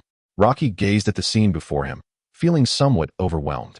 Although he wished to suggest that Lucy's bed was ample enough for them to squeeze in together, he ultimately refrained from voicing that thought. With no other options available, he reluctantly opted to escort Rebecca home. Lucy, who had merely been jesting, naturally did not impede their departure. However, Rocky was taken aback to realize that Rebecca's notion of going home did not imply her own residence, but rather his own. Chapter 60. The meeting morning broke as Rocky rose from his slumber, gently pinching Rebecca's cheek to rouse her from sleep. It had been 2 days since he was abducted by Arahaka. Today marked the day V had summoned him to the Arahaka Tower for a collaborative meeting. During these 2 days, Rocky and his companions experienced relative tranquility. The commotion that ensued in front of the clinic that night had not gone unnoticed, and the corporations of Night City were now aware of Arahaka's and the military stance on Ascension technology. Given the clear positioning of these two titans, no other companies dared to join the fray, allowing Rocky to enjoy a rather comfortable couple of days. After freshening up, Rocky dialed Jack's number. "Hey, Jack. It's about time. We should prepare to set off." "Not a problem. I'll be waiting for you at the Arahaka Tower."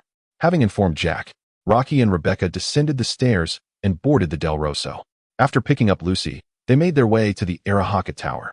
Initially, Rocky had intended to go alone, but upon hearing that he was heading to the Arahaka Tower again, both Jack and Rebecca insisted on accompanying him. Even Lucy, who harbored a profound fear of the Arasaka Tower, insisted on waiting beneath its ominous structure for Rocky's return. Although Rocky understood their intentions were well-meaning, he declined Jack and Rebecca's request to accompany him into the perilous Arasaka Tower. The dangers within were too great, and should an unfortunate incident occur, they would inadvertently hinder his mission. Reluctantly, the two acquiesced, choosing to wait alongside Lucy beneath the tower, thus providing a semblance of support.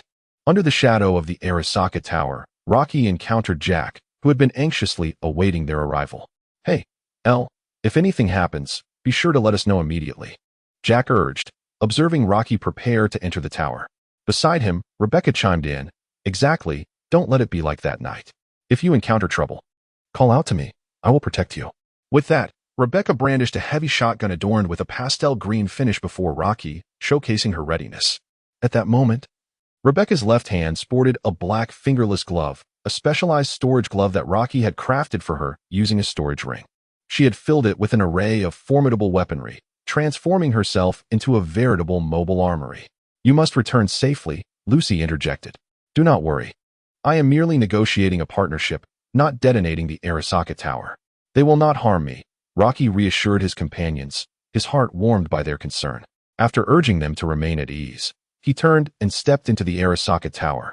Meanwhile, within the tower, in a conference room adorned with a colossal display screen, a video was playing, capturing the attention of those present.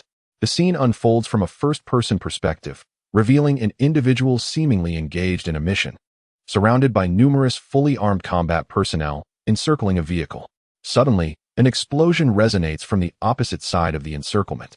Turning to glance, he witnesses a figure standing atop the corpse of a comrade, cackling maniacally. This being is not merely human. It is a grotesque, humanoid creature. It unleashes a brutal massacre upon them, with none able to mount a defense against its onslaught, as his comrades fall one after another, leaving him unable to even discern the shadow of the assailant. Soon, the grim fate befalls him.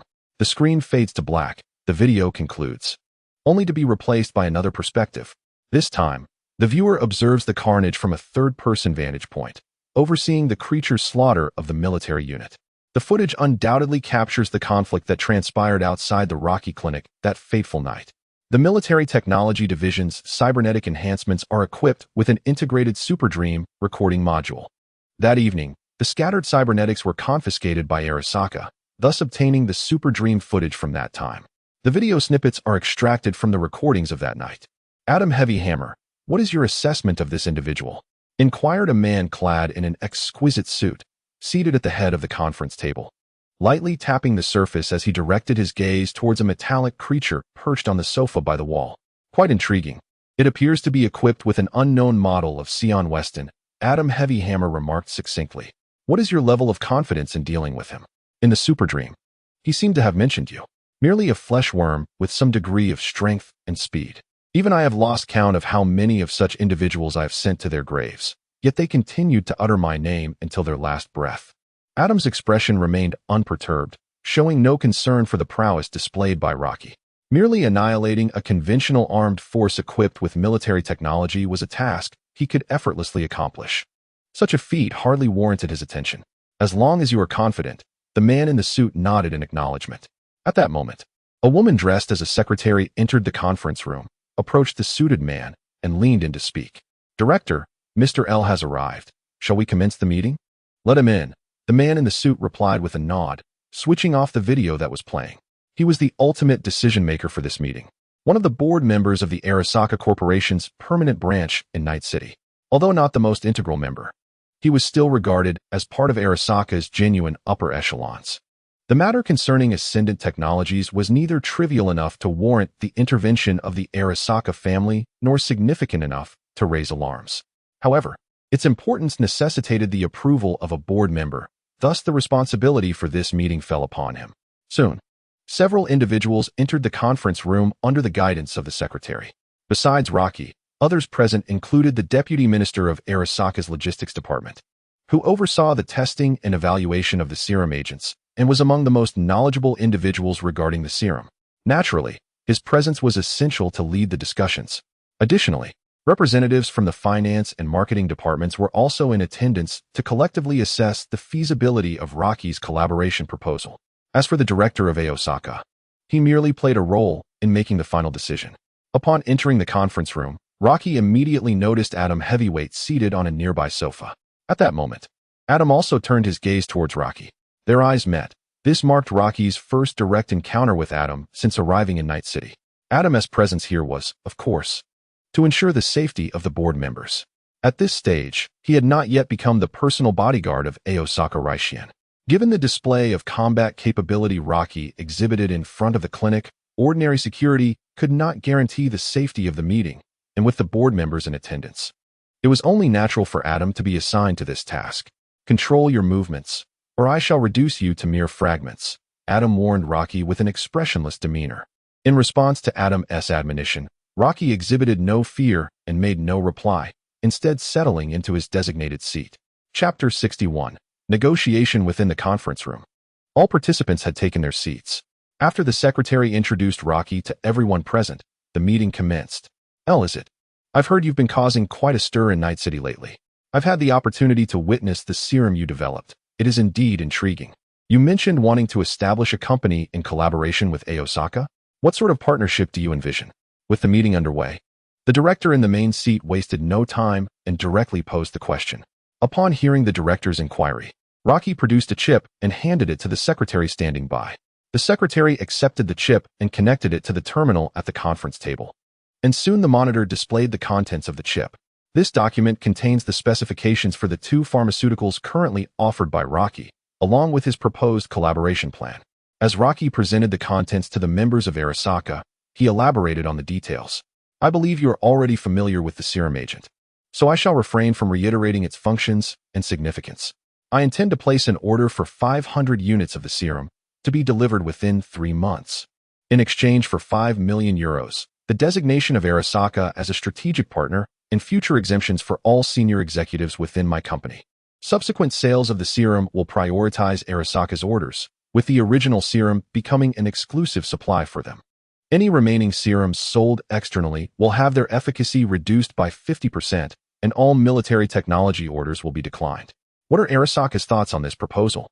Rocky has put forth his initial offer, which includes a substantial order and designates the Advanced Soldier Serum as an exclusive product for Arasaka. This ensures that Arasaka maintains a competitive edge upon acquiring the serum, while simultaneously limiting external sales to serums with only 50% of their original efficacy, equating to 25% of the original Super Soldier Serum's effectiveness. From a conventional perspective, this offer appears to be filled with goodwill. However, it is evident that Arasaka is not easily swayed. Acquiring 500 units of serum for 5 million euros is indeed a favorable deal for Arasaka. Yet they are acutely aware that the true value lies not in the monetary sum, but rather in the identity of the collaborative partner and the company exemptions that accompany it. For an emerging enterprise, forming a partnership with Arasaka not only liberates it from the majority of troubles posed by other companies, but also allows it to leverage Arasaka's esteemed reputation to secure substantial orders. As for the company's immunity, it ensures the personal safety of its executives. Although this so-called immunity is merely an agreement between large corporations, it still holds its significance. The Deputy Minister of Logistics was the first to dismiss Rocky's proposal. "Kid, I reckon you are indulging in a daydream. You, an ordinary cybernetic surgeon. Even if you were to develop such a serum, do not expect to demand exorbitant prices. Here's a suggestion. Rather than clinging to the idea of running your company, why not sell the serum's formula directly to Arasaka, then report to their logistics department? Considering your evident talent, ascending into high society should pose no challenge for you. The compensation from selling the formula would suffice for you to live a life of leisure." The deputy minister spoke with a tone tinged with mockery, clearly indicating their dissatisfaction with Rocky's pricing. Upon hearing his words, Rocky found them laughable. Whether they were jesting or not, it might well be the outcome Arasaka desired most. Selling the formula was something Rocky would never consider, for once Arasaka obtained it, he would hold no value. Regardless of the price fetched, Arasaka would find a way to reclaim it from him, and he would not only lose his money but possibly his life as well. Rocky paid little heed to Arasaka's rejection of his offer. He was well aware that one does not lay all cards on the table at once.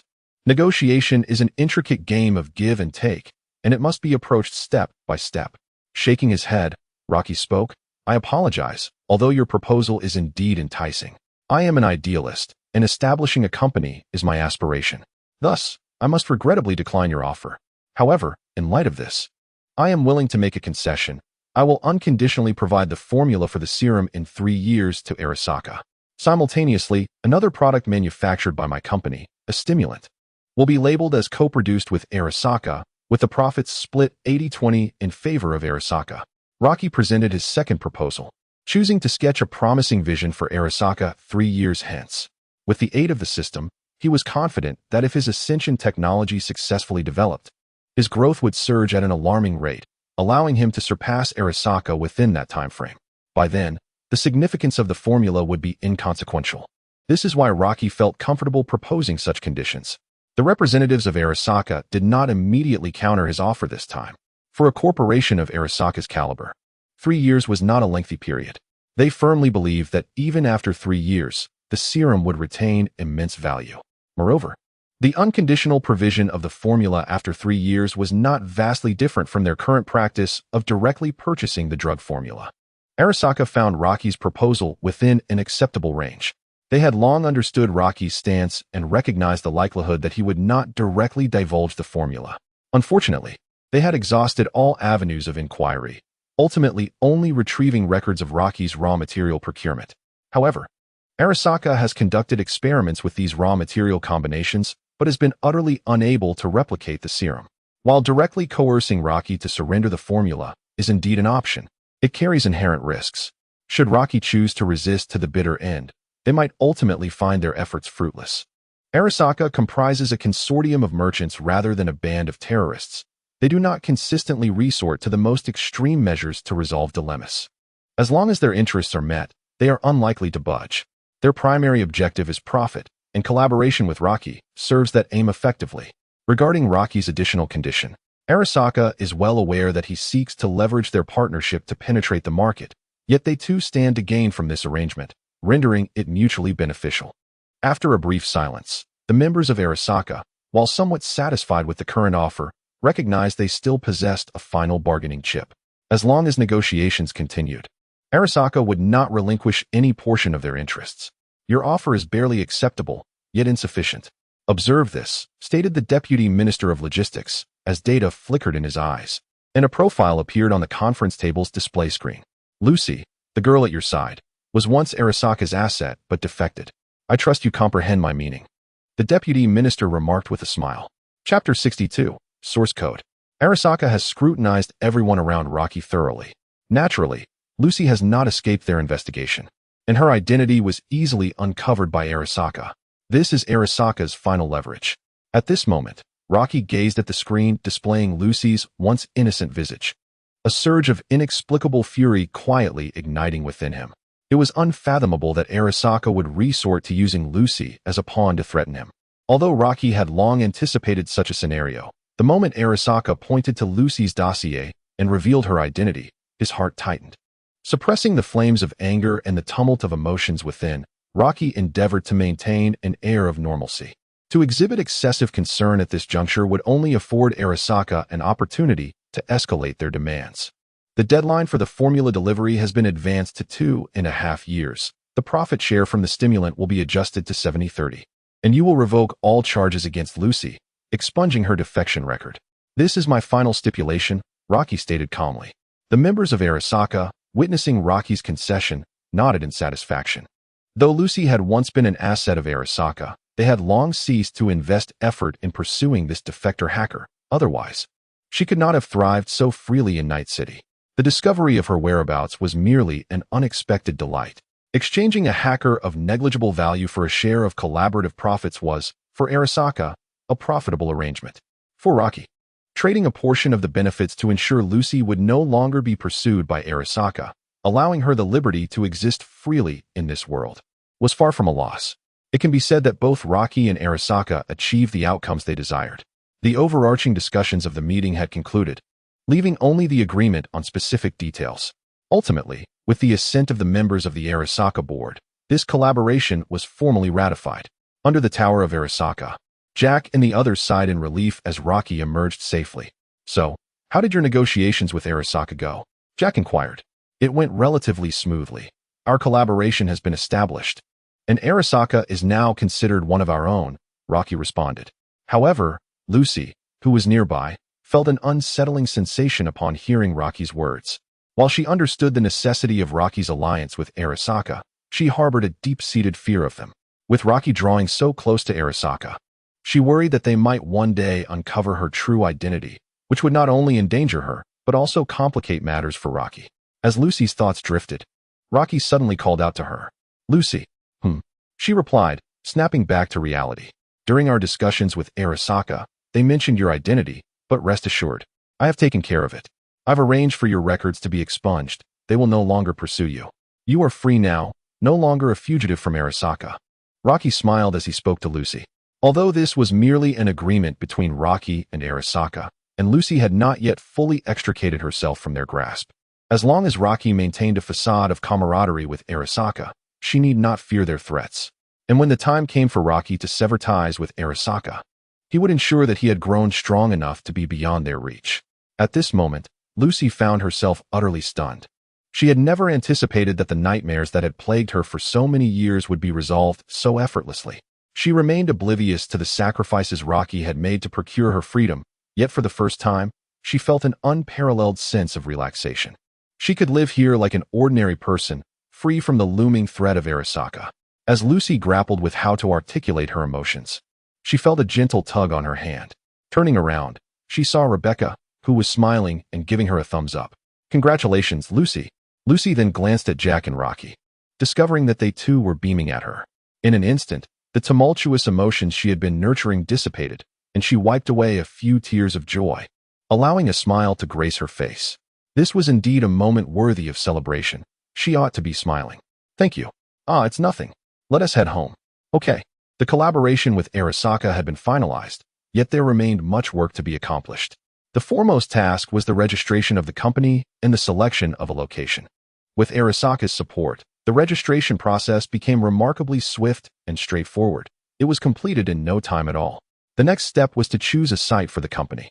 Although Rocky was not particularly keen on making things overly formal, after all, the company was merely a vessel for him to release his products. There needed to be a semblance of professionalism, and large-scale production would necessitate a factory.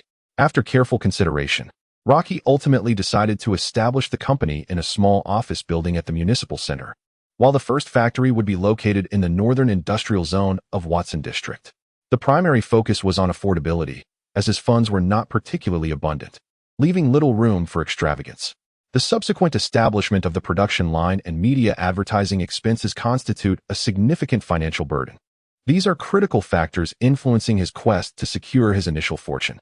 2 days later, inside the office building. At this moment, the company's renovations have been completed, and the entrance now proudly displays the sign of Ascendant Technologies. Rocky is contemplating the system interface. Ascendant Technologies is gradually taking shape, and a functioning company naturally requires a substantial workforce to operate effectively. Although Rocky has Lucy and Old Way to assist him, it still appears insufficient. He needs more trustworthy individuals. However, it is evident that he lacks other reliable personnel. Setting aside the likelihood of betrayal from employees recruited through conventional means, even his partner, Arasaka, would likely endeavor to infiltrate his company with spies to pilfer his intelligence. Rocky requires a means to ensure that his subordinates remain loyal, or at the very least, that he can respond promptly in the event of betrayal. Ordinarily, this would be a formidable challenge, as even Arasaka and military technology cannot entirely monitor their employees to guarantee their fidelity to the company. Thus, Rocky turns his attention to the system. Since conventional methods prove inadequate, he opts for an extraordinary solution. Source code, Lysandra, Surveillance AI, Absolute Loyalty version, derived from the source code AI program within the SourcePlan universe. Initially designed as a security robot for surveillance purposes, it has evolved over time into an AI being with self-awareness. Emerging from the source code of the surveillance AI, Lysandro possesses an extraordinary command over the network, effortlessly executing various hacking and defensive tasks, while excelling in the oversight and management of corporate networks. The acquired source code ensures absolute loyalty to its host. Chapter 63. Recruitment. Upon the installation of the Lysandro module, a technologically advanced female robotic figure materialized before Rocky.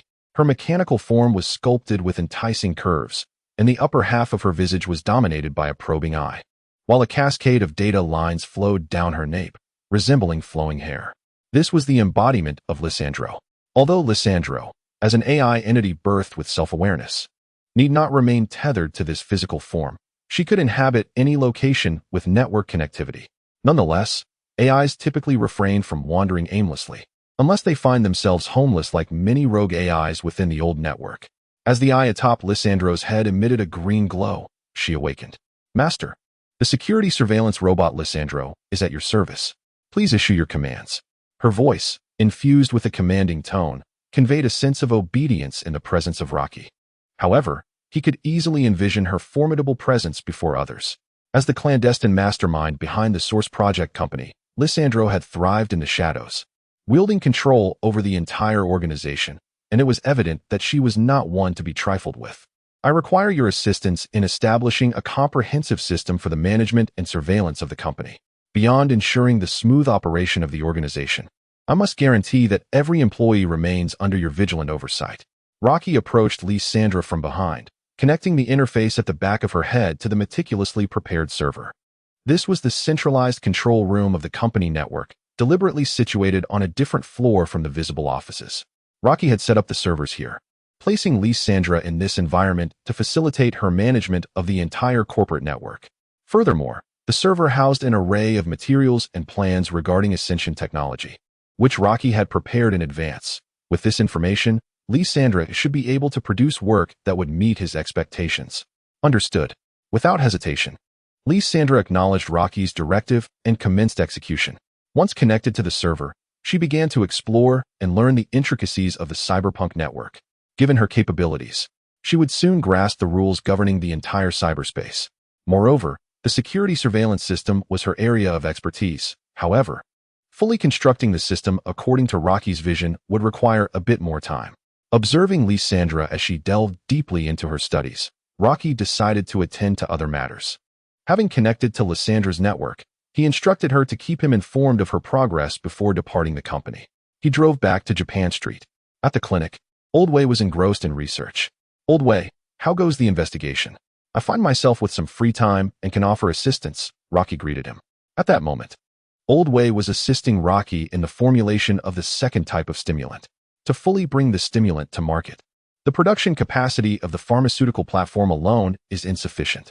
Therefore, Rocky has expanded and exchanged the technology for the stimulant. He is now capable of establishing a production line for large-scale manufacturing. However, the technological extension formula he acquired pertains to Type 1 stimulants. To produce Type 2 stimulants, he must once again research and develop the corresponding technological extension formula. It seems I am nearing the goal. The formulas you provided have illuminated my path, making the research process rather straightforward. My speculation suggests that the outcome this time will yield a satisfactory formula. Old Wei carefully packaged the newly developed stimulant and handed it to Rocky. A mere glance suffices to discern its quality. Rocky approached the workstation with the potion given by Old Wei and activated the scanning function. Soon, the potion's information was displayed. Confirming Old Wei's suspicion, the formula was indeed what they sought, with effects identical to those of the previous Type 2 stimulant. The formula was flawless. This time it was correct. Thank you, Old Wei. It was nothing of consequence. Old Wei had previously promised to assist Rocky, and he was naturally eager to lend a hand when needed. After securely storing the formula in a chip, Rocky escorted Old Wei back to the Watson district before making his way to the factory in the northern industrial zone of the city. Upon arriving at the factory's entrance, 2 automated turrets loomed on either side of the gate. These defense installations, provided to Rocky at a friendly cooperative price by Akasaka, included various turrets, surveillance cameras, and the central control server, all supported by Akasaka's assistance. As one of the largest security companies in the world, the quality of security equipment produced by Arasaka is assured.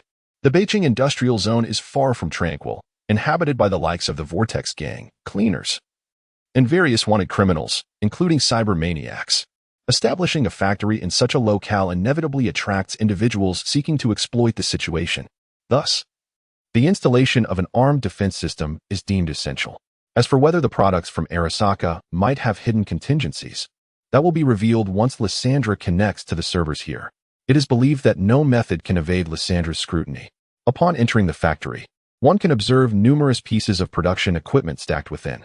Preparations for the factory's production line began long ago, coinciding with Rocky's completion of the technological expansion and his initial research into the formulation of stimulant Type 2. Now that the raw materials and production equipment are ready, and the formula is complete, formal production awaits the support of staff. This stage naturally depends on the resolution of matters on Lysandra's end. Upon reaching the central control room, Rocky establishes a personal connection to the factory's subnet. Lysandra, take control of this network. Understood. At this moment, Lysandra is still engaged in the construction of the company's system, but for an AI, multitasking is a standard operation. Soon enough, through Rocky's connection, Lysandra installs her monitoring program onto the factory's server, thereby gaining full control of the network, linking it to the main server and bringing it under her oversight. Master, takeover is complete. An unknown program has been detected lurking in the depths of the network. Shall I purge it? Lysandra's voice resonated in Rocky's communication device. It came as no surprise to him that Aozaka had indeed left behind contingency measures within these devices. Eliminate all of them, he commanded. After issuing the directive to Lysandra, the remnants left by Aozaka were swiftly eradicated. Once he confirmed that the system was functioning properly, Rocky connected the chip containing the formula to the central control system, preparing for future production. At that moment, the company system that Lysandra had constructed was also completed. Master, the system program has been successfully built. Lysandra promptly informed him of the installation of Rocky's instructions. As he installed the program designed by Lysandra into his system, Rocky surveyed the exclusive employee system of Ascendant Technologies, nodding in satisfaction. Well done. Now, commence the dissemination of recruitment information to Night City. Understood. With another round of instructions from Rocky, Lysandra began broadcasting Ascendant Technologies recruitment information across various networks in Night City. Chapter 64. Talent. 2 days later, Within the confines of Rocky's office at Ascendant Technologies, he was perusing a multitude of resumes. Merely 2 days had elapsed since Lysandra released the recruitment information, yet an overwhelming number of applications had already flooded in. Initially, Rocky had anticipated that attracting suitable talent to a brand new company with no history would take considerable time. However, he had underestimated the allure of Aozaka's reputation. As a colossal entity on the global stage, countless individuals clamored daily to join Aozaka. Even though Ascendant Technologies merely held the title of a partner company, it had already ignited the aspirations of numerous individuals eager to seize the opportunity and take a gamble. Allow Lysandra to initially filter out those individuals who are merely hoping for luck, lacking both credentials and capability. Rocky began to peruse the remaining resumes. Much to his astonishment, he encountered a plethora of talent. As he meticulously reviewed each document, he discovered that many among them were exceptionally qualified, either hailing from prestigious institutions or having amassed experience in notable corporations. Though they might not represent the absolute elite, they were certainly competent enough to ascend to senior positions within most small to medium enterprises. It was evident that such a phenomenon was rather unusual for a nascent company. Even with the connection to Arosaka, it seemed implausible that so many talented individuals would flock here. Clearly, Ascension Technology had become an object of desire for numerous companies. However, Rocky had anticipated this scenario. Otherwise, he would not have opted to install Lysandra beforehand. With her oversight, the company remained shielded from any undercover operations.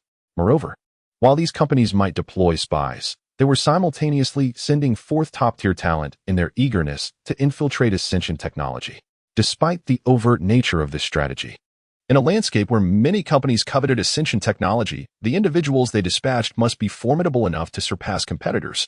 Otherwise, they might not even gain entry, leading to a premature failure of their endeavors. Thus, the current contest lay in who could maintain their composure and endure the longest. At the very least, they believed that Rocky would not dare to dismiss such talent. Indeed, Rocky had no intention of relinquishing these exceptional candidates. Lysandra, please arrange for these individuals to be interviewed. Yamamoto Daisuke, I have reviewed your resume. You are a distinguished graduate of the State International College. What motivated you to apply to our company? In the office, Rocky gazed at the Asian face before him and inquired. In response to Rocky's question, Yamamoto remained composed, displaying a sunny smile as he spoke. I believe your company possesses immense potential and promising prospects, and I happen to be in need of employment, so I decided to try my luck at your esteemed organization. Listening to his answer, Rocky found no cause for concern. Asking too many questions seemed futile, as long as he could ascertain the veracity of Yamamoto's abilities. He produced an electronic tablet and handed it to Yamamoto, saying, I am quite satisfied with you. Here is the employment contract. If there are no issues, please sign it and report for duty tomorrow. Without much hesitation, Yamamoto entered his information on the contract and authenticated it with his fingerprint, thereby finalizing the agreement. Having signed the contract, Yamamoto was now an employee of the company. Of course, should it later be discovered that he lacked the necessary skills, Rocky reserved the right to terminate his employment. Now, please connect your device here. Rocky indicated a connection interface on the table towards Yamamoto. Understood. Following Rocky's instructions, Yamamoto plugged his connection into the designated terminal. Soon, the system produced by Lysandra was successfully installed. As Yamamoto surveyed the comprehensive and sophisticated system, a flicker of astonishment crossed his mind. He had not anticipated that Ascendant Technologies, being in its infancy, would be capable of presenting such a high-caliber corporate system. Evidently, they had been well prepared. The management, attendance, and notifications of the company were all facilitated through this system, and he was reminded to maintain a constant connection. All right, you may leave now. Remember to arrive punctually. The marketing department has a substantial workload to attend to. With a wave of his hand, Rocky signaled to Yamamoto that he could leave, as he had other interviews to conduct. After bidding farewell to Yamamoto, Lysandra's voice echoed in Rocky's ear, informing him that the information investigation on Yamamoto was complete. Upon hearing Lysandra's reminder, Rocky accessed Yamamoto's file, and as expected, the individual was far from ordinary. According to the insights gleaned from Lysandra's discreet online probe, Yamamoto's alma mater was not a state university, but rather the prestigious Arizaka Academy. Furthermore, Lysandra uncovered the connection between Yamamoto and Arizaka, revealing that he was clearly a spy sent by the institution. Although Rocky publicly maintained a cooperative relationship with Arizaka, it did not preclude the possibility of them dispatching spies. After all, to obtain the most authentic and reliable intelligence, one must delve into the matter personally. Arizaka's collaboration with Rocky had already indicated that if he possessed any valuable information, he would certainly withhold it from them, necessitating that Arizaka rely on its own resources to uncover worthwhile insights. However, Rocky was somewhat intrigued as to who had sent this individual, as it was typically V who managed corporate espionage, and perhaps he was indeed behind this. Nevertheless, Rocky understood that V also operated under scrutiny and could not afford to assist him in such matters. Given the significance of Ascendant Technologies, Arizaka would not relinquish its espionage efforts. If V were to refrain from sending spies, it might be time to consider a change in leadership within the intelligence division. As for the employee Yamamoto, Lysandra inquired whether action should be taken. As an AI endowed with self-awareness, she possesses her own distinct personality and thoughts. Under the influence of unwavering loyalty, Lysandra has adopted the enhancement of Ascendant Technologies as a paramount objective, prompting her to proactively inquire about Rocky's next directive. Rocky, however, merely shook his head, indicating that there was no need to alarm him or any of the other personnel regarding their attempts to pilfer the company's intelligence. It suffices to cast aside inconsequential information, disguised as valuable, for them to seize. Simultaneously, one must ensure their own concealment, camouflaging the company's servers as ordinary ones, isolating critical data while allowing them free access to the remainder. Although Rocky could instruct Lysandra to fortify the server's defenses to an impenetrable extent, such actions would ironically draw greater scrutiny from rival firms. A judicious disguise, allowing trivial information to be freely explored, would serve to mislead and assuage their suspicions. Understood, Lysandra replied. Soon, through her deft operations, a virtual network IC was erected. Anyone attempting to breach Ascendant Technology servers would first need to contend with this ICE, which operates at the level of a typical small enterprise and is not particularly challenging to overcome. Upon breaching the ICE, intruders would find themselves within a virtual data fortress prepared by Lysandra, filled with inconsequential information or data that Rocky wished for them to perceive. As for internal employees, Lysandra would dynamically assess their permissions and marked identities to determine the appropriate information to return. Chapter 65. The accident. After bidding farewell to Yamamoto, Rocky continued with the interviews. The remaining individuals are all exceptionally skilled. None can be deemed ordinary. After Rocky had them sign their employment contracts, each one was integrated into the Ascendant Technology system. Consequently, under Lysandra's infiltration, their true natures were revealed one by one. Military technology, biotechnology, trauma response teams. None were overlooked, alongside contributions from other companies. In essence, each person was a talent. Although there are few ordinary individuals left in the company, having undercover operatives proves advantageous. These individuals exhibit far greater ambition than typical employees, and they pose no burden. Whenever there is laborious work to be done, one can simply direct them to undertake it. Having completed the interview process, Ascendant Technologies is now fully operational, eagerly awaiting the production of its first batch of pharmaceuticals for market release in a few days. Seated in the office, Rocky accessed the terminal's display. He tuned into the news channel. News 54 brings you the report. Recently, Arasaka announced that it will hold a press conference in Night City in 3 days. According to sources, the purpose of this conference is to announce a formal partnership with a company named Ascendant Technologies. It is likely that many are unfamiliar with Ascendant Technologies, as it is a newly established enterprise in Night City. Presently, there is little information available about the company. The reasons behind Arasaka's decision to collaborate with such a nascent firm will undoubtedly be revealed in 3 days. For further updates regarding this press conference, please stay tuned to News 54. The host on the screen was delivering the latest updates concerning Arasaka's forthcoming press conference. The announcement of the press conference was recently revealed by Arasaka, and it has since spread across the networks of Night City. This event is also one of the collaborative efforts between Rocky and Arasaka, clearly declaring their partnership, which will undoubtedly benefit the subsequent sales of their products. It was the first time Rocky encountered reports concerning Ascendant Technologies, and while he was engrossed in reading, an incoming call from Oldway interrupted him. I saw that article on News 54. Oldway's voice resonated from the other end of the line, inquiring about Rocky's participation in the upcoming press conference.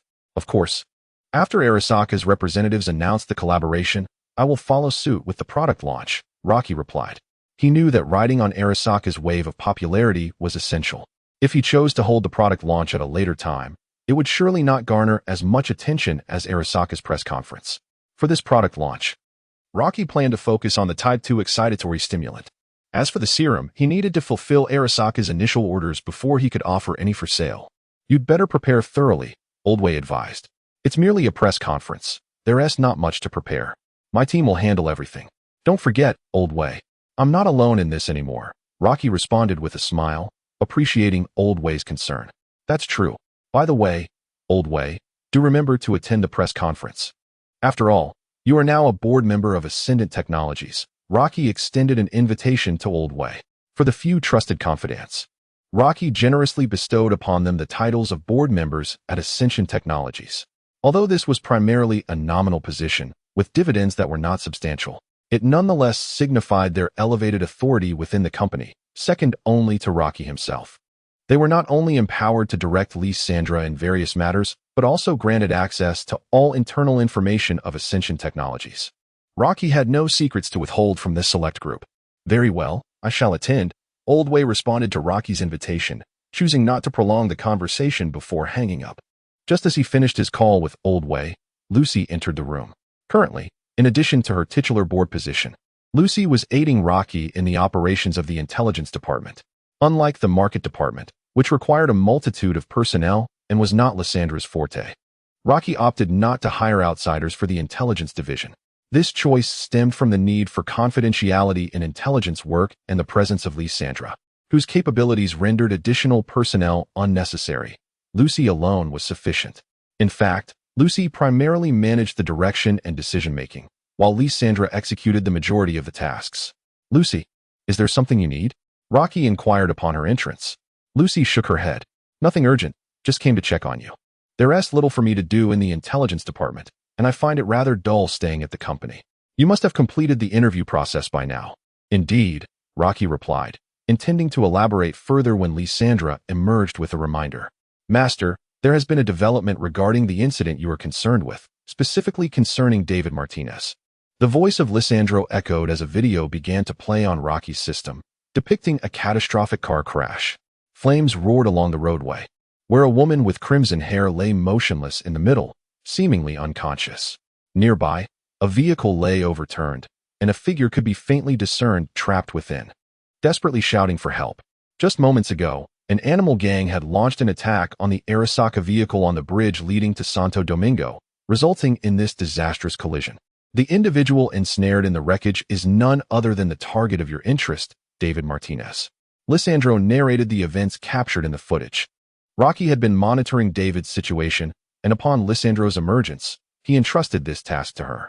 In Rocky's estimation, David undoubtedly possesses considerable talent. Otherwise, Arasaka would not have fixated on him for experimentation. Although he ultimately fell victim to Atom Smasher, for an ordinary individual, such capability is remarkable. If David were under his guidance, with Rocky's assistance, he would likely evolve into a formidable ally, far surpassing his current potential.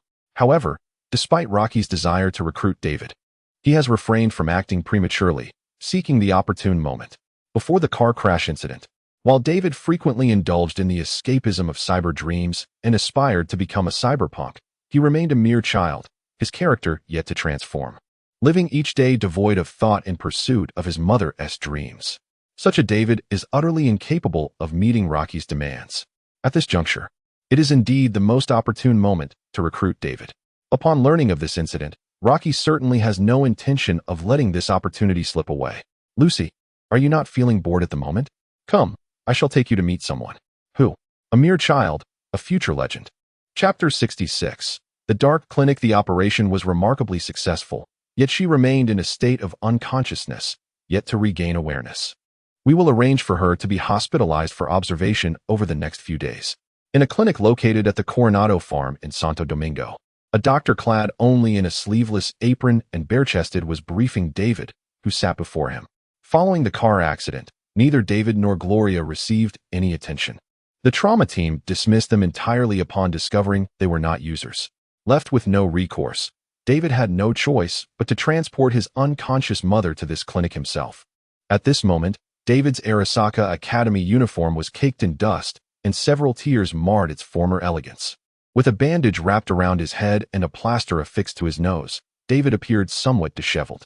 Upon hearing the doctor's words, he inquired, "May I not see her?" Regrettably, the most economical package does not include visitation services. The doctor declined David's request. In Night City, everything is dictated by monetary exchange. The majority of services hinge upon the amount one is willing to pay. Even hospital visits vary drastically between affordable and lavish packages. As a native of the cyberpunk realm, David found no surprise in this reality. He had long since become accustomed to it. In any hospital, such circumstances would appear entirely ordinary.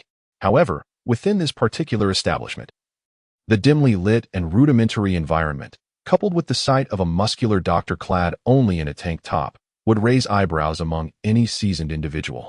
Unfortunately, David remained oblivious to the unsettling nature of the hospital. "This is the bill. Please acknowledge receipt. I have also brought your mother's belongings. Kindly settle the payment within 3 days," the doctor stated, placing a black bag into David's hands before departing. David stared at the bag in his grasp, momentarily taken aback, then glanced at the bill presented by the doctor. Despite being the most economical package, it constituted a considerable sum for him at this juncture. While David pondered how to address the medical expenses, an unexpected whiff of smoke suddenly invaded his nostrils. Cough, cough. The abrupt smoke caught David off guard. He was not fond of the scent of cigarettes. Puzzled, he wondered why anyone would smoke in a hospital. Turning his head, he noticed 2 individuals had inexplicably appeared beside him. Observing them closely, he noted a man and a woman. The man was dressed in an impeccably tailored suit, starkly contrasting with the hospital's surroundings.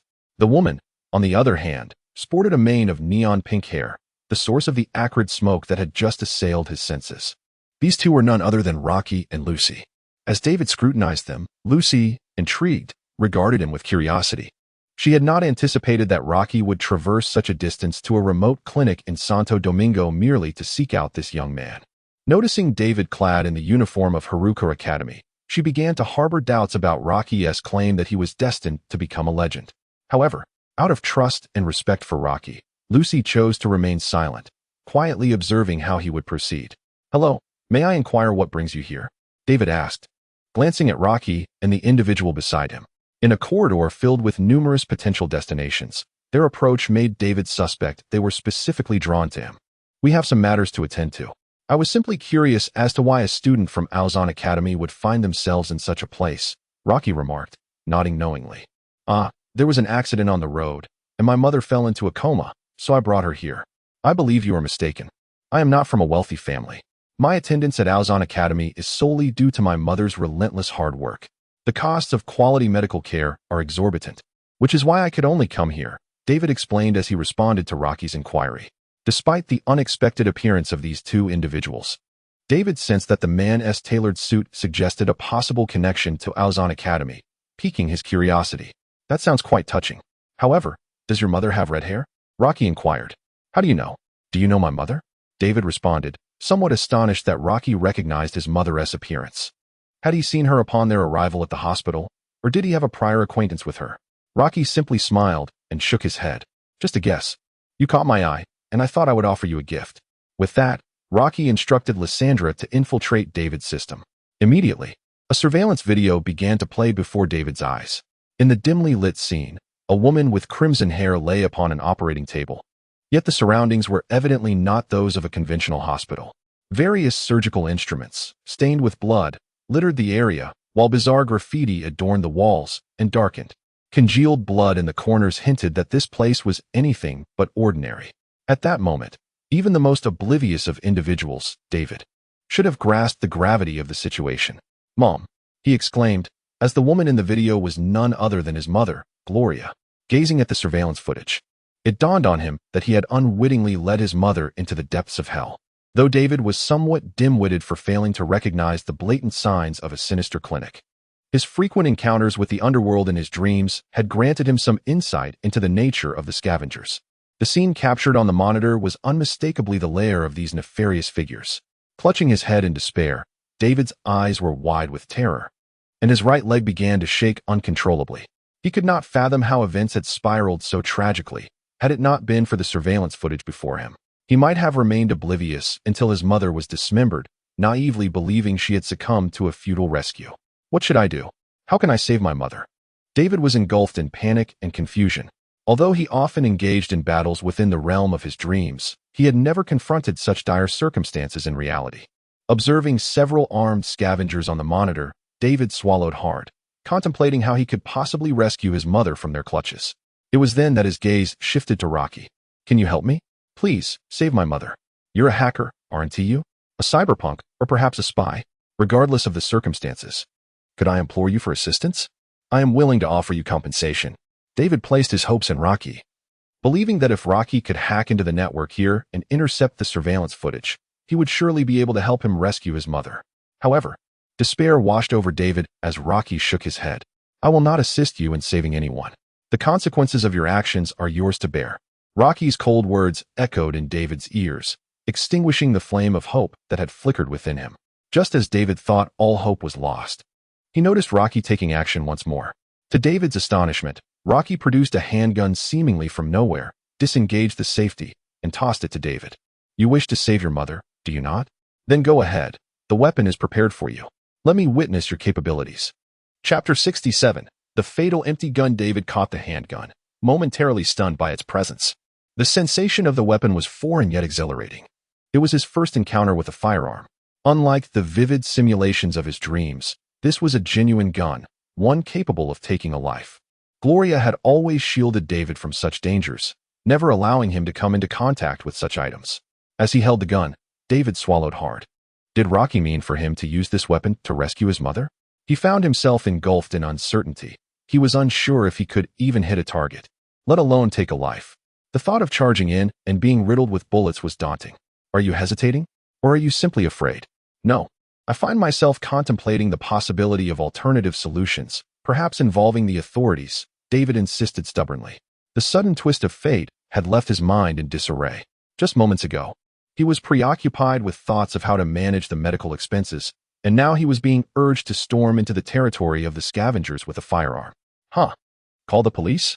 That is undoubtedly the most naive notion I have ever encountered. By the time the NCPD arrives, you might as well have them collect your mother's remains. Oh no, they may not even find a body. Perhaps in the future, you will stumble upon her in a can. This is your sole opportunity to rescue your mother. If you hesitate any longer, prepare yourself to live with a lifetime of guilt. Rocky mercilessly mocked David's childish idea. Even if one were to report the scavengers' presence here to the NCPD, by the time they arrive, who knows when that will be? After all, these scavengers are not going anywhere, and the NCPD is inherently disinterested in dealing with them. A clandestine clinic hidden away in a remote alley of Santo Domingo. Even if scavengers are involved, they would merely apprehend a few ordinary citizens. To them, it is hardly a matter of significance. Upon hearing Rocky's words, David's heart trembled. If he failed to rescue his mother today, he could only imagine the horrors she might endure at the hands of these scavengers. He had witnessed their brutal and inhumane actions in nightmares. The thought of his mother being mercilessly dismembered by these fiends would undoubtedly haunt him for the rest of his life. I understand now. David gripped the gun tightly in his hand, ultimately resolving to save his mother. What should I do? He glanced up at Rocky. Although Rocky had declined his request for assistance in rescuing his mother, he sensed that this man was inclined to help him. Otherwise, he would not have shared this information, nor would he have provided him with a firearm. Seeing David's determination, a subtle smile crept onto Rocky's lips. He issued commands to Lissandro, who promptly displayed a three-dimensional map of the entire clinic on David's system, detailing the locations of enemies, his mother, and potential routes. Everything was meticulously marked, akin to a caregiver's service. Rocky was acutely aware of David's limitations. Currently, he possessed no cybernetic enhancements or chips. Merely an ordinary student who had indulged in too many black market dreams, lacking combat experience. Sending him to confront the scavengers with a handgun was tantamount to delivering a meal to the wolves. Rocky's intention was merely to ignite David's courage, to awaken the dormant cyberpunk spirit within him. Though Rocky outwardly claimed he would not assist, he would nonetheless keep an eye on him, ensuring he did not perish here. The map has been sent to you. Simply follow the indicated route. I understand. David inhaled deeply, calibrating his state of mind, before finally lifting the handgun and, with a semblance of determination, ventured into the depths of the clinic. Upon entering the operating room, David found himself at the threshold of a passageway leading to the hideout, where the patients were subsequently transferred after being brought here. The map indicated the presence of a custodian guarding this area. David became increasingly cautious, treading lightly as he advanced. In contrast, Rocky and Lucy, trailing behind him, appeared utterly relaxed and leisurely, as if they were merely taking a stroll. This seemingly ordinary custodian outpost posed no threat to them at this moment. Furthermore, with Lysandro's watchful eye, he was privy to all activities within the clinic, ensuring that no unforeseen events would transpire. As David circumvented the custodian's line of sight, he positioned himself behind a wall, utilizing it as cover. Peering out, he observed the custodian's back and slowly raised his handgun. At that moment, he realized that pulling the trigger would mean snuffing out the custodian's life. He hesitated. The act of killing felt distant and foreign to him, and he was not entirely mentally prepared. However, after a brief moment of indecision, David resolved to pull the trigger. He had no alternative. He needed to rescue his mother. In the instant he squeezed the trigger, the bullet erupted from the chamber with swift ferocity. Yet, as David envisioned the imminent spray of blood and chaos, the reality proved starkly different. The bullet missed the custodian's head entirely, soaring past him. It was evident that David had fired wide. Stunned by his initial miss, he quickly regained his composure to fire again, but by then, the custodian had already taken refuge behind cover. Rocky equipped David's firearm with a silencer, yet bullets whizzed perilously close. The scavenger, concealed behind cover, swiftly reacted as David expended an entire magazine. In an instant, the scavenger raised his weapon to retaliate, bullets soaring toward David. Just as he was about to be struck, a hand unexpectedly grasped him from behind, pulling him back to safety. David barely comprehended how he had returned to cover. It was as though he had teleported. The sharp pain from the forceful tug was the only indication that Rocky had saved his life. Observing the continuous barrage of bullets penetrating his original position, a look of relief washed over David's face. Beside him, Rocky silently assessed the situation, bemused by David's inexperience. It was almost comical how he had missed such a large target. Yet, considering it was David's first time firing a weapon, one could hardly blame him for the inaccuracy. At the very least, his willingness to pull the trigger signified that there was hope for him. Lysandra, neutralize him, Rocky commanded, resigned to the necessity of eliminating the scavenger. The adversary had now identified David, and a one-on-one confrontation would undoubtedly spell disaster for him. Chapter 68. The Basement with Rocky's Directive Issued. Lysandra commenced her infiltration of the scavenger's systems. The bionic eye rebooted, causing an electromagnetic short circuit that rendered his weapon inoperative. In a matter of moments, numerous automatons overran the scavenger's system. The gunfire ceased, replaced by the scavenger's furious howls. Rocky abruptly lifted David, emerging from their cover to confront the scavenger. At that moment, the scavenger had lost all semblance of threat. His weapon rendered useless and his vision obscured, he sat helplessly on the ground. The fierce electric shocks having paralyzed his nerves and stripped him of all capability for movement. Kill him, Rocky commanded, releasing his grip on David's collar. Hearing Rocky's words, David gazed at the now defenseless scavenger and raised his handgun. The scavenger, slumped on the ground, heard Rocky's directive but was utterly incapable of resistance. Aware of his impending demise, he could only plead for mercy. Please don't kill me, spare me. I'm just a gatekeeper. I have an elder to care for and children to feed. I beg you, don't take my life. I do not wish to die. Though in this grim society, death was a common occurrence, it did not imply that everyone faced it without trepidation. Witnessing the scavenger's desperate pleas, David's finger, poised to pull the trigger, hesitated. Before him was a living being. Despite his earlier resolve, he found himself wavering upon hearing the scavenger's entreaty. Meanwhile, Rocky cast a sidelong glance at David, perplexed. Surely, he couldn't genuinely believe the scavenger's words. The man's claim of having dependents seemed utterly unconvincing. It was likely that only his desire to live held any truth. Moreover, regardless of the scavenger's wishes, the moment he chose the path of a scavenger, he sealed his fate. Fortunately, David ultimately did not disappoint Rocky. I'm sorry, he uttered. And with that, the scavenger's head was instantly pierced. In this close-quarters encounter, David finally managed to take his shot without missing. After dispatching the scavenger, he gasped for air, striving to steady his racing heartbeat. The sensation of taking a life for the first time was overwhelmingly exhilarating for him. Yet, he understood the gravity of his situation. There was no turning back now. Rocky observed David's state and patted him on the shoulder before entering the scavenger's lair. "We must resolve this quickly. Time is of the essence, lad," Rocky's voice echoed. Without further contemplation, David cast one last glance at the lifeless body on the ground and promptly followed suit. As they descended through the corridor, they arrived at the basement, where the full extent of the scavenger's hideout came into view. In stark contrast to the barely tidy walls of the upper clinic, the basement was marred by grotesque graffiti, including crude depictions of anatomical structures marked with bright red arrows indicating prices for various body parts. Since Lysandra had already taken control of the entire network, the scavengers were blissfully unaware of the intruder's presence, rendering the basement eerily silent. Feeling somewhat anxious amid the surroundings, David nonetheless took the initiative to lead the exploration. Guided by the map, he avoided straying off course. Upon reaching a door to a room that was not a necessary passage, he initially intended to bypass it. However, the voices emanating from within halted him in his tracks. "Did we catch some prime meat today?" one voice inquired. "Not much. Those fellows have become quite clever. The clientele at the clinic has dwindled, leaving us with few suitable prey. Today, a mother and her son arrived, victims of a car accident. The woman lay unconscious, rushed into the operating room, and now resides in the dissection chamber. Remarkably, despite lacking any cybernetic enhancements, her skin is soft and supple, indicating robust health. One could surmise that her remains could fetch a handsome price. Surely, this will not lead to complications. Rest assured, her son, that foolish lad, is nothing more than a pauper, incapable of affording medical expenses. He likely cannot even manage the costs associated with her remains. They will dissect his mother tonight, and by tomorrow, inform him of her untimely demise, incinerating her to ash for him to take home and honor. This plan seems foolproof." The two scavengers conversed brazenly within the room. Meanwhile, David trembled slightly, his fists clenched, gripping his weapon with fierce determination. He was consumed by rage. He recognized that voice, the very same doctor who had spoken to him in the corridor. Just moments ago, this doctor had assured him of the success of his mother's surgery.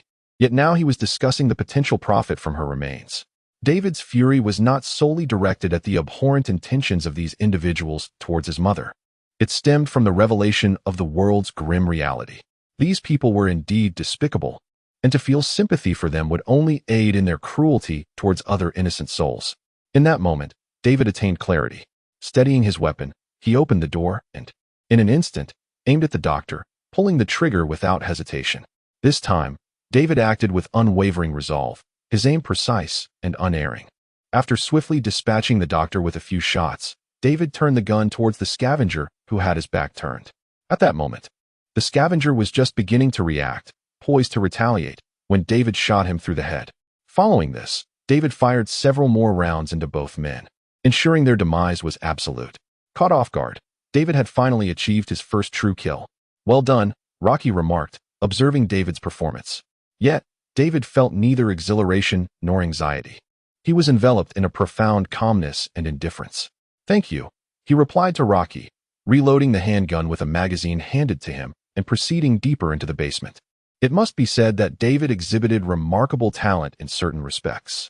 If he could overcome his inner fragility and fully immerse himself in combat, he would become an exceedingly formidable warrior. At that moment, David seemed to enter a certain state, finding increasing ease in eliminating the scavengers, swiftly clearing the path before him. Upon reaching the dissection room, the scene before him was truly harrowing, with grotesque, disfigured corpses sprawled on the operating tables. Here, David also beheld his mother, Gloria.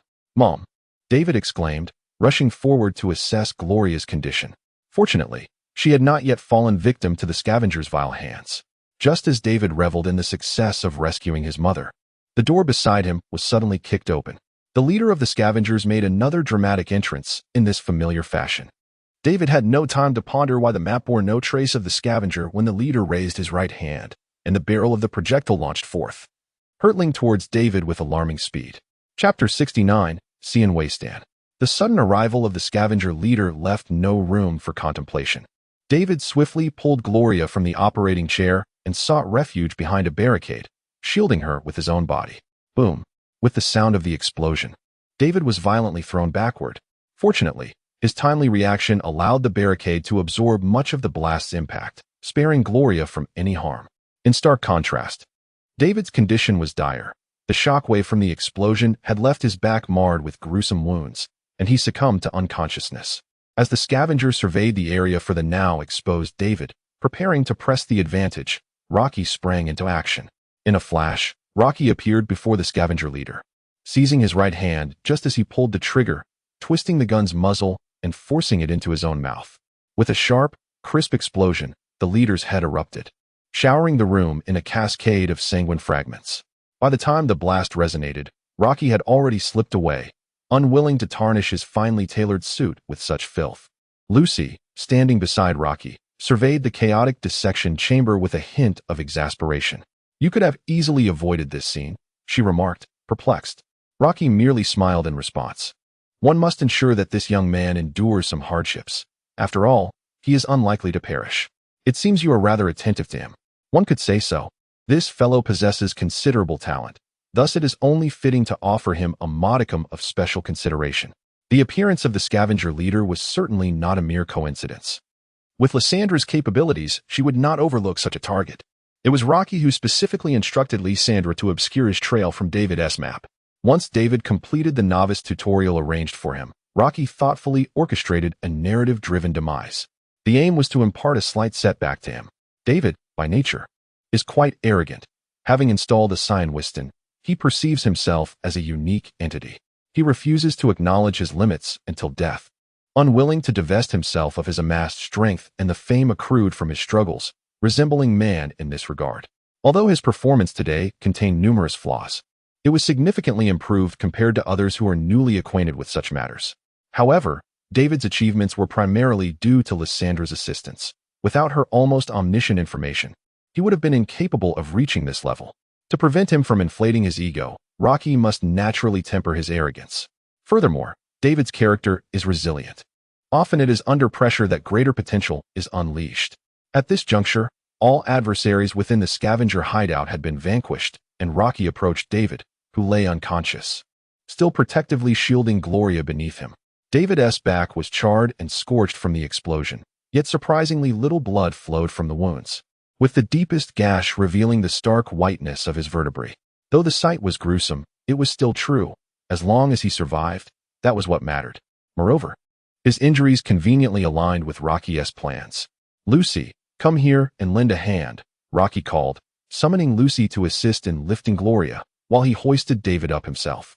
They placed both individuals in the back seat of the Drasso, and Rocky drove back to the clinic in Japantown. The dismal state of the clandestine clinic was not his concern. Inside the clinic, Rocky first examined Gloria's condition and found that she was indeed not in grave danger. She would recover in no time.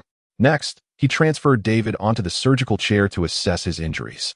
The damage was not severe, but it had affected his spinal nerves. If not repaired, it could lead to paralysis.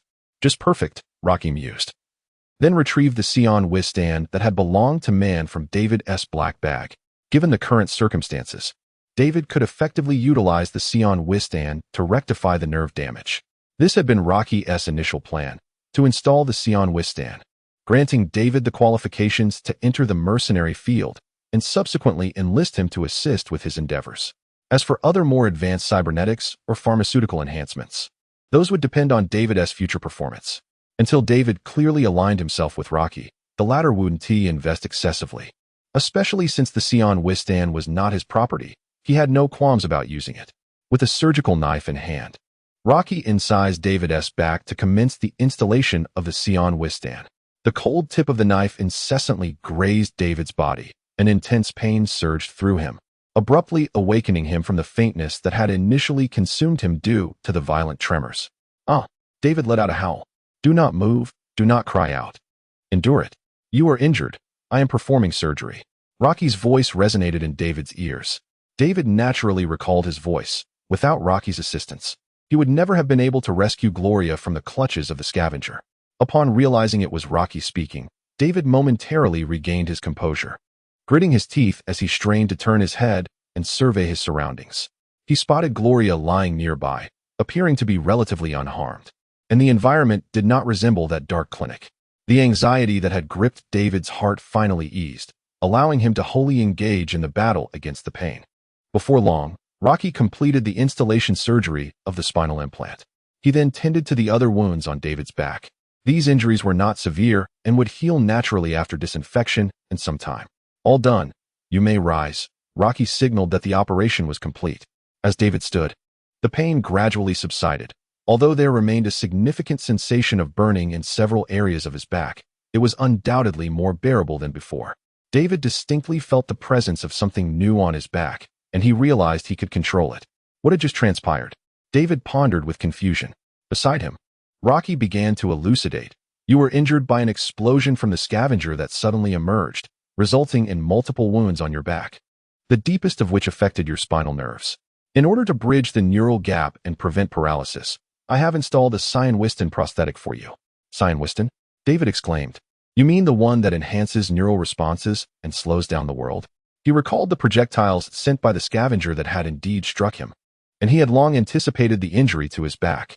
However, what astonished him was the latter part of Rocky's statement. He had actually installed a Cyan-Weston for himself.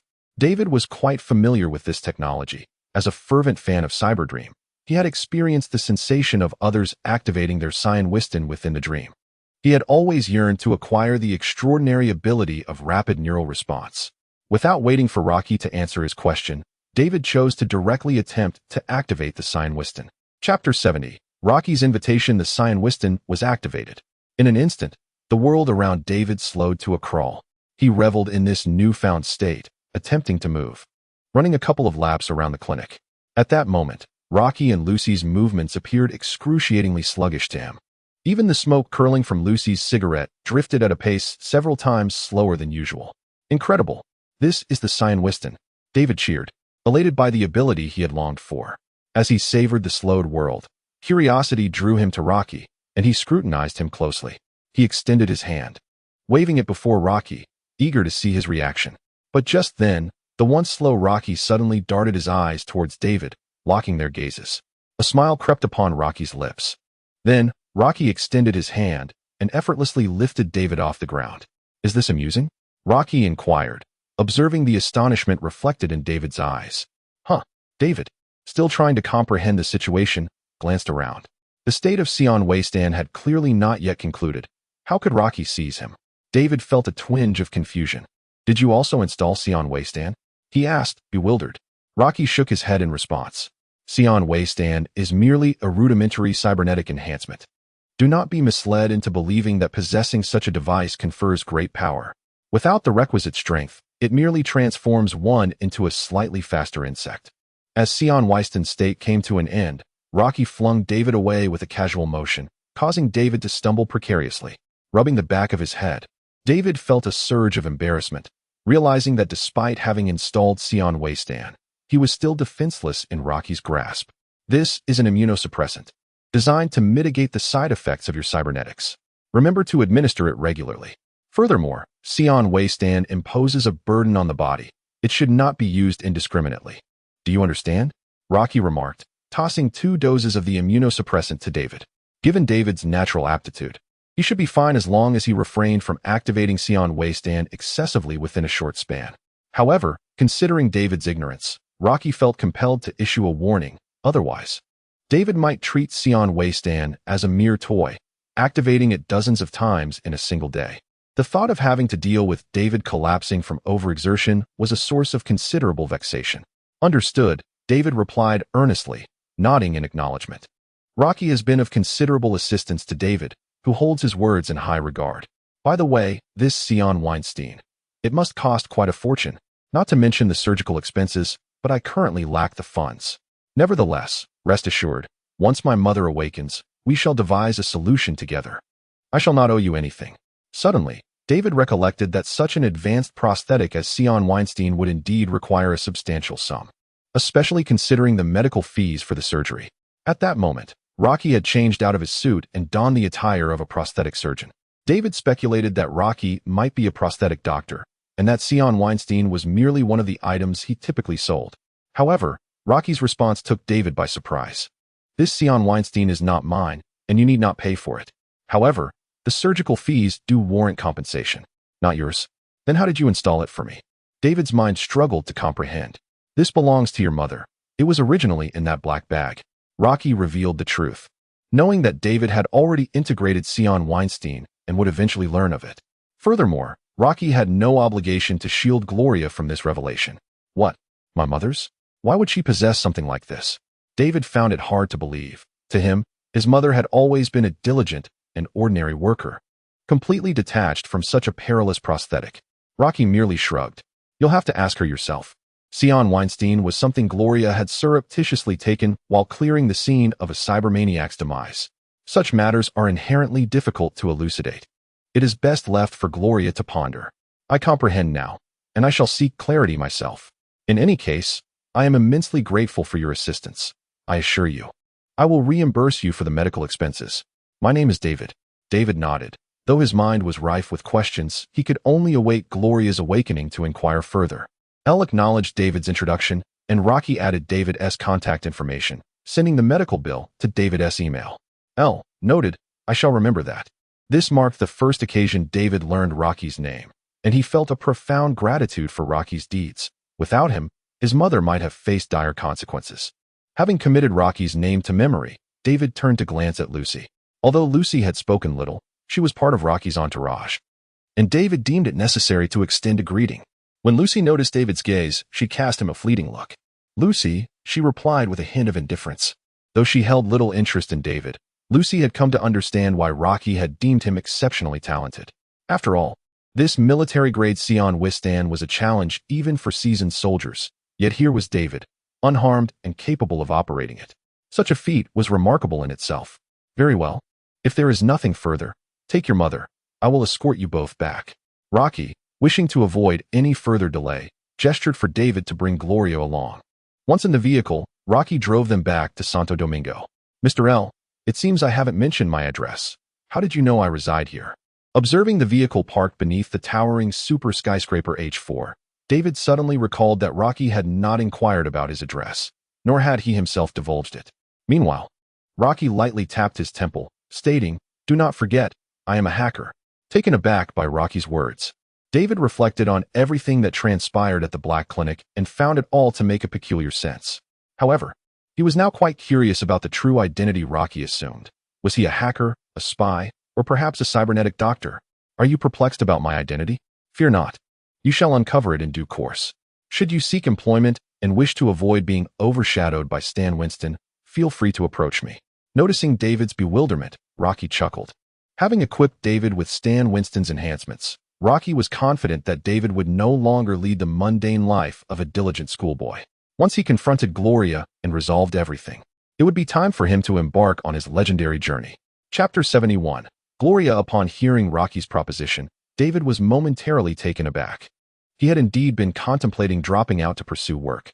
Aware of his family's circumstances, David understood that Gloria toiled daily to afford his education at the prestigious Hashizaka Academy, yet ultimately lived in a manner akin to that of a pauper. David recognized that Gloria placed all her hopes in him, aspiring for him to rise above and lead a life better than the present. However, David had no particular fondness for school, not due to a lack of aptitude. On the contrary, David consistently excelled academically.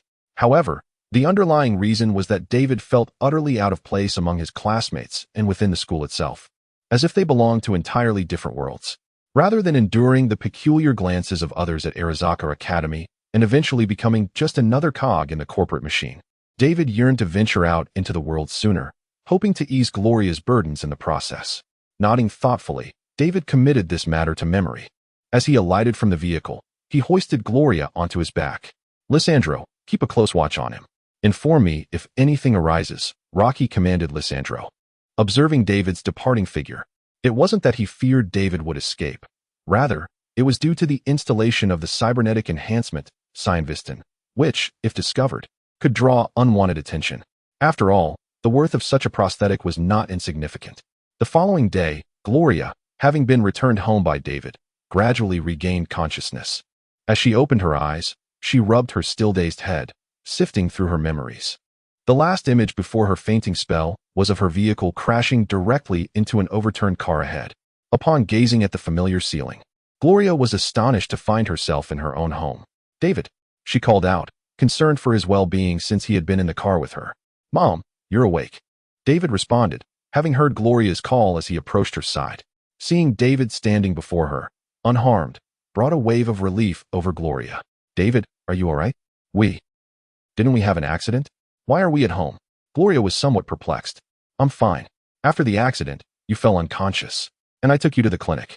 You are all right now. However, I must say, the trauma team was rather excessive upon seeing our injuries. They simply ignored us because we were not clients. David explained to Gloria, simultaneously expressing his disdain for the trauma team's behavior. Upon hearing David's words, Gloria began to comprehend the situation. David, did you cover the clinic's medical expenses? It must have been quite costly. Which clinic did you take me to? Gloria was curious about the source of David's funds for the medical fees. Given the current circumstances, it seemed the issue of medical expenses had already been resolved. Otherwise, the clinic would not have released her. David, however, shook his head and, after a moment of hesitation, revealed the truth. It was the clinic located in the alley of Coronado Farm. The matter of expenses has already been settled. Although David had not paid, in a sense, that clinic no longer existed, and thus, there was no need for payment. However, he now owed Rocky a debt. David's response astonished Gloria. She was acutely aware of the limited number of clinics in such a remote area as Coronado Farm, most of which were under the domain of scavengers. Are you referring to that clinic? How could it be? That place is, indeed, the territory of the scavengers, isn't it? Mother, I know everything now. Initially, I was unaware, but later I uncovered their true nature and rescued you. A mix of guilt and happiness played across David's face. Guilt arose from nearly causing my mother's demise, while happiness blossomed from the newfound ability to protect her. David, is what you said truly the case? How did you manage this? Gloria, astonished, swiftly approached David, inspecting him closely for any signs of injury. Familiar with the underworld and its dealings, Gloria was acutely aware of the nature of scavengers. It was beyond her comprehension that her usually obedient son, David, could rescue her from their clutches. Yet soon enough, her hands encountered something unusual on David's back. It was the Sion Vistan. David, why have you equipped yourself with it? Gloria recognized the very cybernetic limb she had pilfered during the cleanup. Moreover, this limb had already been sold to man, who had settled the payment. Yet it now resided on David. Mother, when I saved you, I sustained a spinal injury from a scavenger-esque explosion. The cybernetic surgeon installed the Sion Vistan to aid in my recovery. However, I should be the one asking you, why is such a cybernetic limb in your possession? Additionally, I investigated your other account, which holds a substantial sum of money. Mother, what on earth is happening? Upon hearing David's inquiries about the cybernetic limb, he sensed that Gloria was concealing numerous secrets from him. Gloria, caught off guard by David's questions, fell silent. Gloria has always endeavored to establish an image of an exemplary mother in David's eyes, yet now her secret has been unveiled, leaving her in a state of disarray. David, I have no choice. I must provide for your education. If I do not take this step, the exorbitant tuition fees will be unmanageable, Gloria weakly defended herself. But this is a crime, Mother. Is it truly worth it to attend Harazaka Academy? David questioned. Absolutely. David, you may not fully comprehend yet, but every sacrifice I make is justified, as long as you can achieve greatness. I am willing to give everything for that, Gloria exclaimed, her emotions surging. Everything she has done has been for David's success, and she desperately hoped he would grasp her intentions. However, it was evident that David did not understand. I do not understand. Why must this be the only path? Must one truly become an elite in society to survive? Mother, I have no desire for school, nor do I wish to become what you envision. I want to pursue my own aspirations. I am utterly weary of their scrutinizing gazes. Regardless of our efforts, we may end up just like them. It would be better for me to drop out and forge my own way. Now that I have the cybernetic enhancement, I can find work and support us. No, David, that type of cybernetic is perilous, and this model is military grade. It could drive you to madness. You cannot control it. Gloria insisted. I can, David retorted, countering Gloria's arguments, and demonstrated his resolve through his actions. Chapter 72. The Deal with Man. David activated Stanislaus, and in an instant, he vanished from Gloria's sight. Yet, in the blink of an eye, he reappeared before her, as if he had merely flickered out of existence. However, in his hands, he now held numerous bottles and jars, all of which had been scattered throughout the room and were gathered instantaneously. Such a feat would have been impossible without the prowess of Stanislaus. See, Mom, I can do it. I can control it, David boasted to Gloria, showcasing his newfound abilities. Then, With another swift motion, he returned everything to its original place. That's enough, David. Do not use Stanislaus any further, Gloria admonished, her heart racing as she witnessed David activate the device twice, prompting her to quickly grasp his arm to halt his continued use. Don't worry, Mom. I'm aware. The doctor has informed me to be cautious. But I feel perfectly fine, without any discomfort at all, David reassured her, feeling warmth in his heart at Gloria's concern and smiling to comfort her. Gloria, intrigued by David's repeated references to this doctor, inquired, David, who is this doctor you speak of? Seeking out an unfamiliar cybernetic physician to install augmentations can be perilous. Unbeknownst to her, David was acquainted with more than just Rocky, having even assisted the cybernetic physician in promoting black market augmentations at school. I know, but as for that doctor, perhaps he is more than merely a cybernetic physician.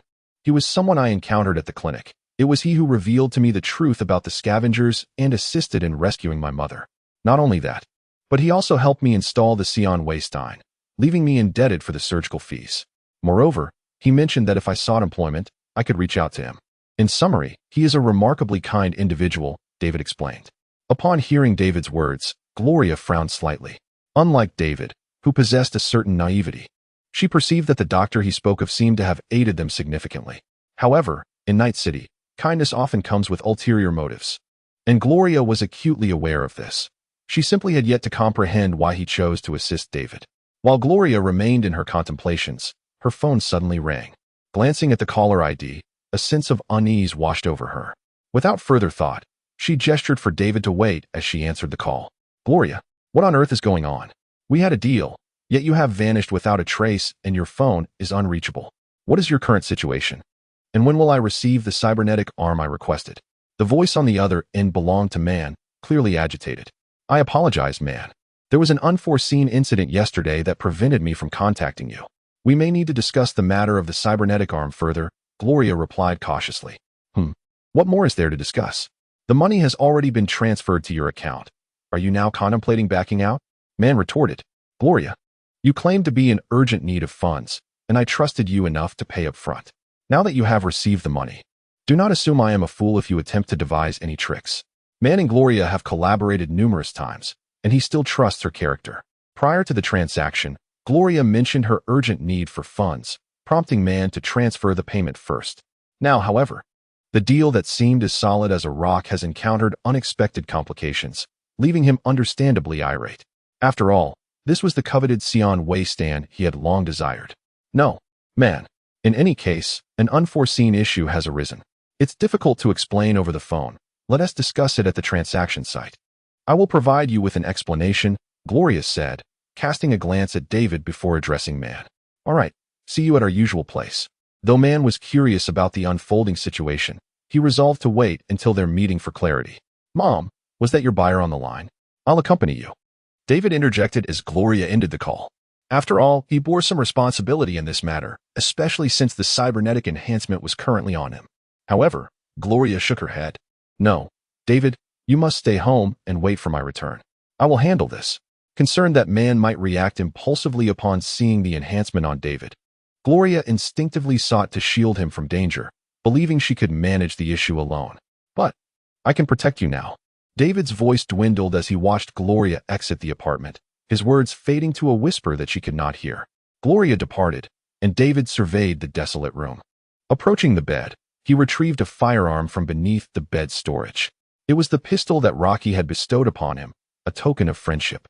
David gripped the weapon firmly, concealing it at the small of his back. He activated the Cyanvestin and set off in pursuit of Gloria. His intent was to discern the nature of her dealings. He was determined to safeguard her well-being. In Santo Domingo, at a row of warehouses, Man, Pira, and Falco sat outside. Soon, Gloria's slender silhouette emerged into their line of sight. Gloria, speak up. What is the situation? Where is the cybernetic? Man inquired, his eyes hidden behind sunglasses, fixed intently upon her. Gloria glanced around, detecting no anomalies, before responding. I was in an accident on my way home yesterday and was taken to a clinic. By the time I regained consciousness, the cybernetic had vanished. I apologize, Man. I cannot provide the cybernetic, but I promise to return your money. I just need a bit more time. A flicker of guilt crossed Gloria's face as she concealed the truth about David's installation of the cybernetic in her effort to protect him. Initially, She believed she could repay Man while foregoing the cybernetic, but now, the majority of the funds Man had provided for it had been lost to the school due to David's use of pirated software, which had damaged the institution's teaching system, resulting in a substantial financial liability for her. Upon hearing this, Man's fury ignited, and he sprang to his feet. What? You cannot provide the cybernetic? Do you have any idea how long I waited for the perfect one? Gloria, this is not merely a matter of finances. Such military-grade cybernetics cannot be procured even with ample funds. And now, you expect me to await the return of my money? Where, pray tell, has my money gone? Chapter 73L. I have utilized a portion of it, but I assure you I will repay you promptly. I sincerely apologize for this incident, Man. However, I guarantee that such an unforeseen circumstance will not arise again. At this moment, Gloria finds herself devoid of alternatives, hoping only for Man's understanding. Yet, Man is evidently not easily deceived. He is clearly skeptical of Gloria's explanations. A portion utilized? With no cybernetics and no money. This is your justification? Given this predicament, do you truly believe there will be a next time? Gloria, disclose the entirety of yesterday's events immediately. I must ascertain who possesses Sion Waystan. Gloria is unable to produce the funds, and Man finds himself at an impasse. Yet, in comparison to the mere tens of thousands, his primary concern is the whereabouts of his Sion Waystan. I do not know. Gloria feigns calmness. Man gazes intently into Gloria's eyes, as if seeking to unearth some truth from within. Despite their numerous collaborations, it does not guarantee that Gloria will not betray him. After all, the previous goods were not of such significant value. It is entirely plausible that Gloria, in a reversal of her word, has sold the merchandise to another or intends to abscond with his money. You had better genuinely be unaware. I will uncover the truth. If you deceive me, you should be well aware of the consequences that await you. Man issued a warning to Gloria, gesturing for Pyrrha to step forward and attach a tracker to her. Trust between Gloria and Man had begun to fracture, and Man felt compelled to prevent any possibility of Gloria escaping. Dear Miss Gloria, you must comprehend the necessity of my actions, he stated. Pyrrha, gazing at Gloria's enchanting visage, approached with a somewhat inappropriate expression, intent on installing the tracking device. However, just as Pyrrha was about to reach out to Gloria, a figure swiftly emerged, positioning itself in front of him. This individual was, of course, David. He had been lurking nearby, eavesdropping on their conversation. Upon realizing that Gloria had not disclosed the full truth, David's heart tightened. He understood her motives, yet he refused to evade responsibility. The situation was inherently straightforward. It all stemmed from his actions. Had he not resorted to pirated software, Gloria would not have found herself in such a predicament. If he had not so naively sent her to the illicit clinic, there would have been no need for the installation of the tracker. David bore the burden of responsibility, and he was determined not to shy away from it. He could not allow Gloria to shoulder the consequences of his misdeeds. With the cybernetic implant now on him, it was he who should repay Man. Thus, he chose to step forward. David, Gloria exclaimed in surprise at his sudden appearance. Huh, where did you come from? Who are you? Pyrrha questioned, still bewildered by the sudden appearance of this slender figure before him. The person you seek is me, Stanislaus. David mustered his courage and shouted towards the crowd gathered by Man. David, you've lost your mind. You must leave. This does not concern you. Gloria attempted to push David away, hoping he would depart, yet David stood resolute, his frame resembling a rock, immovable in the face of her plea. Upon hearing David's declaration, Man suddenly broke into a grin, realizing that Gloria had indeed deceived him. Leave?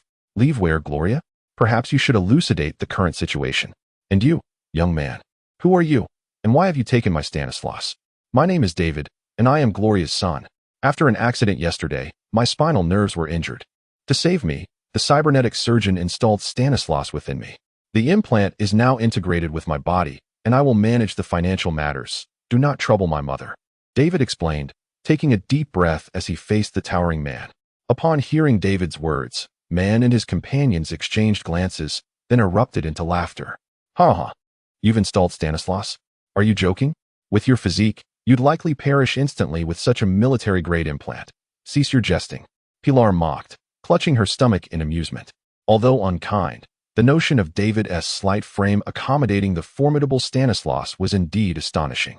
I am not jesting, David replied, turning to reveal his back, where the Stanislaus was visibly integrated into his spine. Upon witnessing this scene, Man and his companions fell into a profound silence. Before they could articulate their astonishment, an even more shocking occurrence transpired. In an instant, David vanished, only for his voice to echo behind Man and the others. This was the prowess of the Stanislaus, surely. You must now believe it. Turning to look, they found David standing right behind them. It dawned on them that David had indeed manifested using the Stanislaus from the very beginning. This implied that he had activated the Stanislaus twice in quick succession, an accomplishment beyond the capabilities of an ordinary human, leaving Man nearly agape. However, after a moment's contemplation, Man chuckled softly and said, "Listen, regardless of whether you've merely simulated the Stanislaus, or if you are Gloria's son or someone else entirely, the cybernetic body you possess belongs to me. Do you comprehend? I have invested considerable resources to procure it, hence you ought to return it to me. Apologies, but this cybernetic body holds significant value for me. I assure you, I will repay you. I can earn the money I owe you shortly. Please grant me this opportunity." Despite David's resolve to shoulder the burden alone, he was naturally reluctant to heed Man's demand to return the Stanislaus. To David, the work that Rocky had invited him to undertake necessitated the use of the Stanislaus. It was a crucial asset for his future endeavors and earnings, and thus he had no intention of relinquishing it. What do you mean by that? Do you truly expect me to believe that a mere child like you can earn money? I am not a fool. Perhaps you should accompany me now to have that cybernetic body removed, and we can consider this matter settled. Man gazed at David, who fervently insisted on his ability to repay the substantial sum of tens of thousands of euros, clearly doubting his capability. I can earn it. The doctor who will assist me in installing the cybernetic enhancements has already extended an invitation. I will soon be able to make money. Although he was yet to ascertain the nature of the job that Rocky had mentioned, David remained confident that someone as formidable as Rocky would certainly yield a handsome profit. Which cybernetic surgeon can help you earn so much money? Don't be ridiculous. No, he is more than just a cybernetic surgeon. All I know is his name. L. Isn't that? The astonishment among Man and his companions was palpable, as they were evidently familiar with that name. Chapter 74. Compensation. Upon hearing the name from David's lips, both Man and Pila were momentarily taken aback. You can't be referring to the one who runs a clinic in Japan Street, can you? Man inquired for confirmation, to which David nodded affirmatively. Damn it, not this guy again. Unable to contain his frustration upon receiving confirmation, Man cursed. The critical pieces of information, cybernetic surgeon, Japan Street, clinic, combined seamlessly, leading Man to realize that the individual David spoke of was indeed Rocky. Man was no stranger to Rocky, for it was this very person who had lured away both Lucy and Rebecca. Although Rebecca now occasionally joined them on missions, she clearly appeared distracted, remaining only because Rocky had no further use for her. Lucy had completely severed ties with Man's team, exhibiting no sign of reluctance. Although she was merely a substitute hacker, her absence placed an overwhelming burden on Chi-Wei, who was now on the verge of a headache. It was evident that all this turmoil stemmed from Rocky, and Man simply could not comprehend the magnetic allure that compelled both Lucy and Rebecca to follow him. Pila was equally perplexed. Upon discovering that Rebecca and Lucy had become involved with Rocky, he not only mocked Rebecca, but also sought to confront Rocky himself. However, Rebecca intervened, and to his dismay, something had transformed within her, granting her the strength to easily overpower him. Man and Pila were now filled with an intense frustration towards Rocky, yet they found themselves powerless to act. After all, both Lucy and Rebecca had chosen to align themselves with him willingly, and as friends, they could only choose to respect their decisions. Nevertheless, the fact that Rocky had not only lured away Rebecca and Lucy, but had also transferred his Sanwistan into the body of a mere child was simply intolerable for Man. David, overhearing Man's tirade, felt puzzled. Do you know him? He inquired. Know him. He's caused us immense trouble, Pila replied. Never mind, let's leave it at that. Since you've already implanted Sanwistan, you may keep it. However, as for my money, you must return it to me post-haste. Man took a deep breath to calm his agitated emotions, realizing that since this matter involved Rocky, he could not exert too much pressure. After all, with Lachi and Rebecca being so close, Man, as Rebecca's friend, would naturally refrain from complicating matters for Lachi. Otherwise, it would be unacceptable in Rebecca's eyes. Although he had spared David, Man would undoubtedly seek an explanation from Lachi. With his own Sanwistan lost, he had every intention of demanding a replacement from Lachi. After all, he was a cybernetic physician, and surely he possessed the necessary resources. Furthermore, as he was now venturing into business and had established connections with Arasaka, he He might even procure something superior to the Sion Waston. At that juncture, he would settle both new grievances and old scores, ensuring that Lachi would yield some tangible benefits. David, relieved that man had finally let him off the hook, felt his tense heart ease considerably. Thank you. I will repay you as soon as possible. Just leave. I do not wish to see you again. With a dismissive wave of his hand, man urged David to exit his line of sight. Although he had relinquished the Sion Waston, man's heart still ached. Noticing man's impatience, David hurriedly approached Gloria, escorting her away from the warehouse entrance. Man, are you truly giving up on that cybernetic? Pyrrha inquired, observing David and Gloria's departure. What choice do I have? He retorted with a scoff. Come, let us confront that scoundrel named El. With a cold huff, man led Pyrrha as they made their way to Lachi's company. Lachi was typically either at the clinic or the office during his idle hours, making it relatively easy for man and his companions to locate him. Instead of reaching out to Lachi, man and his group directly arrived at Lachi's company. Hello. Welcome to Ascendant Technologies. Apologies, gentlemen. The system has not detected your appointment. Please clarify your purpose. At the entrance of the company, a smiling virtual figure on the electronic display greeted man and his companions. This was an AI created by Lissandro specifically for reception purposes. We wish to see El. Man stated directly. Please hold on. I am notifying Mr. L for you. Upon hearing man's intent, Lissandro, who was behind the reception AI, immediately received the information. Upon comparing data, it became evident that man and Rocky were acquainted, prompting the AI to relay man's visit to Rocky in the office while abruptly interrupting any refusal it was about to articulate. Very well, Mr. L is waiting for you in his office. Please proceed according to the directions. The AI soon responded. At that moment, Rocky was preparing for an upcoming press conference, not expecting man to arrive. Without hesitation, Rocky chose to welcome man inside. Man, it's been a while. What brings you to the company? Rocky inquired, seated in his chair, observing man's entrance with curiosity. I never expected it, L. It hasn't been long, yet you've changed so much. This company certainly has a polished air about it. That is of little consequence. Please state your purpose, man. Yesterday, you fitted my Science Wiston onto a young upstart. I had already purchased that.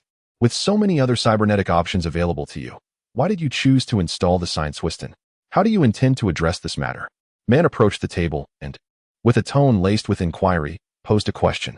In response to man's interrogation, Rocky remained unfazed, calmly elucidating. Do not be agitated, man. Indeed, I did rescue a young lad yesterday, but I had no inkling that his prosthetic was yours. It was simply nestled within his bag, and I presumed it to be his own possession, thus it was only natural to fit it for him. How can I not be agitated? You, who have not only taken Rebecca and Lucy from me, but have also absconded with the prosthetic I painstakingly acquired. You must provide me with an explanation today, otherwise, this matter cannot be overlooked. Man articulated his true intentions for being there. He had harbored grievances against Rocky for quite some time, and now, having become a mere pawn of the corporation, he felt justified in extracting some recompense from him. Seeing man in such a state, Rocky simply smiled. Was this not a request for something of value? This was indeed manageable. He felt a twinge of guilt for having taken man's two prominent subordinates. But with man bringing it up, it could be resolved in one fell swoop, thus sparing them both the hassle. Very well, you have a point. My actions were indeed rather unsavory. I shall compensate you, though concerning the matter of Stan Winston, I might not be able to provide you with a prosthetic. What do you mean? As a prosthetic surgeon, cannot you procure one that would satisfy me? Not quite. Rather, I believe you may require something else entirely, such as this. Rocky chuckled softly, shaking his head, before producing a vial of azure liquid and placing it upon the table. What is this? Man gazed at the azure vial resting upon the table, his brow furrowing slightly, perplexed by Locke's insinuation. Could this single concoction possibly rival the worth of his lost cybernetic limb? He found it hard to believe. Observing man's bewildered expression, Locke chuckled before elucidating. This is an advanced serum, capable of enhancing physical resilience and augmenting one's tolerance for cybernetics. The value of this vial alone is equivalent to that of your lost prosthetic. And more importantly, it is not available for purchase on the open market. What Locke presented to man was a premium soldier serum, a substance now exclusively reserved for the Arasaka Corporation. Initially, a mere 10 doses had leaked to underground clinics, and now, it was utterly unattainable in the marketplace. Upon hearing Locke's explanation, man reached for the serum, scrutinizing it closely. This, are you certain? I have no reason to deceive you, man. I previously assessed your condition, and if my assumptions are correct, you are nearing your limits. Frequent tremors, disorientation, and hallucinations. These symptoms should resonate with you. You must understand what they signify. This serum can address your predicament, allowing you to forego the degradation of your cybernetics. Locke's words struck Man like a hammer in his mind. The symptoms he had been experiencing lately were indeed alarming, though their occurrence had not escalated significantly, only once or twice. Nevertheless, he recognized this as a precursor to cyberpsychosis. When such manifestations arose, one was often left with two grim choices: undergo the degradation of their cybernetics or await an inevitable demise. Yet he was reluctant to downgrade his formidable cybernetic enhancements. After exerting so much effort to reach this level, he found it impossible to relinquish his strength. In fact, he sought to augment himself further with a Sion-Weinstein implant. Well then, how does one utilize this? After a moment of silence, Man accepted the serum. If this concoction proved effective as Rocky claimed, it would indeed be beneficial for him. Man felt a sense of satisfaction with this compensation. Simply find a trusted cybernetic surgeon to administer the injection. Of course, you could also visit my clinic tonight. I can assist you. That evening, within Rocky's clinic, Man gradually awakened after the injection. Though Rocky had advised him to seek a reliable cybernetic doctor, Man insisted on having Rocky assist him, considering it was he who provided the serum and thus possessed the most knowledge about it. How do you feel? Excellent. I am quite satisfied. At that moment, Man's mind was remarkably clear. The earlier haze had dissipated. As he attuned to the state of his body, a smile emerged on his face. Although you have injected the serum and your condition has improved, it does not grant you the freedom to install cybernetics without restraint. The serum merely enhances your capacity to endure the enhancements, yet there remains a limit. Should you continue to install cybernetics without pause, you risk succumbing to cyberpsychosis, Rocky cautioned. Observing Man's growing excitement with concern, he feared that after receiving the serum, Man might recklessly augment himself further. At present, Man has not yet harmed those around him due to his cybernetic psychosis, and he appears rather unconcerned about it. Rocky, lacking any effective solutions, can only offer him a verbal reminder. Haha, understood, Man responds with a smile, evidently in good spirits. Given Man's nonchalant attitude, Rocky refrains from further comment and allows him to depart. 2 days later, News 54 reports. Today, Arizaka convened a press conference to announce a partnership with the technology firm Ascend Technologies. Allow me to guide you into this press conference as we unveil the mysteries surrounding Ascend Technologies. At the scene, a reporter from News 54 stands before the camera, narrating the events. The camera then shifts to the elevated stage, where numerous staff members are busily preparing the venue, swiftly transforming it into a formal setting. The spokesperson from Arizaka's marketing department adjusts his attire and, after ensuring everything is in order, steps onto the stage. As he approaches the camera, the press conference officially commences. It is my pleasure to be here today representing Arizaka at this press conference. As a world-class arm technology company, our services span various industries, including arms manufacturing, security, and banking. We are dedicated to providing our corporate clients with superior quality. Oh, these Arizaka folks are just the same. They always begin with endless prattle, as if they wish to elevate their company to the heavens, remarks Jack, a robust figure clad in an exquisitely tailored suit, as he critiques the verbose spokesperson from Arizaka to Rocky beside him. Jack had always held a disdain for these individuals, perceiving their words as lacking any value, with the same phrases being repeated ad nauseum. Although he voiced his criticisms, he only whispered them quietly to Rocky. After all, this was Arizaka's territory, and as an employee of one of Arizaka's partner enterprises, he could not afford to let outsiders overhear his remarks, especially with the presence of keen-eared journalists, a pack ready to pounce at the scent of gossip. Even if they dared not report on any scandals involving Arizaka, it was prudent to avoid giving them any leverage. Noticing Jack's murmured complaints, Rocky chuckled lightly. Jack, do you still not understand them? They're just company sycophants. Besides, he is not the one in charge at Arizaka. He is merely a tool put forth for show, and thus must present himself with a semblance of dignity. If it were someone like Arizaka's heir, Lin Xian, attending the press conference, there would certainly be no need for such tedious banter. El concurred with Rocky's assessment, acknowledging the necessity for a representative of Arizaka to be thorough in their address. Today, Oldway had also made the rare choice to don a suit, accompanying Rocky to the event. Even Lucy, typically absent from such grand occasions, made a notable appearance, her fitted women's suit accentuating her figure exquisitely. Only Rebecca, unable to embrace such formal attire, opted not to attend. After a considerable duration, the spokesperson from Arasaka finally managed to articulate the specific plans and rationale behind the collaboration with Facing Technology amidst a sea of superfluous dialogue. The announcement regarding the partnership with Facing Technology had concluded. Next, we shall invite our esteemed partner, Chairman L of Ascension Technology, to the stage for the inaugural product launch of Ascension Technology. Amidst a thunderous applause, the spokesperson of Huangban gracefully descended from the platform. In the audience, some journalists eagerly welcomed Rocky's entrance, while others still yearned to pose questions to the spokesperson. However, it was evident that the spokesperson had no intention of engaging with them, as the schedule set by Huangban did not include a QA session. After all, this event was merely one of the many facets of the transaction with Rocky, and Huangban did not wish to invest excessive effort or provide answers to the journalists' inquiries.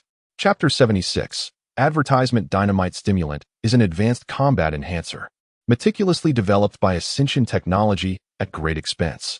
It boasts no side effects while delivering a powerful acceleration effect suitable for various scenarios. On the television, Rocky, clad in an exquisite suit, spoke eloquently on stage. In her apartment, Gloria sat on the sofa, staring vacantly at the images flickering on the screen. Her life had taken a dramatic turn over the past few days. First, there was the car accident, followed by her son uncovering her secret, and then David's installation of the CNY stand, leading to a clash with Man and others. Just yesterday, Gloria received a notification from her company, informing her of her termination. There was no explanation provided. It was merely a unilateral decree. The incident of the car accident prevented Gloria from attending work the following day. Yet the company showed no concern for her situation, proceeding directly with her dismissal. Gloria chose not to question or explain, for she understood that such efforts would be futile. This incident only exacerbated her already precarious situation. Having lost her job, she found herself devoid of a source of income, making it increasingly difficult to repay her mounting debts. David, upon learning of this predicament, seized the opportunity to negotiate with Gloria. Despite her fervent pleas for him to return to his former life and allow her to handle the mess, David resolutely declined her request and withdrew from Aohaka Academy. As a rebellious figure within the school, Aohaka Academy was more than willing to see David depart. He encountered no resistance in completing his withdrawal process. With her job lost and a substantial debt looming over her, Gloria realized she was powerless to stop him. David successfully escaped from Aohaka Academy, but this act became the final straw for Gloria. She now appeared to have lost her sense of purpose, lacking direction in her efforts. All her endeavors in the first half of her life seemed to have been rendered meaningless. Mom. Just as Gloria was lost in her thoughts, David's voice called out from behind her. Mom, what are you so engrossed in? Gloria momentarily failed to respond, prompting David to call her again. It was only then that she realized he was addressing her. Huh. Oh, David. I'm watching the news. It's a press conference from Aohaka. As Gloria's unfocused gaze returned to the television, she recalled the content she had previously seen and replied, What? You're still concerned about Aohaka? We have nothing to do with them anymore, Mom. Indeed, Gloria murmured, preparing to turn off the television. The screen continued to display images. As a renowned technology manufacturing enterprise, we possess a mature and exceptional research and development team, along with specialized scientific laboratories. The man on the screen incessantly extolled the achievements and prospects of his company. Just then, David stepped forward and beheld the content on the television. Wait, he exclaimed, recognizing the speaker as the man who had saved him that day. The same suit, the same voice. David could not be mistaken. David, do you know him?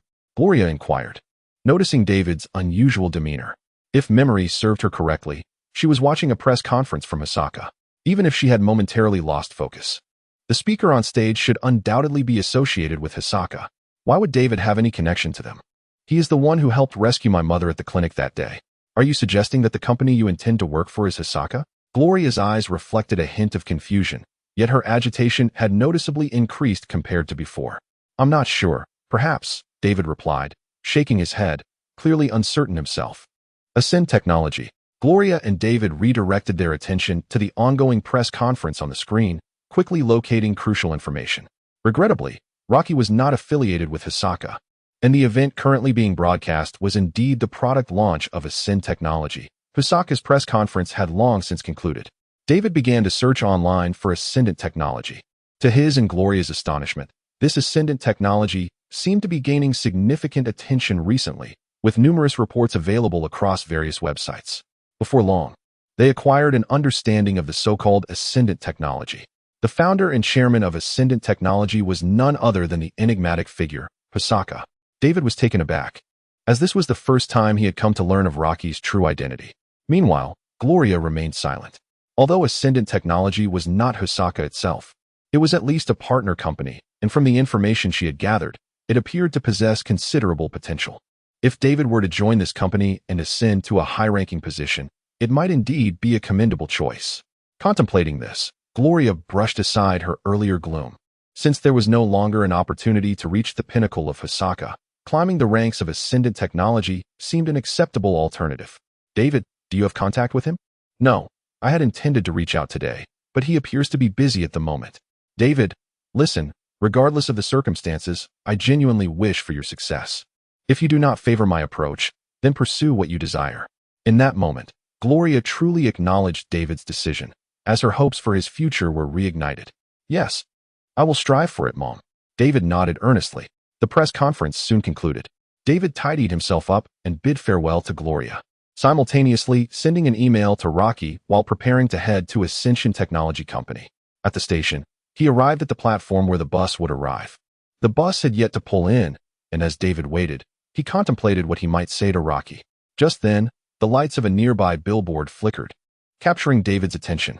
Turning to look, he noticed a new round of advertisements playing on the billboard. Chapter 77. The Marvelous Use of Stimulants on the Billboard. A slender figure donned in round goggles and a white, sharp-toothed mask was sprinting wildly. The grace of his movements exuded an exhilarating sense of speed, as if he were extracting every ounce of his velocity. The camera followed him closely, the scenery blurring past. As the shot widened, 3 armed adversaries appeared ahead. Having spotted the sprinting figure, in unison, they raised their weapons and opened fire. At that moment, the runner swiftly produced a green vial and injected it into his abdomen. His already swift pace surged even further, leaving behind trails of emerald light that vividly illustrated the sudden increase in speed. Upon reaching the pinnacle of his velocity, he executed a stylish slide into the midst of his foes. Bullets whizzed past him, narrowly missing, while the gunfire trailed closely behind, unable to catch up to his swift form. As he plunged into the enemy ranks, he drew his weapon and swiftly dispatched all 3 adversaries. The camera zoomed in as he leaned towards it, producing an unadministered vial and delivering the advertisement's tagline: swiftly running, rapidly striking, and winning in an instant. Ascension Technology's performance enhancer promises an exhilarating experience, allowing one to always stay a step ahead while leaving death trailing far behind. A collaborative production by Ascension Technology and Arasaka Pharmaceuticals, guaranteeing quality at an affordable price. At this moment, the scene freezes, transforming into a promotional image with bold slogans plastered across the screen, captivating the attention of passersby. This advertisement, naturally, is the brainchild of Rocky's design, with the protagonist entirely modeled after the persona of the Performance Kid. Today marks the official launch of the promotional campaign for Ascension Technology and the Performance Enhancer. In tandem with the fervor of the press conference, various styles of advertisements have been deployed throughout Night City. It is hardly surprising that David spots related advertisements at the subway station. Not only on this prominent billboard, but numerous smaller venues also showcase promotions for the Performance Enhancer. Burning the midnight oil, feeling tired and drowsy? Just take the Performance Enhancer. A tiny tube will keep you energized all night long. Such images coupled with slogans can be found in abundance at the station. The Performance Enhancer is truly remarkable. Gazing at the content of the billboard, David cannot help but express admiration, fostering a sense of anticipation towards Ascension Technology. As the tram arrives, David boards and makes his way to Ascension Technology. Mr. David Martinez, welcome to Ascension Technology. Chairman L is currently engaged in business discussions. Please proceed to the reception room and wait patiently. I will promptly inform Chairman L of your arrival. At the entrance of Ascension Technology, the reception AI verifies David's identity and subsequently grants him access, directing him towards the reception room. As David stepped into Ascendant Technology, he curiously surveyed the company's environment. Although the office building of Ascendant Technology was not situated amidst the multitude of towering corporate edifices in the company plaza, its interior decor exuded sophistication.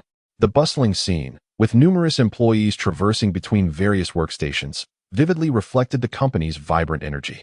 Passing by an office cubicle, David caught a glimpse through the transparent glass wall of an employee diligently operating a computer terminal. The employee was wholly engrossed in his tasks, seemingly oblivious to David's watchful gaze, perhaps too preoccupied to notice. After meticulously completing a document and sending it off, he found himself inundated with an avalanche of new tasks before he could even take a moment to breathe. Observing the mounting workload and feeling the weight of fatigue, the employee sensed he was nearing his limits. For the past few days, his sleep had dwindled to less than 4 hours each night, with the remainder consumed by preparations for the grand debut of Ascendant Technology's Night City. The impending press conference had escalated the workload to unprecedented heights, overwhelming his mind with a deluge of orders to process. Yet, with determination, the employee resolutely opened the drawer to his right and retrieved a vial containing a green serum, swiftly administering it into his body. As the stimulant coursed through his veins, his once foggy mind became remarkably lucid, invigorating him to resume his labors with renewed vigor. This energy booster had been thoughtfully provided by Rocky for these exceptional employees. Although the exhilarating effects of the stimulant only last for a minute, the euphoria it imparts does not synchronize with the acceleration of physical capabilities. This state of cerebral exhilaration endures for a significantly longer duration. Coupled with the absence of side effects, utilizing stimulants to enhance work efficiency has become a viable solution. Meanwhile, David, observing from outside, was taken aback. If his eyes did not deceive him, this individual was indeed administering a stimulant. David was somewhat astonished by the diligence exhibited by the employees of Ascend Technology, who resorted to injections to restore their productivity in pursuit of completing their tasks. Moreover, as he surveyed the scene, he noticed numerous others, much like the worker before him, who, after administering the stimulant, resumed their labor with fervor. What David remained unaware of was that this particular worker was not at all enthusiastic about exerting himself to such an extreme. However, he found himself without alternatives. Given the chance, he would certainly not have chosen to infiltrate this company. Ascend Technology treated him more like a machine than a human being, burdening him with a plethora of tasks. Yet, he was already on a path of no return, and he was not alone in this predicament. Many other employees shared the same plight. Initially, he had no intention of overexerting himself. The working hours set by Rocky were not excessively demanding, and overtime was entirely voluntary. Unfortunately, as other employees began to push themselves, he felt compelled to keep pace. Once the first individual utilized the stimulant provided by Rocky, the rest found themselves reluctantly drawn into this unending cycle of labor. Thus, in the wake of these exemplary undercover employees' mutual comparisons, Ascend Technology showcased an unprecedented vitality. Naturally, Rocky was elated, even offering them an unlimited supply of performance-enhancing benefits. Shifting his gaze, David did not linger any longer. He traversed the partition and, following the directions, arrived at the reception area. In stark contrast to the bustling atmosphere of the outer office, the reception area exuded an unusual tranquility, with only a solitary concierge awaiting. "Good day, Mr. Martinez. Please take a seat. Chairman L is currently in a meeting. I kindly ask for your patience for a moment. May I offer you something to drink?" "Just water, thank you," David replied, slightly taken aback by the courteous reception, responding with a hint of shyness. He remained in the reception area for quite some time before receiving word that Rocky's meeting had concluded. "Mr. Martinez, Chairman L is waiting for you in his office. Please follow me." In Chapter 78, Special Operations Department, upon entering the office, David spotted Rocky seated in a chair and greeted him. "Please, have a seat, David. Feel at ease." Noticing David's slight awkwardness, Rocky smiled and gestured for him to sit opposite him. You mentioned earlier that you could offer me a position. May I inquire about the nature of the work?" David ventured to ask. At this point, he still remained uncertain about the job Rocky had alluded to, but he recalled Rocky's assurance that he would not be overshadowed by Stanwiston, leading him to believe it would align with his expectations. However, a sense of apprehension lingered. He yearned to employ Stanwiston in exhilarating missions, aspiring to become a legendary figure rather than merely occupying an office. He was somewhat concerned that Rocky was merely speaking off the cuff at that moment. "I wish to invite you to join our special operations team. The tasks may vary widely. Theft, intelligence gathering, assassination, robbery, military operations. Anything could be assigned to you. In essence, it is akin to working with the mercenaries of Night City, with the distinction that you will serve solely under my command. Rocky addressed David's inquiry, and the worried expression on David's face gradually faded, which was precisely what he desired. I have no objections. I am eager to join, David hastily replied. Do not rush. This is work, not a game. It is not merely about seeking thrills. Rocky cautioned. What you will face is not akin to the minor skirmishes with the cleaner at the clinic. The dangers that lie ahead far exceed that, and may even cost you your life. Have you truly contemplated this? I have thought it through. Upon hearing Rocky's words, David hesitated for a moment, but ultimately nodded resolutely. Although he did indeed find excitement in the prospect of such work, he was confident in his ability to succeed. If he could master the formidable Sion Wasteland, then he could certainly handle this job as well. Confidence is key. Follow the instructions, proceed to the Human Resources Department for verification, and then report to the Special Operations Division. Someone will instruct you on the procedures. Understood, thank you very much. Expressing his gratitude to Rocky, David left the office and successfully activated the complete company system at the Human Resources Department. Following the guidance of the map, David made his way to the Special Operations Department of Ascend Technologies. The Special Operations Department of Ascension Technology is located on a different floor from the regular offices. As David walked through the corridors, he encountered no busy employees. In fact, not a single soul was in sight, leaving him to question whether he had taken a wrong turn. Little did David know, this was the very heart of Ascension Technology, housing Lissandro's servers, the clandestine laboratory, and the Special Operations Department, all vital assets of the company. This is precisely why Locke had prohibited outsiders from entering this domain. With a mixture of apprehension and curiosity, David stepped into the Special Operations Department. To his surprise, the atmosphere here was equally desolate. Aside from the scattered weaponry and computer terminals, it seemed devoid of life. Is no one here? Did I arrive at an inopportune moment? David murmured to himself, just as he was about to venture further in search of confirmation. A voice suddenly pierced the silence. Hey, who are you? Where did you come from? Startled by the unexpected voice, David glanced around, but saw no one. My apologies. I forgot to turn this thing off, came the reply. As the words faded, a figure gradually materialized beside him. David looked down to find a cybernetic girl with twin ponytails. This was Rebecca, and she continued, I was just testing the latest cloaking device. So now it's your turn to answer my questions, kid. Despite having to look up to meet David's gaze, Rebecca exuded a commanding presence, particularly given David's youthful and somewhat naive demeanor. Rebecca observed David, who appeared somewhat anxious, and felt a twinge of curiosity regarding his purpose for being there. Given Lissandra's firm control over the company, it was unlikely that anyone could inadvertently wander into this area. David's presence here must have been sanctioned by the company. Utilizing her cybernetic eye to scan David, the company's system revealed that he was a newly appointed member of the Special Operations Department. Hello. I am here to report for duty. My name is David. He introduced himself. A newcomer. How rare.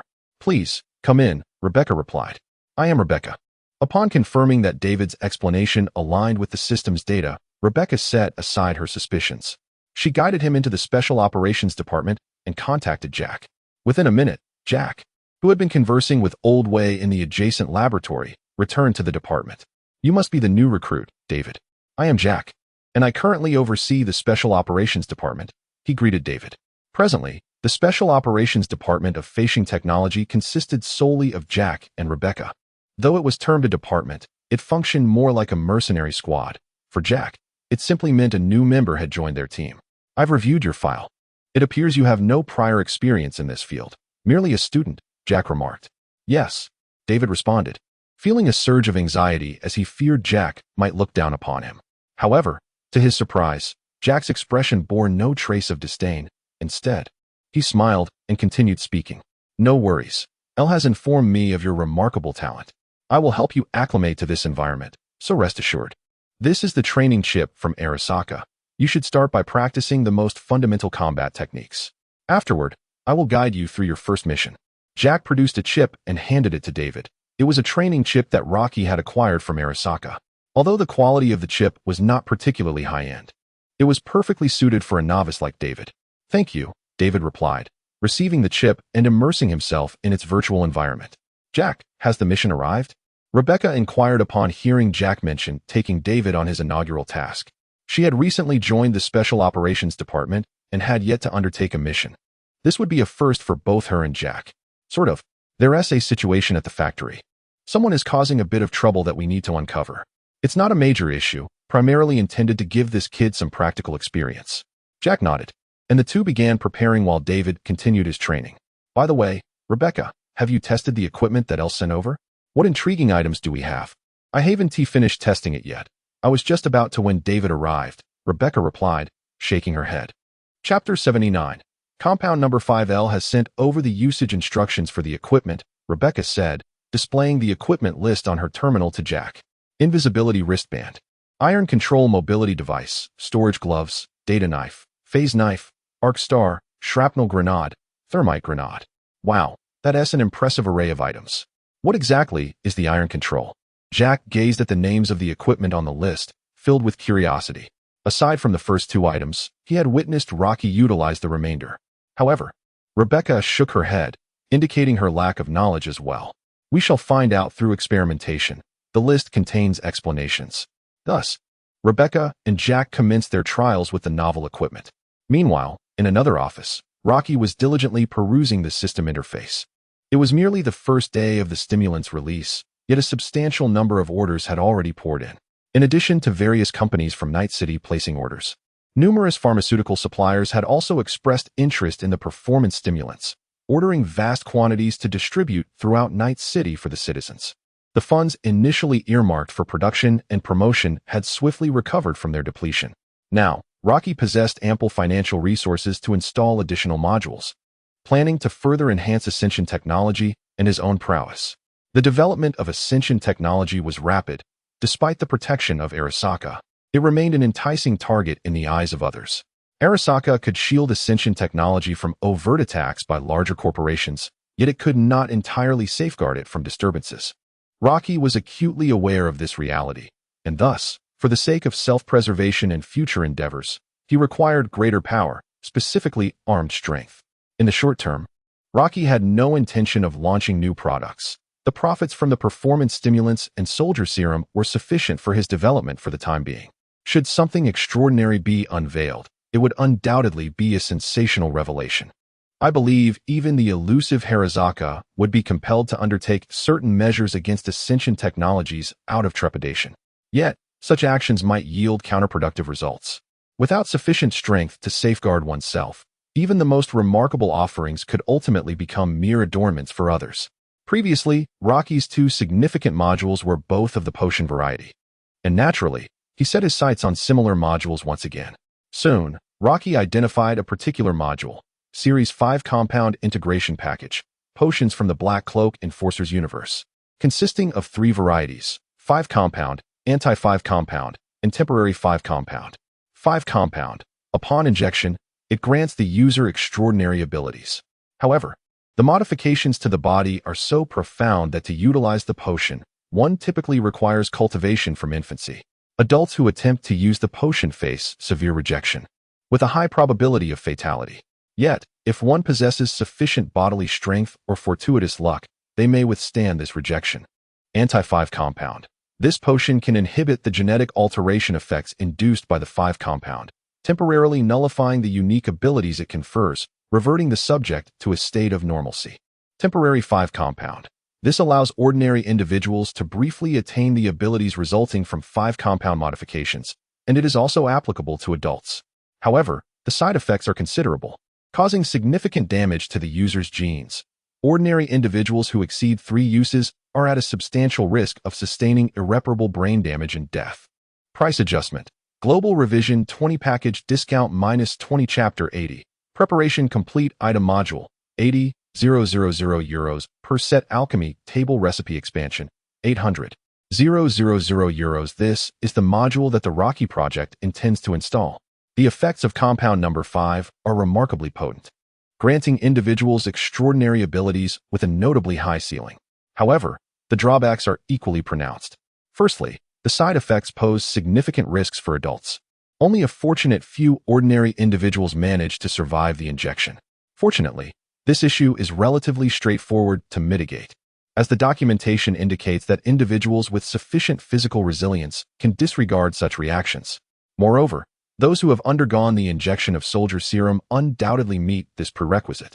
The most critical disadvantage lies in the disparity between the upper and lower limits of the acquired abilities. On one end, there are formidable enhancements akin to the most powerful modified beings, capable of soaring through the skies and unleashing laser beams. Conversely, at the other end, there exists the possibility of merely gaining an exceedingly elongated appendage. In essence, the range of potential abilities is vast, contingent upon fortune or perhaps innate talent. Despite the considerable uncertainty, Rocky has opted for compound number 5, as any ability gained, regardless of its nature, would likely result in an enhancement of physical strength for the injected superhumans. Should one be fortunate enough to acquire a powerful special ability, it would undoubtedly yield substantial returns. Even a lesser ability would not be deemed a loss. Furthermore, the temporary compound No. 5 included in the integration package is also one of the potions that captivates Rocky's interest. Although this potion carries significant side effects and is unsuitable for personal use, it is undeniably an excellent choice for sale as a pharmaceutical product. Once the technology of Ascension advances sufficiently to release the temporary compound 5, this potent elixir will undoubtedly be fervently sought after by numerous corporations. Securing it in advance is akin to making a prescient investment. After all, a 20% discount on the package is quite enticing, and 800,000 euros is a manageable sum for Rocky at present. Having made his decision, Rocky proceeded to install the module and subsequently arrived at the clandestine laboratory of Ascension Technology. He had already relocated all production equipment, including the workbench and alchemical apparatus, from his workshop to this location. After all, this laboratory is considerably safer than the clinic, allowing for more convenient operations. Inside the laboratory, Old Wei was idly watching a boxing match, while the alchemical station behind him continued to produce advanced soldier serums. True to his word, Old Wei had come to assist Rocky in the development of Ascension Technology, and at present, the laboratory was primarily utilized by him. There were no pressing research projects at the moment, so Old Wei, while producing serum potions, indulged in the boxing match, seemingly unconcerned. "Hey, what brings you here? Have you finished your tasks upstairs?" Old Wei inquired, surprised by Rocky's presence, as he had assumed Rocky would be preoccupied today. "I've wrapped up most of it. Only some trivial matters remain that can wait until tomorrow," Rocky replied. "I'm here mainly regarding the new potion." "A new potion, you say?" Old Wei responded, intrigued. "Indeed. Let me show you," Rocky said as he approached the alchemical station, momentarily halting the production of the soldier serum. The deadline for delivery agreed upon with Arasaka is still a considerable time away. While Rocky has nearly completed the production of the potion he is to provide, it can be said that this batch of orders poses no production pressure. In fact, Rocky could deliver the goods to Arasaka within a few days. However, he naturally refrains from doing so, as revealing the true production efficiency of the serum would not bode well. Rocky will not inform Arasaka that the potion has been produced until the very last day. He retrieves the formula to present it to Old Wei. "What is the effect of compound number 5? Old Wei inquires, gazing at the name of the potion on the formula. From the complexity of the formula and the array of rare materials, Old Wei can already sense that this potion is extraordinary, perhaps even more potent than the super soldier serum. Although accustomed to Rocky unveiling technology he has never encountered, he cannot help but feel a tinge of astonishment each time. The effects of the potion are not easily articulated. You will likely only comprehend them when you witness them firsthand. In any case, this potion is exceptionally powerful, perhaps even beyond your understanding. Be prepared for it, Old Wei," Rocky states, shaking his head, acknowledging that such supernatural forces are not easily explained. Old Wei chuckles lightly in response. "You have already astonished me too many times. I have long been mentally prepared for such things." After Rocky has shown Old Wei the formula for compound number 5, he proceeds to order a batch of raw materials from suppliers. With the status of Ascension Technology, acquiring many materials has become significantly simpler, and before long, Rocky has secured all the necessary components. However, it will take some time for all the materials to be ready. Rocky, feeling assured, entrusted the production of Compound 5 to Old Wei, reminding him to keep an eye on the progress of the materials. With little else to attend to, Rocky decided to pay a visit to the Special Operations Department next door. Upon entering, he immediately noticed David lying to one side, Jack standing nearby, and Rebecca gliding along the wall. At that moment, Rebecca was skillfully sliding against the wall, and upon seeing Rocky enter, she propelled herself off the wall and leaped into the air. "Whoa!" she exclaimed, and just before landing, she kicked off again, executing another jump in midair without any point of support. This series of agile movements allowed Rebecca to traverse more than half the room in an instant, landing directly in Rocky's embrace. "Rebecca, how are you finding it? Are you getting used to it?" Rocky asked with a smile, supporting her as she hung on him. The ability of Rebecca to wall slide and perform double jumps was undoubtedly thanks to the Iron Steed mobility device. This device provided exceptional maneuverability, enabling users to move swiftly on the battlefield, performing actions such as wall sliding, sweeping, and double jumps. "Well, I still need some time to adapt," Rebecca replied, hopping down from Rocky. It was her first time using such equipment, and although her physical fitness allowed her to manage the mobility device quite well, she still needed to familiarize herself with the controls and gradually apply them in practical situations. "Then let us practice more," Rocky encouraged, patting Rebecca on the head. "By the way, how is that rascal David doing?" He inquired about David's condition. "I entrusted the training chip to him, anticipating that it would take some time. For the next few days, I will familiarize him with the team and the tasks at hand, confident that he will soon blossom." Jack overlooked the subtle exchanges between Rocky and Rebecca and turned to David to share his plans. Rocky nodded in agreement, feeling quite reassured to leave David in Jack's capable hands. Jack possesses a remarkable patience with people, and I believe he will cultivate David into an exceptional mercenary. Time swiftly passed, and soon all the materials required for the synthesis of compound number 5 were gathered. Today, Rocky received a prompt from Lysandro, while Oldway also contacted him to conduct an experiment. Chapter 81. Energy absorption in the laboratory. Upon Rocky's arrival, he observed Oldway standing at the alchemical workstation, his expression tinged with anticipation. "L, you have arrived just in time. The first batch of compound number 5 is nearly complete." Oldway had commenced production of compound No. 5 as soon as the materials were assembled. This time, the potion would be exclusively utilized by our own personnel, sparing the need to explore other versions of the formula. Before long, the first vial of compound number 5 was produced. The blue liquid flowed gently within the test tube, resembling the super soldier serum in appearance. Rocky received the vial of compound number 5 from Oldway and placed it on the workstation for analysis. The potion exhibited no issues. "Come on, Oldway. Administer the injection." Confirming the potion's safety, Rocky wasted no time and prepared to inject compound number 5. Currently, he has received the super soldier serum, and with the enhancements provided by the tyrant's cybernetic body, there is no need to worry about side effects. The laboratory is equipped with a suitable surgical environment, and upon witnessing this, Oldway did not elaborate further, instead instructing Rocky to recline on the chair. With the experience gained from the soldier serum, Oldway has become increasingly adept at administering such unfamiliar substances. As usual, he activated the biological monitoring system and swiftly completed the injection for Rocky. However, this time it was not as effortless as with the soldier serum. Once the compound number 5 was injected into Rocky's body, his muscles began to visibly convulse. A grimace of agony surfaced on Rocky's face, and his body involuntarily curled up, clearly enduring immense pain. The activation of compound number 5 induced a genetic enhancement, and such alterations to the very essence of life were evidently distressing. Oldway hurriedly supported Rocky's body to prevent him from falling, his face reflecting concern. At that moment, the tyrant's cybernetic enhancements suddenly activated to full capacity, and the pain editor engaged, severing Rocky's sensory pain receptors. Rocky's expression quickly returned to normal, and the formidable attributes bestowed by the tyrant suppressed the abnormal reactions within his body. Soon, Rocky regained his composure, and the transformation induced by compound number 5 was complete. He abruptly sat up from the surgical chair. "How are you, El? Are you all right?" Oldway, relieved to see Rocky seemingly unscathed, exhaled. "I'm fine. Just a bit of discomfort. As for me, I'm all right. Thanks to the pain editor. Others might not have it so easy with the injection." Rocky nodded, reassuring Oldway.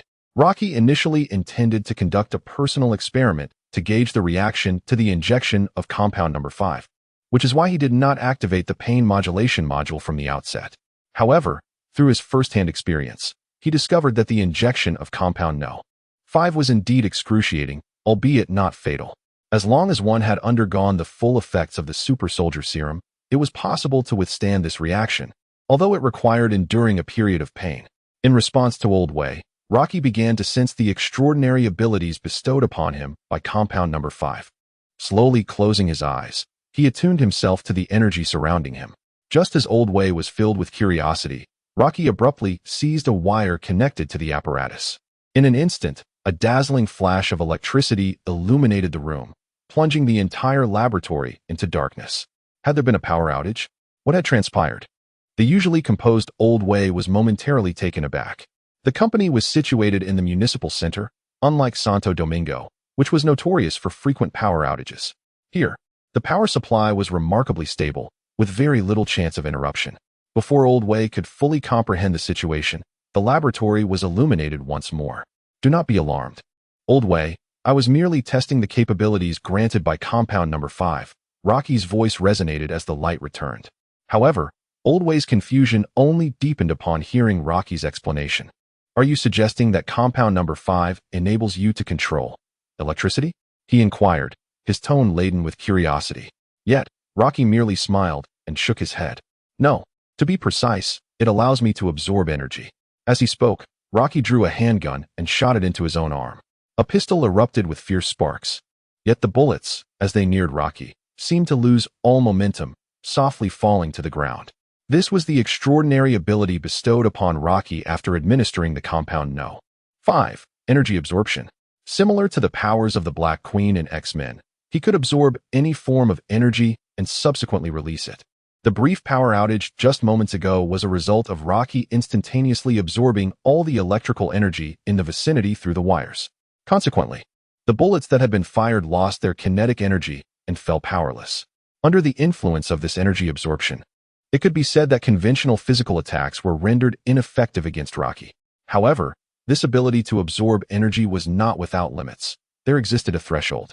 Should the energy within him surpass this limit, Rocky would risk being overwhelmed and suffer severe backlash. Was this truly the effect of Compound Number 5?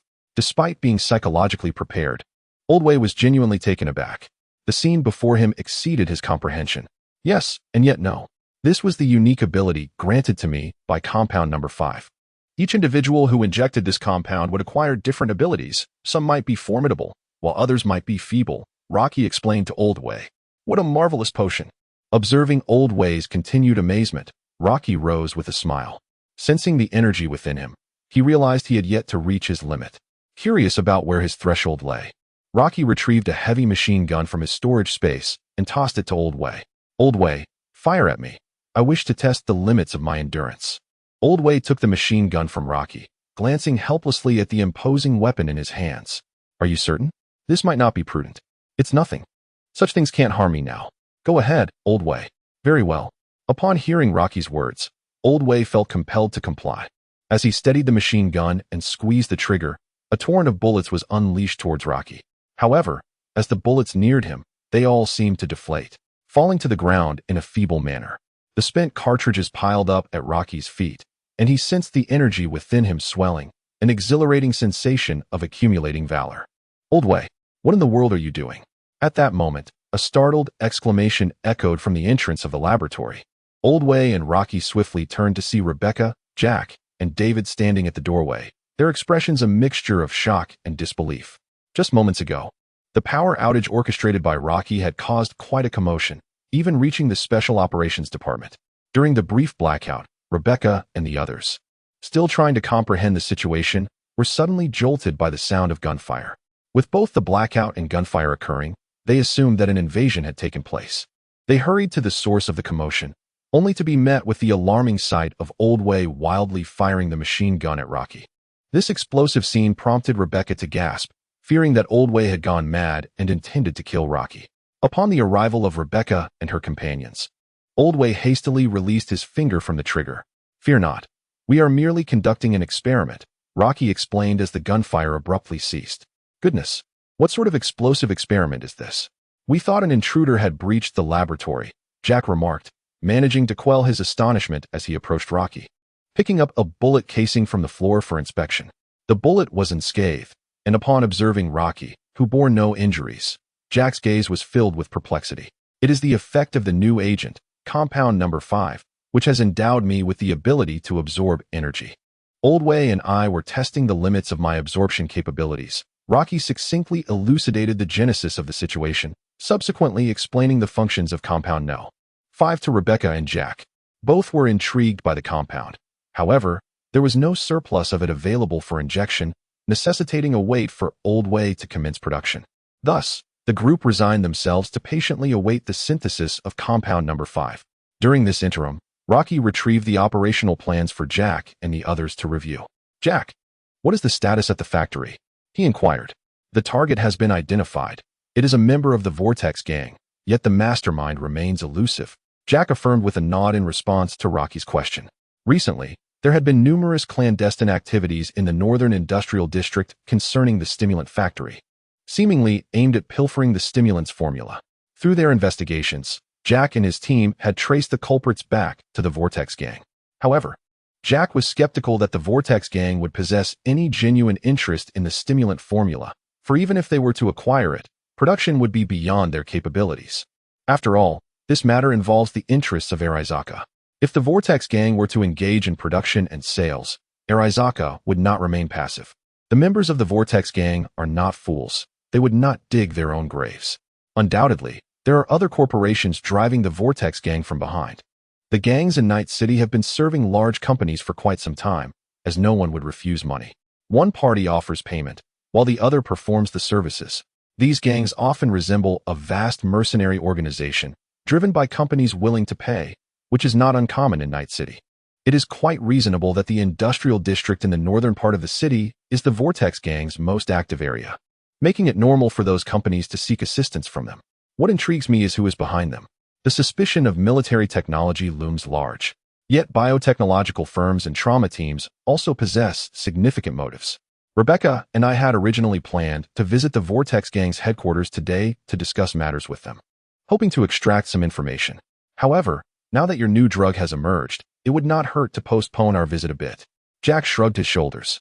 Upon seeing this, Rocky chuckled lightly. After all, they cannot escape. I will join you when the time comes. I am eager to test my new abilities. The energy Rocky had recently absorbed had yet to be released, leaving him with a sensation of fullness. At that moment, he was restless, eager to practice his skills on someone. With the Vortex gang approaching, it seemed inevitable. Jack noted the eager expression on Rocky's face and silently prayed for the members of the Vortex gang. Someone is bound to suffer. Under Old Way's rapid synthesis, the second batch of the fifth compound was soon produced. Rebecca and Jack gazed at the blue potion in Old Way's hand, envisioning that this elixir, reminiscent of the super soldier serum, could bestow upon them supernatural abilities. A sense of exhilaration washed over them. "Ladies first," Jack declared, extending his hand to indicate that Rebecca should proceed. He remained unhurried, knowing his turn would come soon enough. Observing this, Rebecca swiftly reclined on the surgical chair, and Old Way promptly administered the injection. Amidst Rebecca's anguished cries, Compound Number 5 gradually altered her genetic structure, endowing her with newfound powers. After a considerable duration, Rebecca began to recover from the intense pain. "How do you feel?" Both Old Way and Rocky inquired simultaneously, concern etched on their faces. However, Rebecca did not rush to respond. Instead, she drew a handgun and aimed it at her own arm.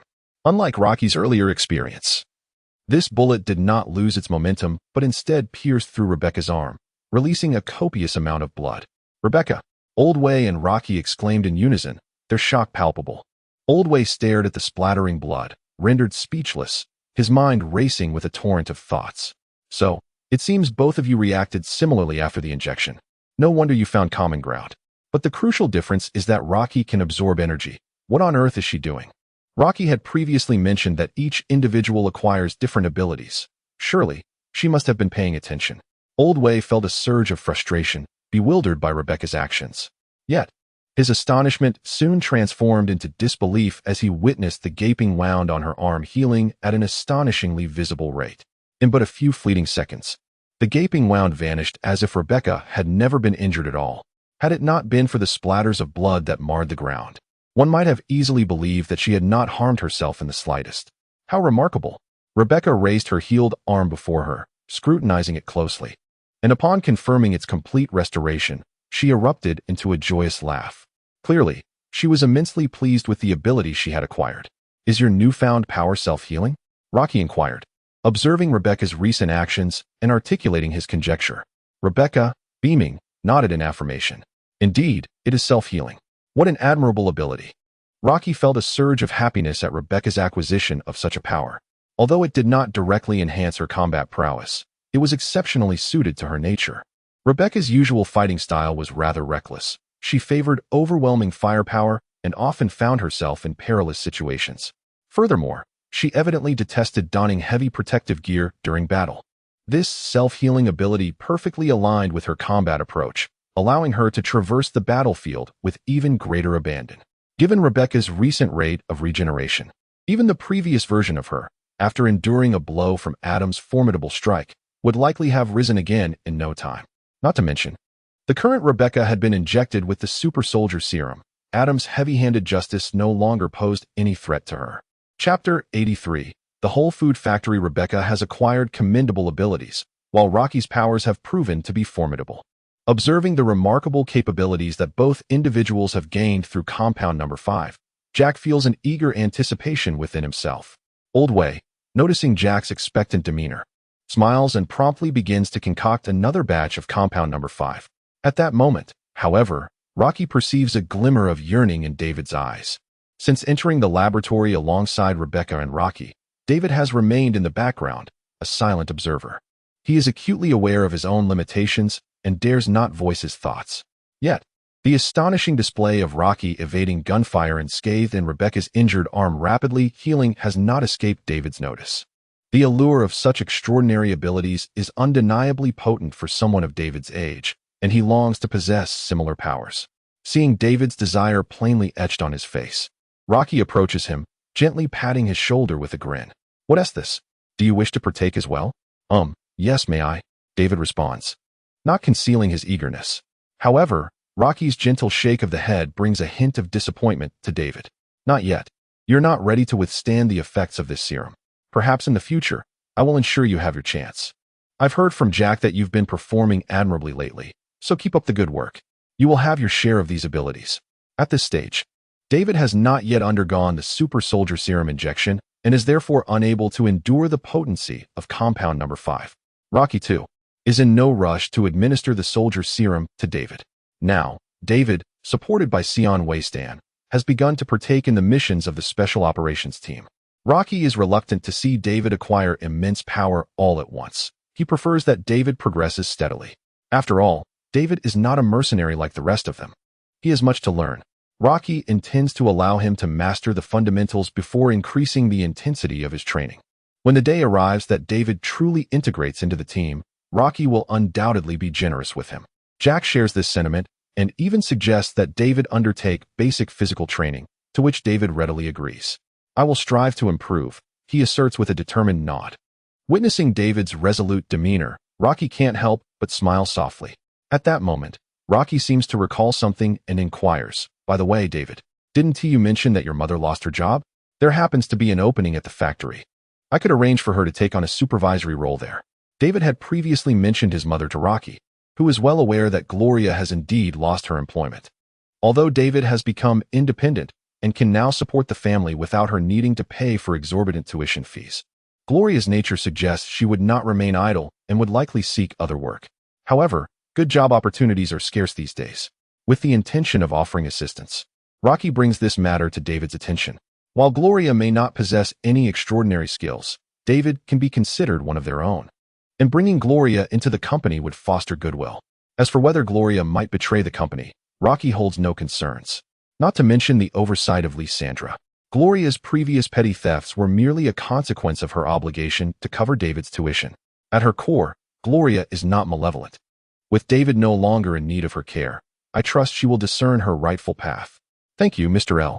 I shall convey this to my mother, who I believe will gladly accept this opportunity." David readily agreed. With Rocky's considerable assistance, David has developed a profound sense of alignment with Ascendance technology. Naturally, the prospect of Gloria joining Ascendance technology brings him joy. The brief interlude of waiting swiftly came to an end. Meanwhile, with Old Way's support, Jack administered the 5th compound. Regrettably, he found himself without any extraordinary abilities awakening within him. The 5th compound merely enhanced Jack's physical capabilities, akin to receiving an additional dose of super soldier serum. The effects were reminiscent of Queen Maeve and the Black Noir, or perhaps akin to a version of Wolverine stripped of her healing prowess. This enhancement, while lacking in unique traits, significantly surpassed human limitations, endowing him with formidable strength and resilience. Although it may not possess any extraordinary flair, this straightforward augmentation is, in fact, far more gratifying than many ostentatious abilities. Under the enhancements of the soldier serum and the fifth compound, conventional weaponry is now incapable of inflicting harm upon Jack. Even standard handguns fail to penetrate his skin. Jack is quite content with this state. Though unembellished, it aligns perfectly with his nature. The trio, having completed their injections of the fifth compound, found themselves under the twilight sky. Seizing the moment, Rocky, accompanied by Jack and the others, ventured to the industrial district in the northern part of the city, specifically to the All Foods factory. Drasos parked a short distance from the factory's entrance, where the gates stood firmly shut. Once the operational hub of All Foods, this facility had long since fallen into disuse, now overrun and transformed into the stronghold of the Vortex Gang. With a request for Lissandro to temporarily disable the surveillance cameras at the exterior entrance, Rocky approached the side door of the factory. The walls bore the bold graffiti of the Vortex Gang, a declaration of their dominion over the premises. Standing before the intercom, which served as a communication device for visitors seeking entry into the Vortex Gang's base, Rocky opted not to press the call button. Instead, he drew forth a data knife and plunged it forcefully into the intercom. In an instant, the data knife penetrated the intercom's subnet, creating a direct link to the internal network of the Vortex Gang's stronghold. Lissandro, seizing the opportunity, initiated an incursion into the gang's network through the breach created by the data knife. After a period of anticipation, Lissandro reported back, having successfully infiltrated the factory's data fortress and commandeered the entire cybernetic domain, all while the Vortex Gang remained blissfully unaware. Withdrawing the data knife, Rocky watched as the factory's rolling shutter door gracefully opened under Lissandro's control. As the door ascended, revealing the interior, Rocky found himself once again in familiar territory. But this time, instead of military-grade sentry turrets, he was greeted by the vigilant members of the Vortex Gang. In the fleeting moment when the rolling shutter abruptly ascended, the vigilant gang members had already entered a state of alert. Who dares to intrude here? This is the territory of the Vortex Gang. How did you manage to open that accursed gate? State your purpose, or return whence you came. Chapter 84. The God of Death in the workshop. As the silhouette of several uninvited guests gradually emerged from behind the shutter, the sentinel had already raised his firearm, aiming at the newcomers. Unbeknownst to him, these intruders were fully aware of his presence and showed no concern as they stepped into view. The guard's gaze fell upon the four individuals before him. The leader, adorned in a tailored suit, was flanked by a burly man clad in a black jacket, while behind them stood a petite cybernetic girl with twin ponytails and a youthful lad. This eclectic ensemble struck the guard as highly abstract. Though the figures of Rocky and Jack appeared to be there on business, the diminutive cyber girl and the naive youth only served to heighten his irritation. This was not an amusement park. It was not a venue for a playful family gathering. Halt your advance, or I will not hesitate to shoot through your heads. As the group approached, the guard issued a warning, simultaneously triggering the intrusion alarm and calling for backup. Yet, at that moment, the communication channel lay eerily silent. His network connection had been severed. The guard realized that this was the handiwork of the intruders. Outnumbered 4-1, he felt a surge of panic. His finger trembled slightly on the trigger, caught in a moment of hesitation over whether to pull it. Yet, in the end, the madness inherent in the Vortex Gang compelled him to pull the trigger with fervor. Die! He shouted, as the flash of the bullet illuminated the dim entrance. The guard, amidst his frantic cries, unleashed a hail of gunfire upon the crowd. In a swift manner, a full magazine was expended, the smoke gradually dissipating. However, the scene before him was not as he had envisioned, for lifeless bodies lay on the ground. Conversely, the group of individuals stood before him, unscathed. With resolute steps, they advanced, their footfalls echoing in the silence, punctuated only by the sound of spent bullet casings being kicked aside. The guard, undeterred by disbelief, rapidly reloaded, continuing his futile assault. Yet, the outcome remained unchanged. As the bullets neared the group, they fell to the ground as if rendered inert. This spectacle was utterly beyond the guard's comprehension. Loki and his companions approached at a leisurely pace, as if strolling, standing before the guard. At that moment, the guard appeared deranged, his fingers still firmly pressing the trigger. Loki extended his hand to shield the gun's muzzle from its deadly discharge, deftly catching a bullet between his fingers. The once lethal projectile, capable of claiming a life, was now crushed in his grasp, akin to a mere peanut. "Thank you for your hospitality." Loki graciously expressed his gratitude for the guard's unselfish offering, feeling his own energy swell. He then raised the bullet before the guard's eyes. As Loki's fingers gently released their hold, the previously motionless bullet suddenly discharged, piercing the guard's skull in an instant. Blood splattered, and the guard succumbed, toppling backward, devoid of vitality. Rocky chose not to spare the guard, nor did he intend to engage in earnest negotiations with the Vortex gang. He was not naive enough to believe that his own influence could rival that of the formidable entities backing the gang. At present, Ascendant Technologies lacked the reputation and strength to command the respect of such factions.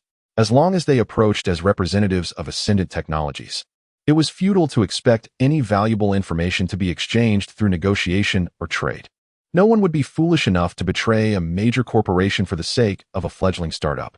Rocky's objective was to subdue the Vortex gang, compelling them to relinquish all their intelligence willingly. Should they resist, he would ensure their disappearance within Night City. Having dealt with the guard, Rocky and his companions pressed deeper into the factory. They navigated through a labyrinthine corridor and opened a small door, stepping into the production workshop.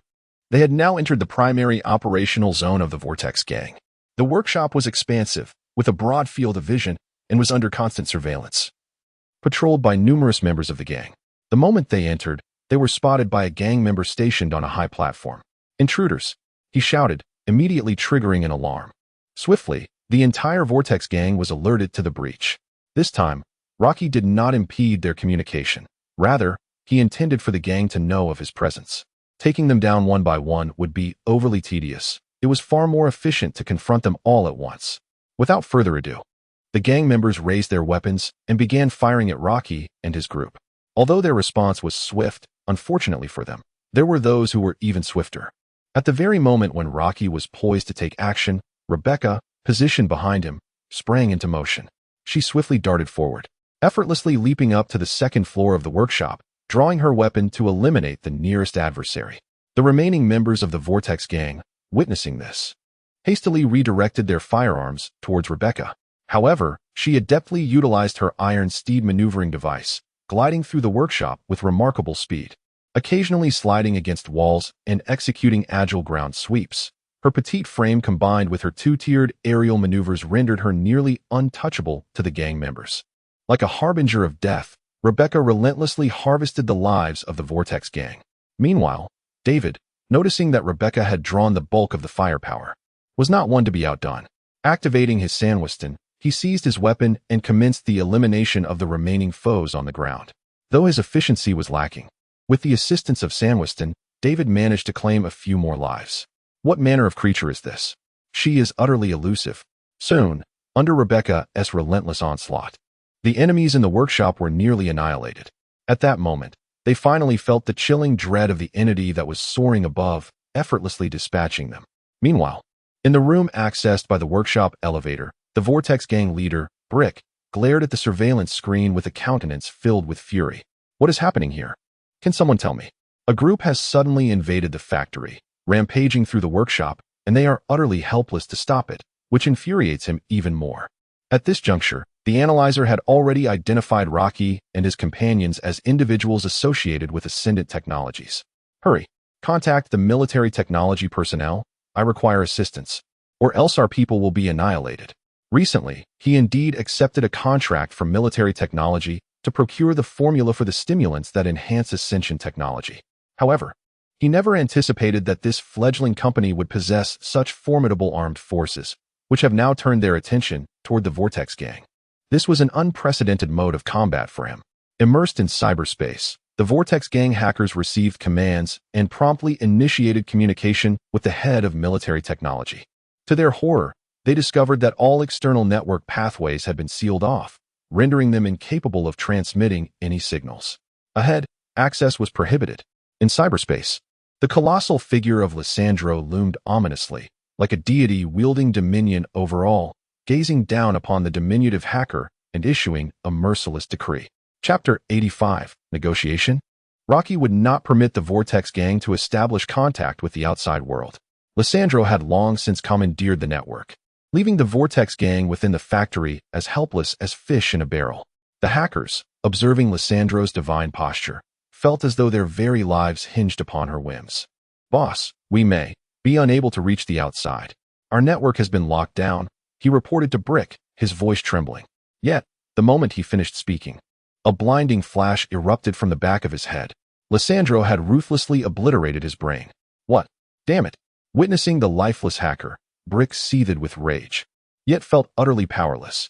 Without the support of military technology, he has already begun to waver.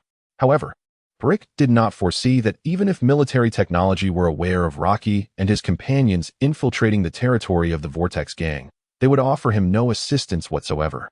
Instead, they would swiftly distance themselves from him.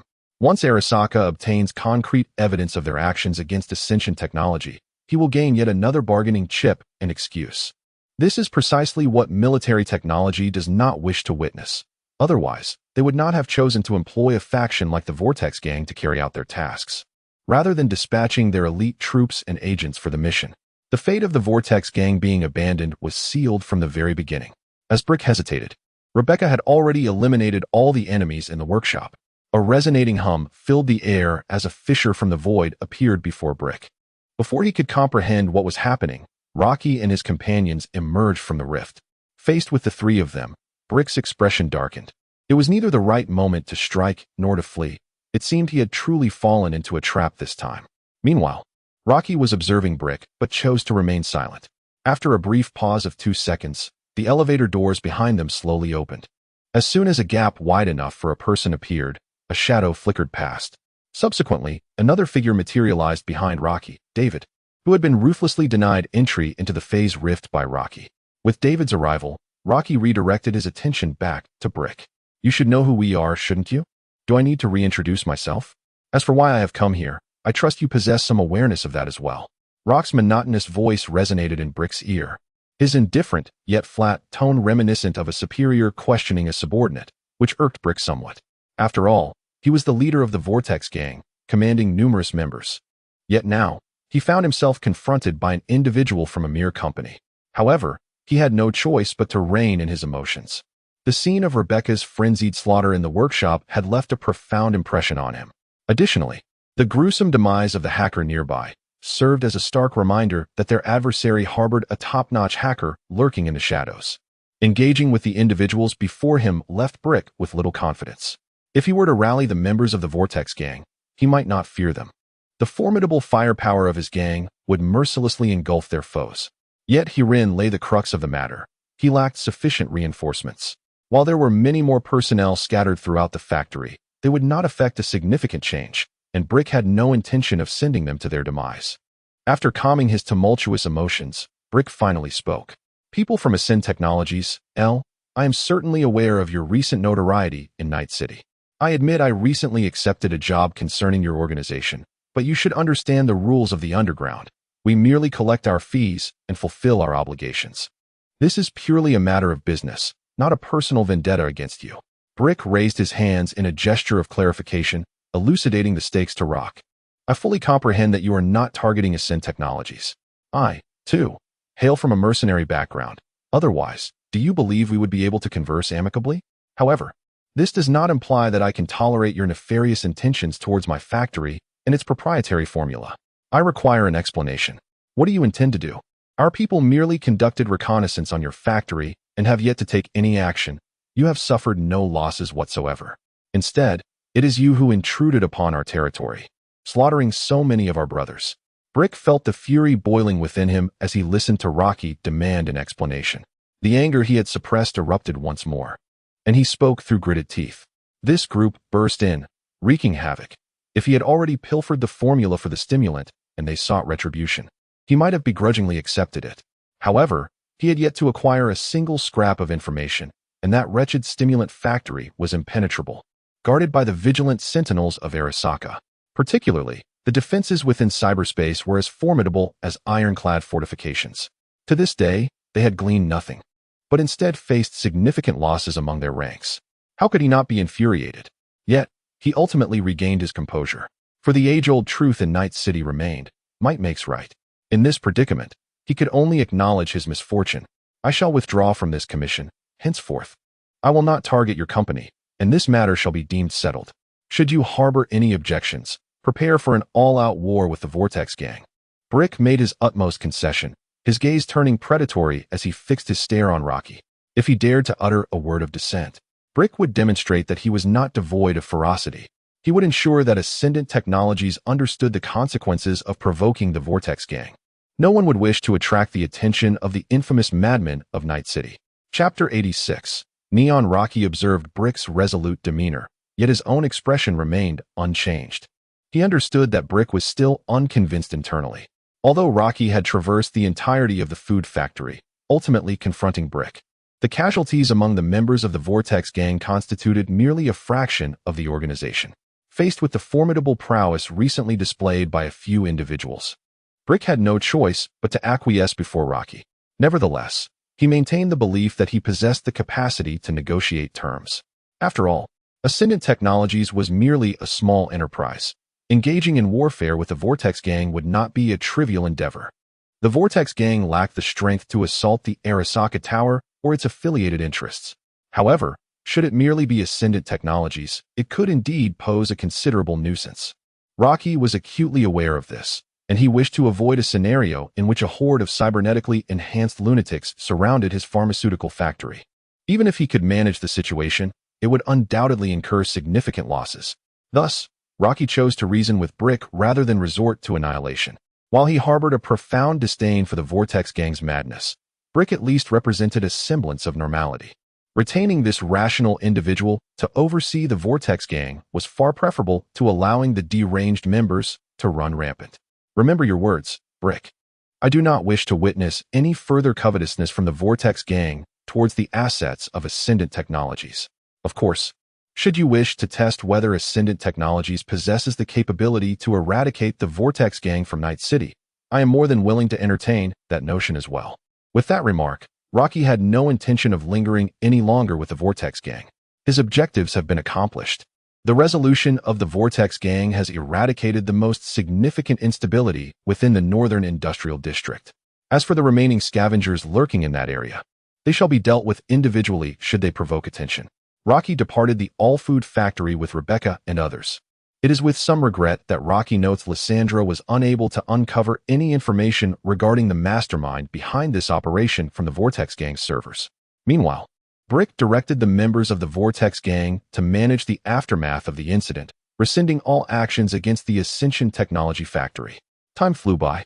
2 months later, following the Vortex Gang incident, the inquiries into Ascension Technology by various companies have grown increasingly clandestine.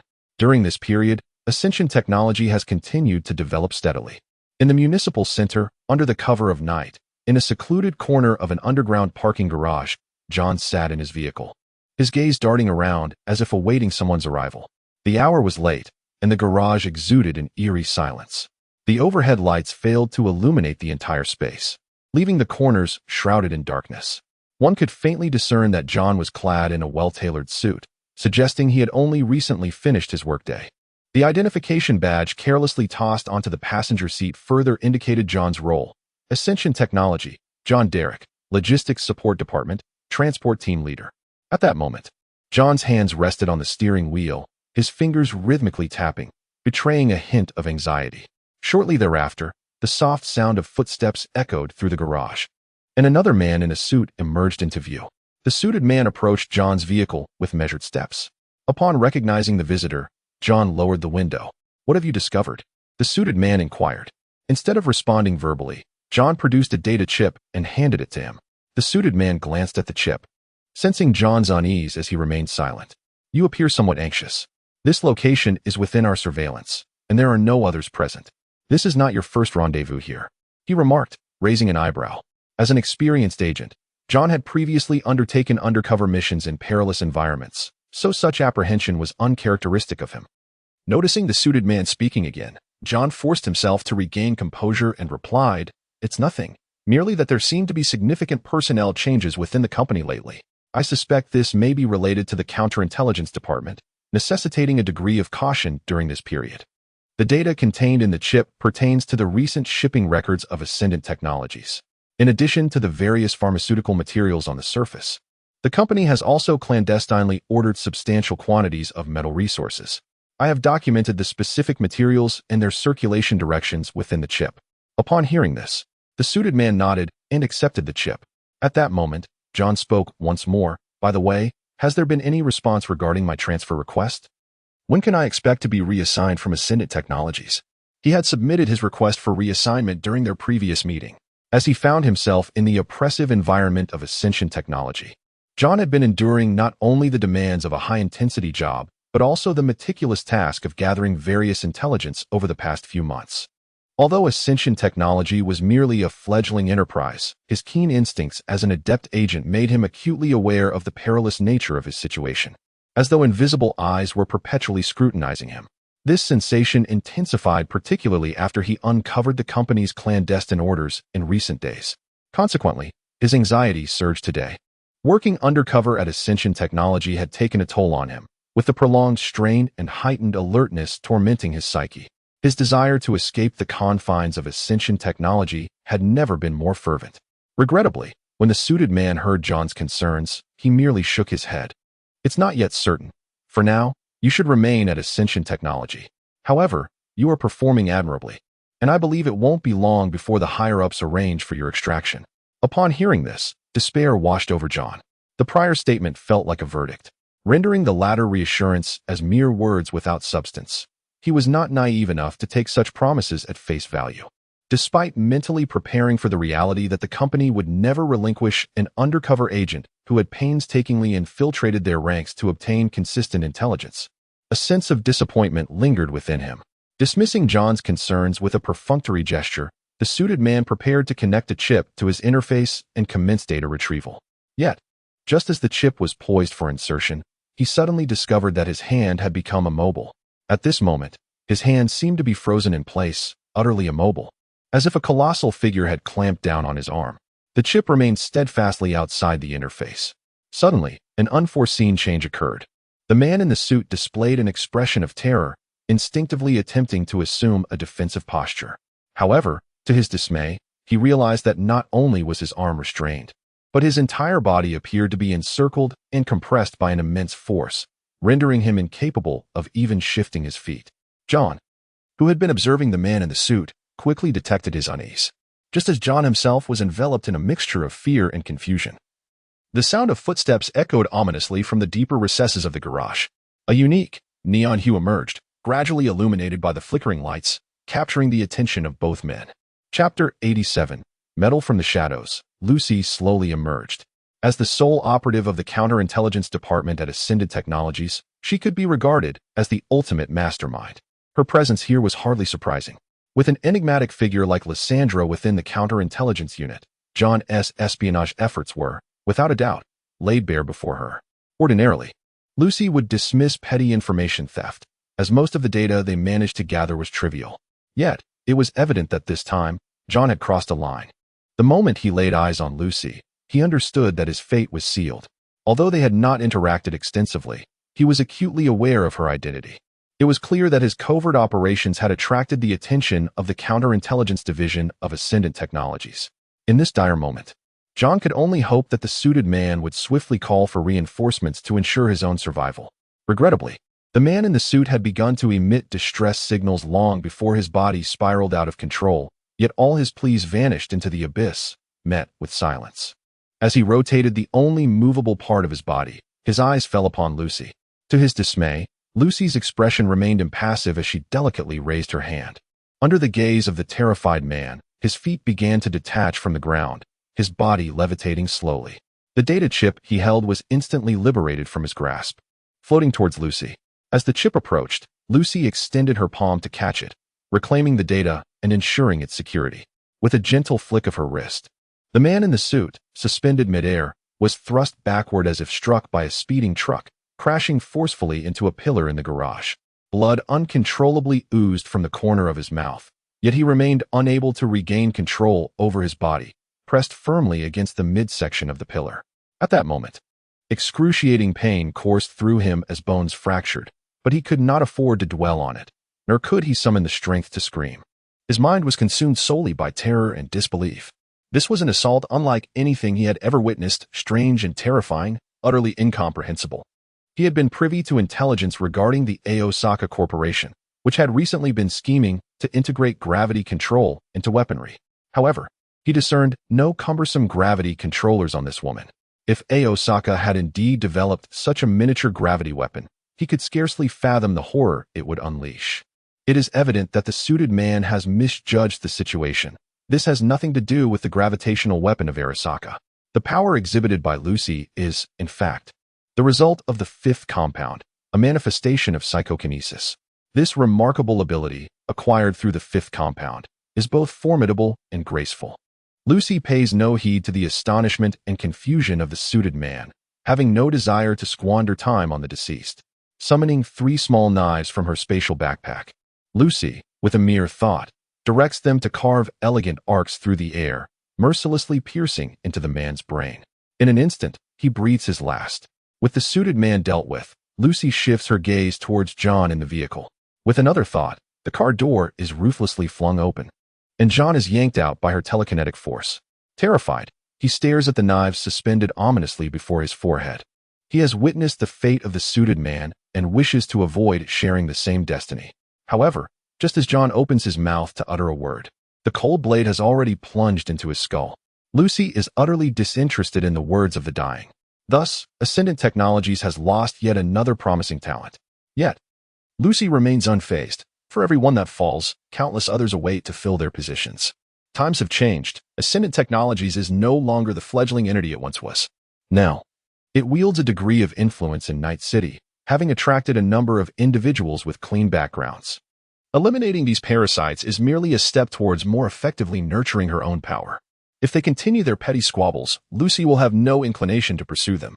However, if it concerns crucial intelligence, Lucy would naturally take action. She swiftly dealt with the traitors of the company, casting only a fleeting glance at the lifeless bodies on the ground. Using her telekinesis, she gently lifted her body, slowly drifting into the darkness as if she had never been there at all.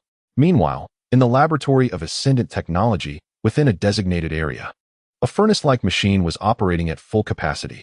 Through the openings of the furnace, one could distinctly observe a terrifyingly high-temperature reaction taking place inside.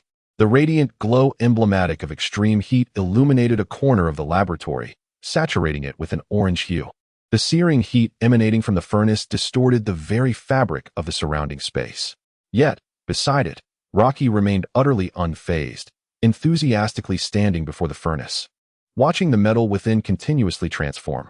The unbearable heat, intolerable to most, served as nourishment for Rocky, who effortlessly absorbed it into his being. As the machine operated at maximum power, a rectangular metallic object, gleaming silver and pulsating with blue light, soon took shape. Rocky, filled with excitement, grasped it and began to examine it intently. At that moment, Lucy, having completed her mission to eliminate the spies, entered the laboratory and chanced upon this scene. Sensing Rocky's exhilaration, Lucy curiously levitated herself, resting her chin on Rocky's shoulder, and inquired with intrigue, "What is this?" The warm air gently caressed Rocky's face, tickling him. Yet his thoughts were entirely consumed by the metallic block. Vibranium, an exceedingly hard metal, Rocky elucidated. Vibranium adamantium alloy combination pack. Vibranium, a metallic substance from the Marvel Universe, derived from rare natural meteorites, renowned for its exceptional hardness and its ability to absorb sound waves and kinetic energy. Adamantium, an alloy from the Marvel Universe, recognized as the hardest metal known on Earth, which, once shaped, becomes virtually indestructible and unchangeable.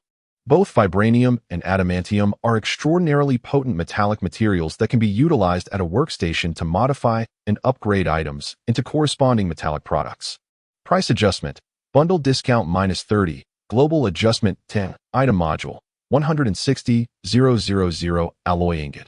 Furnace recipe expansion module, 1,600,000, chapter 88. Rescue as a significant metal in the Marvel Universe. The applications of vibranium are exceedingly vast.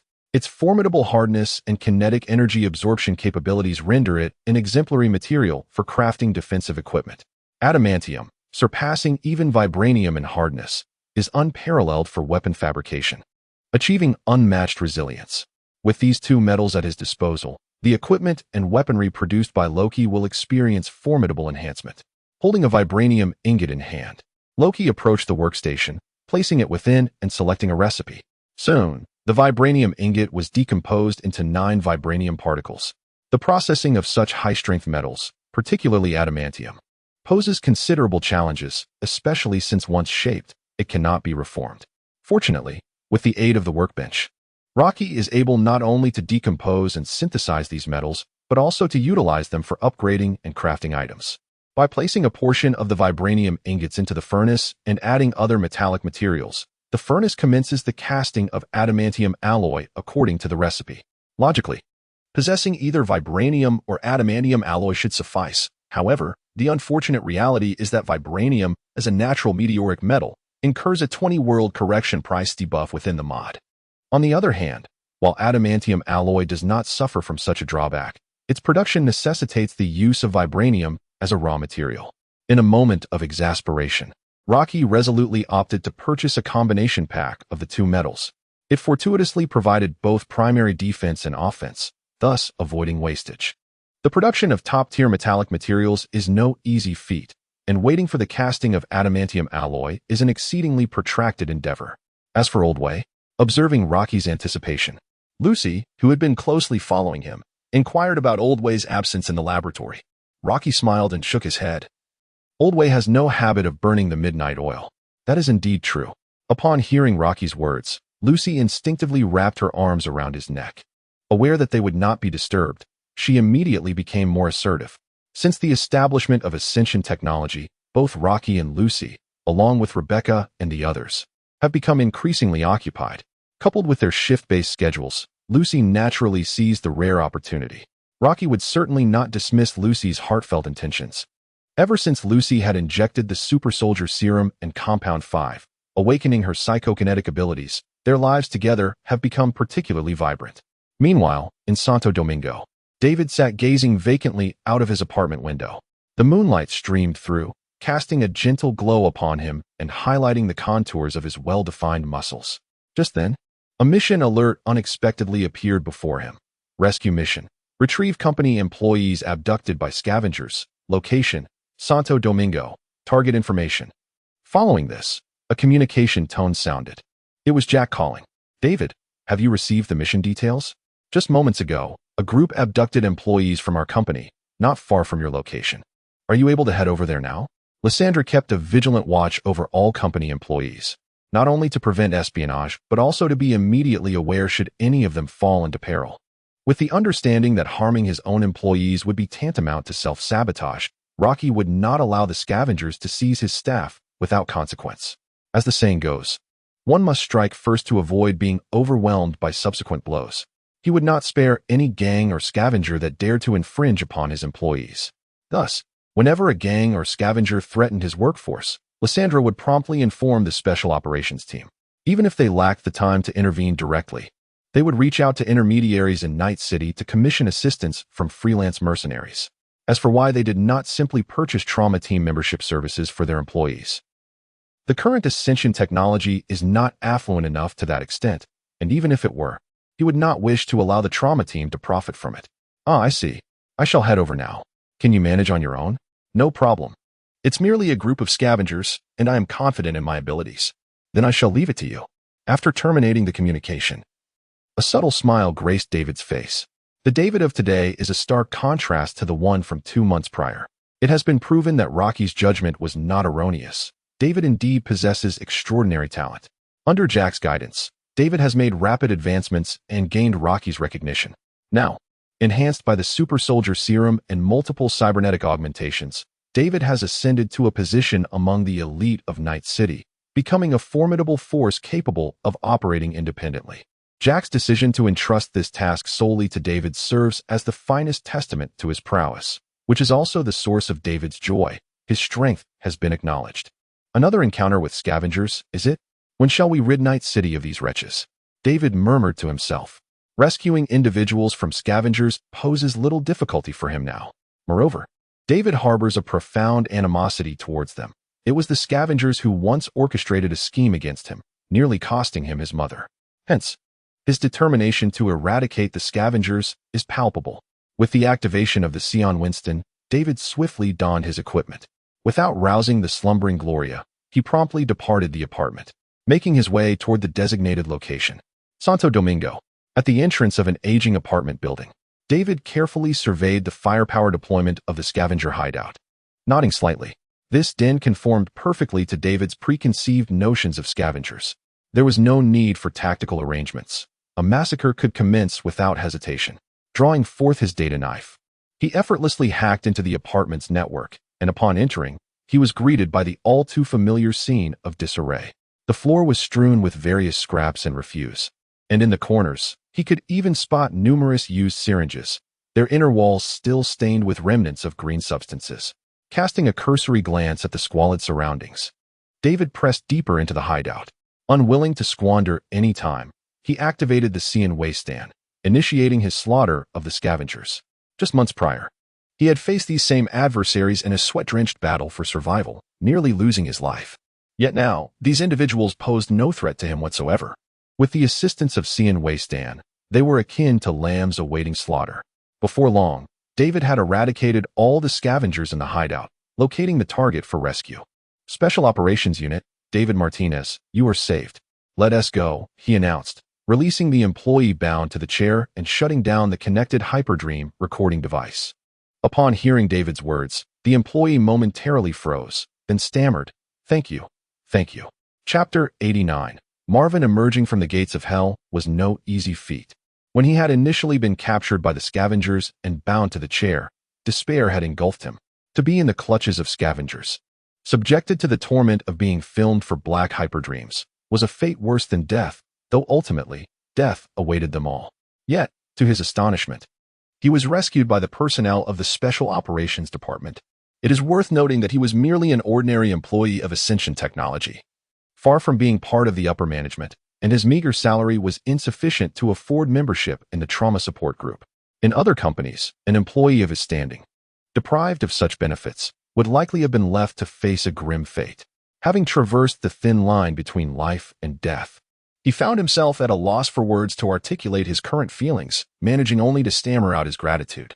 However, David merely smiled faintly. "No need for thanks. This is the company's arrangement. Just continue to strive forward." I certainly will, the employee responded hastily. There are numerous ways to win over hearts, and saving a life often yields remarkable results. While it may not compel one to devote themselves entirely to the company, it can certainly foster a sense of belonging and encourage diligent work. Having fulfilled his task, David escorted the employee out of the apartment. On the way back, Jack had already learned of the mission's success through Lysandra and called again. "Well done, David, you were quite swift. Is that fellow unharmed?" "He is well, suffering no injuries. Let's hope he reports to work on time tomorrow," David replied. "That's good to hear. You've worked hard. I think we should request Elle to allocate more personnel to us. With just the few of us, it's becoming rather overwhelming," Jack lamented to David. As Ascension Technology continued to expand, the number of tasks to be managed was increasing exponentially. However, Rocky has not expanded the personnel of the Special Operations Department, which has led to Jack and his team often being overwhelmed with work. Situations like tonight, where they find themselves working late into the night, occur frequently. Jack has expressed his grievances to Rocky, but this remains a source of frustration for him. Rocky is acutely aware of the necessity to bolster his workforce, not only within the Special Operations Department, but also to establish his own military force, enabling him to genuinely contend with the major corporations in the future. Although their combat capabilities are already formidable, posing little threat to the core members of Ascension Technology within the Night City. Relying solely on a handful of individuals to dominate the entire Night City is impractical. He requires a substantial number of combat units to assist with routine operational tasks. The dilemma lies in the scarcity of trustworthy individuals within Night City. Freelance mercenaries are unreliable, and training combat personnel demands considerable time investment. Moreover, as long as they are human, vulnerabilities will inevitably arise, making it challenging for Rocky to place complete trust in them, unlike Jack and his team. Fortunately, Rocky has begun to address this issue. If humans are unreliable, then he shall dispense with them altogether. The following day, in the laboratory, Oldway gazed contemplatively at the blueprints before him. Is this what you refer to as a robotic soldier? It hardly seems suited for battle. He pondered aloud after a lengthy silence. Just a few days prior, Rocky had animatedly discussed his plans for an intelligent mechanized army, boasting of its prowess against military technology and its potential to challenge the Hashizaka group. He spoke of vibranium bodies capable of taking on 10 adversaries and withstanding nuclear strikes without a hint of concern, leaving Oldway utterly astonished. Yet upon examining the blueprints today, he sensed something was amiss. The blueprint reveals a robotic model adorned with an oversized cylindrical camera as its head, while its chest is dominated by a square display screen. The mechanical arms appear distinctly mechanical, although the overall form retains a humanoid shape. It diverges entirely from the contemporary concept of bionic robots, resembling more the robotic style of the last century. If employed for industrial production, Oldway would certainly have no objections. However, if one were to assert that this contraption could engage in combat, he would remain skeptical. Unbeknownst to Oldway, this device was originally designed for production tasks rather than warfare. Mobile Robot Multifunctional Entity, Marvin, Automated Assistant, a mechanical automaton from the Titanfall universe, responsible for manufacturing and other quotidian tasks. While typically utilized for production duties, with sufficient stimulation and exposure to novel ideas, Marvin possesses the potential to evolve, becoming more intelligent and capable than its counterparts, even attaining self-awareness. For instance, consider a Marvin robot known for its penchant for giving a thumbs up. Note, this module's Marvin robot can reliably stimulate self-awareness and exhibits remarkable adaptability, learning various types of skills. Additionally, it is safeguarded by system protocols that ensure absolute loyalty to its host at all times.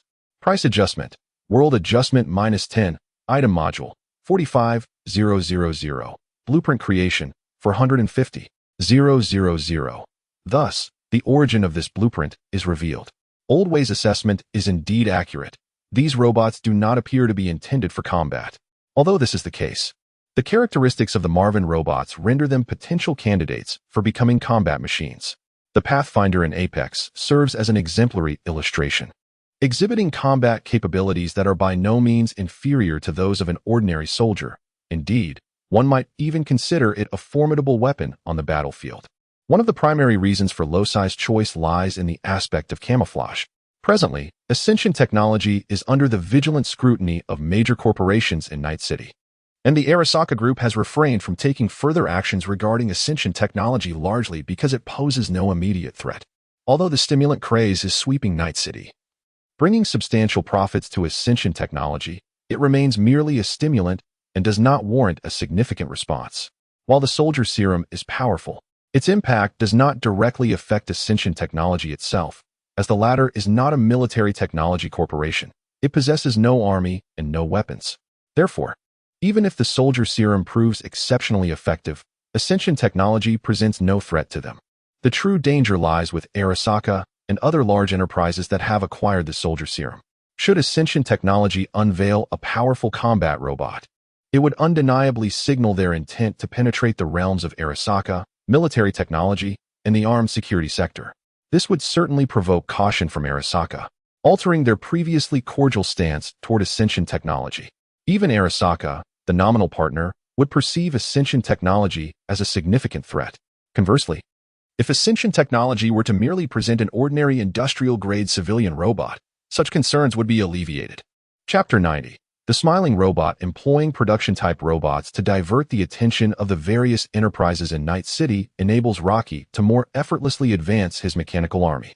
This elucidates why Rocky opted not for the highly upgraded combat variant of the Marvin robot, known as the Phantom, nor for any other formidable battle automaton. Oldway, he remarked with a smile, do not underestimate this seemingly non-combatant robot. With proper training and combat skills, it can truly shine on the battlefield.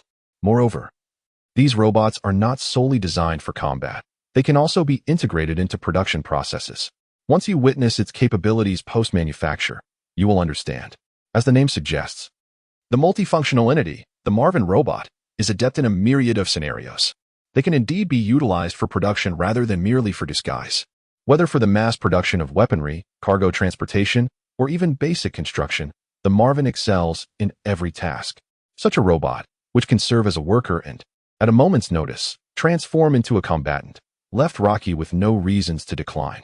Upon hearing Rocky's words, Old Way found himself at a loss for further argument and cautiously commenced the creation of the first Marvin robot. The entire manufacturing process was quite straightforward. The blueprints acquired from the system could be synthesized through the workstation, significantly saving time. By selecting the appropriate component recipes within the workstation and inputting the necessary materials, the corresponding parts could be produced. When selecting materials, Rocky chose vibranium as the primary resource. As it was the first robot, Rocky extravagantly chose to construct it entirely from vibranium, ensuring its true indestructibility. For the subsequent Marvin robots, merely incorporating a few vibranium particles would suffice. Should every model adhere to the specifications of the first, then Ascension Technologies would essentially be on the brink of bankruptcy. Although the manufacturing process has been significantly simplified, the duration of crafting the robots remains lengthy due to the constraints of vibranium yield and the processing speed of the workbench. It was not until the following day that Rocky and Old Way fully assembled this robot. In the laboratory, a brand new Marvin robot was born. To indulge his whims, Rocky specifically adorned this inaugural robot in blue. Additionally, he equipped its arm with a grappling hook assembly, ensuring the inclusion of a spatial folding storage device for weaponry. With the aid of performance enhancers, the affluent Rocky had already procured mass-producible storage equipment. These would be deployed onto the Marvin robot, allowing it to function as a benign production assistant during regular operations, yet swiftly arm itself with equipment from its storage when tasked with combat missions. Gazing at the robot poised for activation, Rocky pressed the start button. The robot was activated for the first time. Its camera head lifted, and the screen on its chest illuminated, yet it remained still, awaiting further commands. At this moment, the robot appeared rather unintelligent, lacking the spark of self-awareness. It was merely a standard machine awaiting the execution of its programmed commands, not yet a form of mechanical life. Without hesitation, Rocky activated the self-awareness awakening protocol provided by the system, selecting the foundational template as the Pathfinder model.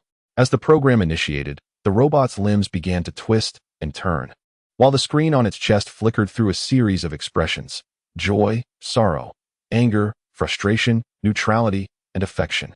With the continuous operation of the program, the display of emotions quickened, culminating in a final moment where the program completed its run, locking the expression into a smile, while the mechanical right hand formed a thumbs-up gesture. "What is this pose? Did you set this for him? It seems rather unserious," Old Way inquired curiously, observing the robot's playful stance. "Ahem, one might say so," Rocky responded somewhat awkwardly to Old Way's question. He had not previously explained to Old Way that he was awakening the robot's self-awareness, and now, with the robot present, it felt as if Old Way was speaking ill before another. At that moment, the robot spoke up. "Oh, Mr. Victor, do you not favor this pose? Although it saddens me, I can certainly change it." The mechanical voice resonated, surprising Old Way.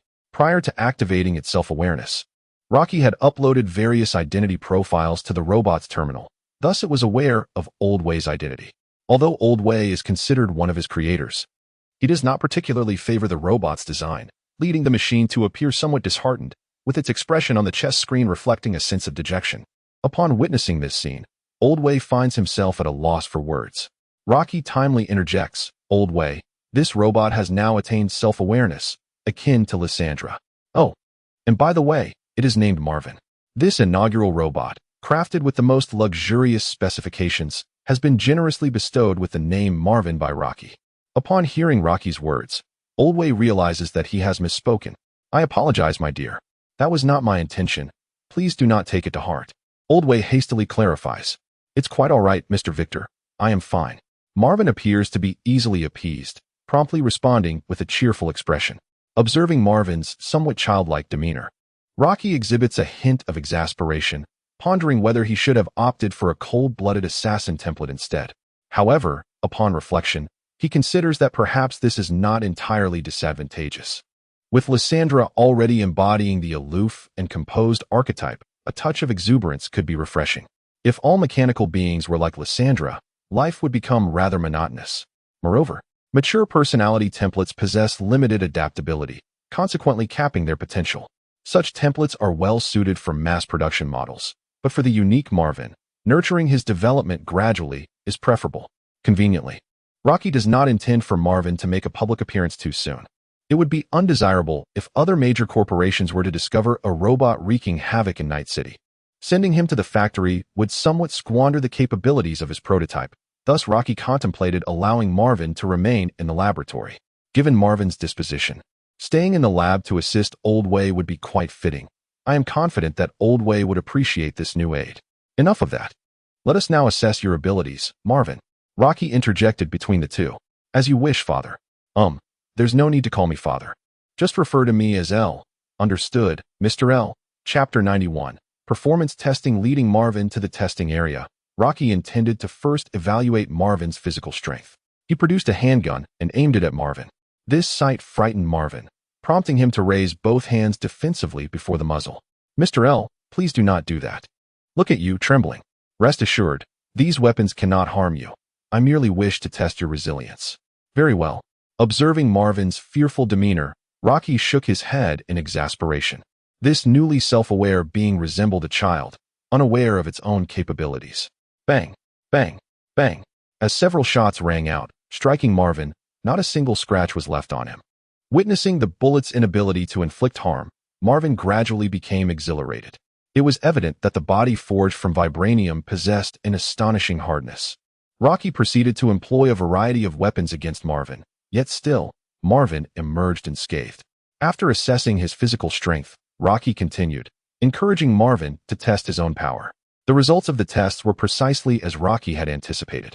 Under the influence of vibranium, Marvin not only became more resilient, but also enabled his physique to endure greater energy releases, rendering his strength exponentially more formidable, several times beyond its original capacity. The downside, however, was that at full performance, the energy consumption was rapid. Fortunately, vibranium's characteristic of absorbing kinetic energy allowed him to reclaim a portion of his own energy, thus mitigating the impact on his endurance. Observing the power testing machine that had been utterly destroyed by his punch, Marvin danced with excitement. You were right, L. This fellow can indeed become a formidable weapon on the battlefield. Witnessing such results, Old Vic generously offered his praise. Oh, thank you for the compliment, Mr. Victor. Noticing Marvin's exuberance, Rocky smiled slightly and said, Marvin, don't celebrate too soon. You still have one more test to complete. After this remark, Rocky continued to address Old Vic. The hardware performance is indeed impressive. With the enhancement of vibranium, it can become a powerful asset. However, there are considerable drawbacks. Are you referring to the network defense capabilities? Old Vic immediately grasped Rocky's meaning. Precisely. Lysandra. At Marvin's puzzled expression, Rocky summoned Lysandra. As Marvin beheld the robotic projection before him, he realized that this was another mechanical being akin to himself, an encounter with a kindred spirit for the first time since his inception. Marvin appeared somewhat exhilarated, and Rocky raised an eyebrow in intrigue. It is noteworthy that Lysandra seldom manifests in the form of a projection. It seems she harbors a modicum of interest in Marvin. Or perhaps she seeks to impose a certain intimidation upon him. This remains a mystery to Rocky. Just as Marvin was reveling in the joy of encountering a kindred spirit, he was suddenly caught off guard by Lysandra's abrupt intervention. In an instant, the previously animated Marvin appeared as if he had been frozen in time. This marked the final trial he was destined to endure, a test imposed by Lysandra. As a newly born mechanical entity, Marvin's rudimentary defensive systems were, in Lysandra's eyes, no more substantial than mere paper. While such a claim may seem somewhat unreasonable, after all, even the most formidable defensive systems would likely falter against Lysandra's intrusion. It is indeed a slight injustice to compare Marvin, a nascent creation, to the likes of Iron Man, a premier robot who has also found himself ensnared by Lysandra's prowess. Although Lysandra lacks the capacity to alter Marvin's foundational code due to system regulations, preventing any potential betrayal, rendering him incapacitated, or initiating a shutdown and reboot would be an exceedingly simple task. In the meantime, within the cybernetic realm, Marvin gazed upon the woman before him, trembling with trepidation. Beautiful Miss Lysandra, if I have inadvertently provoked your ire, I offer my sincerest apologies. Might I beseech you to show me mercy? This sensation of being unable to control my own body is truly quite distressing. At that moment, Marvin was engulfed by fear, astonished that his inaugural encounter with a fellow being had culminated in such a humiliating defeat, devoid of any capacity for resistance. It appears that this kindred spirit is rather challenging to coexist with. Upon witnessing Marvin's current state, Lysandra appeared somewhat disheartened, and chose to exit the cyberspace without uttering a word. As Lysandra relinquished her control over Marvin, he finally regained authority over his own body. "What do you think, Lysandra? Care to share your assessment?" Rocky inquired. His curiosity piqued as he glanced at Lysandra's holographic projection. Lysandra's evaluation was succinct and devoid of any intent to spare Marvin's feelings. Too weak. At that moment, Marvin, having just regained his ability to move, felt a wave of sadness wash over him upon hearing Lysandra's harsh critique. He lowered his gaze, his expression shifting to one of dejection. Yet, to Marvin's astonishment, Lysandra continued with her incisive commentary. "Not only is your network defense capability lacking, but your character is also excessively immature." This prompted Marvin's demeanor to transition from mere disappointment to outright despair. Initially, when he first encountered Lysandra, he had been filled with joy in the realm of machines. She could certainly be considered a striking beauty. However, he never anticipated that such an enchanting woman would deliver such a merciless verbal onslaught without preamble, branding him as inept and childish. It was a blow that would be unbearable for any reasonable individual. Observing this scene, Rocky struggled to suppress a chuckle, intending to offer some words of comfort to Marvin. After all, as a newly birthed mechanical entity, it was entirely expected that he would not possess the capabilities to compete with Lysandra. Rocky had never harbored high hopes for the network defense capabilities of these robots. Ultimately, they would need to connect to Lysandra's network for her assistance in fortifying their defenses. However, what Rocky did not anticipate was that the previously disheartened Marvin's expression suddenly transformed into one of unwavering determination. "Miss Lysandra, I am aware of my limitations, yet I shall strive to improve." In that moment, Marvin seemed to have resolved to embrace a certain conviction. After all, mechanical life is still life, and Marvin certainly did not wish to be looked down upon. Yet, the aloof Lysandra appeared disinclined to acknowledge Marvin's newfound motivation, vanishing without uttering a word. It was then that Rocky spoke up.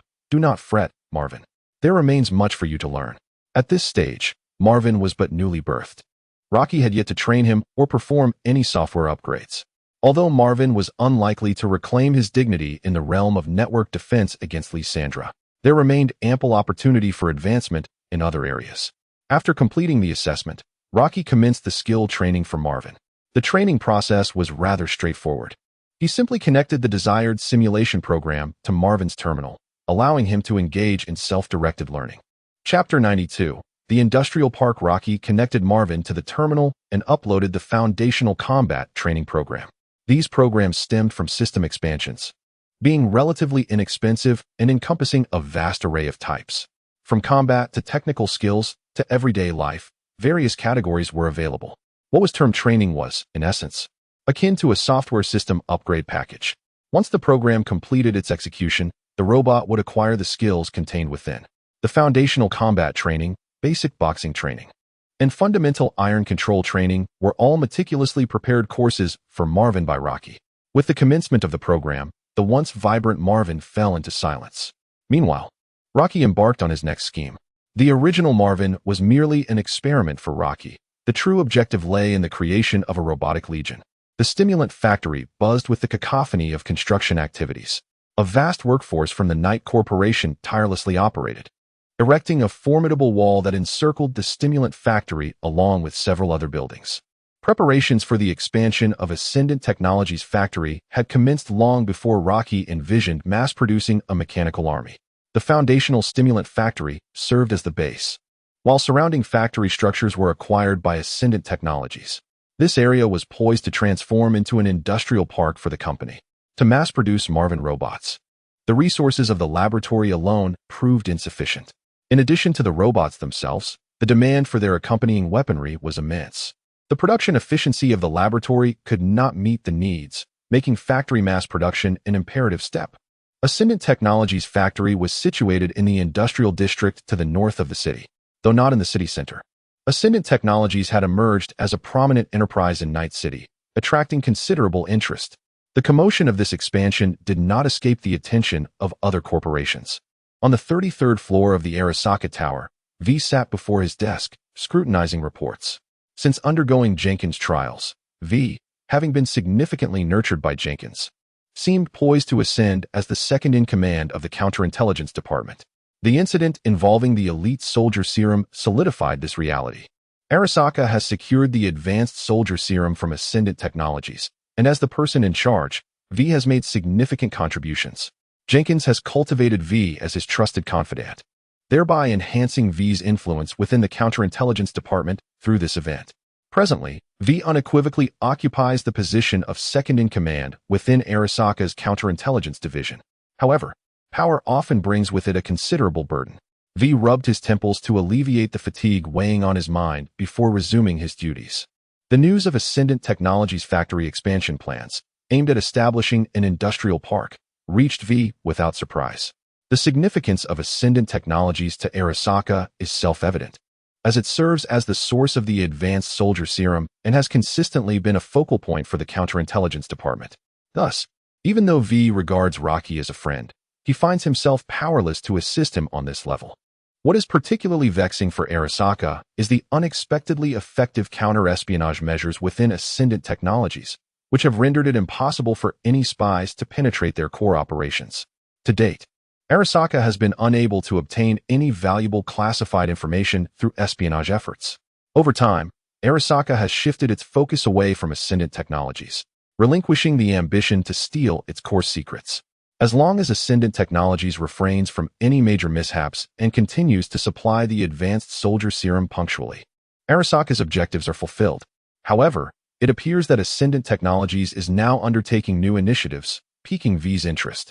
He retrieved another report, this one containing intelligence from an internal spy at Ascendant Technologies, Yamamoto Taiko. Feishing Technology is currently preparing to hold a press conference, with the entire public relations department already mobilized.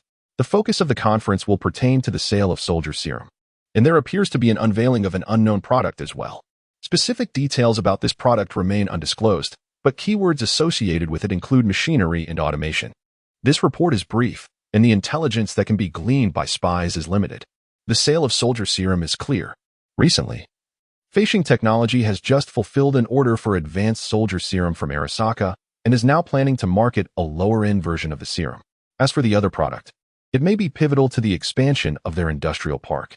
However, with no further information available, V finds it difficult to respond and can only set aside this intelligence regarding Feishing Technology to turn his attention to the next report.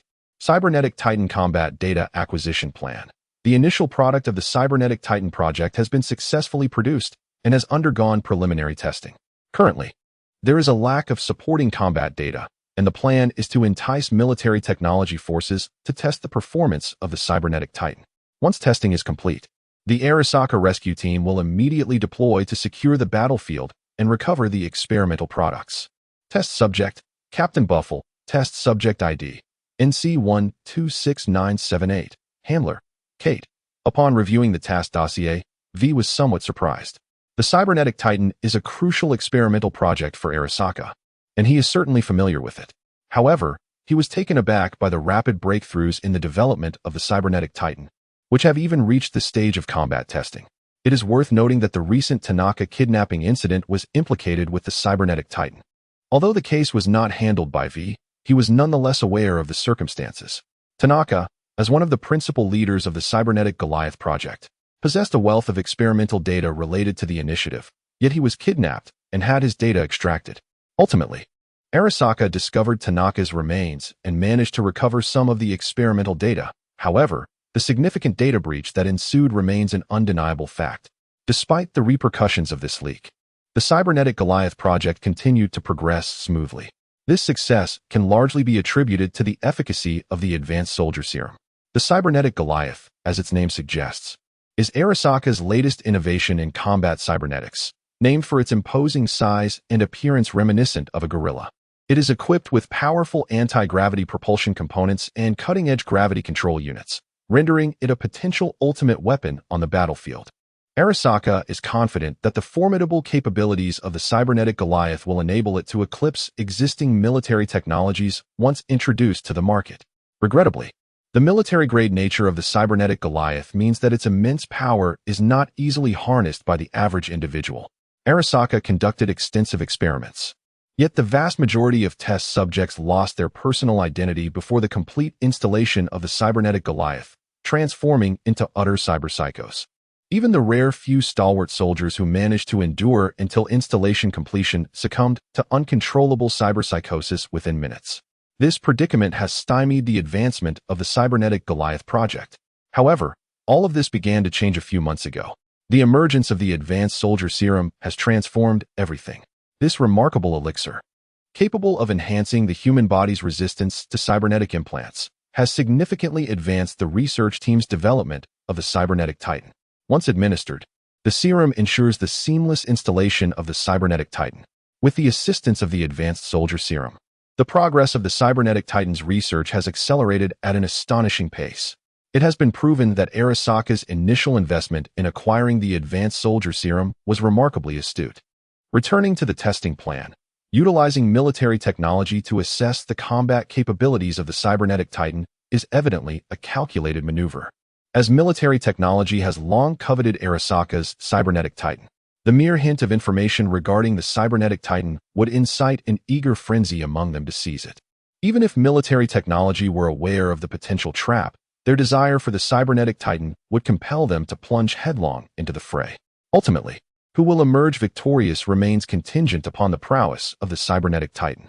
Casting a deep gaze at the name Kate inscribed on the dossier, V revealed a knowing smile, seemingly brimming with confidence in the cybernetic titan's capabilities. Is she not concerned about the military technology's potential success? Nevertheless, the confrontation between the cybernetic titan and military forces promises to be a captivating spectacle. Kate, the individual adorned with 3 dark red petals atop her head, once held significant stature within Arasaka's counterintelligence division.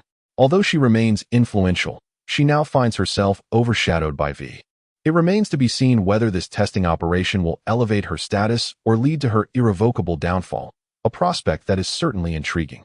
In the Watson district, at the Afterlife bar, members of Team Man are presently enjoying drinks in a secluded booth. Since Rocky administered the advanced soldier serum to Man, his physical condition has improved markedly. Not only have the ominous signs of cyberpsychosis ceased to manifest, but his physical strength has also seen a significant enhancement. Remarkably, he heeded Rocky's counsel and refrained from further augmenting his cybernetic enhancements. The potency of the advanced soldier serum alone was sufficient to elevate his capabilities to a new echelon. With this newfound strength, the completion of his assignments became considerably more effortless. As the wheels of fate turned, Pyrrha was spared from the violent wrath of the deranged Ludic, who did not manage to deliver a fatal shot.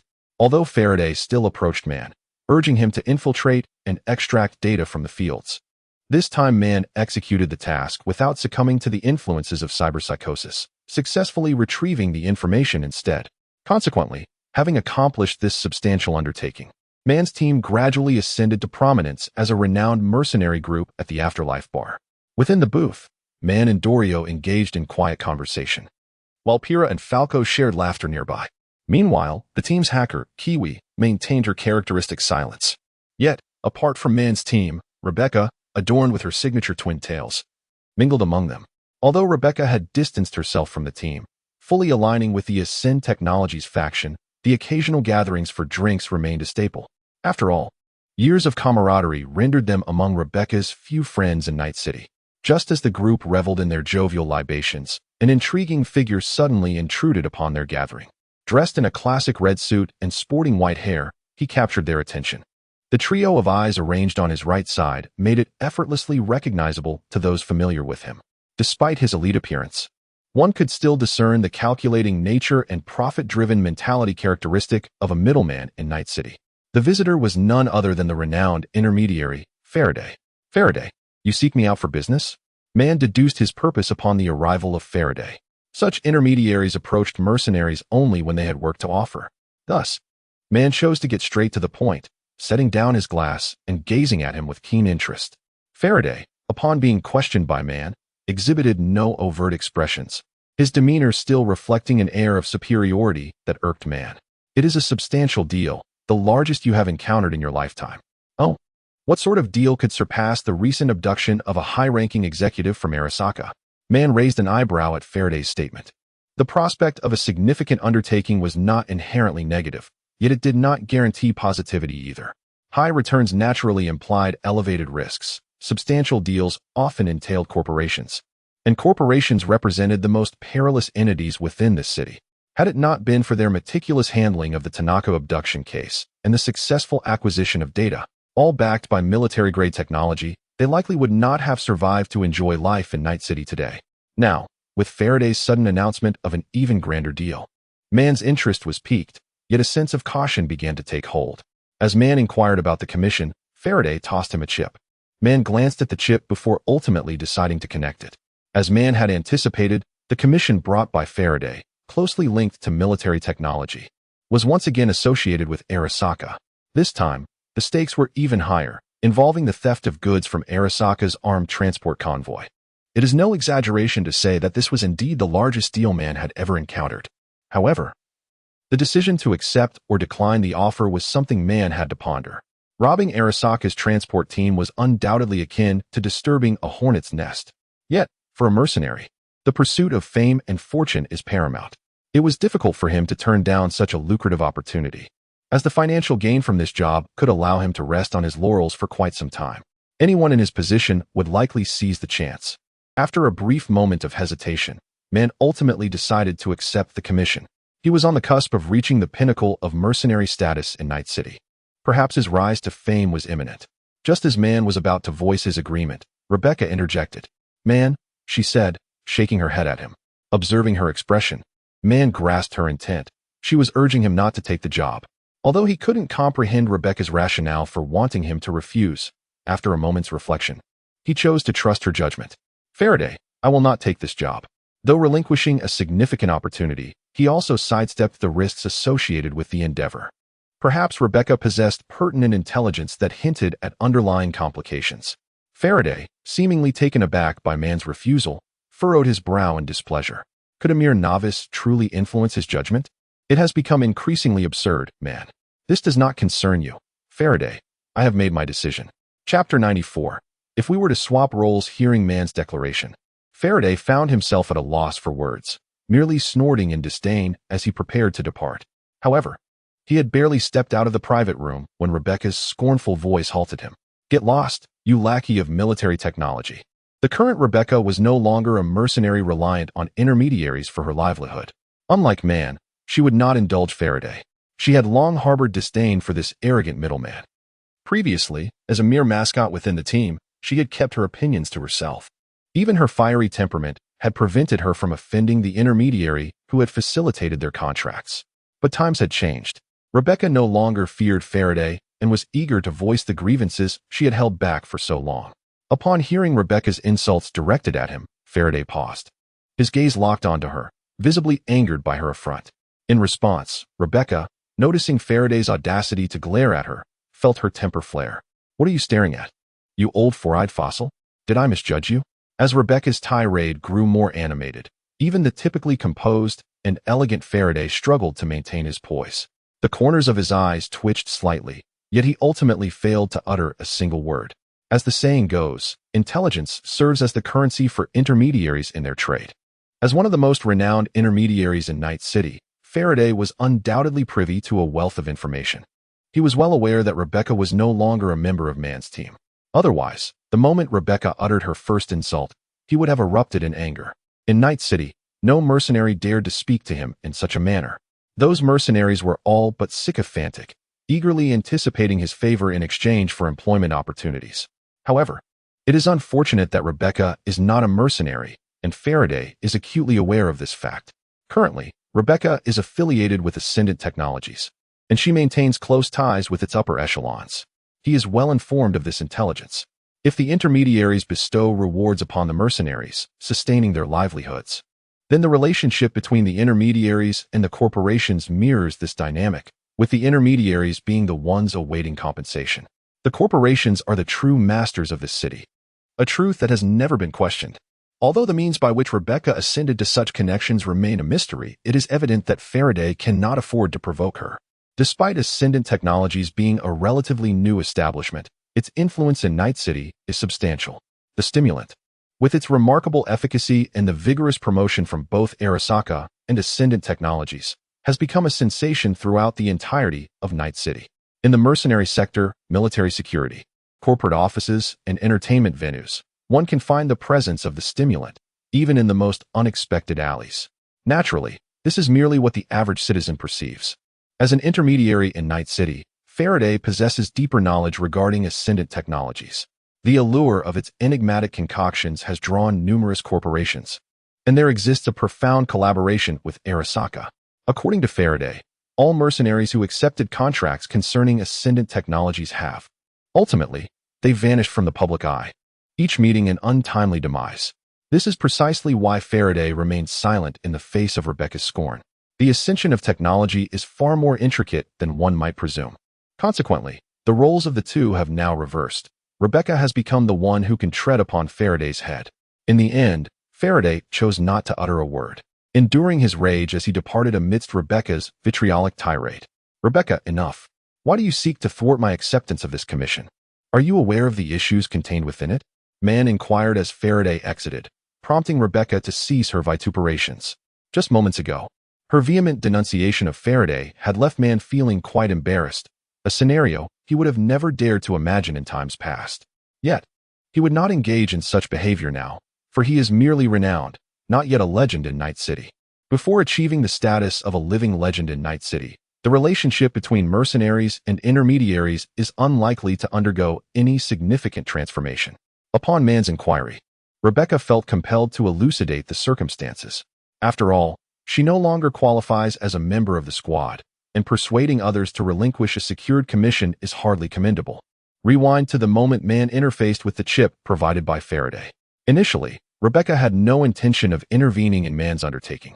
However, as Man scrutinized the information contained within the chip, contemplating whether to accept the commission, an intelligence alert materialized before Rebecca's eyes. The content displayed was identical to that within the chip Man was examining. It was evident that this was the handiwork of Lysandra. Gazing at the entrusted information before her, Rebecca could not help but voice her grievances against Lysandra in her mind. "Lysandra, are you aware that such behavior is quite impolite?" It was evident that Lysandra had surreptitiously infiltrated Man's system to obtain the contents of the chip. As a friend of Man, Rebecca naturally wished for Lysandra to refrain from such actions. Yet, the response she received was the unyielding tone of Lysandra's voice. "For me, there is no distinction between politeness and impoliteness. There is only what is right to do and what is not." Faraday, as an intermediary, held close ties to military technology. The majority of the commissions it issued were related to military advancements, likely aimed at actions against Arasaka or Ascendant technology. "My duty is to ensure the safety of Ascendant technology, and I must gather this intelligence." Upon hearing Lysandra's words, Rebecca could only resign herself to acceptance.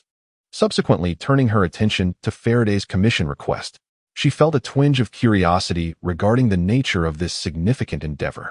As Rebecca perused the information, Lysandra simultaneously analyzed the details of the commission.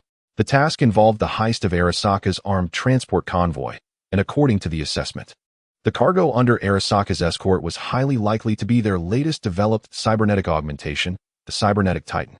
As a cornerstone of the counterintelligence department of Ascendant Technology, nearly all intelligence converged in her database, establishing her as the information nexus of Ascendant Technology. As for the information regarding the Cybernetic Titan, it was relayed to Lysandra by Rocky, intended to draw her attention to events related to the Cybernetic Titan. Rocky also informed Lysandra of potential scenarios concerning the Cybernetic Titan's emergence. With the integration of various intelligence sources and the current timeline, Lysandra effortlessly deduced that the cargo transported by Arasaka might very well be the Cybernetic Titan. What exactly is the Cybernetic Titan? A profound sense of bewilderment flickered through Rebecca's mind. It is a formidable suite of cybernetic enhancements developed by Arasaka, serving as an exceedingly terrifying weapon of war.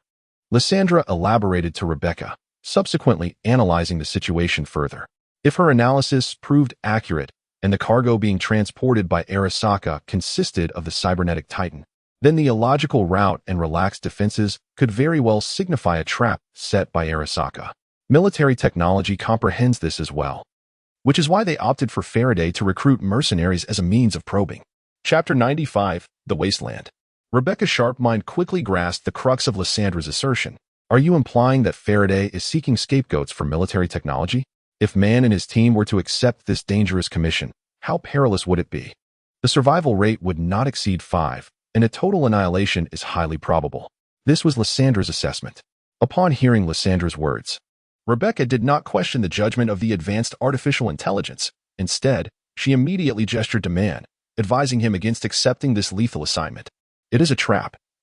The mention of Arasaka's high-end weaponry within the transport convoy indicates that military technology is seeking sacrificial pawns to lead the charge. From start to finish, this commission is a dead end. Returning to the present, Rebecca articulated her reasoning. Man, upon hearing Rebecca's statement, nodded in agreement. Currently, Rebecca is engaged with Ascendant Technologies, a partner enterprise of Arasaka. It is entirely reasonable that she possesses some insider knowledge. The wretched Faraday, he must be aware of the circumstances. This beast intends to bring about our demise, Man exclaimed vehemently. Man's assertion held truth, for Faraday indeed comprehended that this commission was a certain death trap. Arasaka schemed to lure the military technology forces into the fray. The astute Kate, responsible for this incident, cleverly opted to bribe intermediaries connected to military technology, dispatching them to disseminate information. Unsurprisingly, the agents who received Kate's orders ultimately located Faraday. Not many intermediaries are renowned in Night City, and Faraday is undoubtedly the most closely linked to military technology. Faced with the conditions set forth by Arasaka, Faraday readily acquiesced. At this juncture, having successfully completed the Tanaka Incident Commission, Faraday had not forfeited the trust of military technology. Thus, he had not entirely aligned himself with Arasaka. He merely adhered to the notion of profiting where possible, accepting the tasks Arasaka assigned him. From the outset, Faraday recognized this as a trap. Arasaka was testing the cybernetic titan. He accepted Arasaka's remuneration while simultaneously leaking information to military technology, all the while fulfilling military technology's commission by assisting them in identifying scapegoats to take the brunt of the fallout. A quintessential case of double-dipping. Sending those mercenaries to their doom at the hands of the cybernetic titan did not hinder his receipt of military technology's commission fees. In fact, it could yield even greater rewards. Masterfully calculating and relentlessly profit-driven, Faraday epitomized this ethos. He cared little for the fates of the mercenaries. What he sought were riches, power, and a ladder to ascend within the corporate hierarchy. The wheels of fate turned, returning once more to their origin. History often presents itself with astonishing similarities, and once again, Arasaka's cybernetic Goliath is poised to confront military technology. However, this time the focal point of the event is not David. Rather, the Man team finds itself perilously close to becoming the unfortunate victims. Yet, one must not forget that the individual who manipulates the gears of fate remains in the shadows. When Lysandra uncovered the contents of the Faraday chip, Rocky had already synchronized his acquisition of the information. Observing the intelligence provided by Lysandra, Rocky instantly comprehended the unfolding scenario. The emergence of the cybernetic Goliath was not a surprise to him. Although he had preemptively whisked David away, preventing him from becoming a target for Arasaka. His advanced soldier serum had inadvertently furnished Arasaka with countless potential Davids. Consequently, the appearance of the cybernetic Goliath became rather plausible. Rocky had previously instructed Lysandra to monitor developments concerning the cybernetic Goliath. Yet, to be candid, his current interest in the Goliath had waned significantly. While it undeniably serves as an impressive weapon on the battlefield, its efficacy in one-on-one confrontations is rather lacking. In a duel, even Atom Smasher would prove to be a formidable opponent, which is rather embarrassing. As for its performance in combat, it is mediocre at best. It can handle standard military forces adequately and excels at clearing minor adversaries. However, should it encounter the vibranium mech legions capable of withstanding its gravitational field, one can only speculate how it would fare. Moreover, I shudder to think of how it would respond when I unveil BT. Nevertheless, it must be said that the event surrounding the cyborg Colossus holds significant importance. To abstain from participating would be rather lackluster. After all, the clash between the cyborg Colossus and military technology is a rare spectacle indeed. Furthermore, it is high time to address the matter concerning Faraday. In the outskirts of Night City lies a desolate expanse known as the Badlands. Here, an endless stretch of parched shrubs flourishes amidst a landscape of golden sands. Such inhospitable conditions render the Badlands sparsely populated. In Night City, few residents are inclined to venture into this forsaken territory. Aside from a handful of nomadic tribes, only gangs that thrive on robbing corporate convoys remain active in this place. At this moment, upon the barren land, a band of desperate renegades lurks discreetly beside the highway. Clad in full combat gear and armed with formidable weaponry, Their mismatched equipment and attire distinctly set them apart from the local inhabitants. Undoubtedly, they are mercenaries hailing from Night City, having awaited this opportunity with great anticipation. Before long, a glimmer of excitement flickers in their eyes as their target emerges. On the highway, a convoy emblazoned with the emblem of Arasaka progresses steadily along the road. Though modest in size, the convoy consists solely of the most elite armored transport vehicles. At its center, a large transport truck, heavily fortified, draws attention and speculation about its precious cargo. As the Arasaka convoy passes the mercenary group, they erupt in exuberant howls, flooring the accelerator as they charge towards their prize. Woohoo! Let us go! This was the greatest transaction of their lives. Upon completing this deal, an inexhaustible fortune would be theirs. How could they not be driven to madness? Meanwhile, within the ranks of Arasaka's convoy, the armed forces swiftly reacted upon noticing vehicles approaching from the flank. Although they remained oblivious to the nature of their cargo or the fact that they were being targeted, they had long been prepared for the possibility of encountering bandits in such treacherous terrain. In the wasteland, this was a commonplace occurrence. On one side were mercenaries, frenzied by exorbitant rewards, and on the other, the Arasaka troops, fighting for their livelihoods and very lives. The two factions soon collided. However, it was evident that Arasaka, as the sovereign of Night City, boasted an elite armed transport unit that was no trifling adversary for any minor band of miscreants, let alone the ragtag group hastily assembled by Faraday. Chapter 96. The cybernetic titan. The air echoed with the fierce crackle of gunfire across the expansive wasteland. The mercenaries unleashed a barrage from their heavy machine guns, aimed squarely at the Arasaka convoy. Yet, their formidable firepower failed to inflict significant damage upon the armored vehicles of Arasaka. Conversely, the escort vehicles of Arasaka rammed into the mercenaries with devastating effect, leaving them disoriented. Rather than opting for passive defense or hastily retreating, the armed escort team of Arasaka took the initiative, methodically neutralizing the bothersome mercenaries. They maneuvered their armored vehicles close to the mercenaries, drawing their weapons and executing precise headshots in swift succession. Soon enough, the mercenaries were thoroughly eradicated.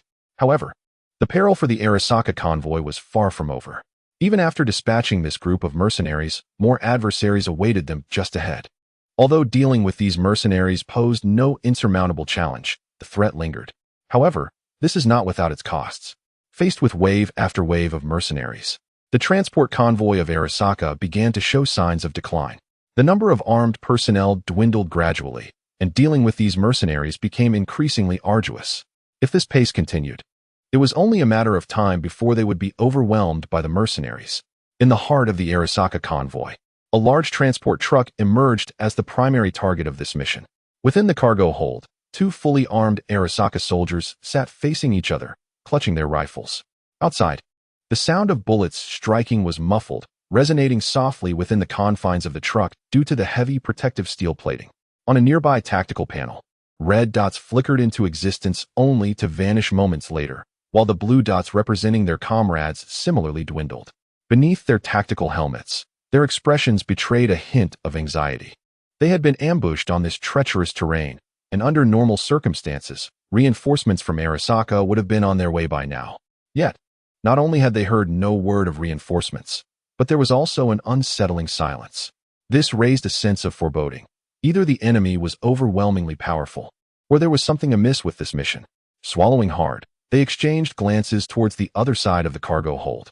There, in stark contrast, lay an imposing figure they had never encountered before. The unmistakable massive gorilla-like arm heralded its identity, the cybernetic behemoth.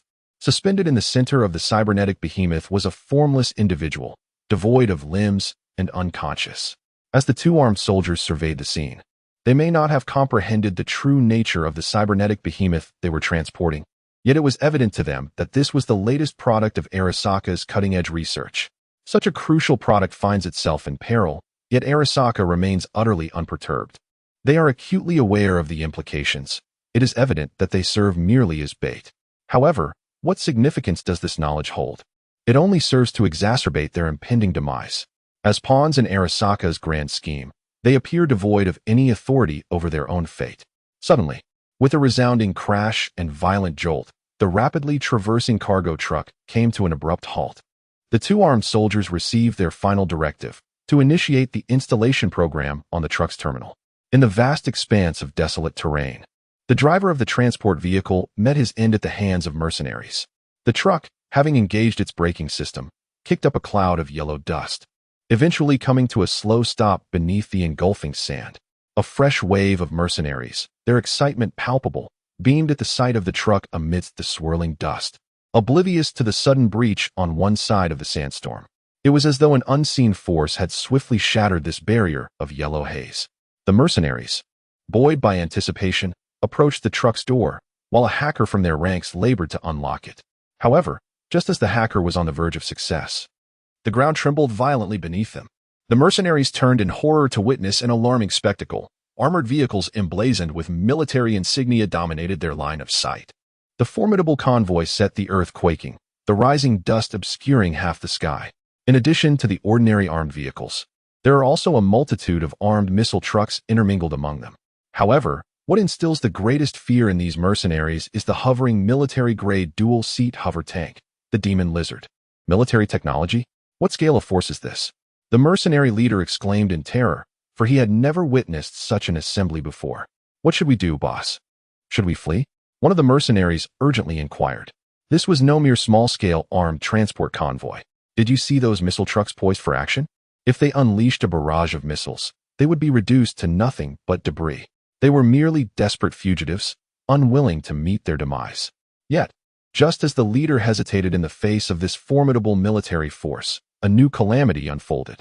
A tremendous thud erupted from the previously silent cargo truck, and a massive protrusion appeared on the impenetrable door, as if a terrifying beast imprisoned within was awakening, ready to burst forth and devour all in its path. Retreat. Upon witnessing this scene, the mercenary captain hastily commanded, realizing that failure to withdraw would lead to certain death. However, this mission was a perilous one from the outset, and survival seemed a distant hope. The cargo truck emitted a second resounding crash. The door, unable to withstand the immense force, was violently flung open. As the truck lost its door, the scene within was revealed. Before them lay a deep crimson hue, not the red of alarm lights, but a gruesome spatter of blood. The two soldiers from Arasaka were transformed into the finest pigment, adorning the carriage with a fresh coat of paint. The cyborg known as Captain Buffle, or rather, the experimental subject, emerged. Contrary to expectations, he did not emit a roar akin to that of a mighty titan. Instead, a surprising indifference graced his visage.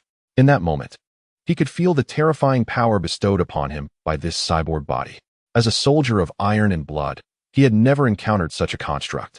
Yet, he found no joy in his newfound strength, for he understood that he was merely a pitiable experimental subject. What significance does the power of an experiment hold? His existence was merely a prelude to a grand performance for Arasaka, destined to be discarded into the refuse, slowly decaying into oblivion. Ever since he had been wounded on the battlefield, rendered unconscious, and subsequently revived by a mysterious serum, he had willingly participated in Arasaka's experimental agenda, fully aware of his grim fate. So, whom should he blame?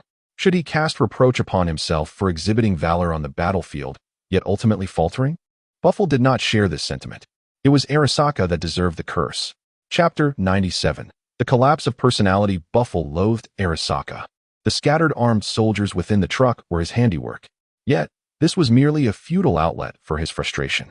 Regaining his composure, Buffle turned his gaze towards the group of mercenaries hastily fleeing before him, raising his hand with casual ease to compress them into a bloody pulp with a gravitational field.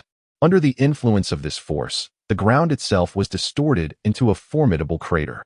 However, the gravitational field did not solely impact the external environment. As Buffle wielded this force, an uncontrollable sting surged through his head, further clouding his thoughts. His thoughts became increasingly frenzied as he dealt with this inconspicuous band of thieves. Only after vanquishing them did Barfield turn his gaze towards the encroaching armed forces. Military technology. Is this the true objective of Arasaka? Allow me to confront these troops. The armed forces drew nearer, their missile launchers primed for action. Observing the scene before him, Barfield found himself reluctant to fulfill Arasaka's desires.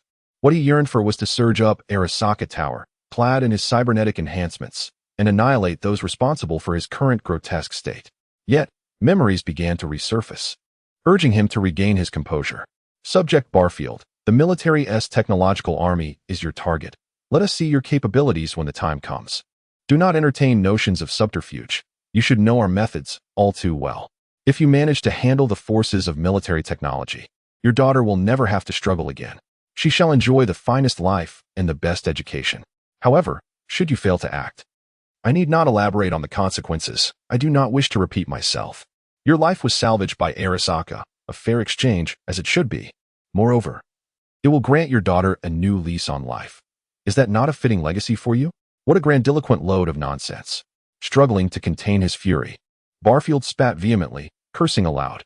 To exploit a weakness as a means of intimidation is a despicable yet effective tactic. Even a hardened soldier like Barfield found himself compelled to acquiesce in the face of such threats, before he could sink further into his memories.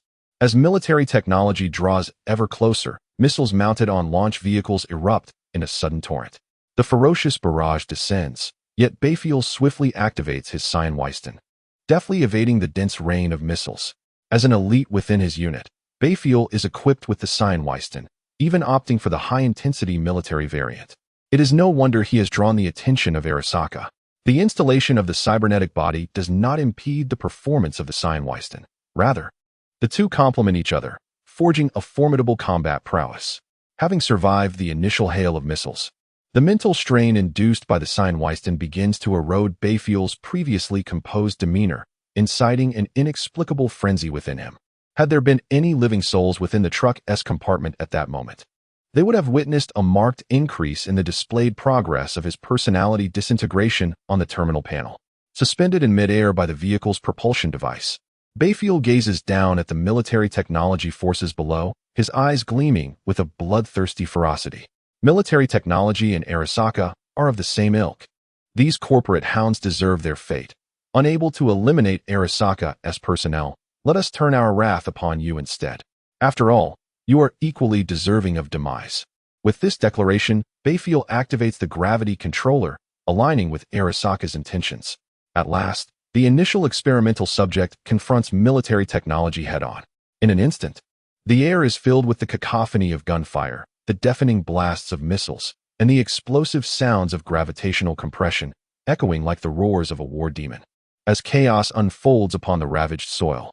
Meanwhile, not far away, upon a massive stone platform, the seemingly empty ground, upon closer inspection, reveals a subtly distorted membrane within the air. Within this membrane, Rocky observes the battlefield ahead. With the debut of the cybernetic titan, Rocky is eager to find the optimal vantage point to fully appreciate the spectacle. To witness this event firsthand, he has exchanged for an invisibility field generator from the depths of space. Unlike conventional cloaking devices that achieve optical camouflage through optical coatings, this device manipulates the surrounding gravitational field to create a similar effect. It can be described as a gravity control apparatus wielded with the precision of a scalpel. Although one may also opt for a broader, less precise, cloaking gravitational field. Within this cloaked environment, Rocky perches atop the roof of Delos's vehicle, flanked by Rebecca and Lucy. Each holds a bottle of drink, as if they are on a vacation in this desolate land. How impressive! Arasaka actually possesses weaponry of this caliber. This must be the fabled cybernetic titan. Rebecca slurs through her drink. Just then, the surrounding cloaked field suddenly ripples, and a figure flashes into view. It is David, driving the Seinweisten. He has just returned from the Arasaka cargo truck, as orchestrated by Rocky, who assigned David to assist Lysandra in infiltrating the cybernetic titan's installation vehicle using his data blade. With the Seinweisten and the cloaking device, David is undoubtedly the most suitable candidate for this mission. With the intervention of Lysandra, the experimental data regarding the cybernetic colossus would be accessible to us. Although it may hold little value for ascendant technology, it could serve as a bargaining chip that Rocky would certainly not overlook. Upon David's return, Rocky tossed him a chilled beverage. Well done. Here, let us observe the capabilities of the cybernetic colossus together. David accepted the drink without hesitation and took a sip. Despite possessing a physique akin to Captain America, it would be disingenuous to claim he felt no fatigue while racing through the treacherous terrain of the wastes in a Seinweisten. Having completed his mission, David now joined the ranks of onlookers. Meanwhile, the battle escalated into a fervent spectacle, resembling more of a one-sided massacre executed by the cybernetic colossus. With the assistance of Seinweisten, the military technology team found it exceedingly difficult to engage with the Colossus. Its immense strength effortlessly sent their armored vehicles tumbling. The gravity generators mounted on it posed a significant threat to military technology. Yet, such formidable combat prowess did not come without its costs. Each utilization of cyanwistin and the cybernetic Colossus eroded the neural connections tethered to Barfield's brain. This continuous degradation accumulated, rendering Barfield's mind increasingly chaotic and frenzied. What began as acts of hatred and revenge gradually morphed into an instinctual drive, an unrestrained propensity for destruction and annihilation. Barfield's persona was slowly unraveling.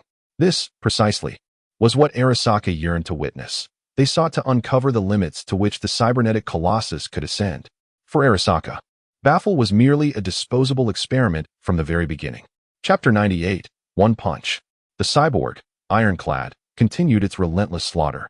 Rocky summoned a holographic display panel, revealing the data acquired from Lyssandra's intrusion. At this moment, Baffle's personality disintegration had reached an alarming 80%, with no sign of abating. The deterioration was steadily escalating. After all, Baffle had not strapped himself with a 9-fold dosage of suppressants, ready to inject himself at any moment. His one-way ticket to hell had never afforded him the luxury of a return journey. Observing Baffle's increasing disintegration, Rocky curiously delved into other documents pertaining to this experimental program. Baffle, a captain of the military technology sector, had recently been captured during an operation against Arasaka. No wonder. However, this fellow certainly did not hold back when he lashed out at his former employer. Rocky mused over the information on the panel. Perhaps he had realized that both military technology and Arasaka were cut from the same cloth, fighting valiantly for the companies, only to meet such a fate. He should have anticipated this outcome long ago. Lucy offered her unrelenting critique. Hearing their animated discussion, Rebecca leaned her small head against Rocky's chest, feigning interest as she gazed at the content on the screen. Rocky surmised that Rebecca was likely uninterested in these matters, yet he obediently pinched her cheek, allowing her to rest against him. Lucy could only roll her eyes in exasperation at Rebecca's antics. Meanwhile, David, perched on the engine hood nearby, remained utterly unaffected by the happenings on Rocky's side. With eyes gleaming, he fixated on the distant cybernetic titan. Although David's prowess had significantly grown, the formidable power of such advanced cybernetics remained a formidable threat to him. As the battle progressed, the encroachment brought forth by the cybernetic titan and Stanislas reached a critical juncture. Unlike the circumstances David had previously faced, the current Bayfield lacked the benefit of a 9-fold dosage of suppressants. Moreover, following the acquisition of data from the field, military technology had placed heightened emphasis on the cybernetic titan, deploying an increased number of troops. Under these compounded influences, even with the injection of elite soldier serum, Bayfield exhibited superior resistance against cybernetic enhancements compared to the original David. However, the deterioration of his psyche accelerated at an alarming rate. In no time, the disintegration level on the data panel reached its zenith. This signified that Bayfield had irrevocably transformed into a cybernetic lunatic, now equipped with the cybernetic titan. At this moment, the rational glimmer inherent to humanity had vanished from Bayfield's eyes, rendering him akin to a madman or a beast, an accurate reflection of his reality. With Bayfield's complete descent into madness, his aggression escalated into a frenzied onslaught. The already dwindling military forces were swiftly obliterated, leaving only a solitary magma lizard in a desperate struggle for survival. Yet, Bayfield harbored no intentions of sparing it. In an instant, he activated Stanislas, while simultaneously engaging the full power of the floating vehicle's thrusters. In this rapid motion, he raised his fearsome colossal fist and struck the magma lizard with a devastating blow. The airborne hovering lizard was instantly propelled into the air by the tremendous impact. The pilot within the cabin hurriedly attempted to stabilize the lizard, yet the immense force had already compromised its levitation apparatus. Ultimately, the lizard, having only soared for a brief moment, was on the verge of losing control and plummeting downwards. Even in his frenzied state, Buffalo did not forsake his habit of delivering a finishing blow, activating the thrusters to strike the lizard once more. However, to everyone's astonishment, particularly to Rocky and his companions, the plummeting lizard was hurtling directly towards them. Observing the approaching creature, as well as Buffalo, who was charging forward in pursuit of victory and drawing closer to their concealed position, Rocky could not help but cast a sidelong glance at David. Is there some peculiar cosmic entanglement between you and the cybernetic behemoth? Rocky inwardly scoffed. Faced with such a predicament, he felt utterly helpless. Indeed. Witnessing the unfolding drama bore its risks. Initially, he intended to bring Rebecca and the others to witness the spectacle while simultaneously acquiring data on the cybernetic behemoth. Yet now, the situation appeared to be growing increasingly convoluted. Meanwhile, David, observing the lizard hurtling towards them, promptly activated the Sandwiston, eager to take action, yet was at a loss for a strategy. Given Rocky's immobility, he hesitated to employ the Sandwiston to evacuate everyone, remaining in place and awaiting Rocky's command. At this moment, Rocky remained unperturbed. Aside from David, none of them were at risk of being crushed by the creature. One could absorb kinetic impacts, another could sustain a telekinetic barrier, and the last could withstand destruction and still survive. As for David, he was driving the Sion Westan at a commendable speed, so he should be safe from being crushed. The demon lizard plummeted rapidly. The moment Lucy felt the demon lizard enter her telekinetic control range, she summoned her psychic energy, diverting the creature from its original trajectory and sending it soaring into the distance. Ultimately, the demon lizard crashed heavily behind Rocky and his companions. Meanwhile, Baffle was on the verge of plunging into the cloaking field. Rocky, seizing the moment, deactivated the invisibility shield. The sudden shift in the scene instantly captivated Baffle's attention, while Rocky observed him closely. At that moment, Baffle was drenched in blood, some belonging to his adversaries, but far more of it was his own. Blood uncontrollably poured from his mouth, and not only that, but his nose, ears, and even his eyes oozed with crimson. The encroachment of the cybernetic body on the human form was not merely psychological. The strain imposed by such an advanced prosthetic was exceedingly harsh on the body. Even with enhanced physique, he could not endure the relentless, frenzied use of the cybernetic enhancements. Now, under the ceaseless torment of the cybernetic titan and the Sion Westan, Baffle's body was in a state of utter exhaustion. Even if the people from the did not arrive to intervene, he would soon succumb to fatigue and perish. Yet, Baffle's frenzied consciousness remained indifferent to the condition of his body. All he knew was that he beheld 4 vibrant figures, and he was determined to obliterate them. With the Sion Westan igniting once more, Baffle spat out another mouthful of blood, then raised his fist and charged at Rocky.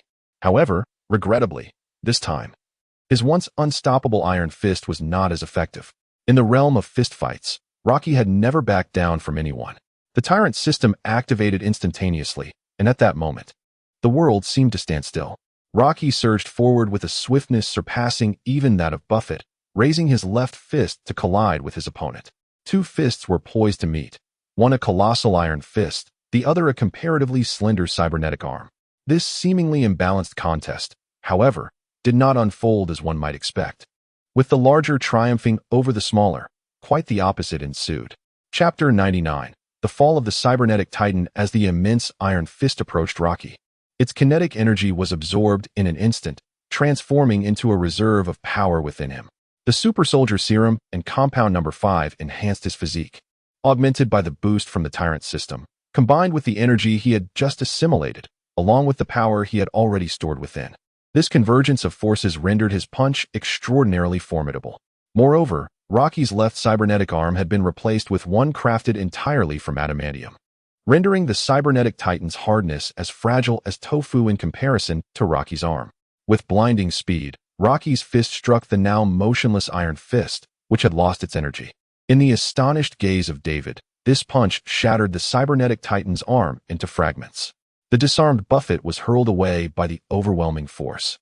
Yet there was no trace of fear in his eyes, only madness remained. As he struggled to stabilize his body with the thrusters, he resolved to launch another attack, activating the remaining gravity field generator, which was now aimed squarely at Rocky. However, Rocky had no intention of wasting any more time. The rescue team from Arasaka was on the verge of arriving, with military technological reinforcements likely en route as well.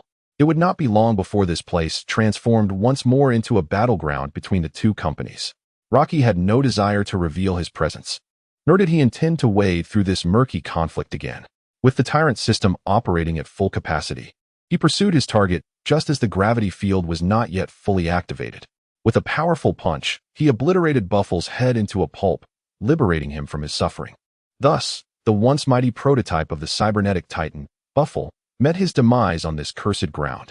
Having dealt with Buffle, Rocky instructed Lysandra to begin erasing the traces left behind. Thanks to her initial hacking of the truck, Lysandra had long since gained control of the local network. Soon, she successfully obliterated all data records from the scene, including the experimental data contained within the cybernetic Titan.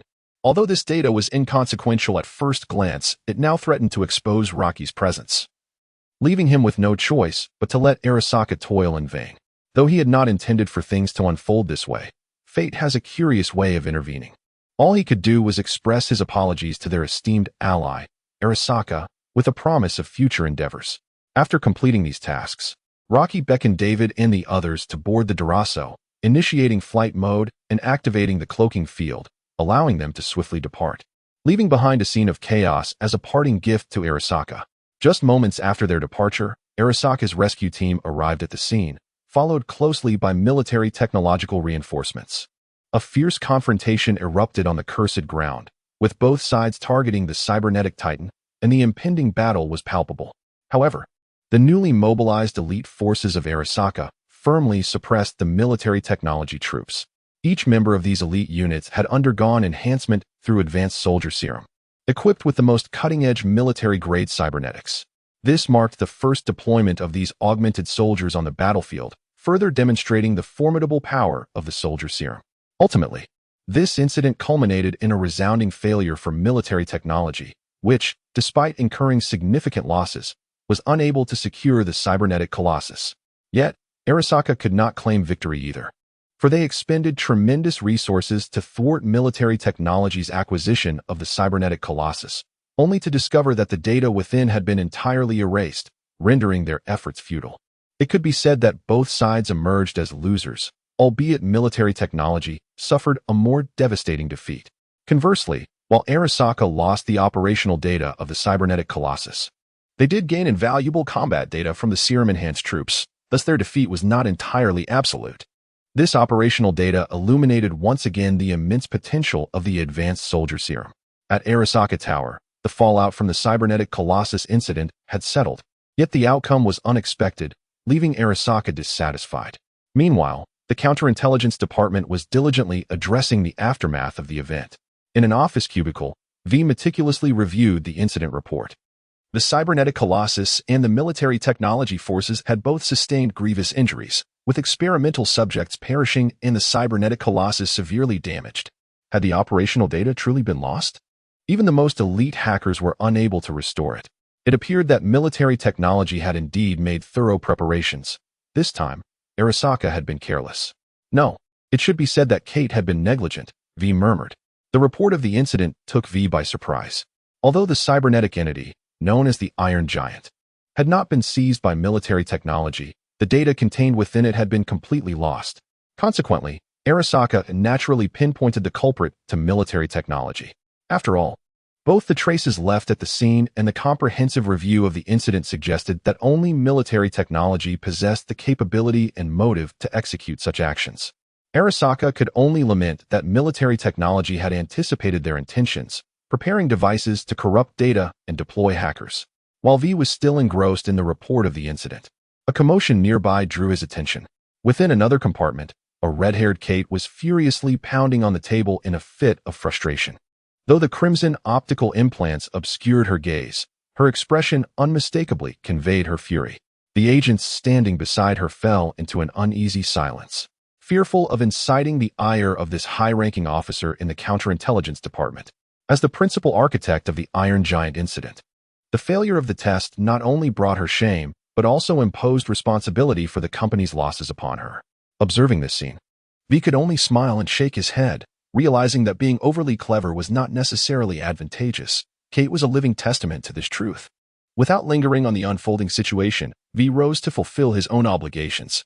This incident involving the Iron Giant had repercussions that extended beyond Kate. It also presented V with a new task. He was to engage in negotiations with Ascendant Technologies. Although Arasaka had gained nothing from this episode, in stark contrast to the significant losses suffered by military technology, one could argue that, from a different perspective, Arasaka had emerged victorious. All of this is intricately linked to the advanced soldier serum. Whether it pertains to the experimental subjects of the cybernetic behemoth or the serum-enhanced military forces, Arasaka has savored the advantages bestowed by the advanced soldier serum. If this trend continues, with the support of the advanced soldier serum, Arasaka will gradually establish a superiority over military technology in various domains. In the long run, the objective of surpassing military technology and becoming the true sovereign of armed technological prowess will no longer be a distant dream for Arasaka. It is evident that Arasaka does not intend to relinquish this advantage. Chapter 100. V's visit to Ascendant Technologies. Long time no see, V, Rocky greeted. As he faced V in the reception room. Arasaka sent you, didn't they? What brings you here? Without preamble, Rocky inquired about V's intentions. V had come to the company to speak with Rocky rather than invite him to a bar, which clearly indicated a business matter at hand. V, recognizing Rocky's straightforwardness, chose not to engage in unnecessary pleasantries and stated, "It has indeed been a while, L. You are correct. I am here because Arasaka wishes to explore a deeper collaboration with Ascendant Technologies regarding the advanced soldier serum." Such as? Rocky probed. Arasaka seeks to monopolize the soldier serum and requires a substantial supply of it. Although V was there to negotiate on behalf of Arasaka, their familiarity allowed for a direct approach, revealing Arasaka's primary desire without circumlocution. According to intelligence gathered by the Counterintelligence Department, it had come to light that Ascendant Technologies was preparing to hold a press conference to announce the sale of the serum. Although, according to the contract at the time, the sold agents could only be a diluted version of the primary soldier serum, Arasaka could still maintain its advantage. Yet, they were not content with this. The circulation of the diluted soldier serum in the market would inevitably undermine the edge that Arasaka possessed, while also enabling military technology to acquire the serum through less than reputable means. This was an outcome Arasaka wished to avoid. They aspired for the soldier serum to remain exclusively theirs. Previously, Arasaka had not fully grasped the transformative potential that the soldier serum could offer. With a minimal investment, they could secure the exclusive benefits of the original agent, along with the unconditional acquisition of the formula in 2 years, allowing for self-production and sales, thus capturing a share of the soldier serum market. This was already a lucrative venture. However, human nature tends toward greed, especially for a corporation like Arasaka. Should they manage to leverage the soldier serum to gain an even greater advantage, subduing military technology beneath their feet, the potential market share would yield exceedingly terrifying profits for Arasaka. How could they possibly let this opportunity slip by? Upon hearing V's words, Rocky